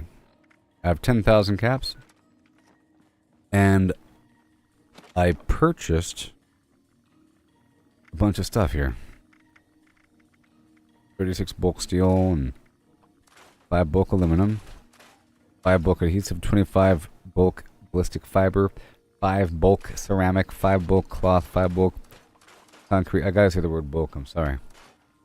15 bulk cork, 10 bulk crystal shards, 5 bulk adhesive and fertilizer,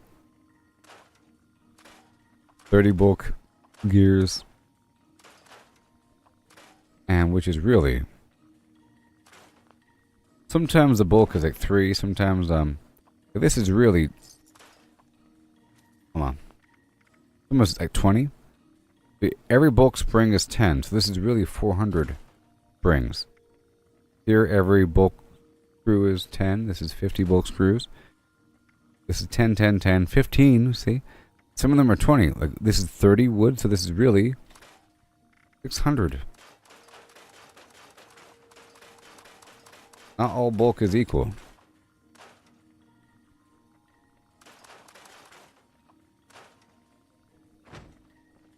Whoa, look at my life. It's crazy. Heavy PA. Are we good now? Are we good now? Why are there baseball bats inside of here? Oh, I'm stupid. Aren't. Okay, let me check out my inventory. Or 3. 1159 over here. Over here.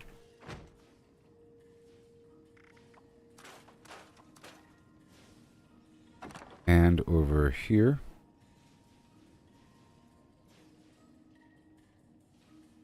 Nothing extra.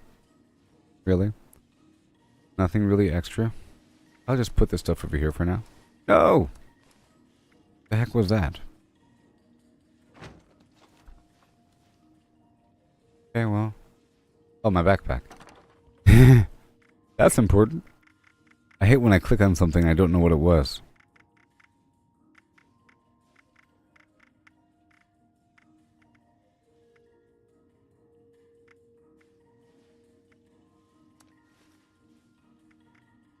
Anyways.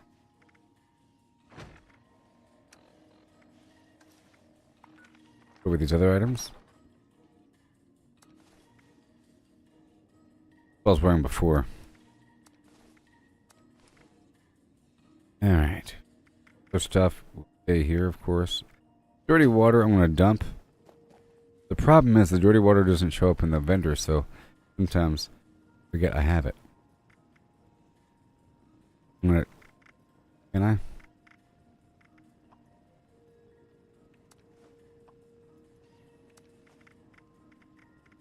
And all this blood water is sort of a problem too. That's good. I get the boiled water from that water boiler. Okay, a bit more. Almost done with this phase of operations. And then I'll do one more rotation of my workshops. Because we're still on that server. And this whole time I haven't even cracked open my reserve. Kiwi strawberry. No juice, tea, or coffee. Or angry tweaks to the energy blend. What? Monster Reserve is straight up original monster in new amazing flavors. Why would it brag about that? That's so funny, don't you think? There's no juice in this can. 100% pure chemicals. Why would they do that? Oh, they say that. Hold on. That is, Monster Reserve is straight up original monster in new amazing flavors. It's the ideal combo of the right ingredients in the right proportion, like that one witch doctor from Fallout. You deliver the big head bad buzz that only Monster can. So they're the drug then.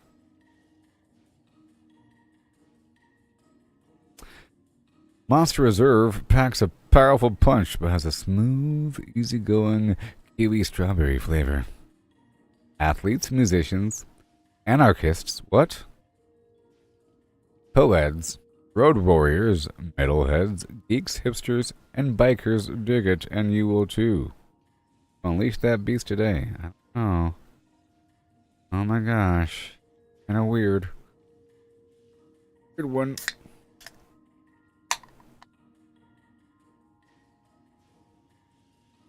Oh.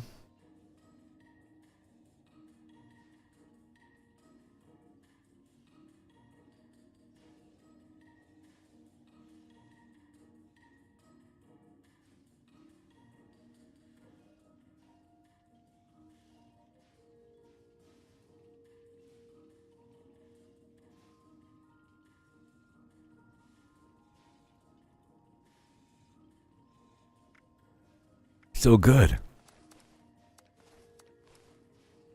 It tastes like a blend of,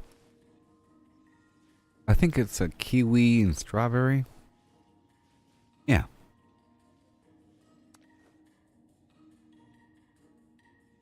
Alright, so I want to see what this outfit looks like.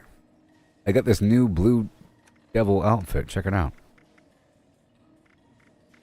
Right over here.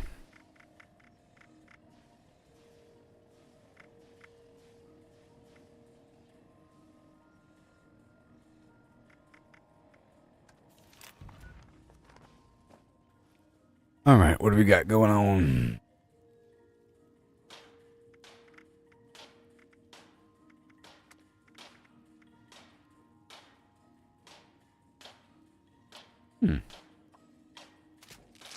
Sometimes I get a whole set of weapons going on just because I like some cosmetic, you know? I'm just kind of curious to see what it looks like. I don't know what it is.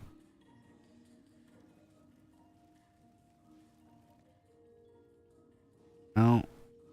Don't like it. I mean, I ignore the head, but it has like a metal plate in the front or some weird carapace or something like that. Furry shoulders. Like you are a Roman. It probably works well with if you have just the right head. Just the right head and backpack. Like some Grognak thing or something. It is sort of regal with this shoulder fur, you know? But I'm more than regal, baby.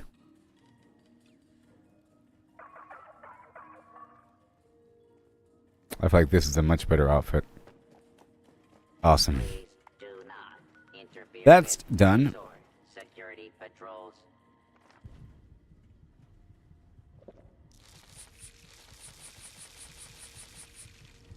Ah. Ooh. Now it's time to get funky. Tap your hands. I wonder how much this is worth. 25. I feel like there's going to be some new outfit that we unlock, or that is already unlockable, like from the stamps, you know? Let's go by the vendor and see what's available. Oh no, the server is shutting down.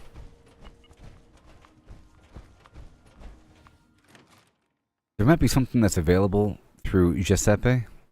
They might be selling something. I feel like the Marine Tactical Helmet can't be the best item to craft. It's been that way for a long time, in my opinion.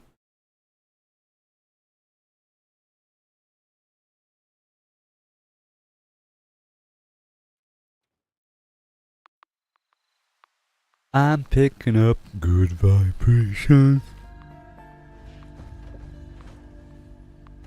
He's giving me excitations.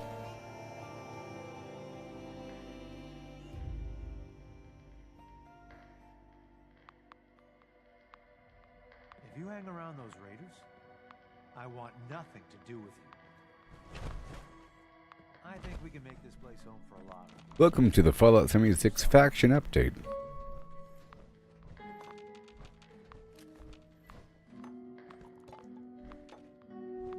Out of my way.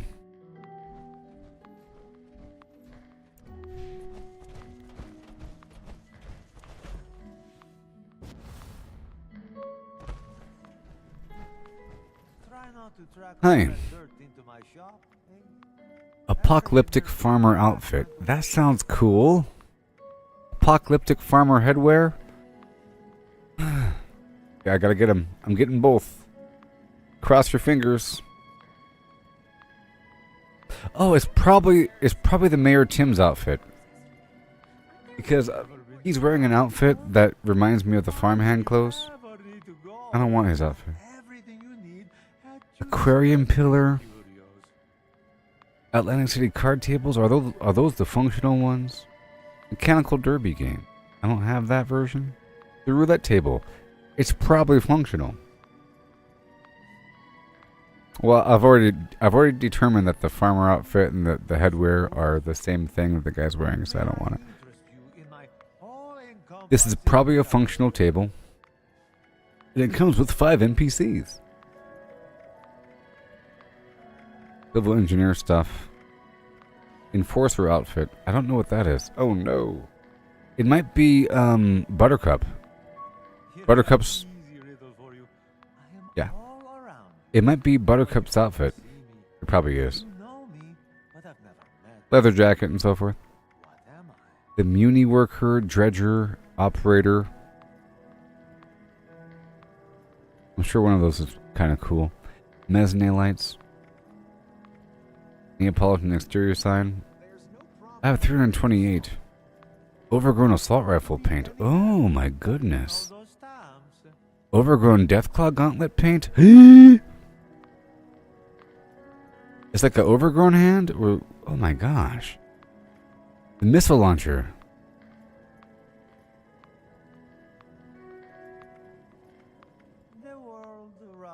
The vehicle. You know, I could probably use that vehicle as a base for a nice blueprint. You know?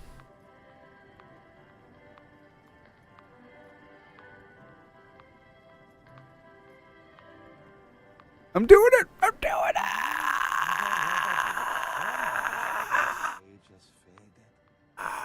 Whoops! No! Whoops!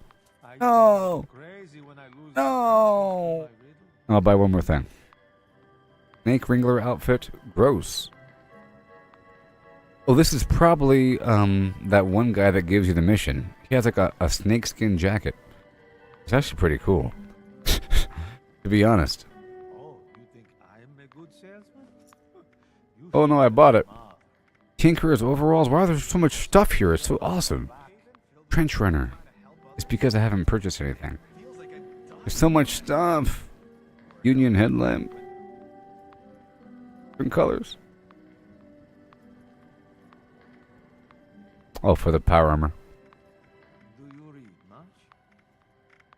I don't know what's special about the Union power armor. This is probably a leather, a snakeskin hat. Now, I want to buy one more thing. I want to buy the, well, the mezzanine lights. I don't know what that is. I like lights, though. Oh, no, it's expensive. And I want to purchase... Perhaps it's nerves.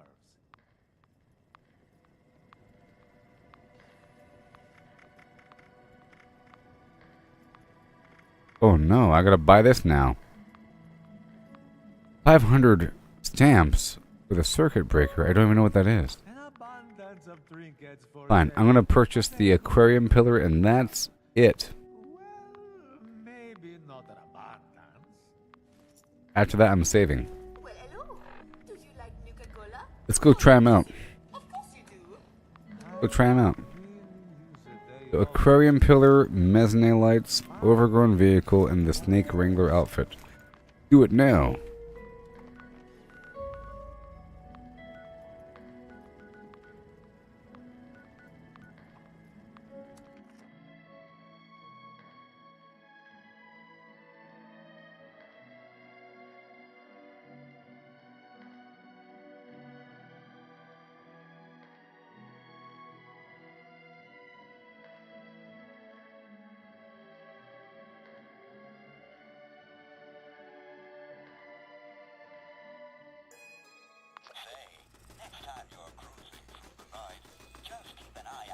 Alright, step 1.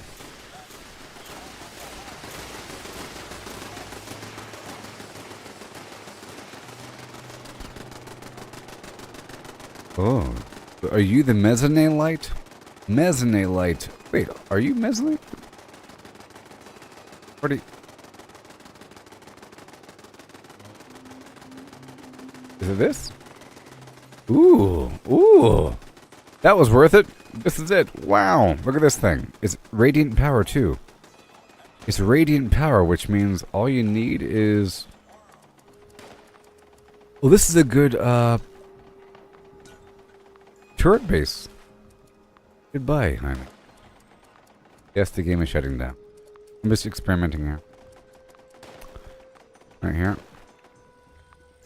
Right here. Right here. Right here. That'd be a good turret base.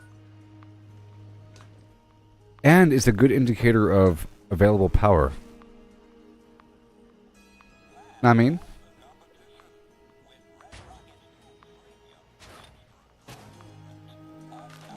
But I've also unlocked this. Check it out. Oh my gosh. It's amazing. This is just what I dreamed it would be. Look, it's fish.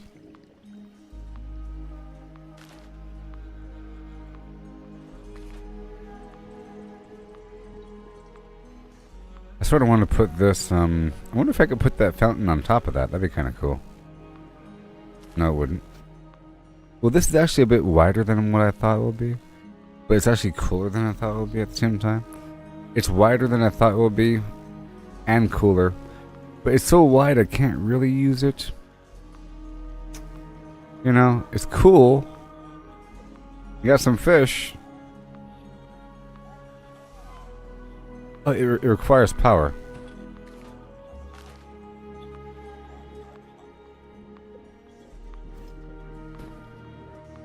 This has power. This has no power. Not much of a difference. I mean, the screens light up at nighttime. Yeah. Yes, you can place a turret, but it's kind of wide. I like this one. It's nice and thin. Like I had this one, thin. And this. Ooh. Ooh.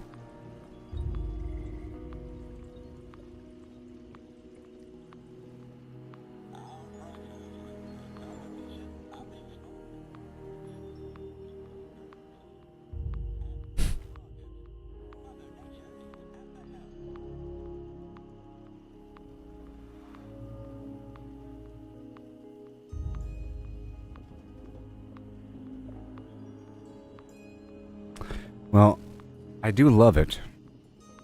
If I use this just right, this is more of a really awesome artistic thing. This is like a really good artistic thing. If I was going to make a base with trees and so forth and rocks, this right here can easily slide into a gap, you know, and really make it feel natural around the edges. It's kind of shaped like a cone. I can really... It has bushes growing at the bottom of it, so it doesn't feel like it's floating. It feels very natural, no matter where I put it. In theory, no matter where I place this thing, it's going to feel like it was born there. Sort of. It's kind of bright. No matter where I place it.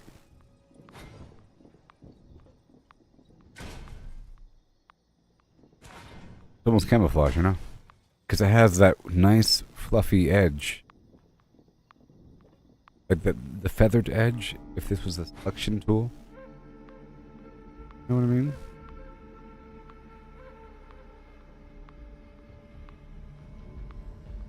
But, however, it is wide and long and fat, but still low to the ground.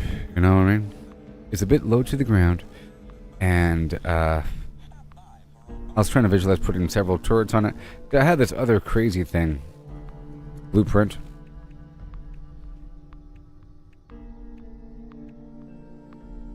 With a bunch of garbage on it, and it's huge. It's only usable in like one spot, like the Billings homestead. You know what I mean? And I don't know what I was visualizing for the car. This concrete truck's pretty large, and I put this on top of it because it requires power to operate, so I gave it its own power. The solar panels.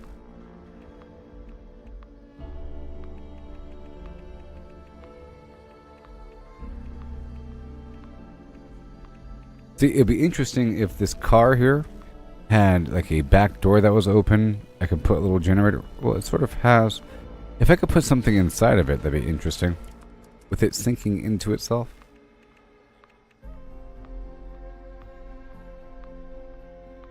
But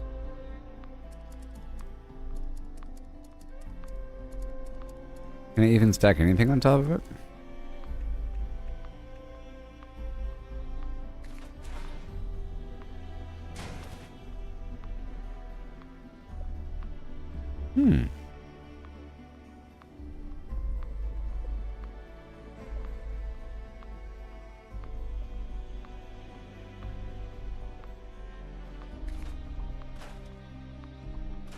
Alright, cool. Now let's go check out this Snake Wrangler outfit. Before the server is over.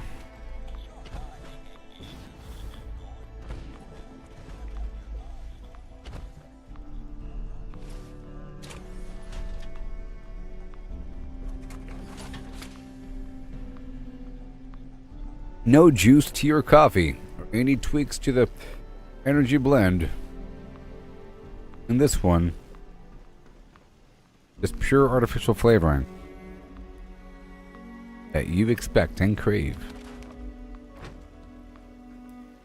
Just bizarre. They would specify these things. You know? You have Monster. And then you have this right here is Monster Reserve Kiwi Strawberry. And it's just saying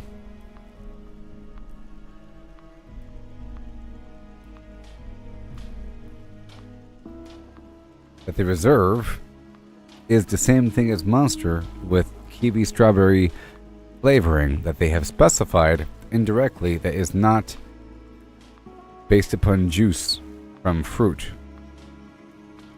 You know? Really weird. So outfits, the Snake Wrangler. I'm assuming it's that weird snake jacket he was wearing. It is. You can claim it's Gulper skin. Something. It's Mirelurk King skin. What's it look like? Let me take off the helmet just for a sec.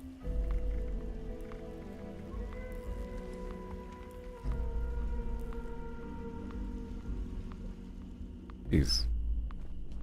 Glowing. Pretty cool, actually. Quite the flowing cape. Are those chaps? Those are chaps. I'm in. You might call me a Chapman. Okay. Snake Wrangler.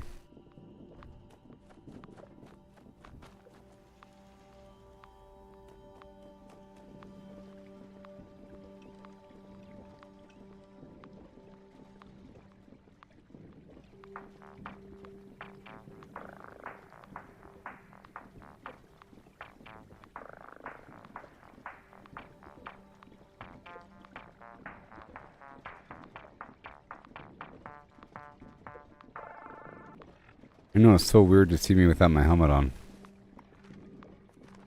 Can you imagine running around without a helmet on? In the Wasteland? People see your face? Whenever I commit acts of horror and eat people, I shove it through that little slot. I gotta shove the meat through the slot there. Okay, so now we're heading back out into the world. I'm really curious about that 500 stamp thing. I gotta save up for a while. I wonder how many stamps you could earn per day. Okay, that's done. We want to head up and out of here and just get a couple resources before moving on to the next server. And I'll work on my daily quest, yeah.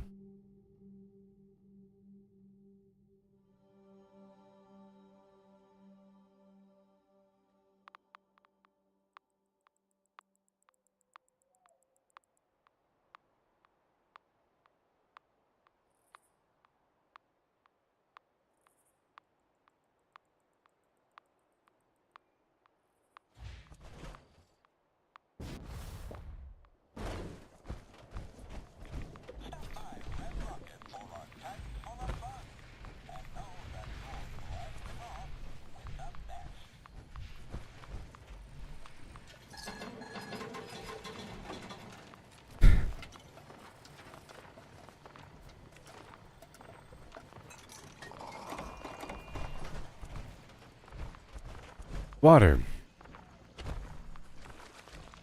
Got rid of a mountain.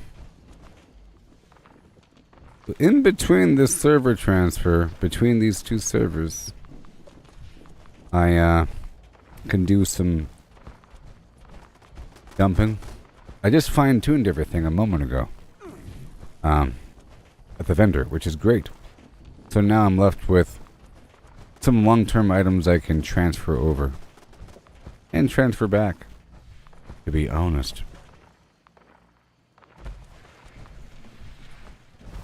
That's done. I'm gonna plop by just a couple more spots, and then we'll do the other server of your.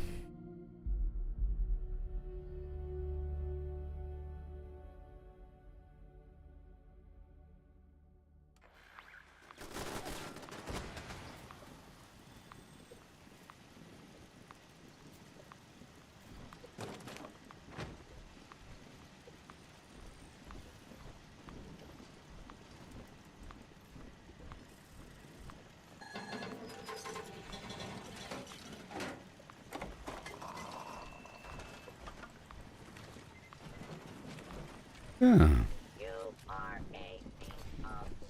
Right there. A bit more. Had a great time here, you know?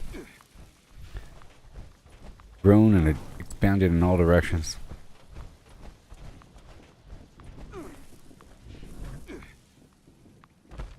I think that car will come in quite handy.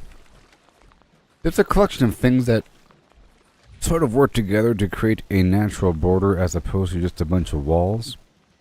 You have that ultracite crystal. You have trees of different variety.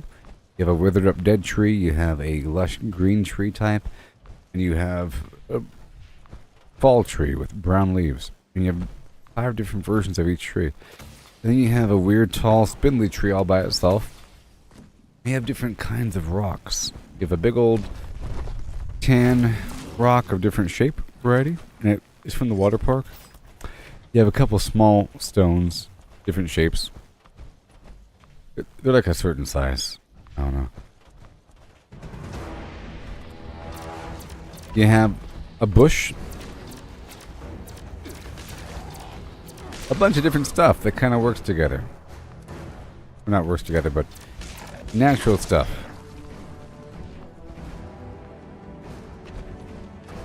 You can't just have the same tree over and over again. And if you have enough, then it feels pretty natural. Can't see the repeat.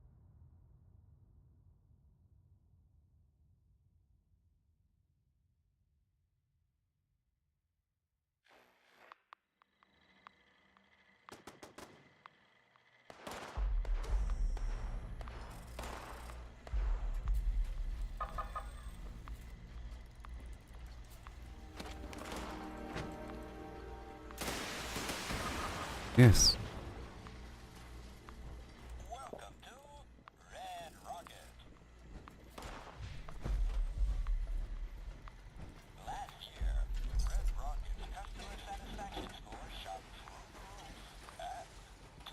Okay.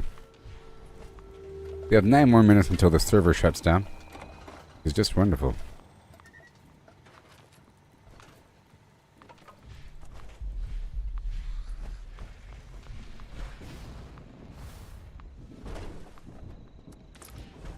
So much. Swinging on through to get my stuff before the server's over, you know. Let's swap out this fusion core.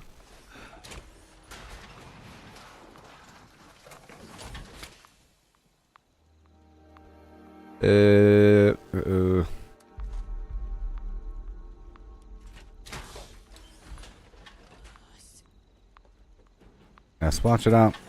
I think it's best to swap it out right when it's about 50%.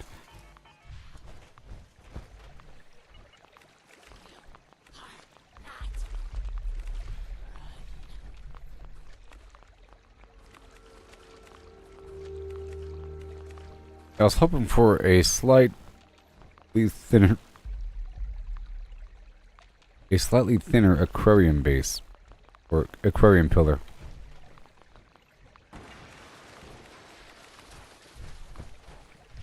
Slightly thinner so I can put it up on top of things, like on top of that. That requires something pretty thin. Or at the very tippy top of the tower. This one's done. Moving on. Bouncy, trouncy, fun, fun, fun. Got 7 minutes or so. You know.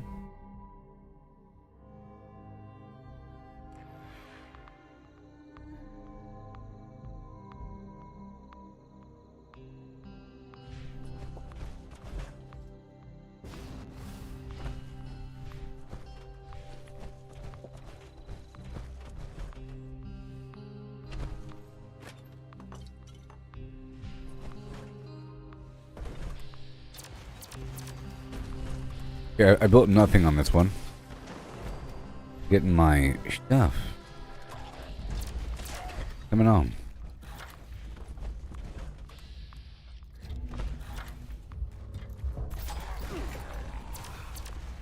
Woo!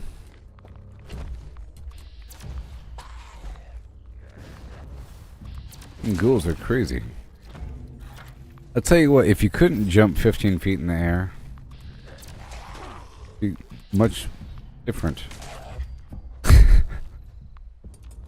It's actually kind of frightening when you're first starting the game and you encounter some ghouls and they're throwing themselves at you. Can't do anything about it. Okay. I think we're good to go. Let's go back to my... head on here to Rusty Pick. And I'll swap servers over.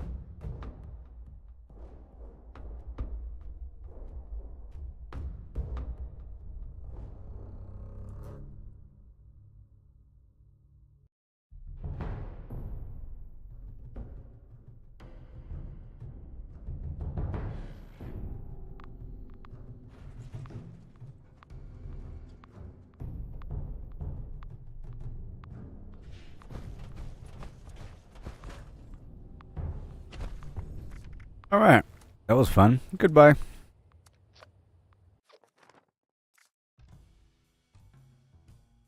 Rank 111.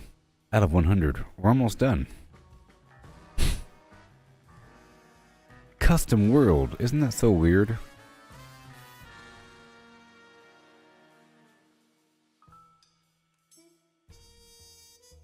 I was last here at level 1667. In a corner of the multiverse exists a place like no other.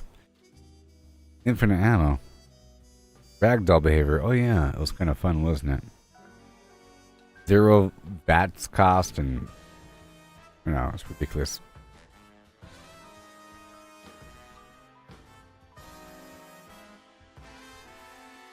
Ridiculous. It's so ridiculous. A long time.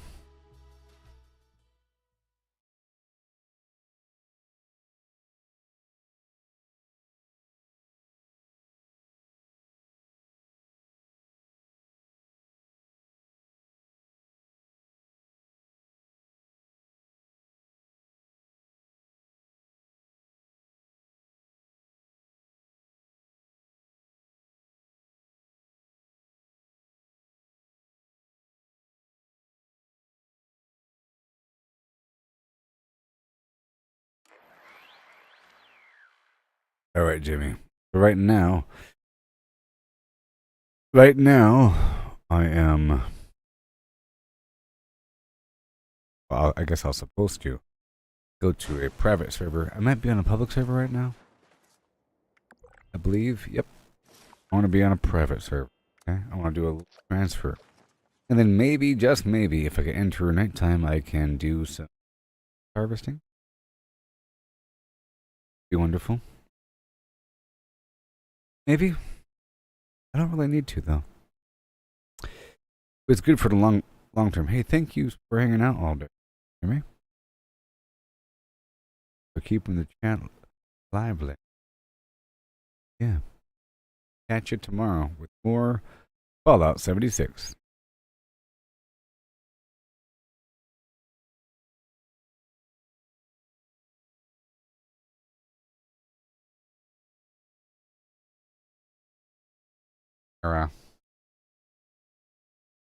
Oh, I'll be Scare Ritual version 1.0 now available by Valve. Or is that talking about Steam? That Steam talking about? Owned by Valve or that game? I think it's more likely the thing that the game was in. So now I will enter the private server.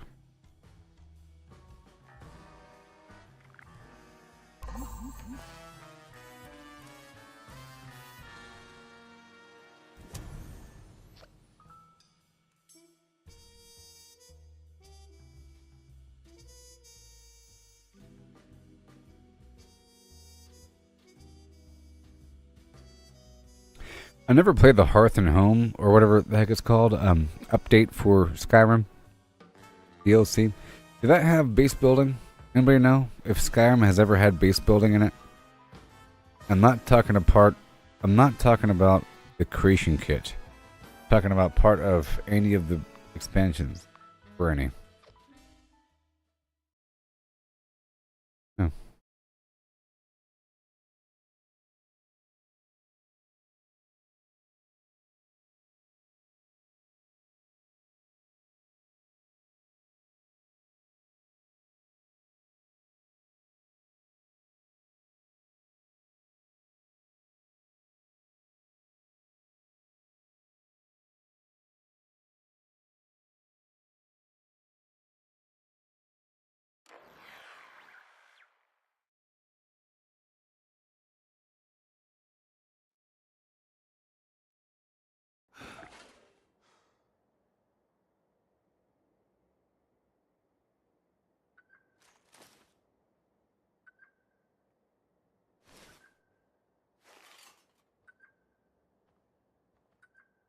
Okay. So, let me go to my little survival tent here, and I'll see what's in my stash to get rid of. This is my opportunity to pull some items. I pulled these items in from my other character to make my vendor have more attractive items. But that was a problem. I pulled a bunch of stuff over. It was a problem. Okay. I'm going to pull them back out. If I could.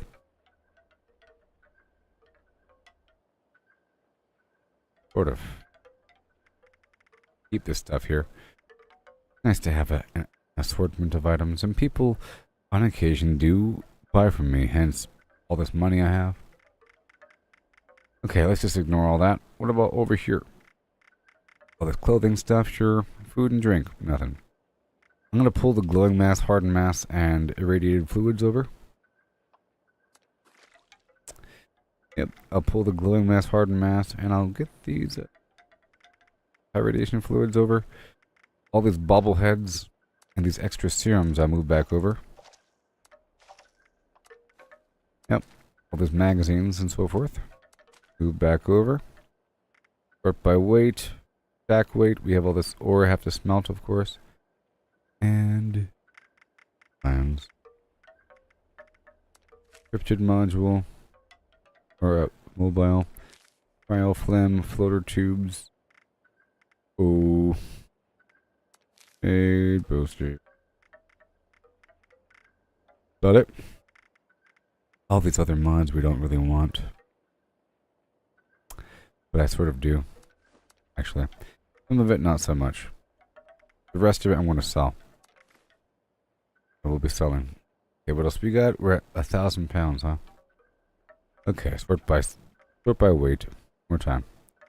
That is a really good grenade launcher. Someone's going to be really happy when they get that thing. And that's pretty good too.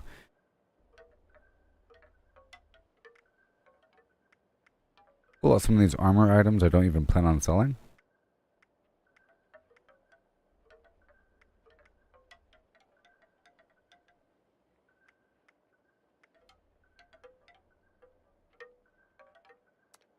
That leg there. This arm. And that botsmith situation. That's about it. 46 stealth boys, enjoy. Quite a few. Sort of half of them. Or more. Goodbye Scout's life. All these serums. Serums. All day. That's cool. I think we're good there. And I think I'm going to pull out... You.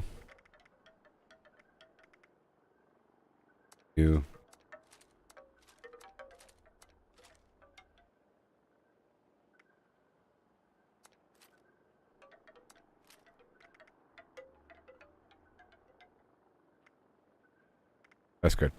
I'll sell those guys. And other stuff, we have to wait until one more day to get rid of it. Pretty much.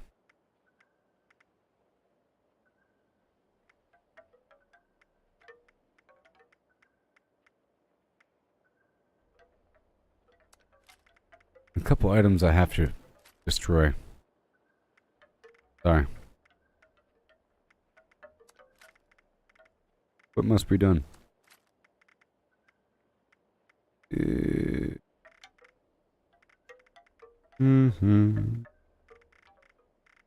That's about it. That's nice. Goodbye. Goodbye. And...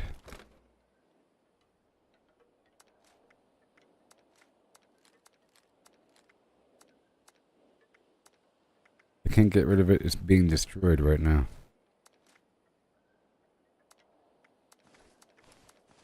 But even this armor here, we don't need that armor. Nobody wants that armor. And as for my aid items, I'll be getting rid of a bunch of stuff. All these bobbleheads, they weigh a pound each. The buff out, the buff tats. These other serums. Fury. Magazines. All the high radiation fluids. Serums, all these magazines. Medics. Mentats. Orange mentats. Overdrive. Psycho. Tats. All these magazines. Stealth boys. Yep, serums. Yay. Here, same thing. Ugh, I want to get rid of the radioactive food whilst holding on to it for a while. All this dog food. Radioactive cram. Fancy that snack cakes and the funnel cake. Glowing mass.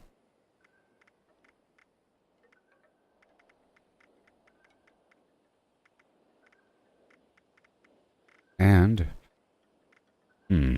orange, these quantum, these twist, and these wild, all that Nuka-Cola, all the basic stuff, all the cherry, all of it. And a lot of this candy. Don't spam it. Grape. Pemmican. Half the pepper. Pork and beans, the potato crisps.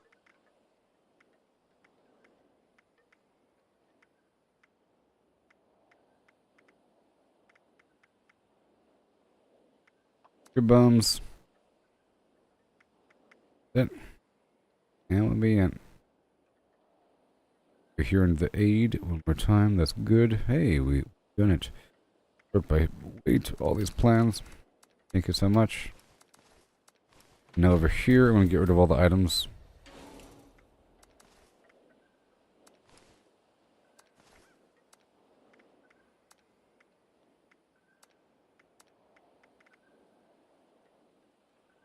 Yeah, so this stuff I have to get rid of. Like this botsmith arm. What's so special about the botsmith?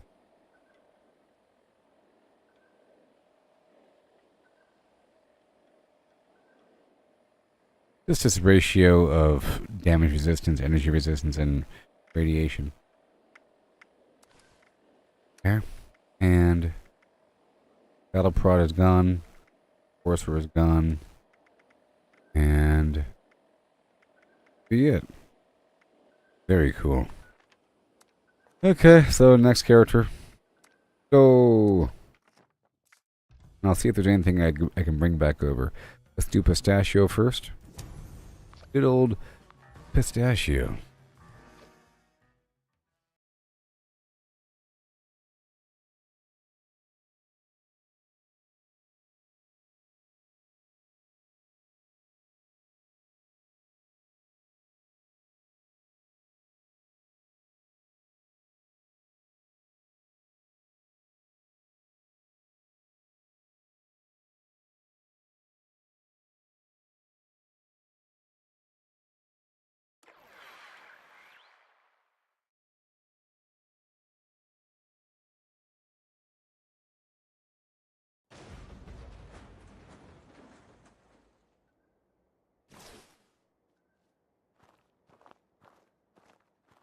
Yep.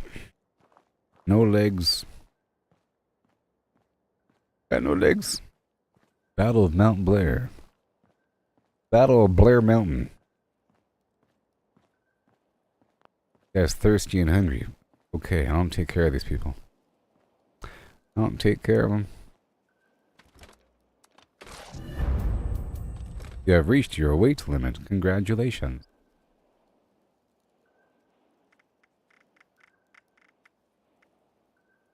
You want to sell the stuff.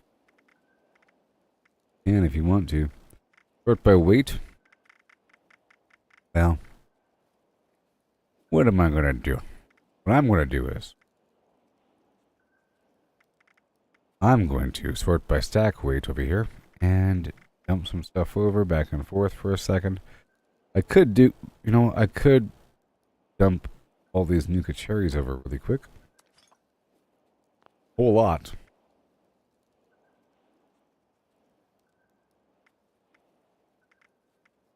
And everything else I'll pull back over. It should be enough.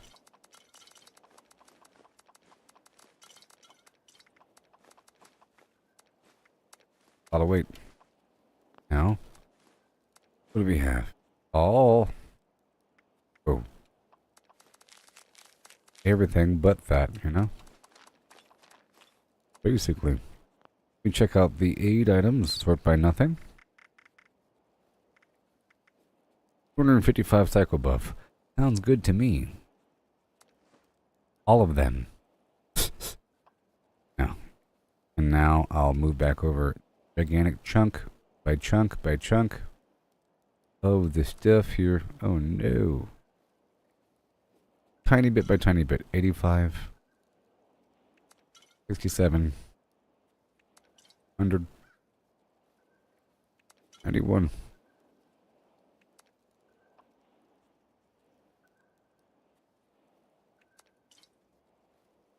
Yeah. Anything else I could pull out?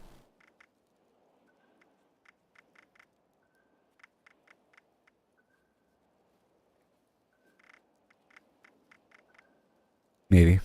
I probably have something. Halloween candy?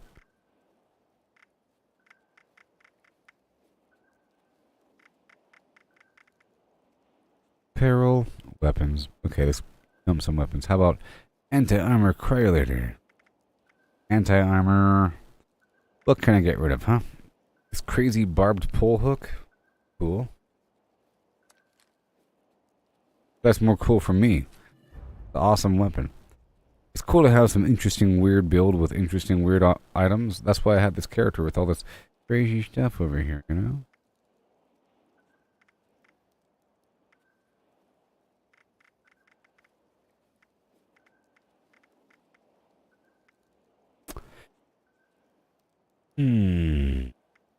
I did just pull some stuff out, 1,520. Nuts. Pull over chunk by chunk.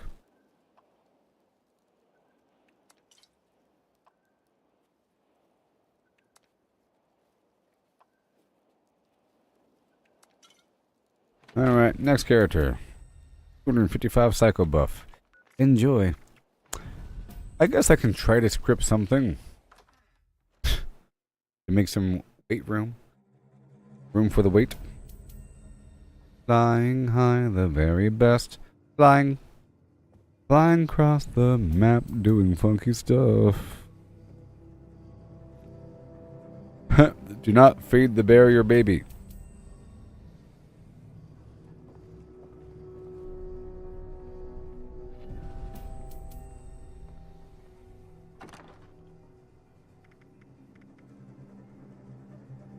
One star.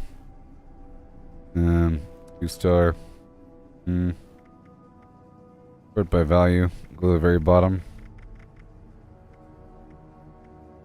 The Blade of Bastet.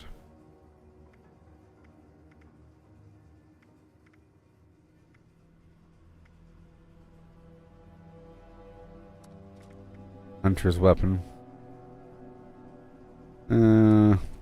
Exterminator's weapon. Ghoul Slayer weapon.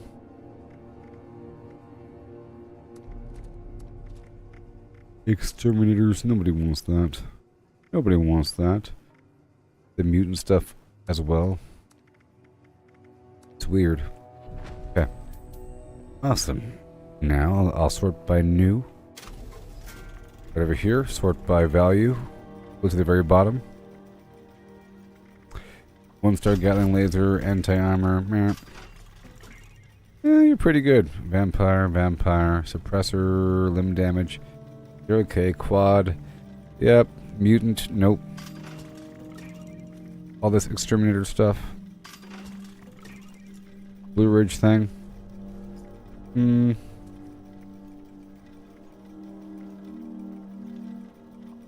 Ghoul Slayer thing. Goodbye. And I'll put these items away. Sort by whatever.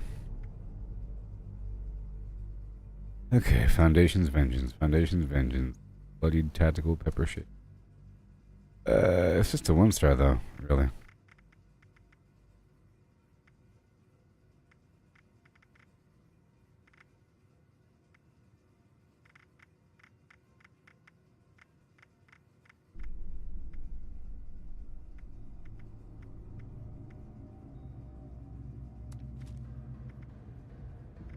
Anyways, alright. Vampire's Broadsider, I can get rid of that. It's really heavy. This Aristocrat Flamer, I can get rid of that too. Don't need it. Hey, Kevin, how's it going? I'm just going through my other characters right now. You know, I'm going through my other characters right now.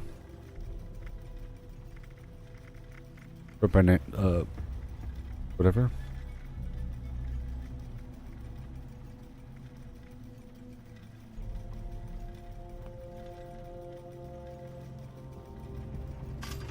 Okay. Assassin's Bow. Doesn't really come up all that often, but it's kind of cool in theory. Weapon attack speed, Assassin. Berserker Bowie Knife with attack speed, or Berserker with attack speed.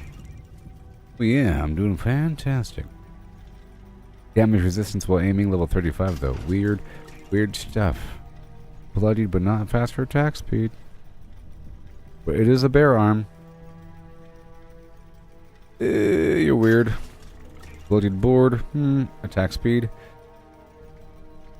No attack speed. No attack speed. Okay, that's it. For now. And now I'll go back outside and grab the stuff. Yo.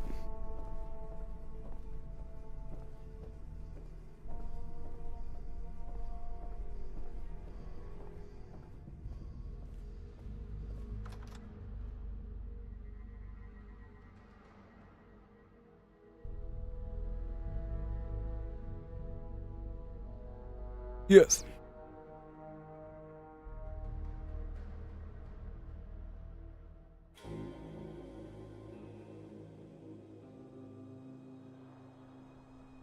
Sneak attack damage. Colmax. Okay, so grab more of their stuff here. Boom. No. More. Boom.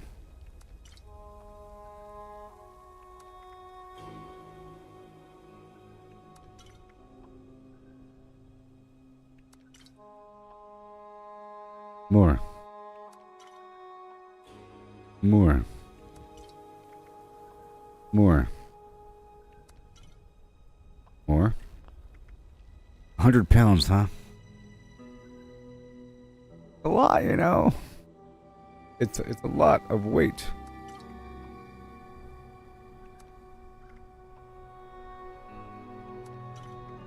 Bit more. Bit more. I can sell some, you know, but still. Okay. That's 8 pounds. A bit more. A bit more.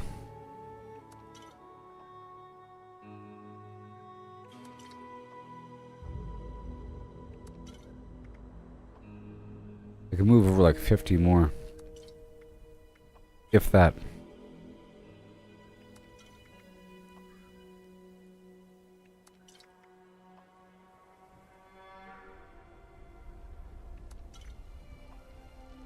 Does each of these weigh like a pound? Or something like that? If they're not in my inventory. In my own inventory, I'm using the Through Hiker perk to make them weigh less. So. You see I'm at 1,730 pounds out of 271, which means I can go to 1,771. You know? You can be 1,500 pounds over your carry weight. Isn't it? 50 pounds?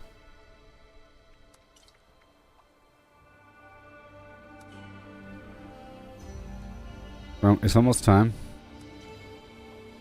Bit more and a little bit more. I have to do it in small chunks because it won't let me pull over the entire stack.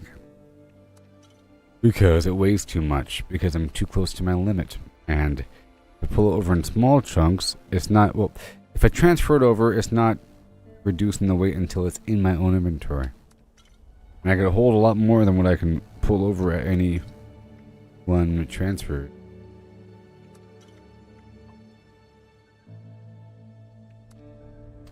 We're at 20 more or 19 or something.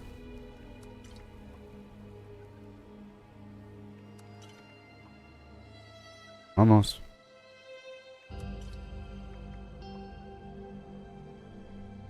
Pretty crazy. Alrighty. That's good. I think that's good. I think we're good here. Let's go to my other character.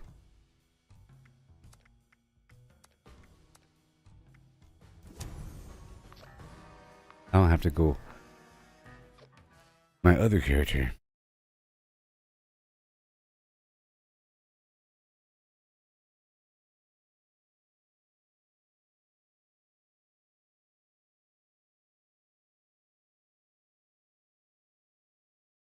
Opportunity. Power hungry.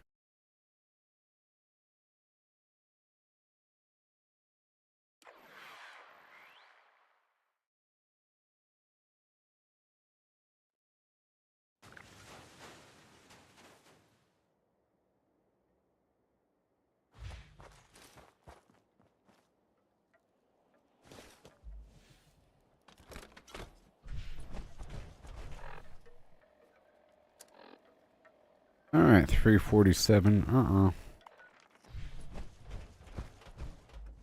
Check something out here.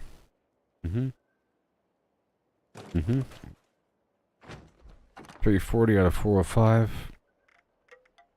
Garbage. That's fine. Sure.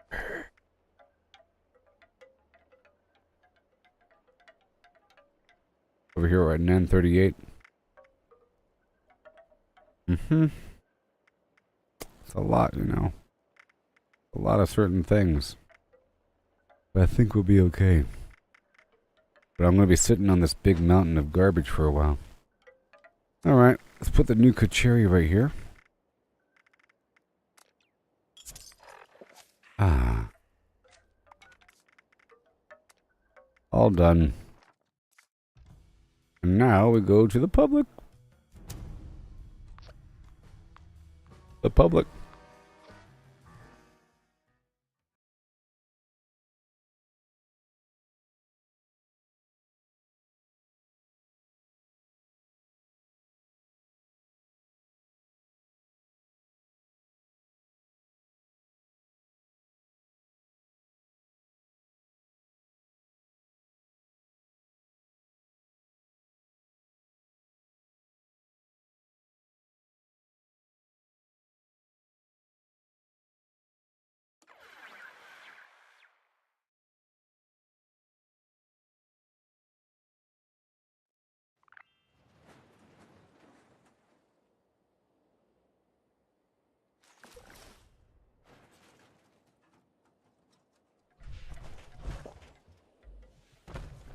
Okay.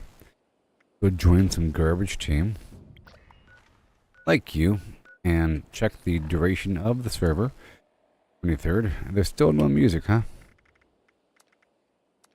Sometimes there just is none. Sound of birds. Back to my camp.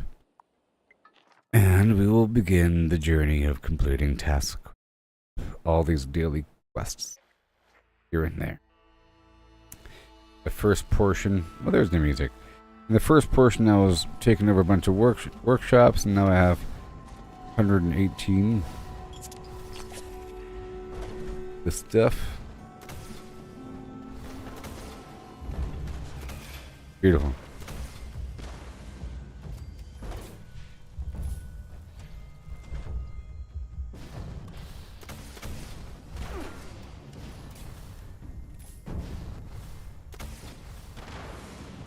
Whee! Lamb. This is Knight Titus of the Brotherhood of Steel. Stand down.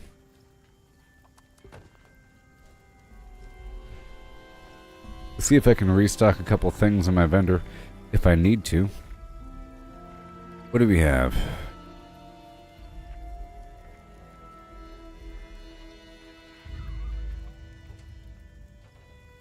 I could sell the Holy Fire for 10,000 caps.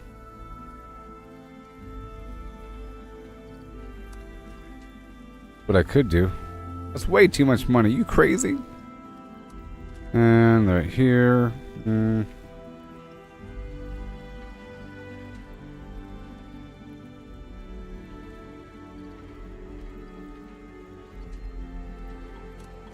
$800 there.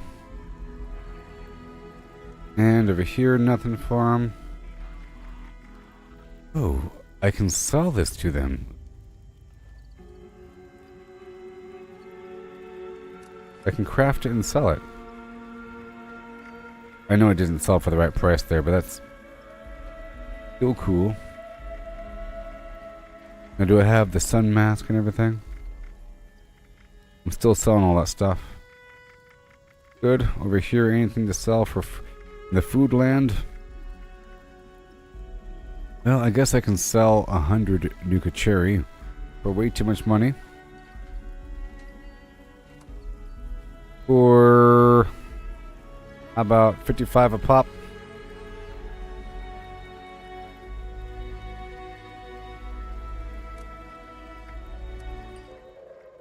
Attention, citizens.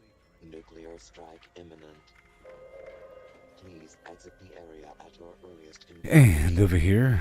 Thank you for your cooperation. Nothing. I have to go smelt some ore here. And I probably have something I need to sell here. Let's sell these plans.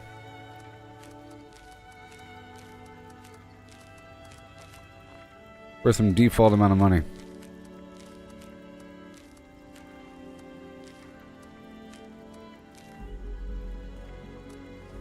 Default, default, default, default, until the vendor is all up. More plans, the merrier. I would like to go do this bomb. That'd be fun.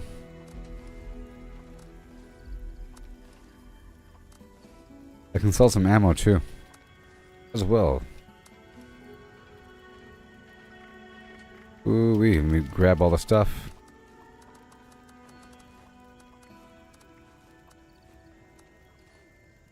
Whoops.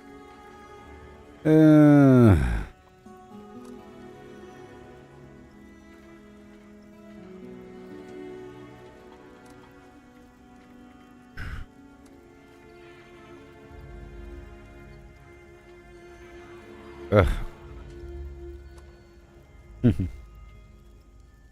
There we go. These bloat flag lands sold for $250 a pop. And the tick blood sack sold for $250 a pop. Stingling barb sold for $250. Good stuff. All these mods I want to sell.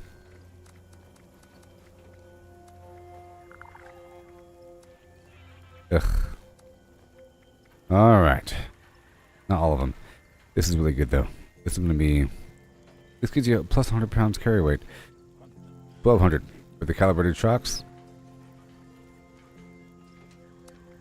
The targeting HUD for 800. 550. Emergency protocols for the excavator. Extra flame jets. Headlamp purple.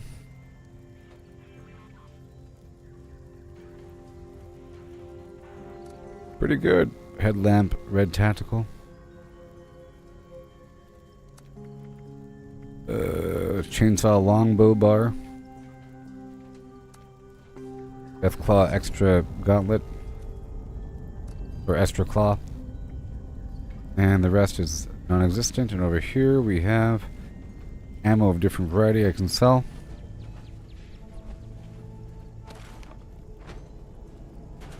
To sell. Oh, a big stack of this. A bit of each thing.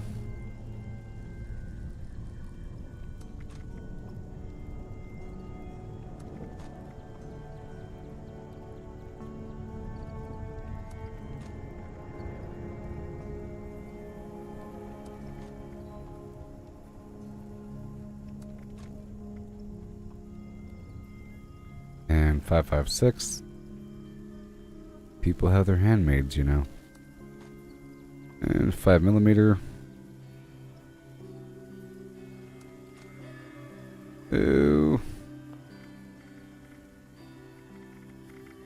Nothing special. Shotgun shell. Unless they'll just ballistic. See what I can do. Alright. I'm gonna sell it all for 1 cap each. Or whatever.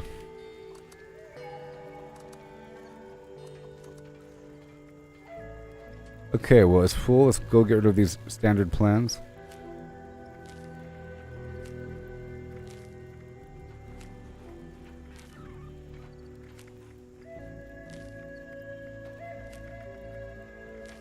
There's 10. And now the rest is going to be sold for whatever the default price is. I'll go back in and adjust things in just a moment. I'll keep it default, whatever. Educational prices, you know? Shouldn't be worth 5, that's ridiculous. They should all be worth 1. To be honest. There's no reason 44 caliber should be worth so much money.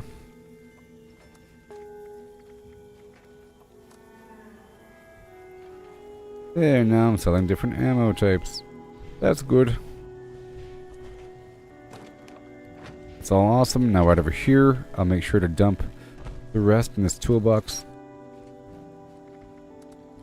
All these other grenades.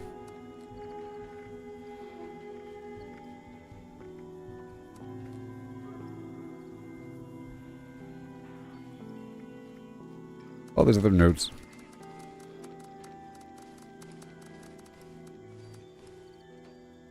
These other mods. Okay, and I'll destroy this final one.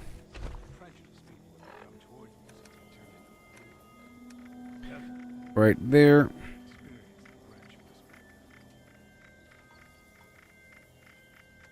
Ah. Oh my god.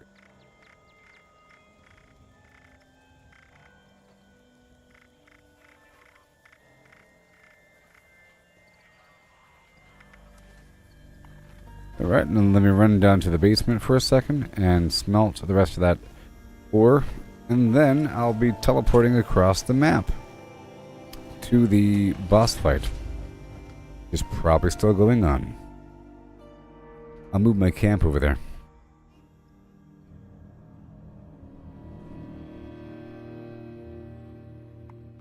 Right now. Wait, somebody bombed some other spot. Oh. Alright, smelt it up.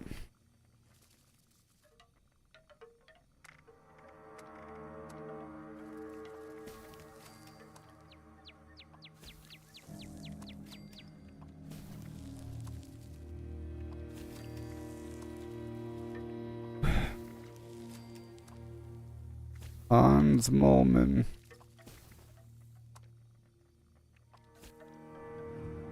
Okay. That was wonderful.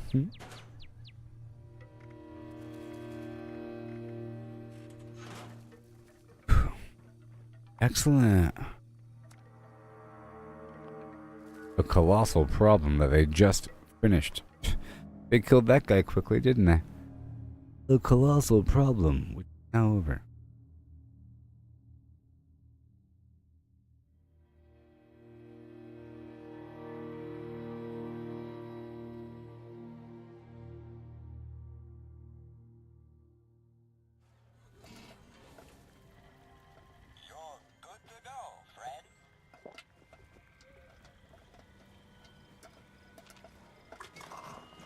Okay, so we're back.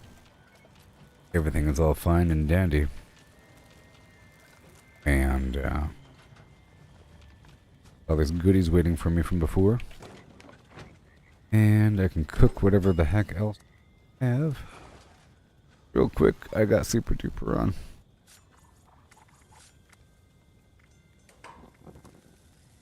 Bloatfly steak. Jaguar ribs. Get that lung for the agility. All these ribs. Red stag stew for the energy resistance.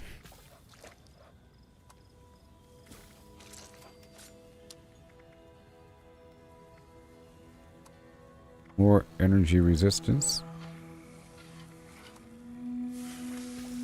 All that salt. I'll just cook the red stag. Okay. Red resistance. That bloatfly for no reason. Cook soft shell. Agility town. Now I'm out of salt, which is great. All these options to eat. The steak has damage resistance.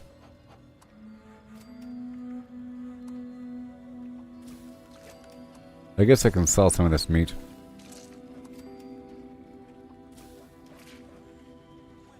Done.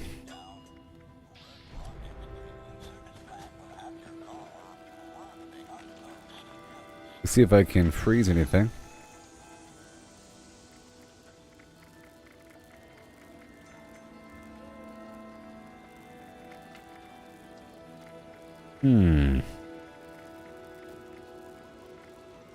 Put these lungs in there. All done. And now we resume. Okay? I'm not gonna get those other buffs, but we're gonna be working on my daily quest. Let's go check out the daily challenges.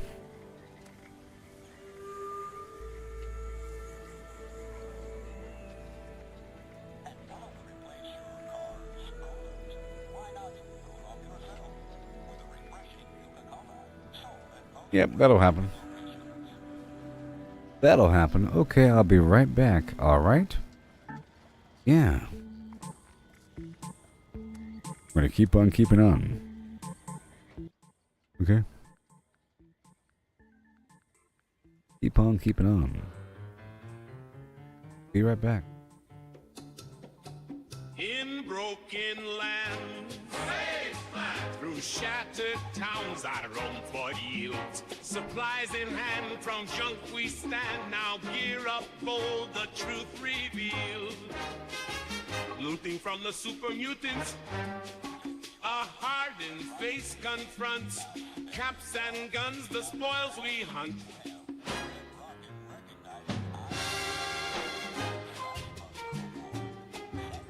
Through ruins vast, charred land, where mines and ghouls lay claim to doom. With stealth at hand beneath the sands, vault dwellers rise from ash and gloom. Scouring round the ash heap, dodging fire with each leap. Mining suits and glowing loot, our bags replete. I know the forest. I search the woods where secrets hide. Amongst the wreck, our hope survival kit. Scrap metal shines like stars collide. Dodging scorched with every move, a sniper's steady tune. Junkyard treasures, wasteland spoils beneath the moon.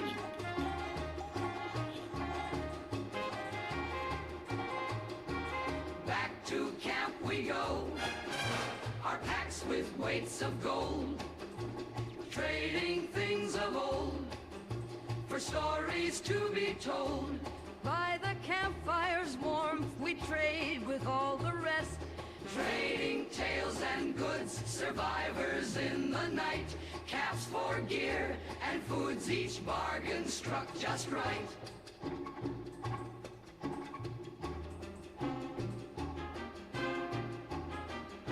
By the fireside, we sing and laugh, our spirits free. The night secures, our bonds restore, as stars above our weary plea. Tomorrow waits, Wasteland's call, with tasks anew, the sun will rise.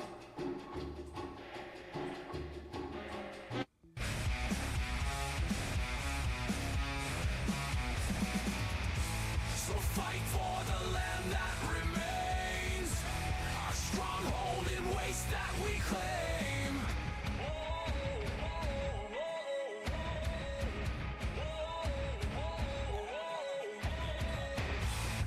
Claiming the ash heap and bog, our shelter in Flatwood's fog.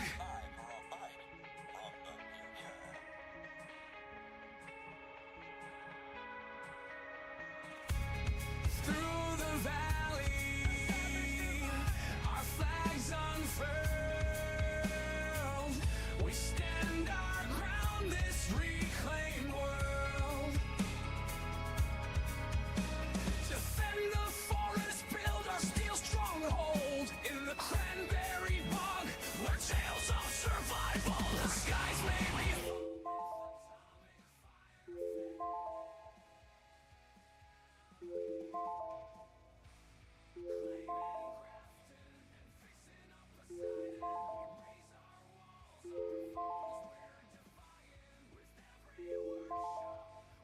Multiplying our might in the wasteland, never dying. Gather the junkyard with a watchful eye.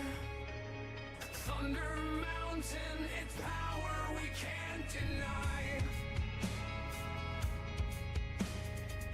In the mire's depths where the shadows creep. Okay. Mount Blair trains rattling loud through the ash to the skies we bow. Bam. Done. Okay, you are over encumbered, beast. Let's go rock and roll. Once I eat everything, I'll be fine. And I'm gonna hammer out all these activities, okay? So much fun. So much fun. No, I can't eat everything. Not everything does everything. I should sell some of the stuff. Some of this is conflicting. So, let me do that really quick. I'm going to stop over here by this train station at Berkeley Springs. And then from here, I'll go down the hill to go do the Enclave event at Harper's Ferry. Turn on the technical data. Now for Atlas, and I might just clear out the basement this time. Testing 5. Testing 5-5. 5-5-1-5-5. Testing. If you can hear me, give me a hi ho hum holler holler him hey hi. If you can still hear me, give me a hi ho hum. Holler, holler. Thank you, Jason. Did you ask me a question before? I think you asked me a question when you entered the stream. You said something. I don't know if I answered that thing that you asking about. I don't think I did. There we go. I'm just gonna sell the rest of the food I'm not eating right now. Okay, this is for red resistance, so you're fine. Bloodwood steak is for max HP. We're fine there. Don't need you. Company tea is every hour. This is max AP. The cooked soft shell meat. I get it for free from the Mirelurk steamer. Okay.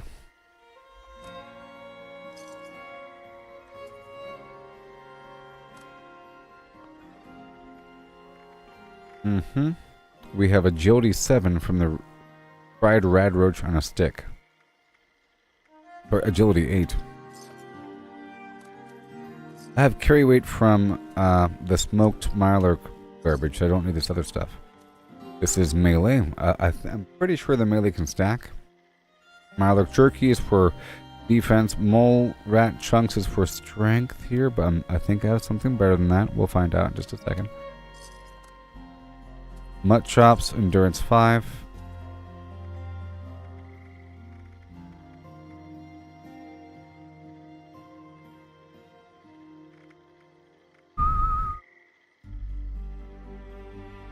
I'll write this down really quick.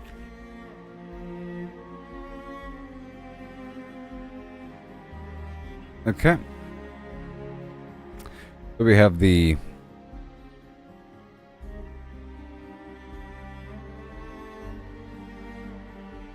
okay, right there, the blood bug steak, but there's probably something better.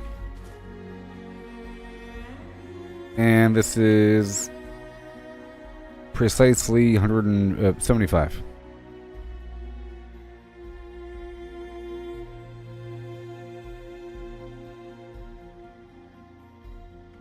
And cooked soft shell meat, max AP, but that's also poached angler, you know.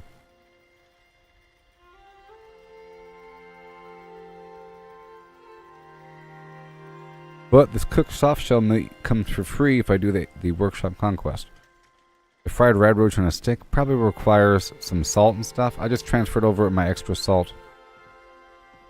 I have to do purposeful diner runs.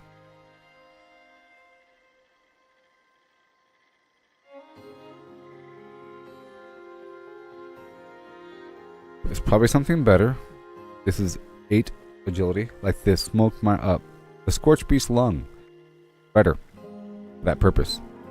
It's easier to get, sort of, if I kill a bunch of scorched beasts. Reliable. These are the ribs stack, of course. The Mirelurk jerky. Mirelurk jerky.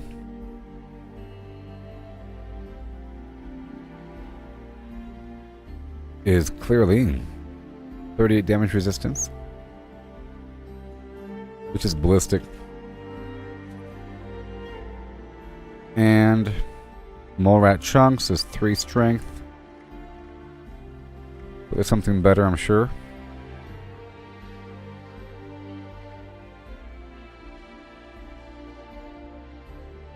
And oh, sorry, go ahead. Go ahead. Didn't mean to hold you up there.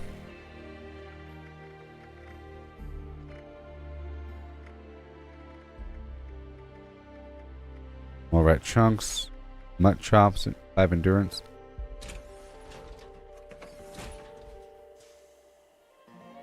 Right there. And poached angler is also, you know.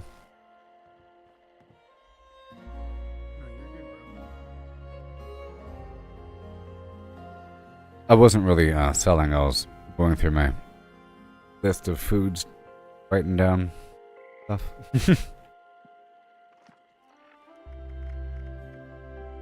I heard you behind me. Red scorpion.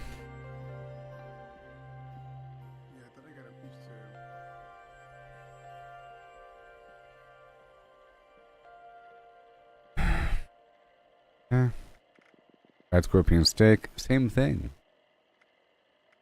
Fried stag stew, same thing.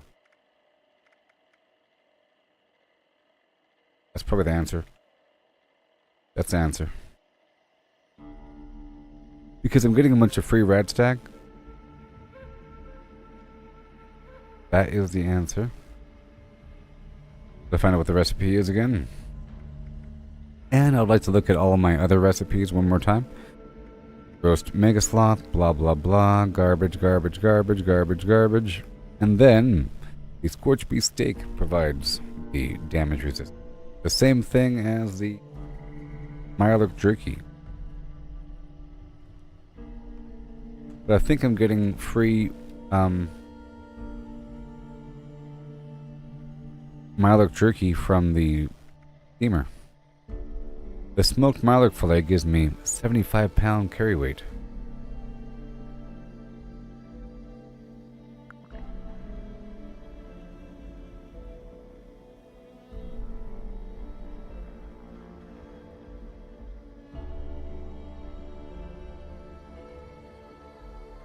And water breathing for an hour and 30 minutes. Ridiculous. Wolf ribs or perception.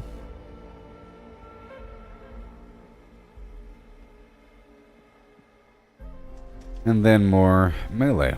Alright. Educational. So, let me go back over here.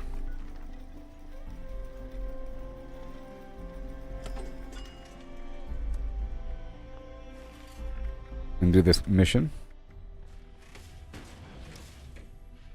Well, I guess I was like this so I can sell some stuff. So let me sell all the, well, not yet because he's there. Done.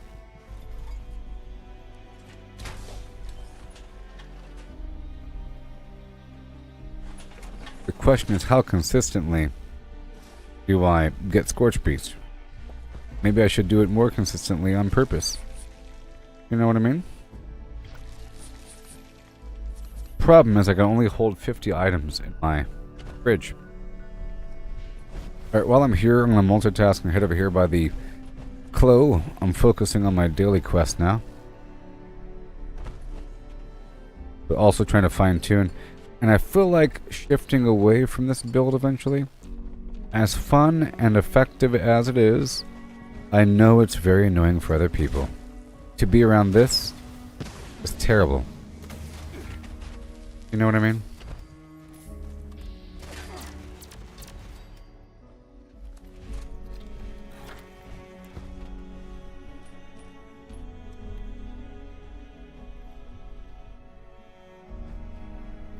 Go. Leslie, come over here right this instant. Alright, and I cooked all that red roach meat. I didn't really want to.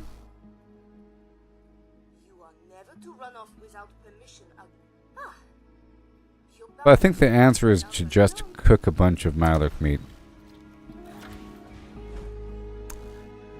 Or to kill a bunch of Mirelurk. Sorry, not Mirelurk, but Scorch Beast. Start off that journey right now. I think in the future, every time I go through my workshop, like Dolly Sods, I have to drop by this spot right here. Every single time. Eventually, I'll be swimming in this stuff.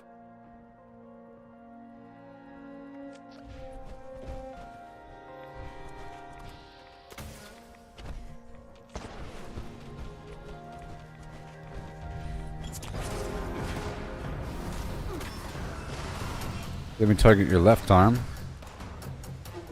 I said your left arm. Left arm. There. So your left arm and your left wing. There we go. The damage is ramped up. It'll get him. Even though he's flying away. There he goes. Now he's going to land immediately. He got messed up right there. He's looking for a nice spot to land.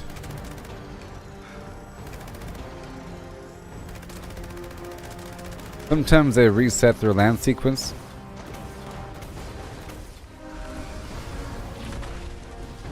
See, he just... Oh, he died. Yeah. Lungs.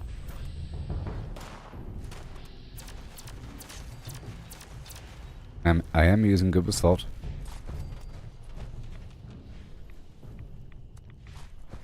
And while I'm here, I will loot this building. I don't need to as much. But there's some stuff here. There's a whole, like, little moss town right next to this.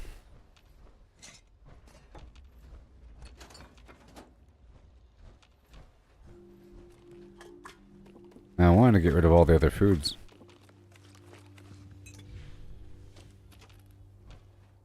It would be nice if I could partition all this stuff.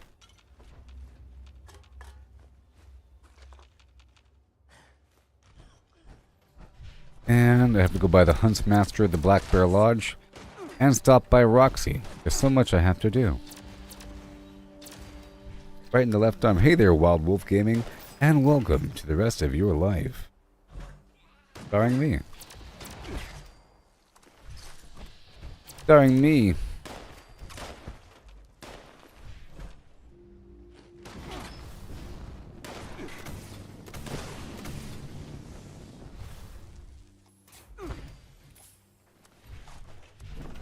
Okay, do this darn thing.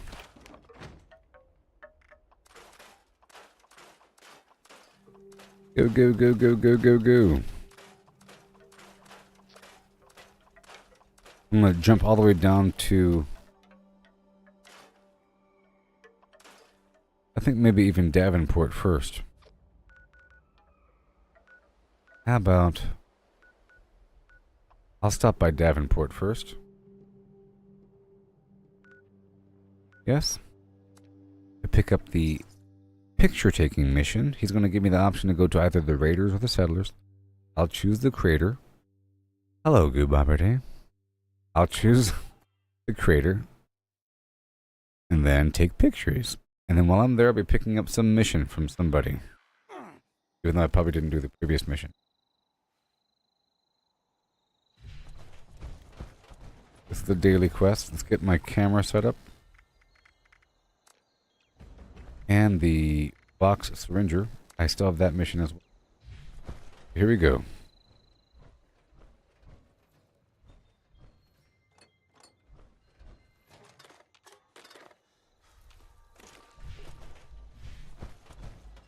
Here we go. I'm gonna rock and boom.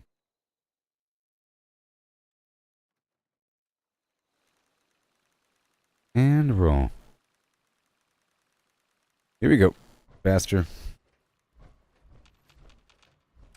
Gotta loot this place. Spices, you know. Remember, I just transferred over a nice stack of my salt, pepper, and spices to my other characters. Know what I mean? Know what I mean?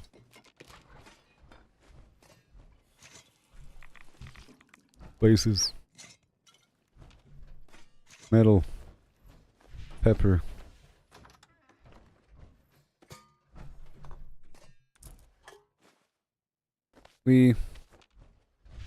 I thank you, kind sir. And down we go, and around we flow. Don't you know?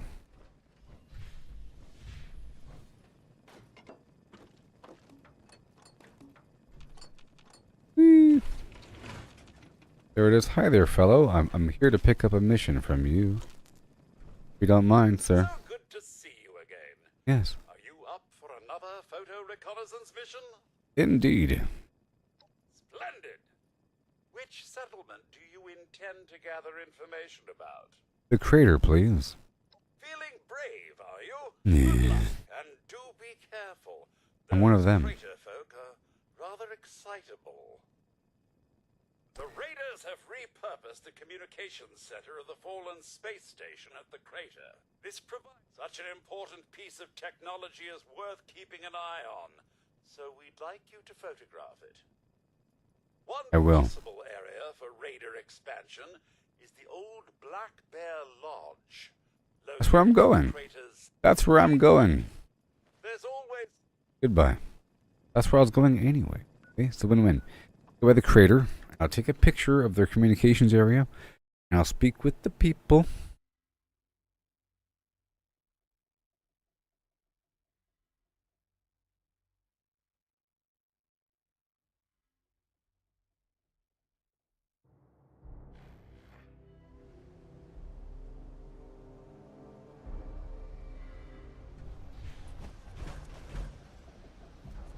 Yep.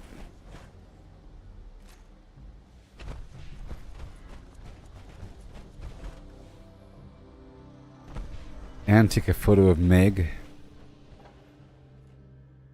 at the crater, apparently.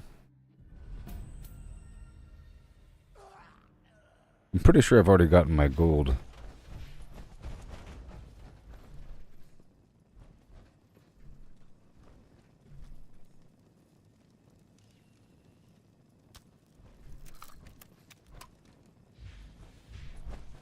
Yeah.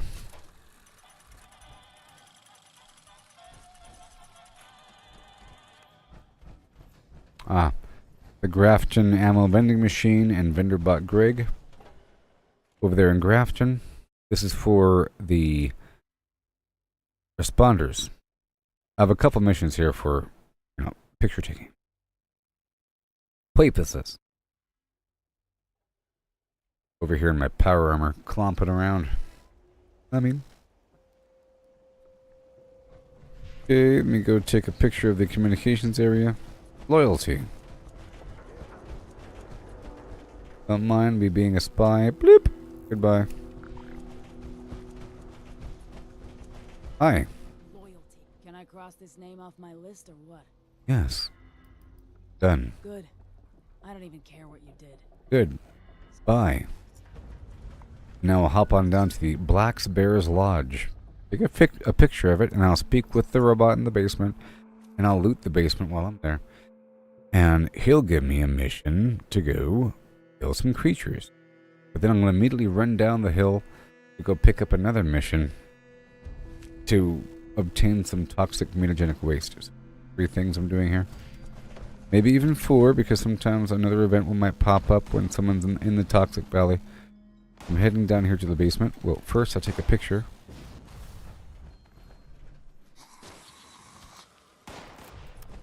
Done. Good thing I'm on the Raiders side.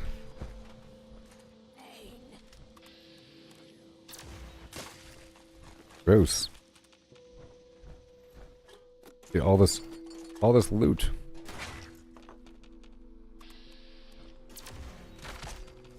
Whee!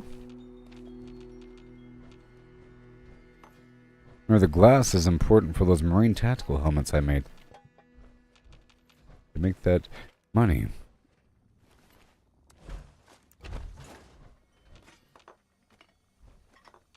I have a question for y'all. What would you do for a Klondike bar? What's the most you'd do? Would you free climb a skyscraper in Dubai?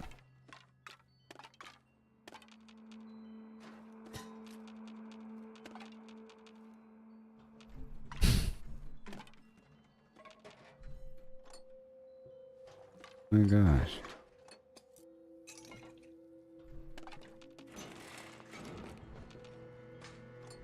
Yeah.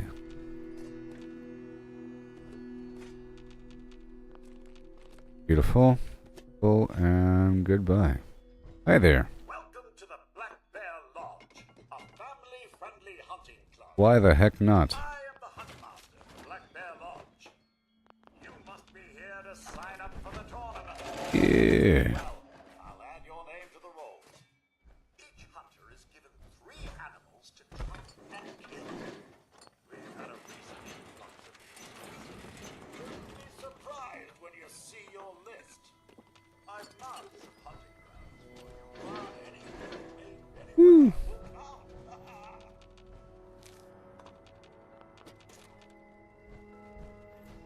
Well then. Rad Scorpion, Blood Bug, and Super Mutant. That'll happen. Then we have our daily challenges as well, and that's all going to happen. There's the mutant. Done.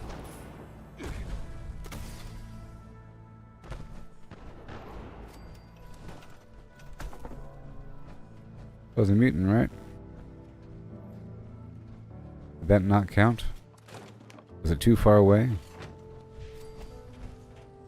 Yep, that counted. Just took a second to register. And now, we're going around the lake. There might be a red scorpion here. But that's not why I'm doing it. I'm doing it to pick up a quest.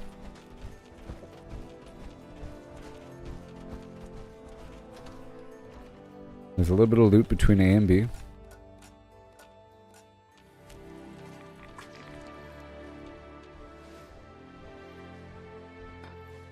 Thank you. And I'll probably stop by the diner before leaving this part of the map.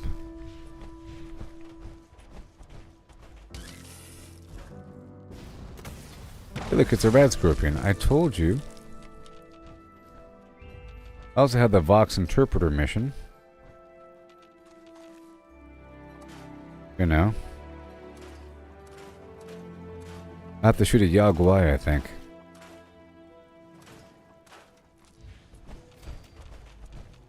We'll see. I just have a lot of missions active. Whenever I clear a couple of these missions, nice and quickly.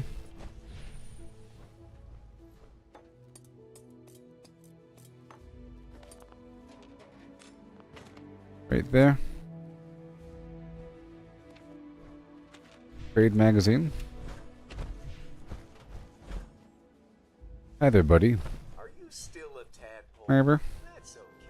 I won't judge you. Even if you are the oldest tadpole I've ever seen. Thank you so much.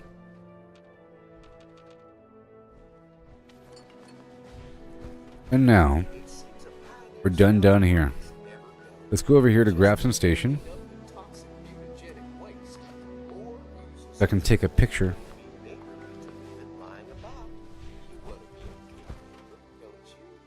Well, I'm just going to run across by the diner. This other mission might be between A and B. We'll see.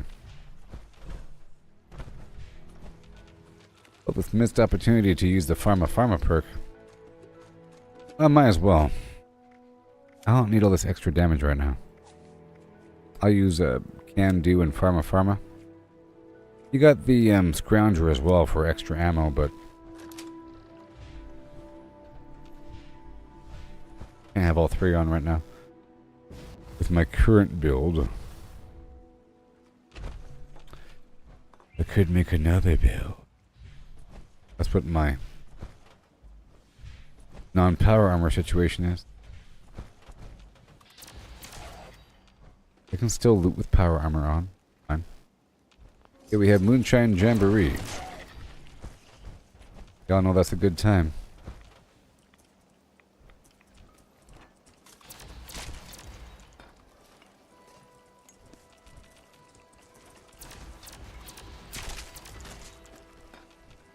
Okay.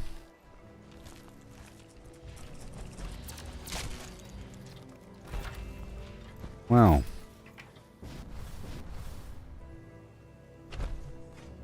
Copper. Salt and pepper. Alright, let me go inside and get this extra stuff here.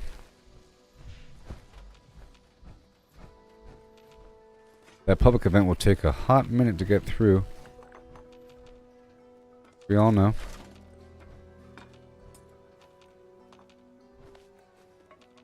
Salt here. More pepper. I gotta look at my recipes again.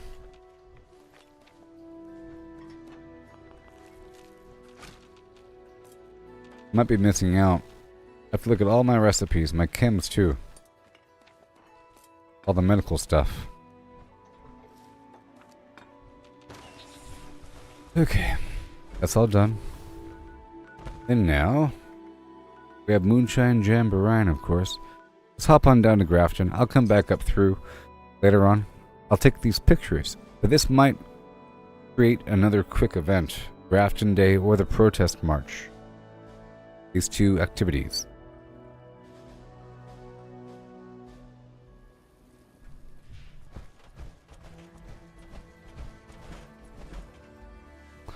Well, I gotta take a picture of the vendor bot Greg. Maybe? No, it's a different guy. Or the ammo vending machine? Hold on. Yeah.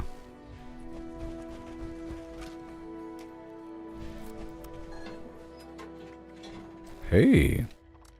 Not bad. Another source of material used to make ammo.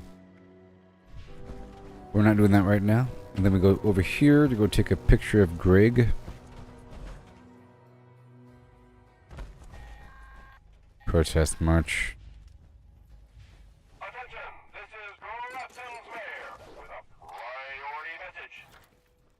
Workers are planning an illegal protest here in Grafton. Ladies and gentlemen, I hereby deputize any and all armed citizens to quell this impending riot. Grafton Steel is a major contributor to the Oil. campaign, and therefore could not possibly be guilty of everything they're saying. I think it just takes a second for those guys to spawn. For that mission. Vendor bot Greg. Let's see what's inside here.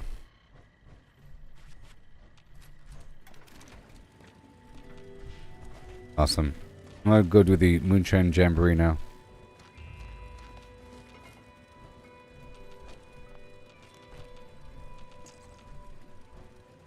Alright.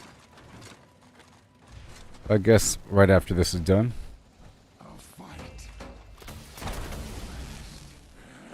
Oh.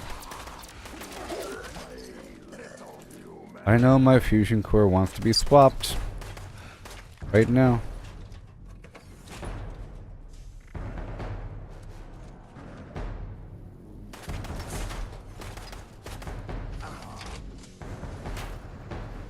Too late.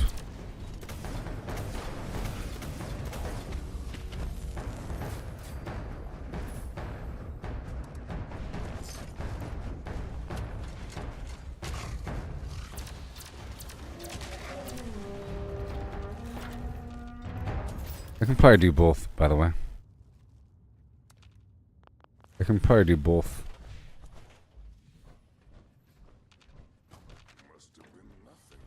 Hurry up. There's, Moonshine Jamboree has several rounds going on for it. Several rounds, and it takes time, and people don't really start it right away.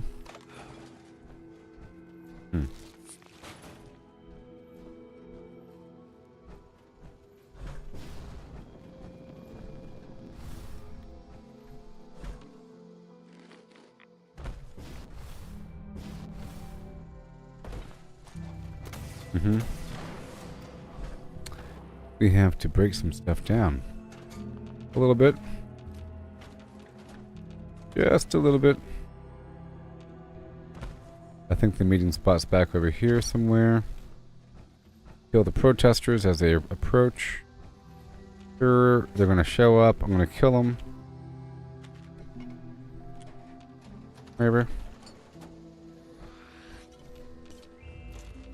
They're gonna show up.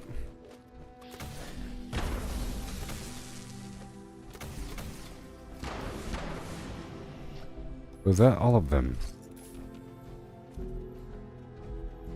Almost.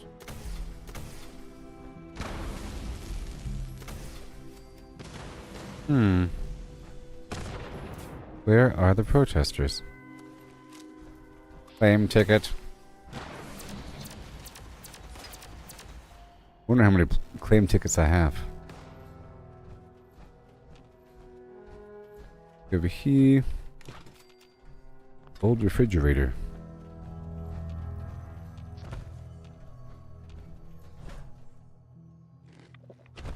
We're almost done. Good. Oh, there's robots?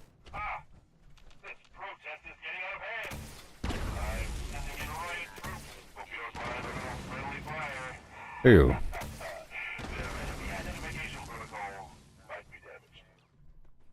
Trying to wrap this up so we can go down to Moonshine Jamboree.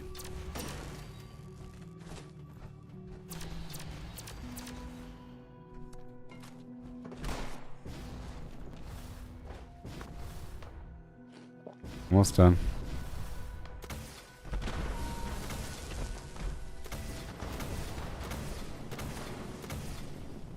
Where are you? Protester? So many.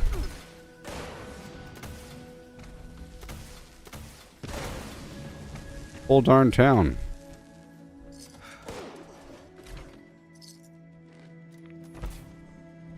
Whew.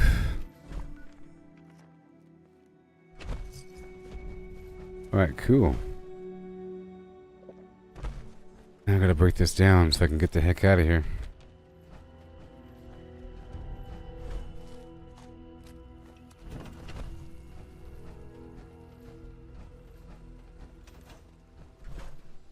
Up in them hills.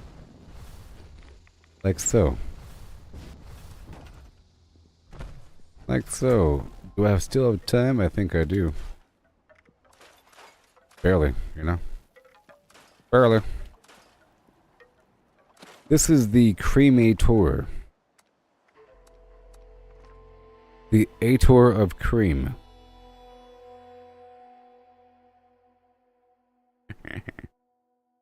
The cremator from the season. And I have a heavy weapon build with power armor to magnify the flim flams.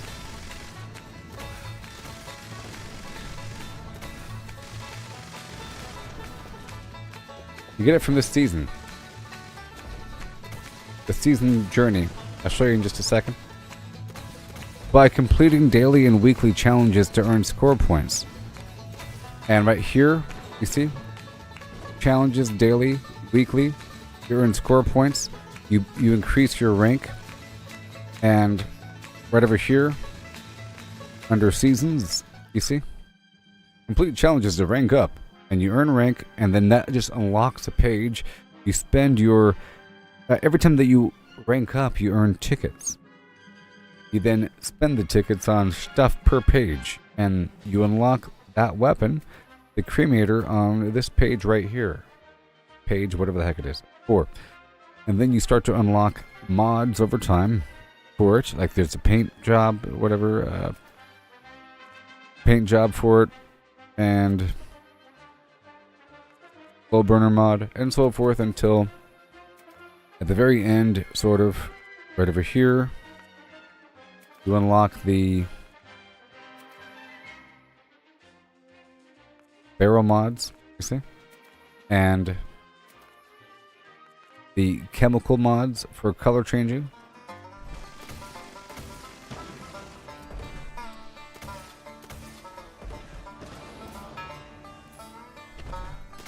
It uses fuel. And a lot of it. It's 15 fuel per shot.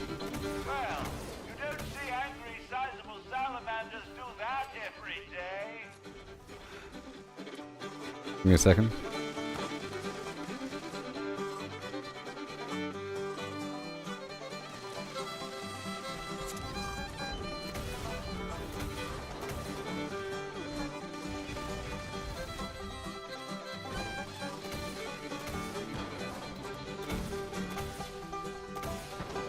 Alright. This is wave 204.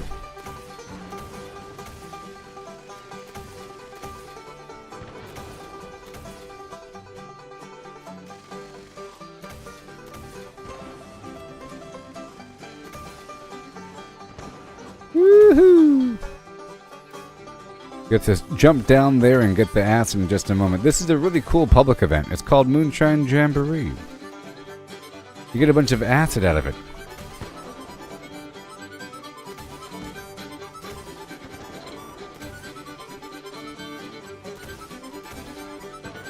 Woo.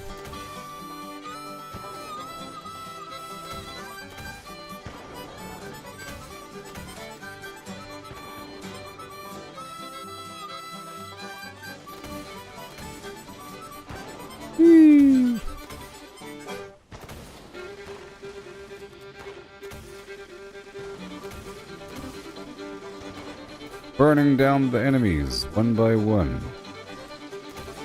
By two.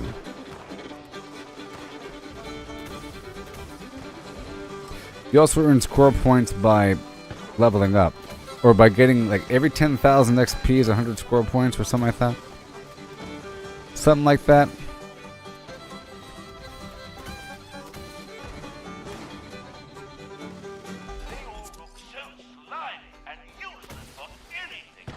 On wave 3, I'll be collecting the acid.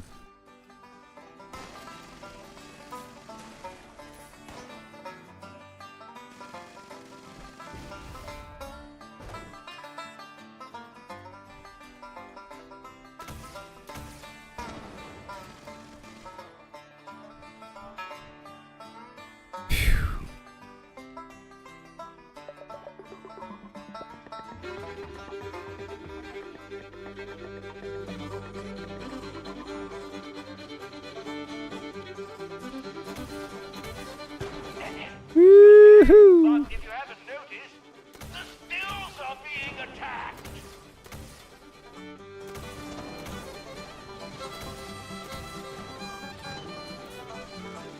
Yep.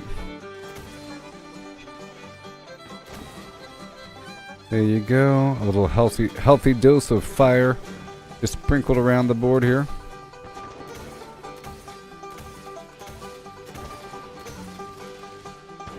Beautiful.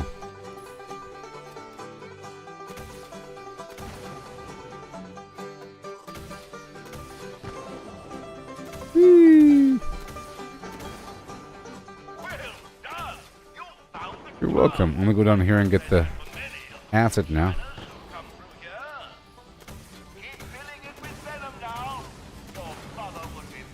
Whee! Yay. I have the venom.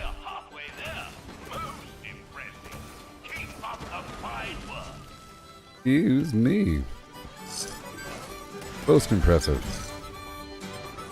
Wow, wow, lit the beep up into dum.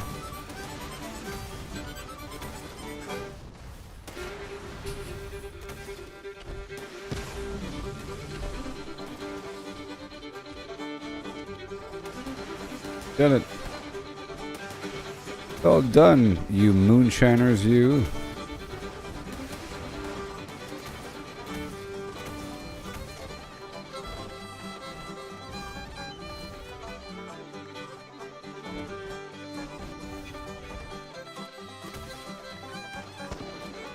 Oh no, the acid got him.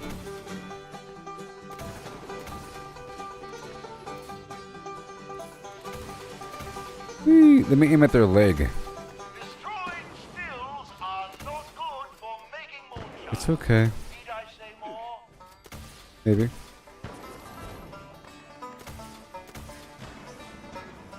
Ooh, we got some legendary action over here. Got some legendary action over here.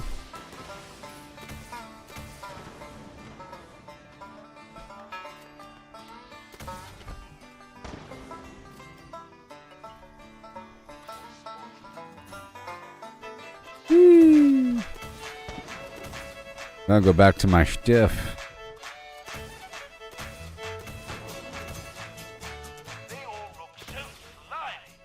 We've already delivered more than what we need.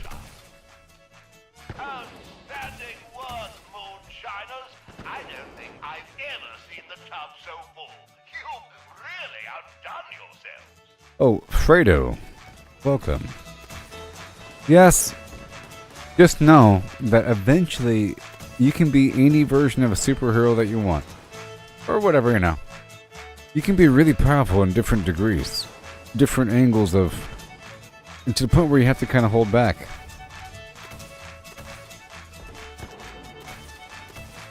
If you wanted to.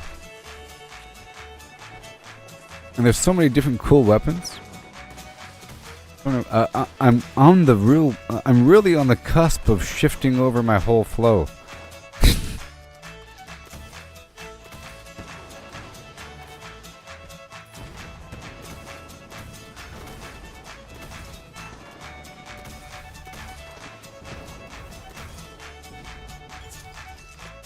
take it for granted, you know, this flying around garbage.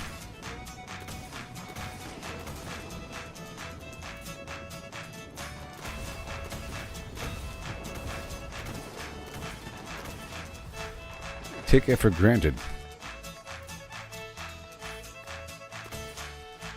Whee!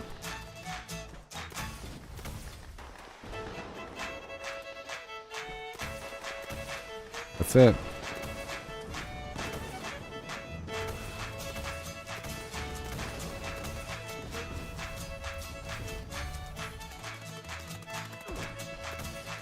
Yes. Yes. I'll be knocking out my daily quests, okay? I have a lot of stuff to do. You can see all these quests behind my head. I have to do all of that, plus the daily op and the expedition before the stream is over. Yeah. I can't believe my eyes. If I had tear ducts, I would cry at Whee! Isn't that wonderful? I agree. Moonshine. Jamboree. The T60 is available as a jetpack. The jetpack is available as a mod for torsos for different power armor, like the T60 and T65 right here. Whoa!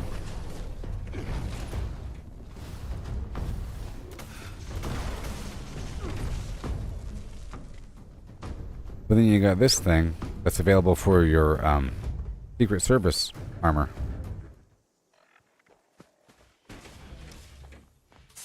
With the under garbage. And you gotta get your backpack if you don't already have it. There's backpack mods you gotta unlock through a million things you have to do.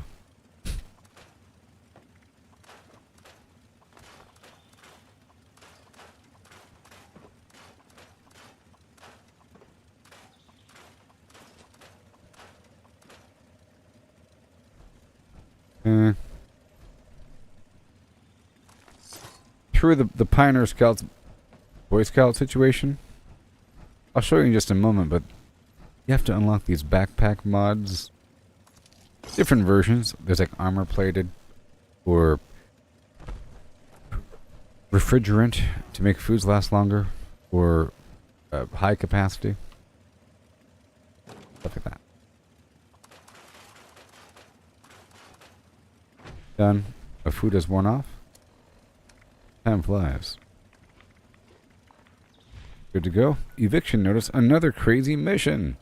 Why is there another crazy mission? I think I could head over here by Harper's Ferry. This is going to be another amazing mission. Alright.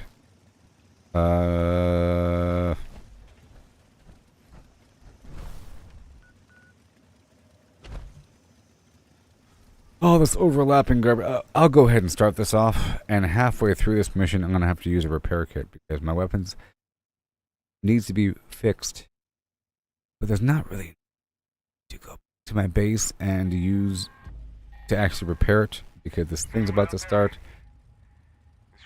And if I go back to my base, I'll start to do everything else. So I'm going to do this alone. How much ammo do I have? I have enough. I think I have 6,000 ammo. Is it going to be enough? Let's find out. These enemies are moderately hard.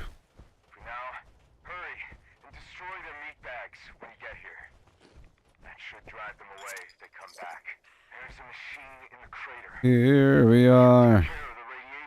Born to be flamed.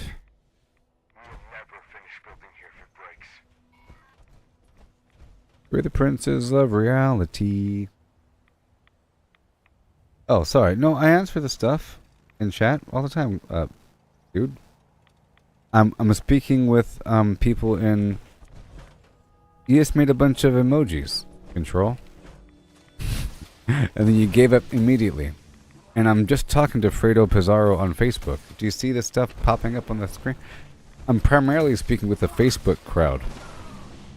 People on YouTube hardly ever speak. Welcome. You have any questions? Eyes purple crying. I can't even see the emoji, by the way. All I see is just the text description of your emojis. Do you never answer people? I gave up right away. It's been 30 seconds. You didn't see my emojis?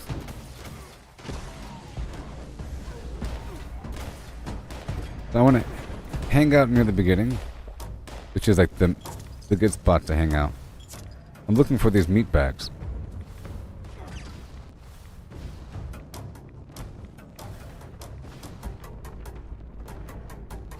I have a hard time finding that last meat bag, though.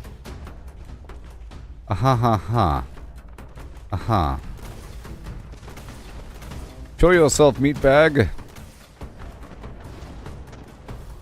Que donde estás es el meat bag? Por favor.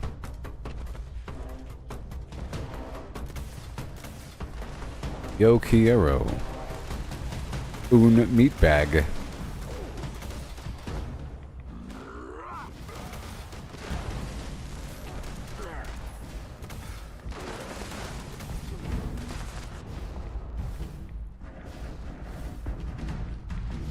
We go up here for the meat bag. Where is the meat bag? Right here? I found the meat bag.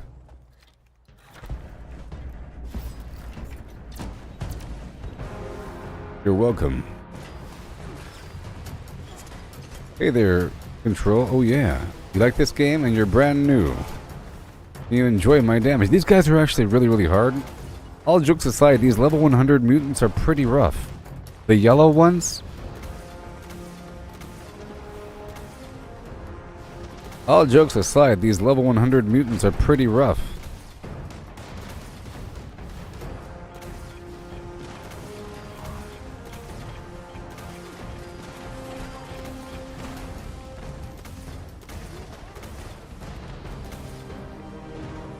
Protect the scrubber!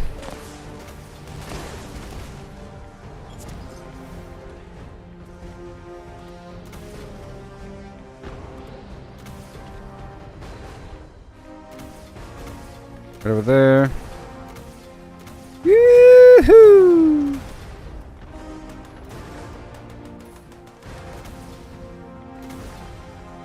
Sweet home in your face now. Right there. Oh yeah. Goodness gracious. Woo! The propeller. I'm on fire!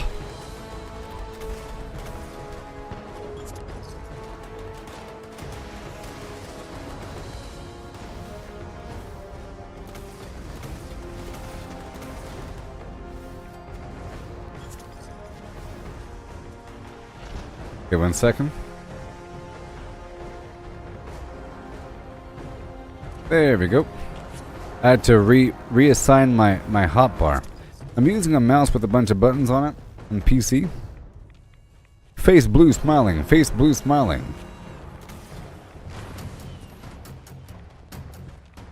You just got your excavator armor, buddy? Yes. It gives you plus 100 pounds carry weight, and you get 4 times the amount of ore that you harvest with your hands.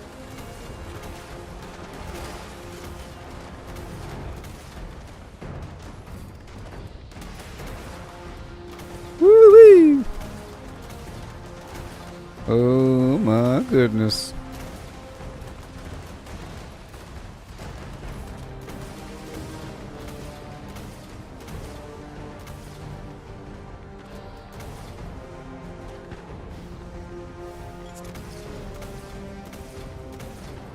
Appalachia belongs to the super mutants.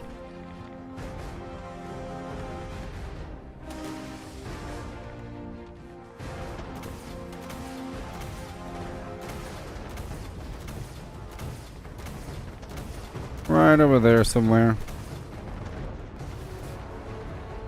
There should be another spawn coming.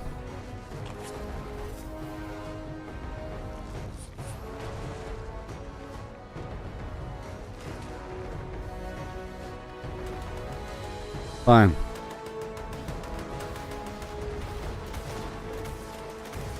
I'll take care of things.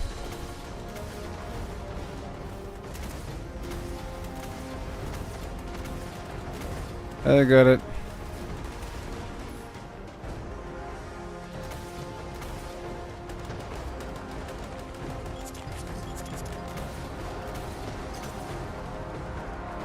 Whee! That whole cluster over there is going to go down. I'm yelling timber. You better move.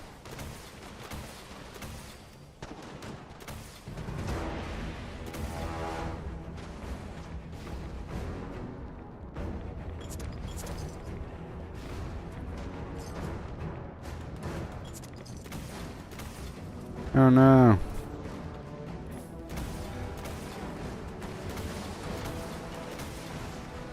Right there somewhere. Big old cluster. Whee! All those dudes up on the cliff.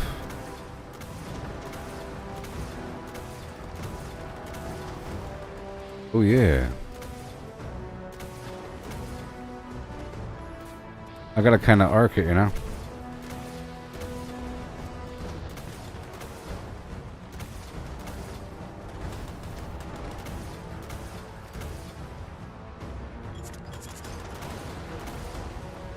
There you go. I have all the ammo in the world. Don't worry about me.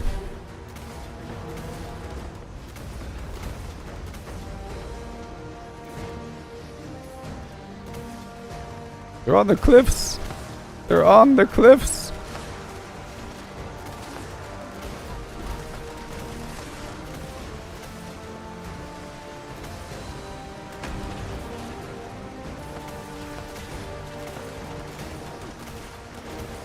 Woo!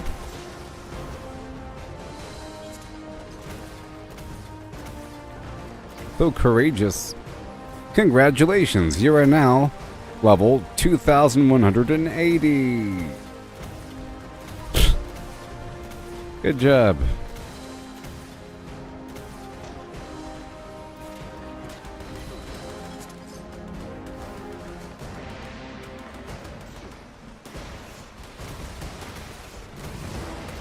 The cliff is messed up over here.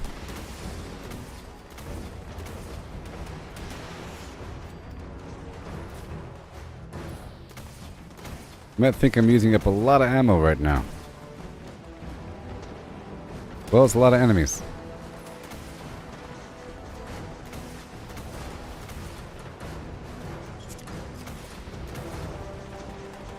Goodbye.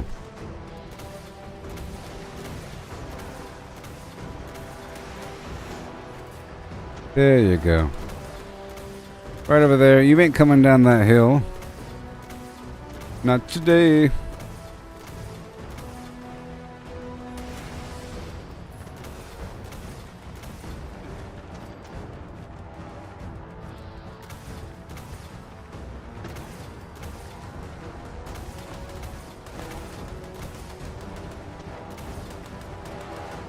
Yes, I like when those random shots out there in the field are actually killing things. Because they're spawning over there, you know. As well. Sometimes. Got 20 seconds left of this onslaught of your blue place smiling.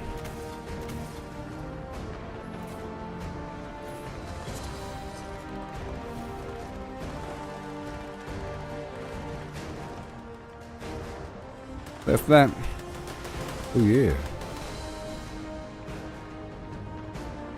Gonna loot everything with area loot right over here.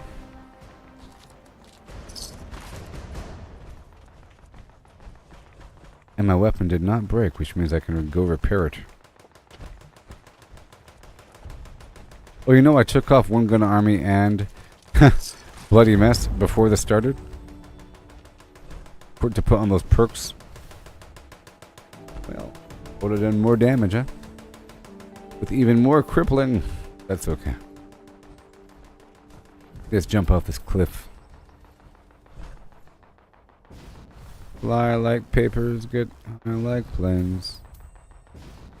Catch me in the corner, I got visas in my name. Come around here. Something, something. Ouch. Yeah.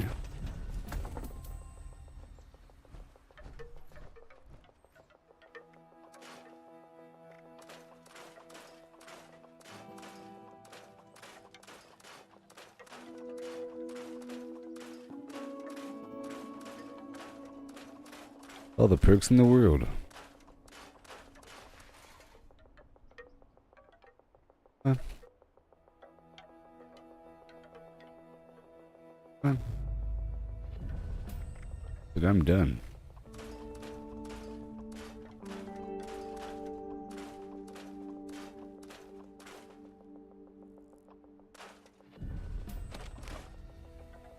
Yay. And then let's go dash on through Harper's Ferry. To collect these toys to go turn into Clue. I have a lot to do for these humans. We have so much to do. The first 8 hours of this garbage was workshopping.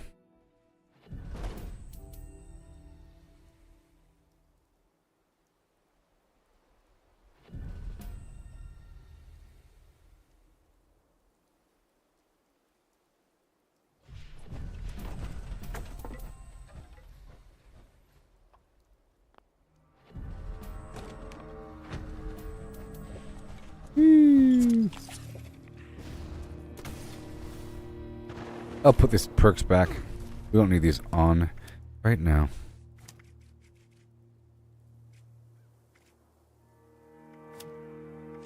Yep.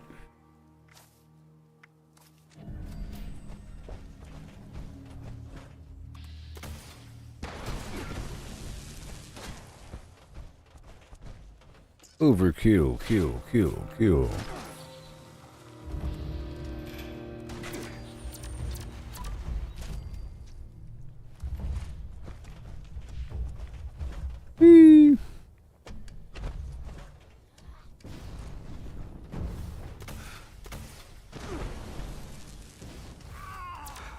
Don't complain about it.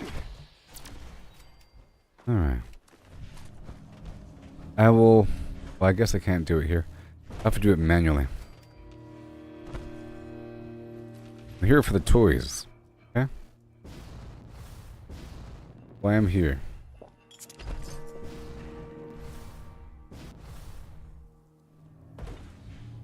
Why I'm here.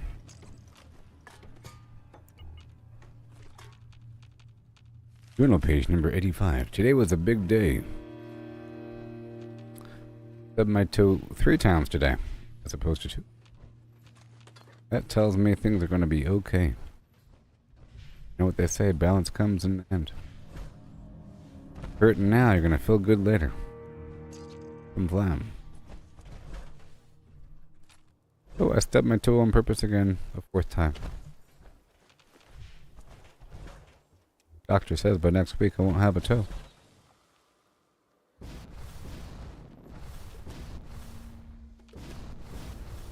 Yeah.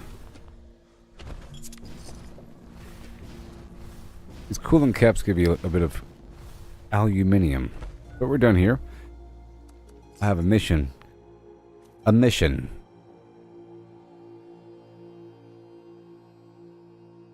And then I'll probably shoot the Yaogwai that's out there by the Dolly Slots campground after I get some rad roach meat.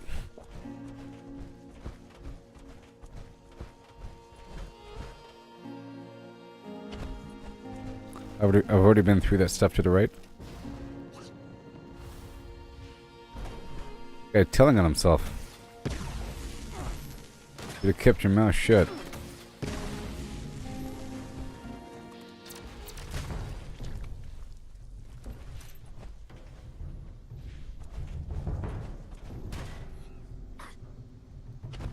How dare they shoot at me as I run by?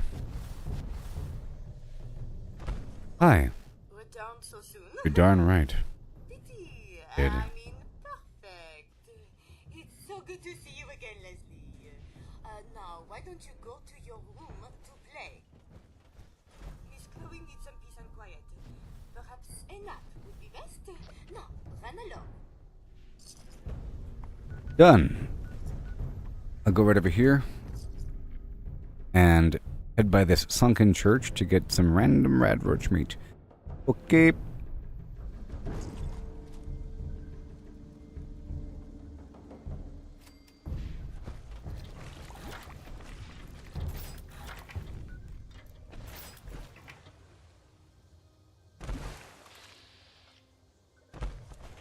Need some meat over here. Boom. Take that, sucker. Alright, done. And now let's go into my inventory.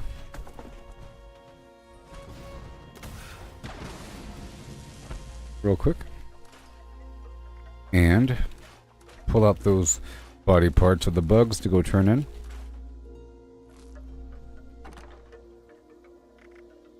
Right there. So, tick blood sac. Wing barb. Blood bug bloatfly gland. Blood bug proboscis. Done. And right over here, I'll get my box syringer ready. I have to shoot this bear. Pretty sure. Right. We'll find out. I have so many uncompleted dailies days off the screen here.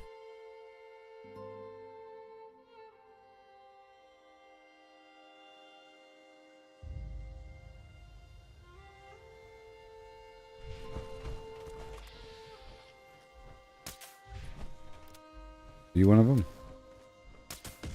Yep, you are. Hi.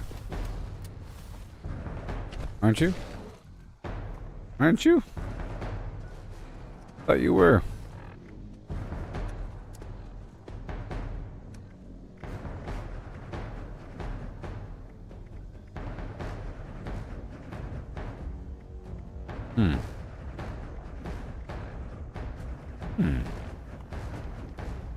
Make only this quest active?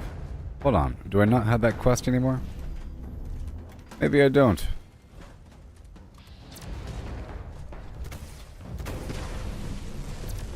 That was a lot of damage. That was 633 damage to his face. Good. Radiation Rumble's active. You know that's a great mission. Hi there, I have your stuff. I have it.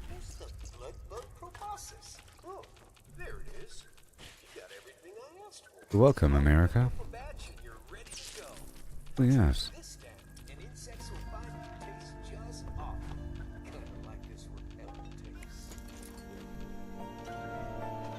Bit of everything here. Thank you.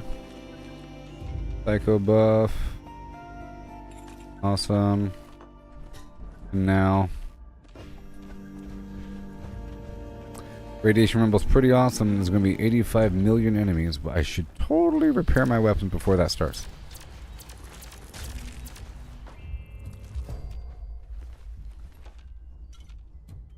They're just throwing these public events at me all the time. Tell you what.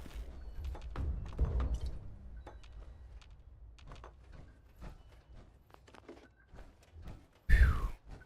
Block out the front door. Back door.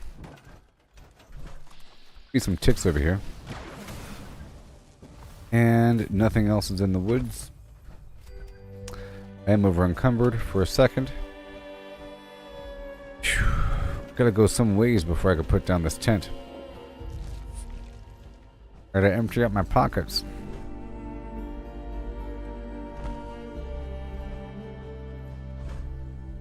I've already taken the photos. Okay, so quickly.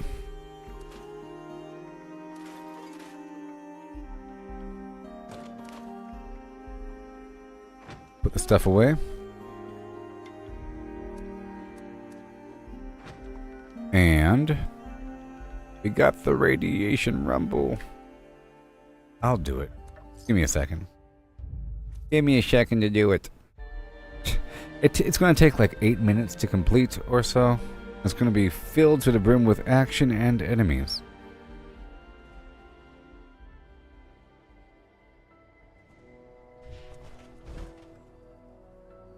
So many pumpkins to carve. Oh.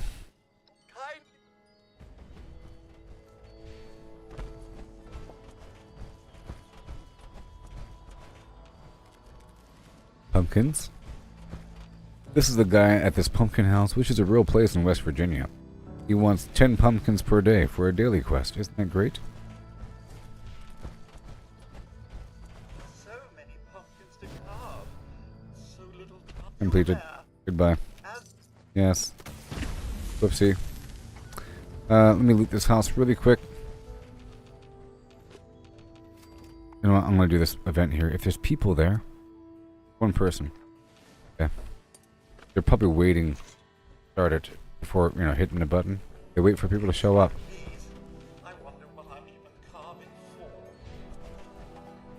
Okay, I'm going to go right over here to Freddy Fear's House of Scares to go pick up some components from some robots. Some Red Rocket cores from these robots that are wandering the hillside and bring it back down to the Red Rocket Megastop for a daily activity. There's a bunch of ghouls over here and a Wendigo.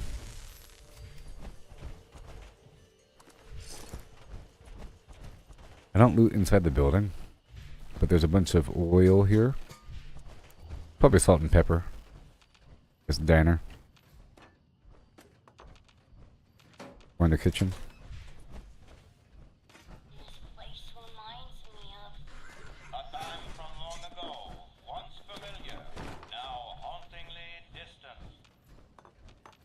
Uh-huh.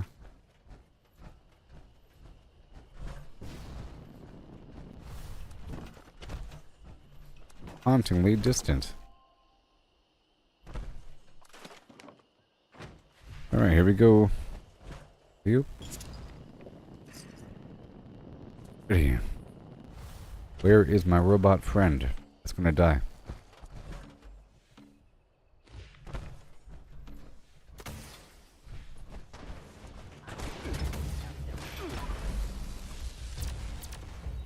I don't want his head. I gotta repair soon. Right, and your inhibitor. Take that.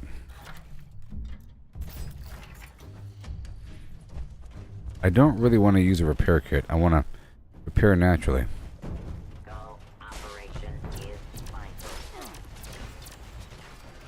Hey, look at that. Good job with your daily activity. Yeah. I'm heading down to this workshop. I'm not going to capture it. There's a little bit of loot. I think I'll get the salt and pepper from inside. And whenever I go back and settle, I want to repair my items and then look at my recipes. Both my food and chems. I think I still have to make a bunch of antibiotics for the Pioneer Scouts.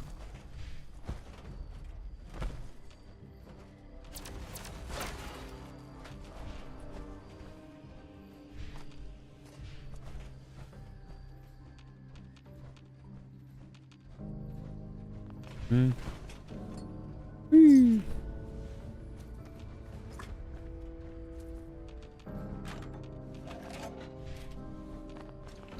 Super fun.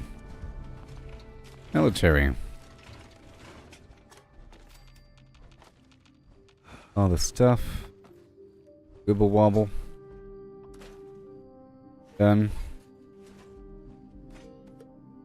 Armor.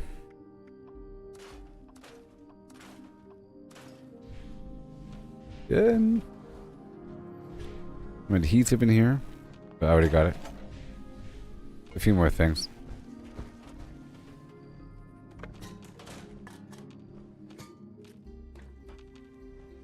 Braxo.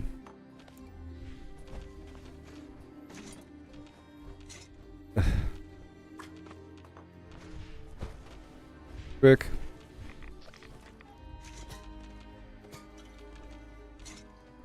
There's so much stuff.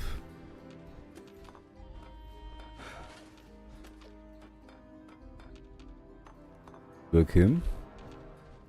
Almost done. Big old ugly stim pack, yeah.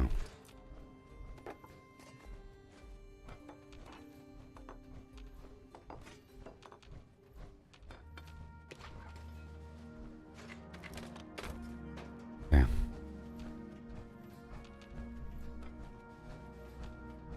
Salt and pepper.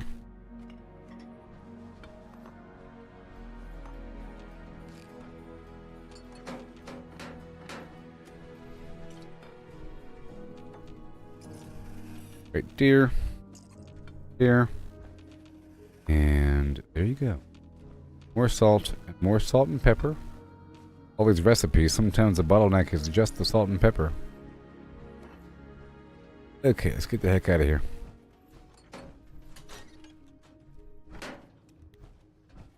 What do you have?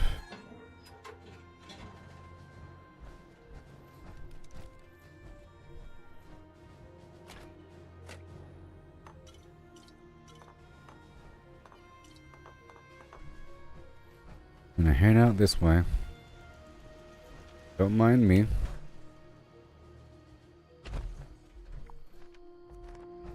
The game is telling me to capture this workshop because nobody owns it.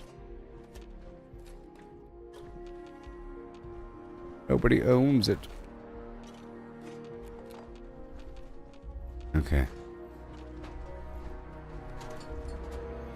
Get the heck out of here.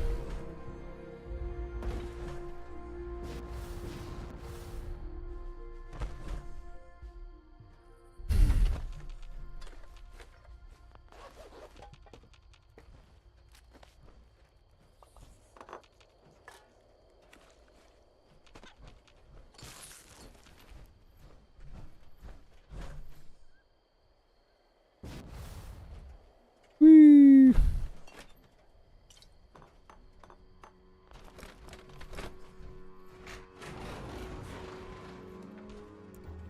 We're leaving this whole area, but I have to go on foot because I'm over encumbered. Until I hit the edge, I'm gonna put down my survival tent and drop everything off. Ready, please.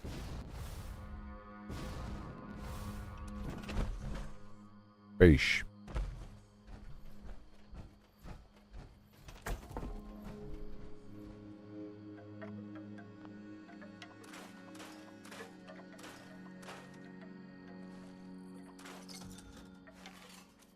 Hey, someone purchased that snake wrangler outfit I crafted earlier. Yeah. Well, that's done. Okay. Kill one blood bug, I will. I have a bunch of these activities to knock out. Back to back. But we only have like a little hour remaining.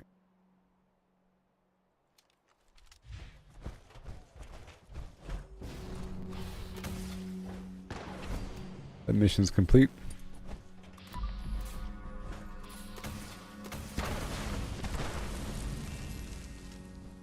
Thank you for the meat, sir. That's done.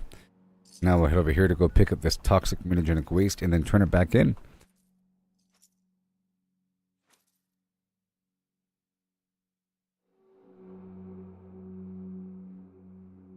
Good morning, Dan.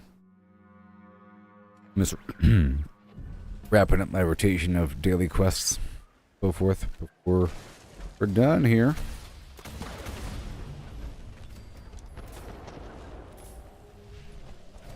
How you doing?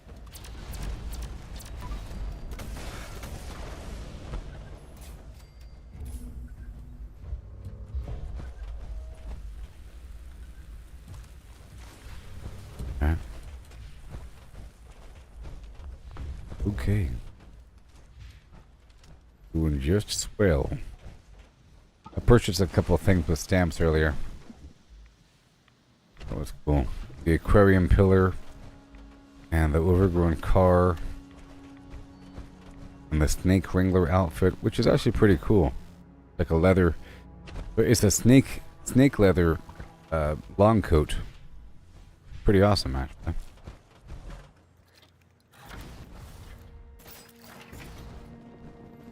Yes, it's kind of like a flamethrower, but it's different and much better. Exactly. It's almost like a grenade launcher flamethrower. Okay, that's all done. Almost one. One more. I have to repair this stuff, of course.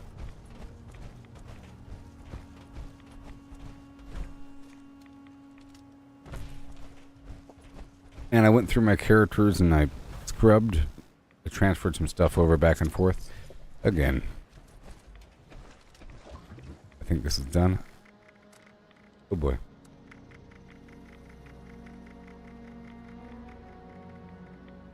And I might be changing my build out one day. But like I'm sort of approaching the zenith of this situation. I have this weapon for when I don't want the world to explode. And this weapon for whenever it's like a big, like a scorch beast or something. Or sustained fire. Yeah, I might change my whole setup. And my whole look and everything. Because I went through all of my costumes. You know, and I went through my other character earlier and looked at my other weapons. I have some pretty interesting stuff. There's some pretty interesting stuff. That badge won't earn itself. Oh yeah, sorry.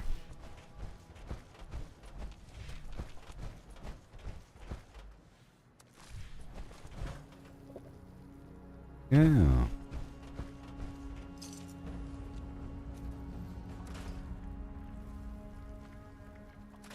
That's done. Next.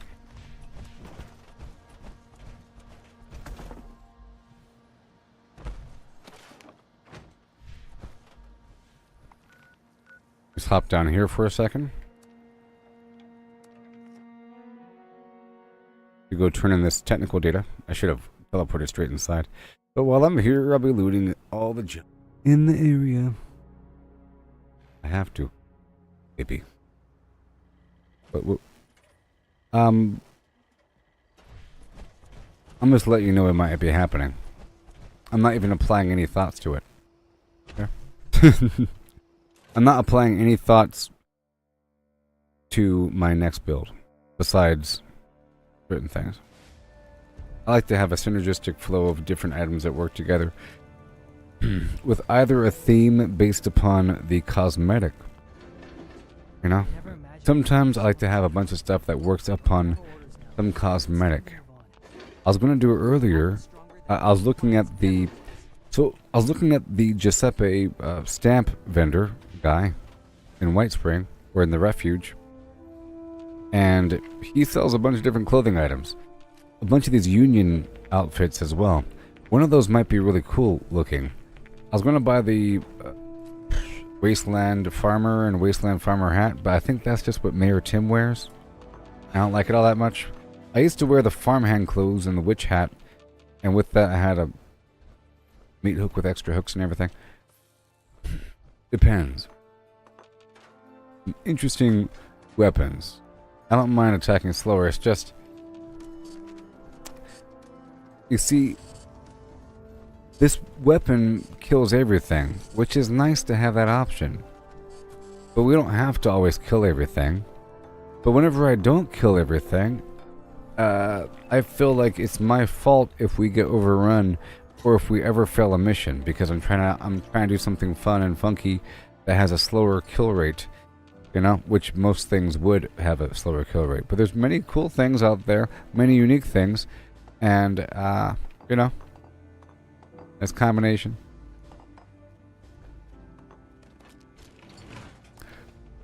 Some weapons have a real interesting effect and feel real good when you use them.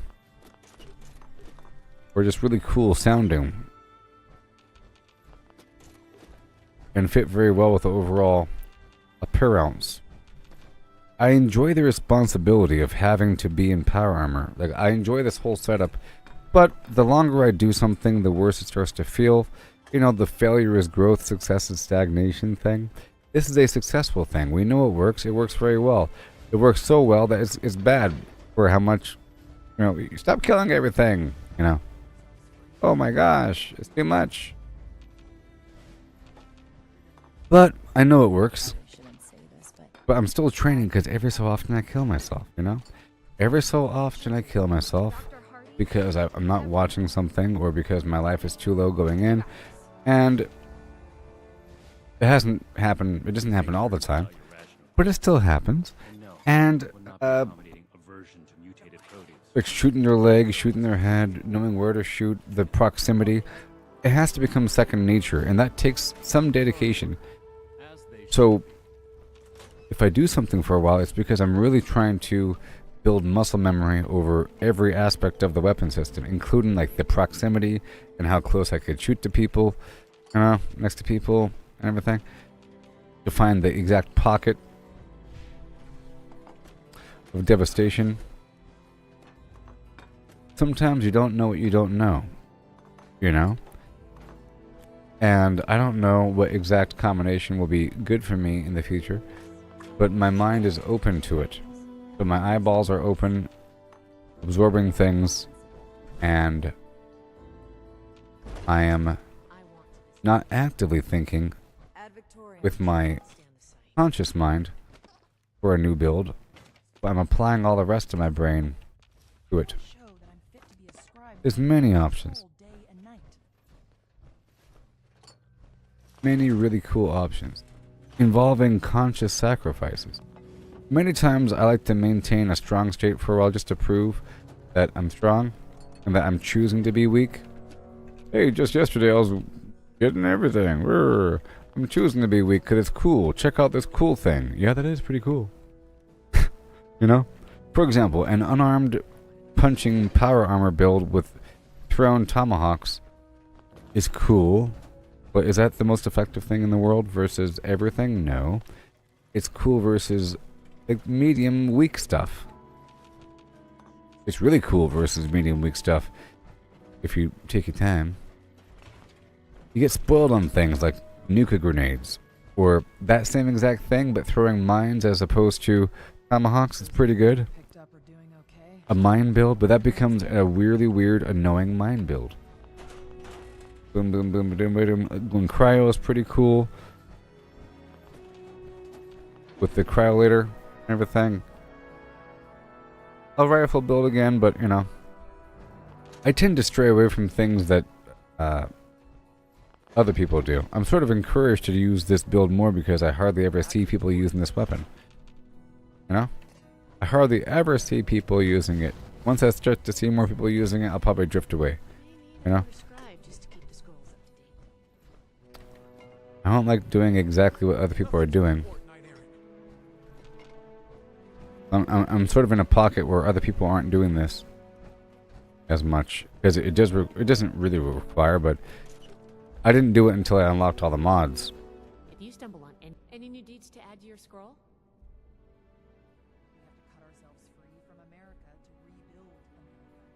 I can't wait to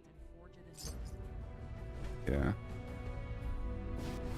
But like I said, I enjoy the responsibility of having to get more fusion cores, which makes me want to take over the power plants. And this build, I know that I'm always ready. As long as I'm able to step out and enter the other state, but I'm talking about changing my entire composition. In theory,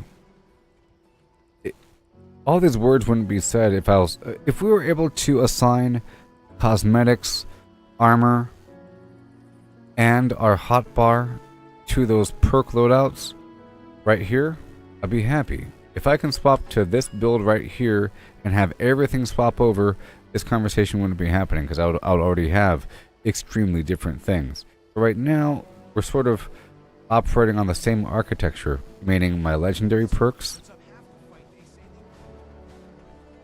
and whatever the heck I'm currently wearing and these weapon slots I currently have assigned. It might not be the same between those two extremes, which means if I want to swap between one build or another, I'd have to swap out 3 or 4 different weapons. I've done that before several different times, but it's annoying. It's nice to have a state where you can do whatever you want to do without having to worry about it. Otherwise, I end up postponing things because I'm not ready yet, or I have to swap over my build. 1 second, not ready yet. Constantly. To the point where I never do anything. I'll enter the nuke site, but I'm currently in this other build, or something like that. Some weird excuse to not do something. I'm not quite ready for expeditions yet. I have to swap over a couple things. I do like the idea that I'm using an assortment of different weapons, and I really am. You might see me using this all the time because most opportunity that is the weapon to use. But when I'm indoors, you see me use this weapon quite often. And if there's a gigantic beast, you see me use this weapon. Or if I'm trying to tag the Scorch Beast, I use this. Tag him. And everything.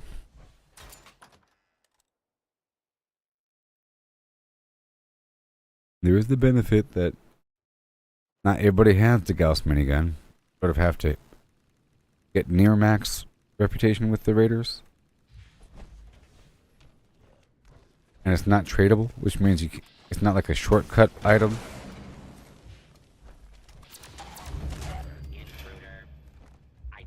You can't just get the weapon. You can't get it from a duper from some website. You have to unlock it, unlock the mods, get lucky with your legendary rolls until you get what you want.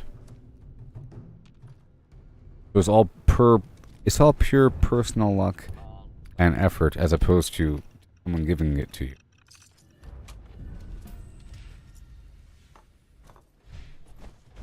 And it really is exceptional. It just so happens that this is a bit more exceptional. But the cons are clearly all of that. All of this. It's a big con. Like this right here is ridiculous. All the loose loot flies around, like all the cans and all the golf balls and whatnot. They all fly around, even if it's not so much behind a wall sometimes, but around the corner. I don't like when loot flies around as much. That's also the problem with the exploding fist, unarmed build. A situation.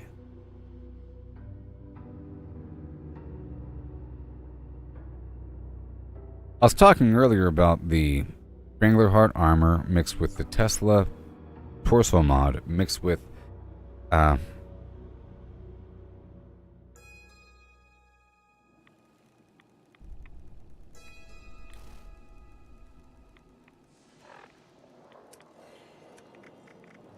Plague Walker for a layered aura of damage.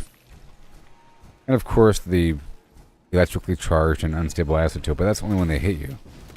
But then that becomes like a interesting unarmed build. You're hitting them, you know. It's probably better with a melee weapon. The problem with power armor is that you can't swap back and forth between unarmed and armed through the hotbar or with a hotkey, as far as I can tell. You have to go through the menu and manually unequip the weapon.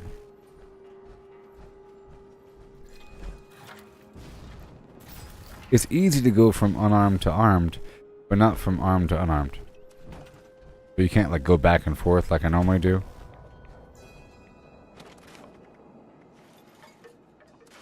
Which is also why I liked a throwing weapon combo with unarmed in power armor. Who knew?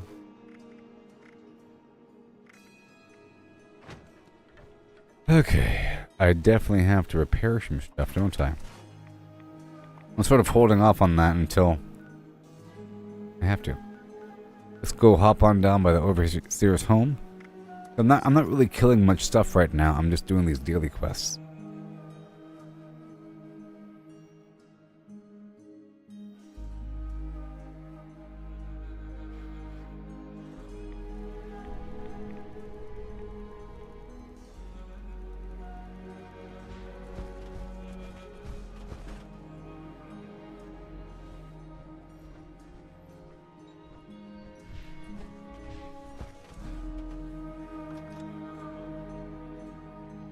there's value in consistency and value in variety from both the outside and inside.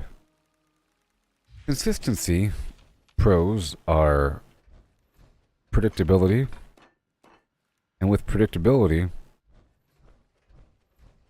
comes satisfaction. If you can predict an outcome and have it resolve in that manner, it's satisfying.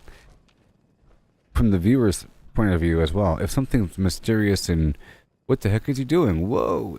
It's a feeling of surprise and shock and wonder and happiness, but it's different than like pure satisfaction.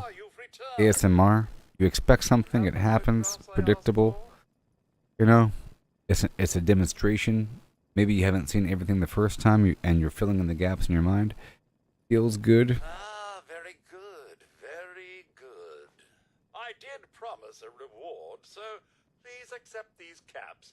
I have to shoot a rad stag, a rabbit, and a rad beaver. Rad beaver might be the hard part. A fair point, and one I cannot disagree with. The Vox interpreter gun. Here are your caps. Come and see me again, and I might... Chowline and Drostos. Okay, we're getting closer and closer and closer. Awesome. I think this quest right here is bugged. It's not real. Hold on.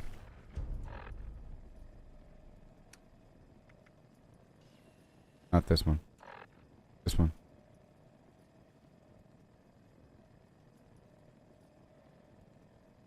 I've never done this mission, but it keeps popping back up. Anyways, let's go quickly.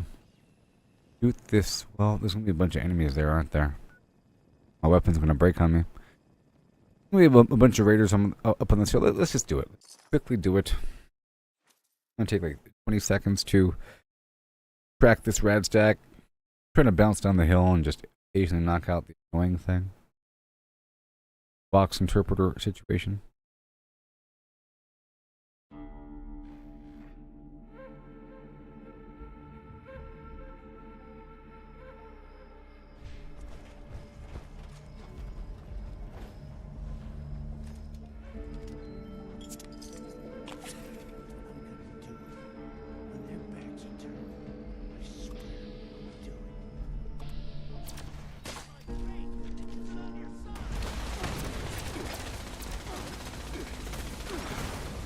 If I wasn't super strong, that'd be kind of scary.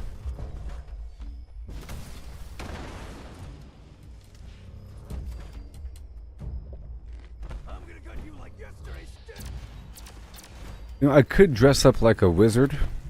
There's a couple different options for being like a wizard. And I could use colorful weird attacks and like the pumpkin grenade and like the cryo grenade. Weird stuff, a big old Molotov cocktail for a big fireball, whatever, and like fireballs, woo, sort of thing. There's lots of cool stuff, lots of zany stuff, and interesting weapons. You'd be like a mad scientist using crazy weapons and dress up like that, you know? Lots of options. But here we go, I'm gonna get this box interpreter gun going. Ranger.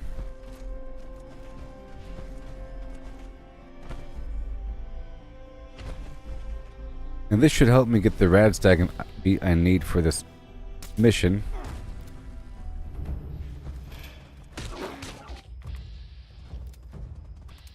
You are a rad stag. Valid box interpreter subject detected. Transmission initiated. I will kill you to protect myself. Now I am mad. Son of a ... I do not want to die. Ouch. Ouch. I was just minding my own business. I'm gonna swap out this fusion core. He's not gonna kill me. He's not gonna kill me. Maybe it will get bored and leave me alone. He's not gonna kill me. Now I am mad. Leave me alone. Go away. Ouch. And one. Box transmission received successfully. Crispy. And I do like the fact that this fuel is kind of expensive. You know? And that I've run through it. It gives me something to do every so often.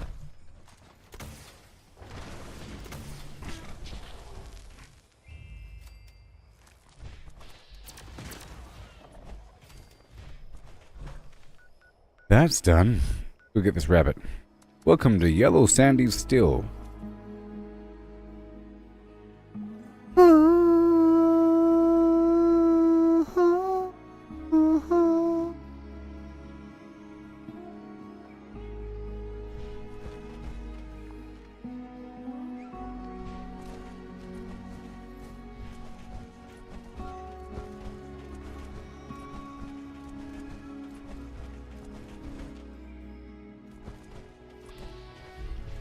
Here, little rabbit. Right in your leg. Can't do about it, huh? Interpreter subject detected. Transmission initiated. Stop that! Ow! Not today! This is a scary experience. Yeah. That hurt. For 30 more seconds. And then a rad beaver. I am way too fast to catch. I'll knock that out real quick. Ooh, the bad human wants to kill me. And then we'll be looking for the missing equipment from Ward. And pick up the water and soil holotape. There's the water holotape, and the soil holotape is somewhere. Somewhere. It's somewhere.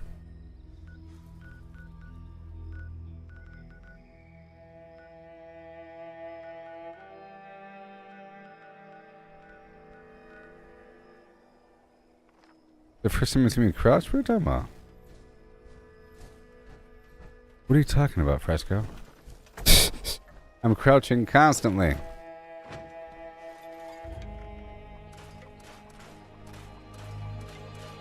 Pretty much. I mean, I'm crouching constantly. It's like my fingers on autopilot, crouching every 3 seconds. Can you not tell? I'm What are you saying? Go down here and get the rad beaver. Crazy.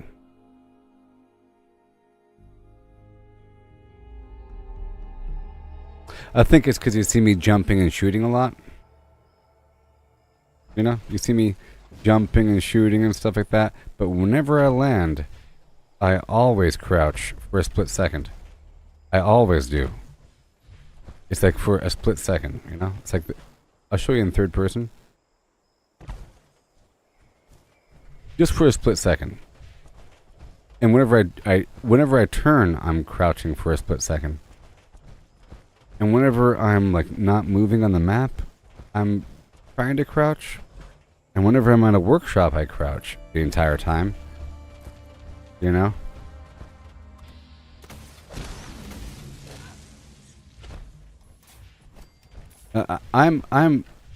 I'm dipping up and around. Like whenever I'm on the ground and I'm moving like this, I'm crouching every 3 seconds.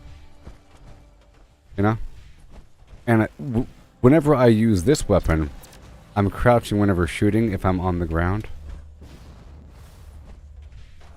It's just really fast. Whoopsie. I'm over here killing the beavers because I show you something. Oh, I'm so angry. So angry.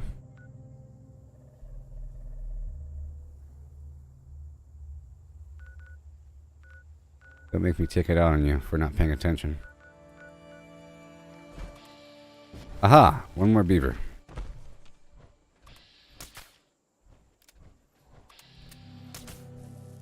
Valid Vox interpreter subject detected. Transmission initiated.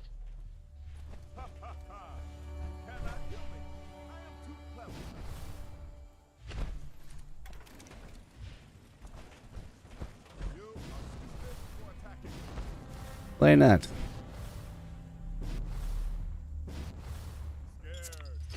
Whenever I head back to town, I'll be repairing.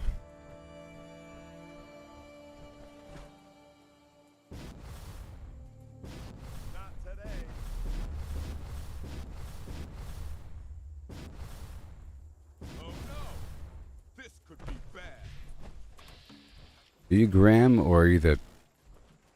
Oh. Give me the stuff. Down to General Steakhouse. Get Fox interpreter data storage full. Please return holotape Okay. terminal to process That's all done. Let's head over here and look for the tracking data. Job well done, Dr. Harrison. And also, whenever I'm not in power armor, you have to crouch every couple seconds of escape artist. Whenever I'm not in power armor, stealth doesn't work as much in power armor and everything. Still works, but I am still crouching every couple seconds. Like whenever I enter a building, whenever I turn a corner, it's good to do it like from crouch, whether or not you're in power armor, because these guys are stupid. The enemy doesn't really know where you are. Necessarily. They know where you were if you make noise, and they go to that point of interest. So if you break line of sight and everything, good to go.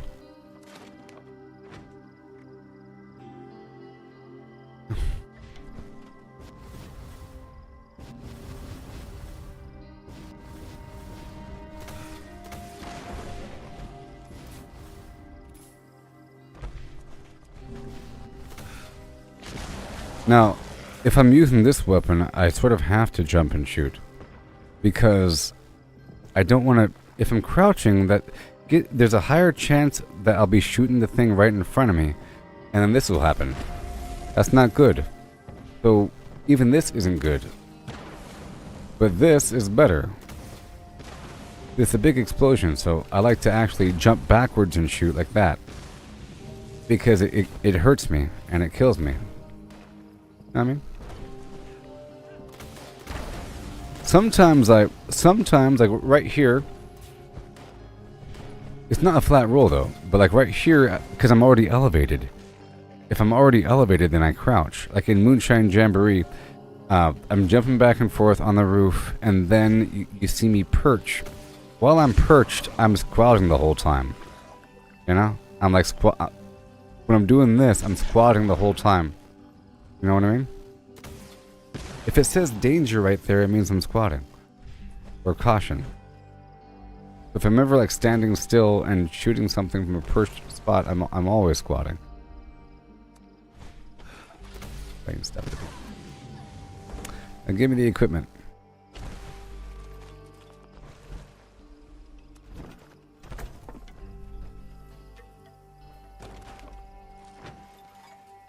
Whenever I'm at a workbench, I'm squatting. I'm squatting right now, you know.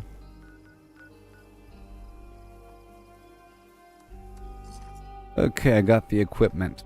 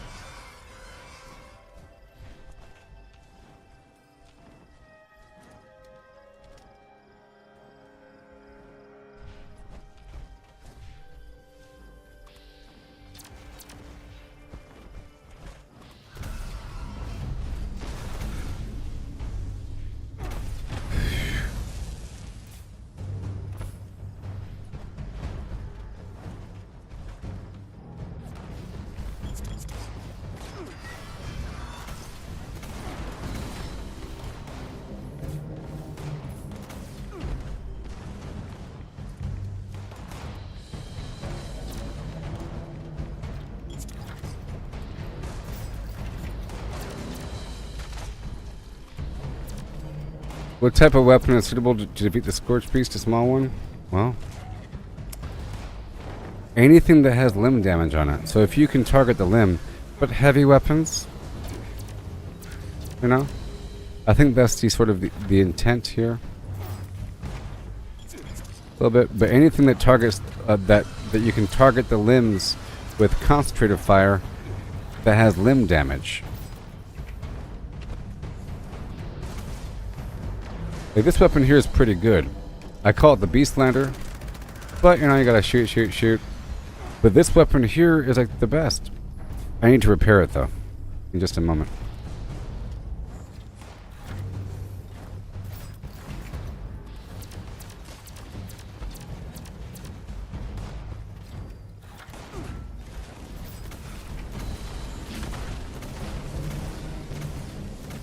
Also, in some situations, you're not stealth. If you're surrounded by enemies in the wide outdoors and they're all shooting you, unless you have Escape Artist on, or Chameleon, or enemies to turn invisible, you're not stealth, because they're all shooting you. It's hard to break out of stealth if there's 10 enemies shooting you. You just gotta kill them all. If you're the only target. Many things. If there's no line of sight breaks or anything, but you can do it if there's a line of sight break or any sort of structure or whatever. Gotta go now.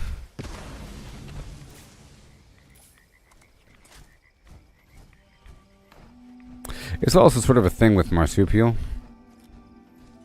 Pending.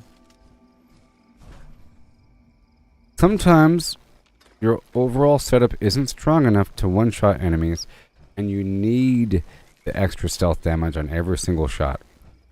You know what I mean? Some weapon systems, some builds, it's just not good enough to jump around and have a good old time. Woohoo! And you need every last little thing that you can manage to kill the enemies. At that point, hide in the shadows, turn invisible, and get your little stealth hits in. I mean...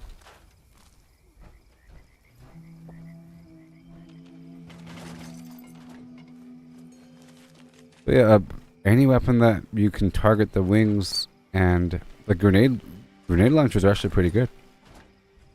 You know? Grenade launchers are pretty good. Some weapons are sort of messy when you're trying to do some sustained fire and you're like barely tagging the dude, you're wasting a ton of bullets. You know? Like this. You can tag him, he's flying around, you're tagging him, flying around. Once he lands, you slam him. But it's really just about making him land, getting him cold, slow motion, you know. You can poison him too. You can get him on fire for damage over time. Like layered damage over time with poison and fire, in theory. But slow motion makes him get all nice and slow with the cold action. I gotta empty out my pockets here. Make him land. You could punch him right in the face if you have a melee build. But you have to have some other means to make him land. Okay, that's all done. And then I'm gonna hop all the way back over. What is this? Land in the sand? Free fast travel. Let's go hop by ward to go turn in the equipment for free. Turn in the honey at Sweetwater. And then we gotta do the Flim Flam Park land. So for example, my other build with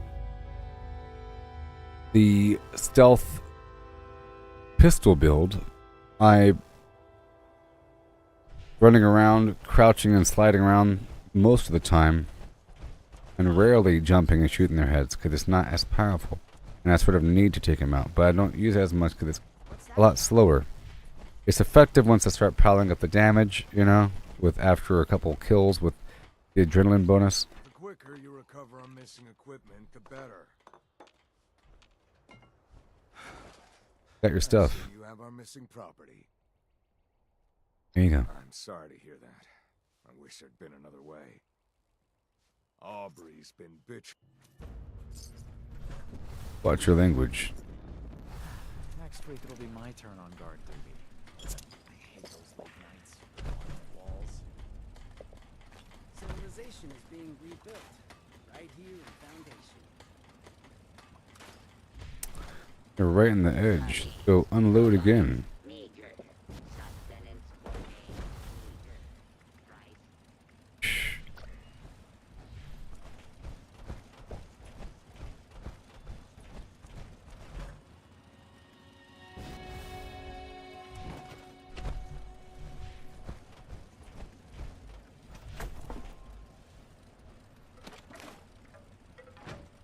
Okay, so what do we really have going on, huh?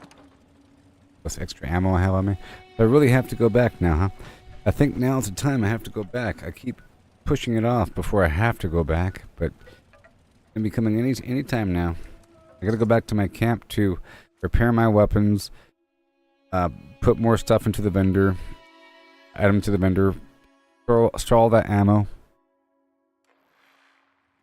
and I want to check out my recipe. But we're not done with these little missions here. But I will be right afterwards, because I have to pick up some radstag from my base and my vegetables for this daily mission. Well, a nice cup of tea will make the world right again. I'm going to go over here and pick up this water holotape and the soil holotape. Gotcha. Hi. Bye. Got your stuff. Goodbye. You have a great day. I have your honey. Congratulations. 10 honey, please. Anything less is insufficient.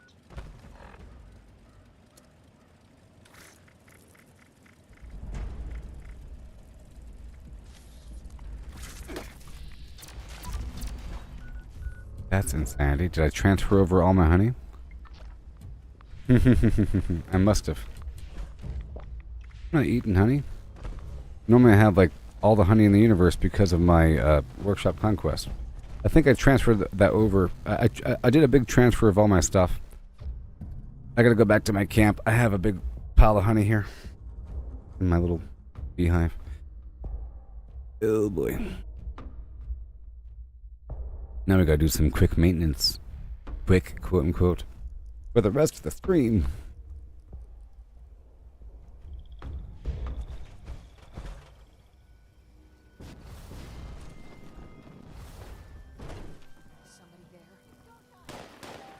This is Raiders versus Settlers.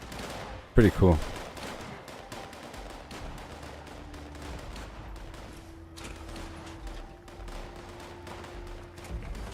Alright. Get my honey. Right there.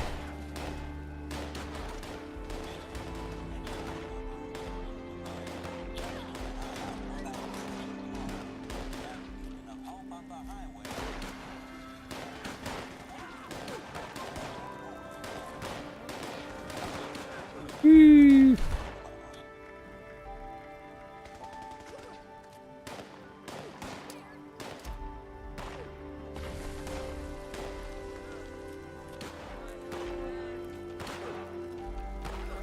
Yes. One more time with my turbo fertilizer grenade. Yeah. Thank you so much. All the meat in the world. Go downstairs.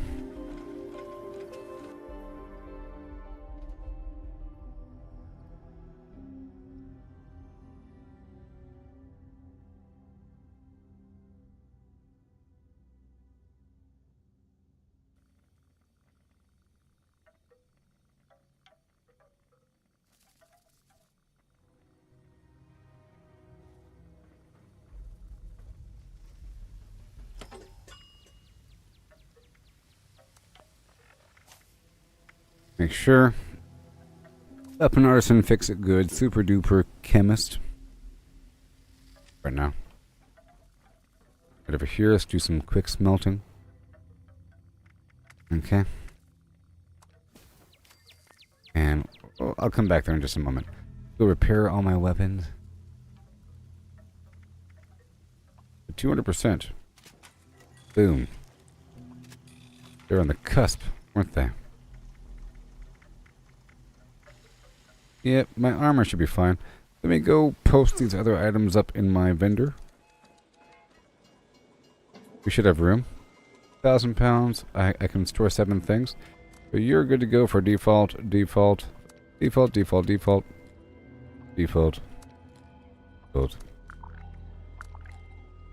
There you go. I'll pull out some notes or something. I'll pull out a couple stacks of ammo. A lot of weight as well. Yeah. For these items, or I'm going to sell them for nothing. So cool, I know. And I'll pull out a couple more stacks of ammo. Boom, boom. Oh, 2 more things. Yeah. For default values. Or all the ammo.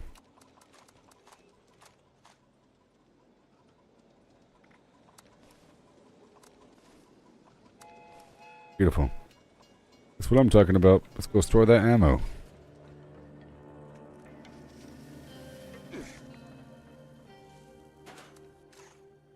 Yes.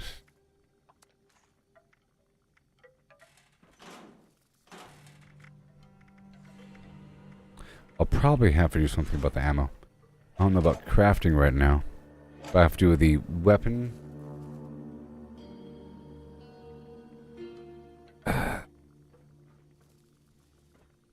Machine there.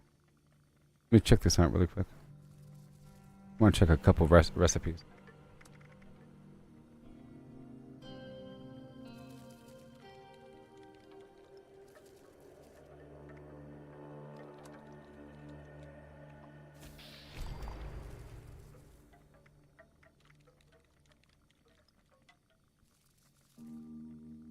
I have 40,000 antiseptic. Basic blood packs. Coca-Cola vaccinated. Reduces damage from the scorch. Not forget about that rad shield. Mosquito spit, max health. Impact diffuser. Heal the whole group. A big weirdo. Pretty cool. Pretty cool. So I have to get more blood packs. I'll be getting that from my blood well. Yep. And then I have to get... I'll be transforming all these disease cures into antibiotics. Because that's something I have to do. In time. And over here...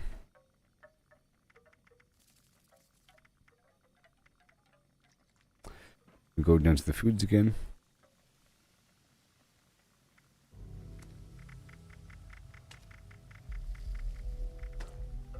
Owlet nuggets. What? Crazy. Pepperoni roll, of course. 75 strength. Or carry weight. Looking at all the buffs. Anything screaming at me? Nope. Nothing is yelling at me. Besides that cram burger.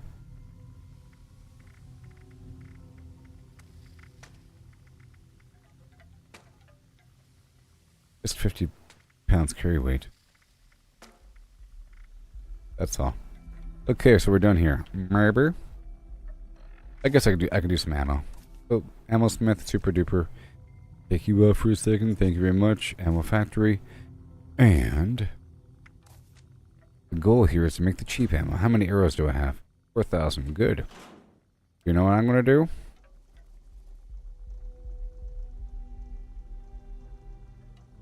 I'm gonna do this outside. That's what I'm gonna do.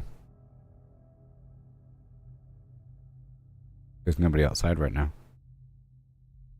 I'm gonna make like a certain amount of arrows. Basically, gonna make enough to obtain 200,000 ammo points, whatever. But I'm gonna take the first set of ammo points and turn it directly into fuel. I'm making it right here. So, we're going to make arrows. I think. Arrows. I have a bunch of adhesive. Make a stack of 255, which is precisely how many arrows? 12,000 arrows. Let's make another stack of 255. 24,000 arrows. Here we go. Now I'm slightly lower on the aluminum factor. Okay, so now I'm sitting here with, let's just say 20,000. That's small, isn't it? Okay, here we go. So, higher power, other ammo. We currently have 840 points. I'm going to transport these arrows over. So I'm selling 1,000 arrows for 6,000 points. Here we go. Do this 20 times or something. Or roughly.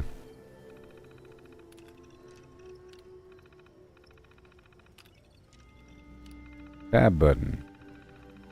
Click. Tab button. Double tab, single click. Nice and fast. In this manner, I don't have to waste a bunch of oil to produce a bunch of fuel. Normally you would.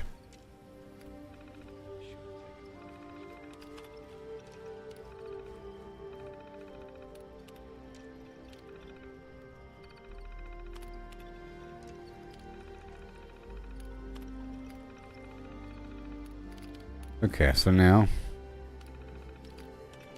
I have 96,000. I have to purchase some flamer fuel. I'm gonna spend all of it. I'm gonna buy 2,000 fuel for 10,000 points. Do this 9 times. Pretty awesome.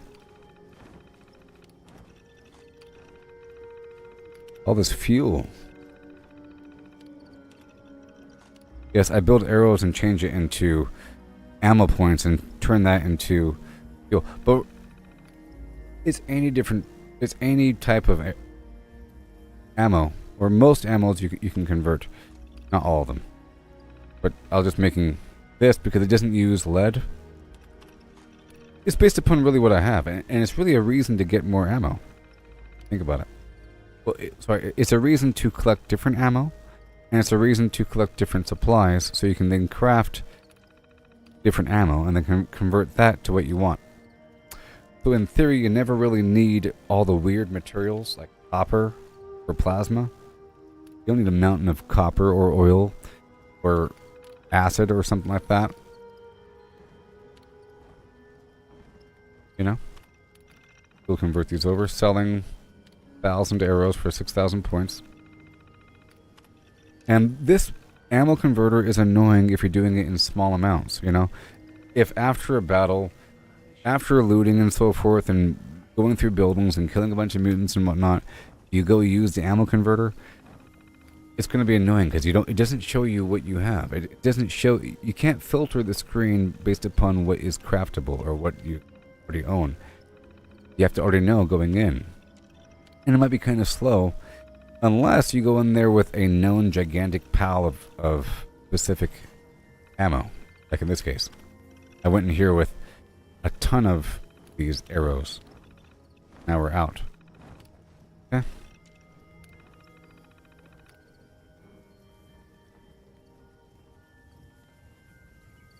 Yeah, so if you purposely... So my advice for everybody is to look at all of the stuff that you can craft and what it costs. See, most ammo requires lead, steel, and gunpowder. 50 caliber doesn't cost any gunpowder. Okay? Arrows cost adhesive, aluminum, plastic, and steel. Might be expensive, but they're worth a lot. You see, not all the different ammos are worth the same amount inside the ammo points converter. I tried doing the railway rounds because you'd think that would be the best, because they only cost steel. They're sort of the cheapest to craft. Of all the items to craft here, railway spikes only cost steel, but they weigh a whole lot, and they're not worth as much as other types for the same quantity. The paddleball string isn't convertible, otherwise it'd be good. You know, just gotta look around, see the prices and everything. Back over here, we have the arrow.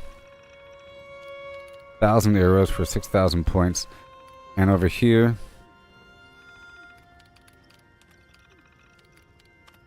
for railway, we have 300 rounds for 1,000 points. You see? So, you end up having to hold a whole lot more of rounds to get fewer points. So to get the same amount of points, requires way more railway rounds that weigh way more, in theory. It's just more. As long as you don't mind the more. Fine. Okay, so now there's 50,000 in there. I'm going to put the excess back. Okay, I'm at 19,000 fuel. I'm going to drop off half of that. Yeah. Cool beans.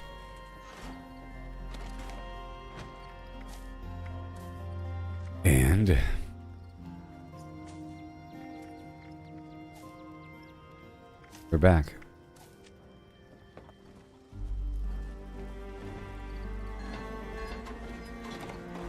Okay, we're done here. I'm going to swap my build back over.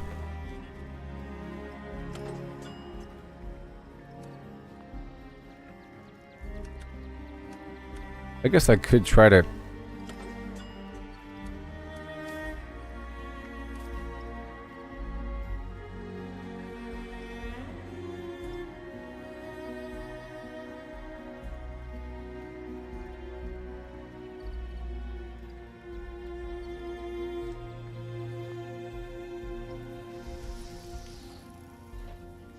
Nope.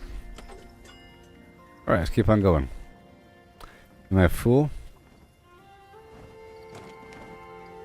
Am I a fool? I appear to be roughly, vaguely fool.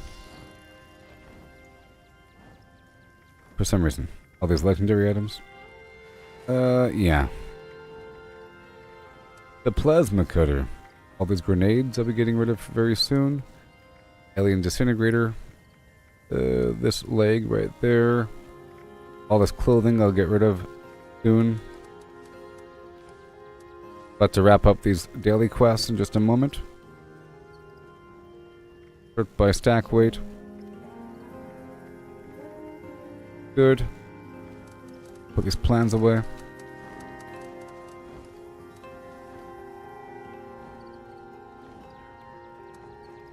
And I'm going to drop off these grenades right here in this box.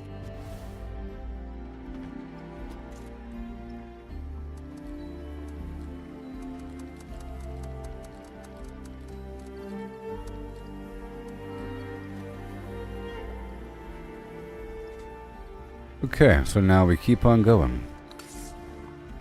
Goodbye. It'll be fine once I'm in the armor. I have 5 pieces of weapon weight reduction power armor, so that my weight will dramatically drop right now. Yeah. Alright, now let's go back.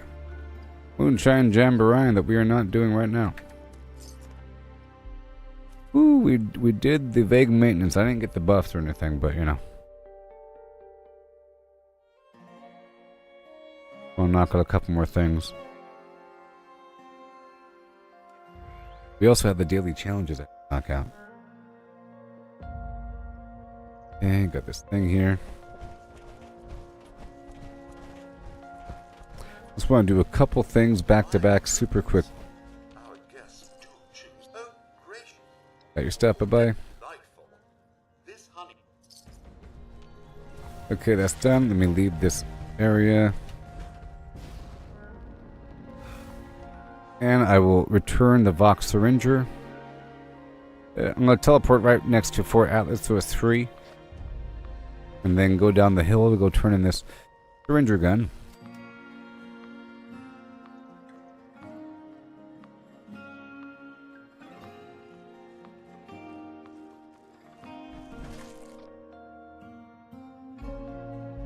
And in this stream is almost over. Got about 19 minutes remaining. Oh no. I can't do the daily op or expedition. Not enough time.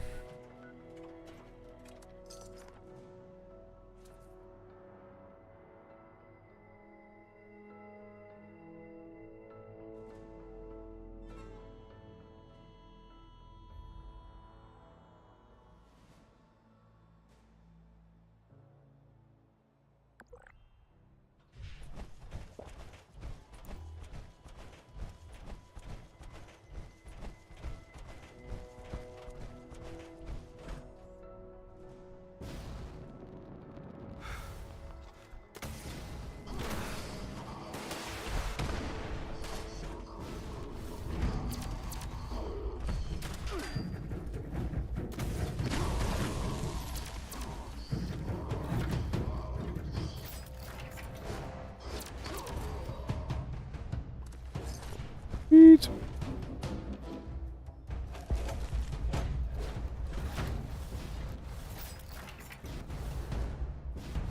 Treasuremap.com. Go turn this in.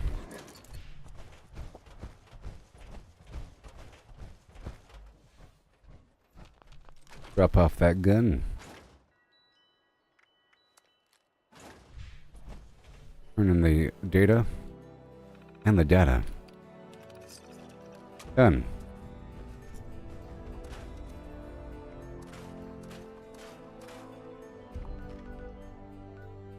Okay, let's go over here by the refuge and turn in this photo.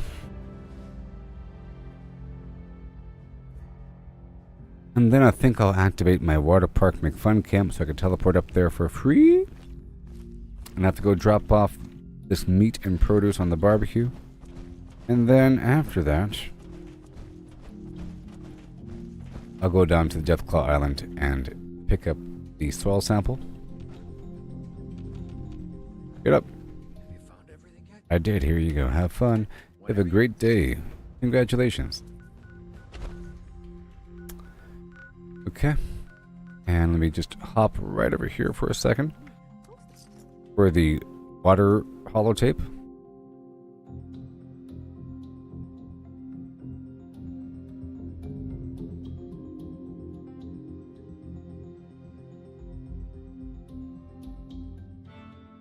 That music sounds like Starfield over there.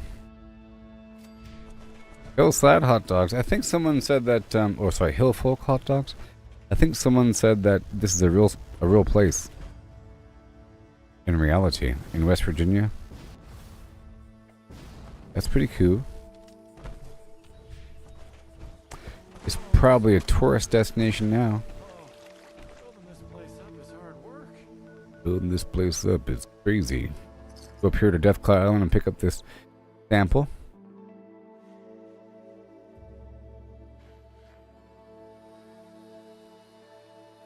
Delete this quest log.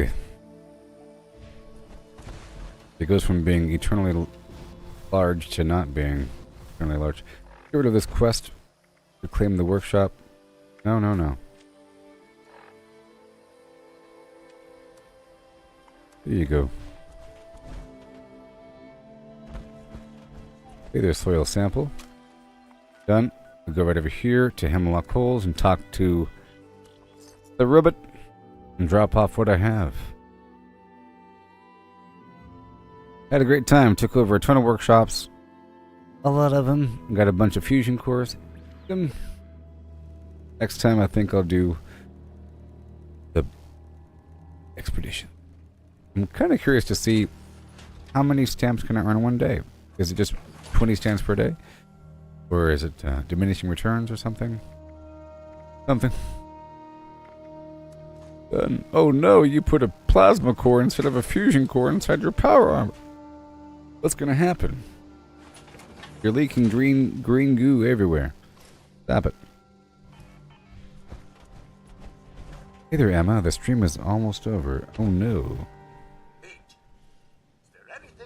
If you check the timer on the stream, we're almost done.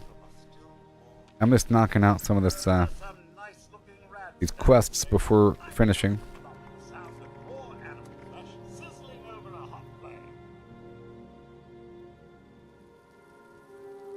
Alright, I'm gonna kill some blood eagles, cripple a ghoul's leg, and take a camera picture at the Nuka World on tour. Let's get that camera ready.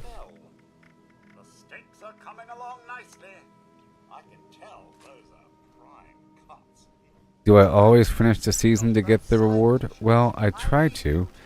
Sometimes I don't, though. I haven't finished every season. But I've finished like a handful of them. The end reward for the season ain't the hottest. I already got the cool stuff. The final, the season sort of ends at rank 100. You see right here, or whatever, or right here.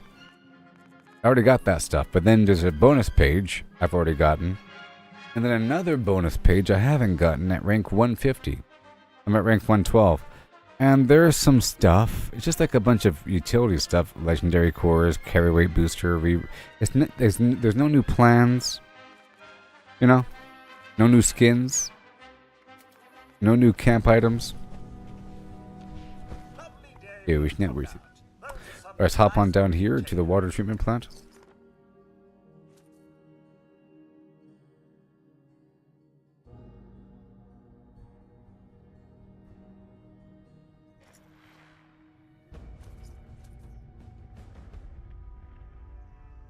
Before they'll give you a nice scoreboard to show that you completed the season. They don't have a scoreboard anymore. Or like a game board. You could put on the wall as a decoration. Go upload the data.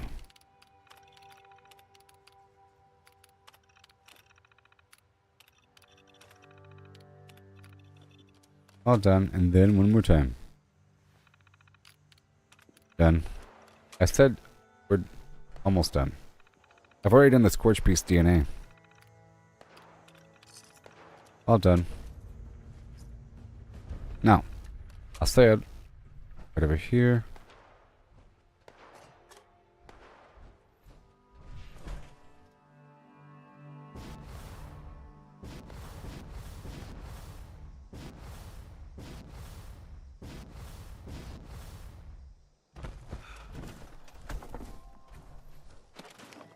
That's all done. And now, is Moonshine Jamboree really still going? I might as well hop into the very tail end of that thing. I'm doing just fantastic there, Emma. Stream is almost over. Can I do this? I don't know. I have like how much time? 11 minutes?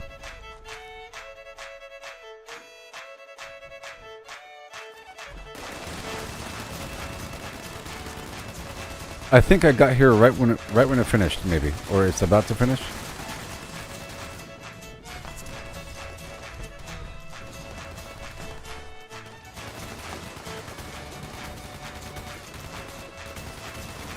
I'm just not in the event yet.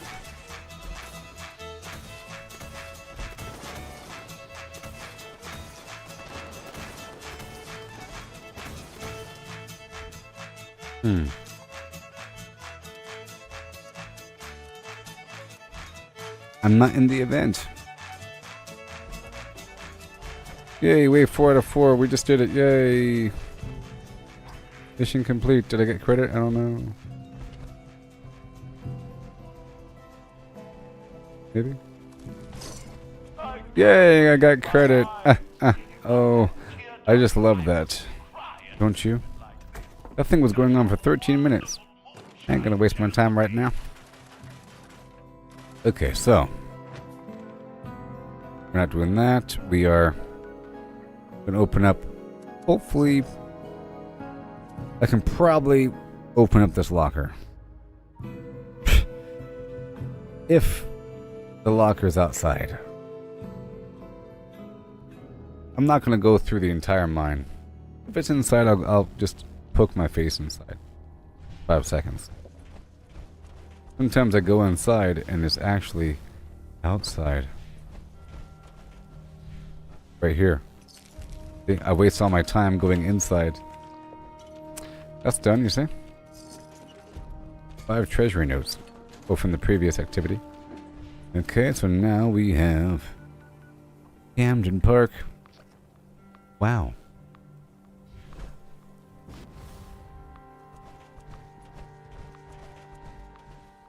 And then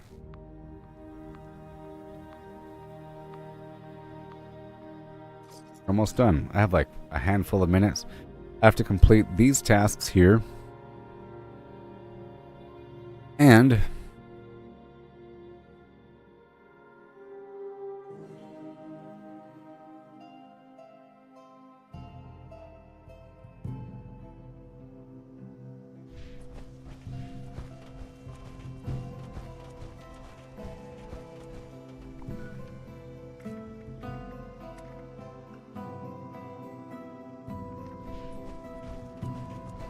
I can do it. Let's do it, do it, do it. Move, move, move. I'm gonna hit this button first.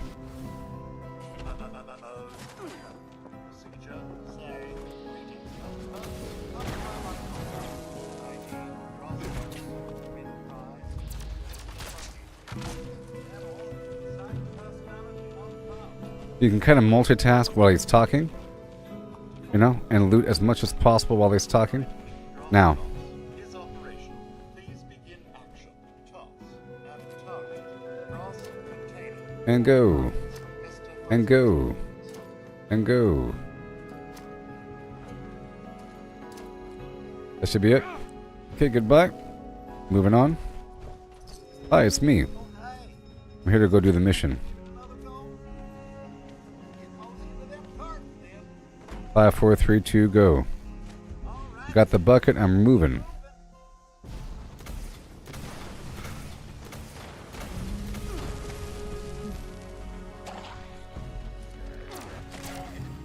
Mission complete on that mission, huh? I got the challenge complete. Uh-oh. Awesome. Next. I'll go straight down to Nuka World on tour. Second cart I have to drop off the coal into. Right there. Quite busy with the games. Sure.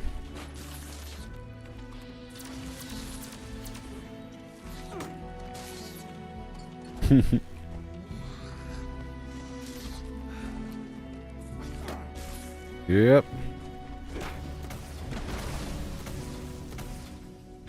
Come on. Now we have this one right here. Initiate this mission. Don't want to run out of time now. I'm multitasking.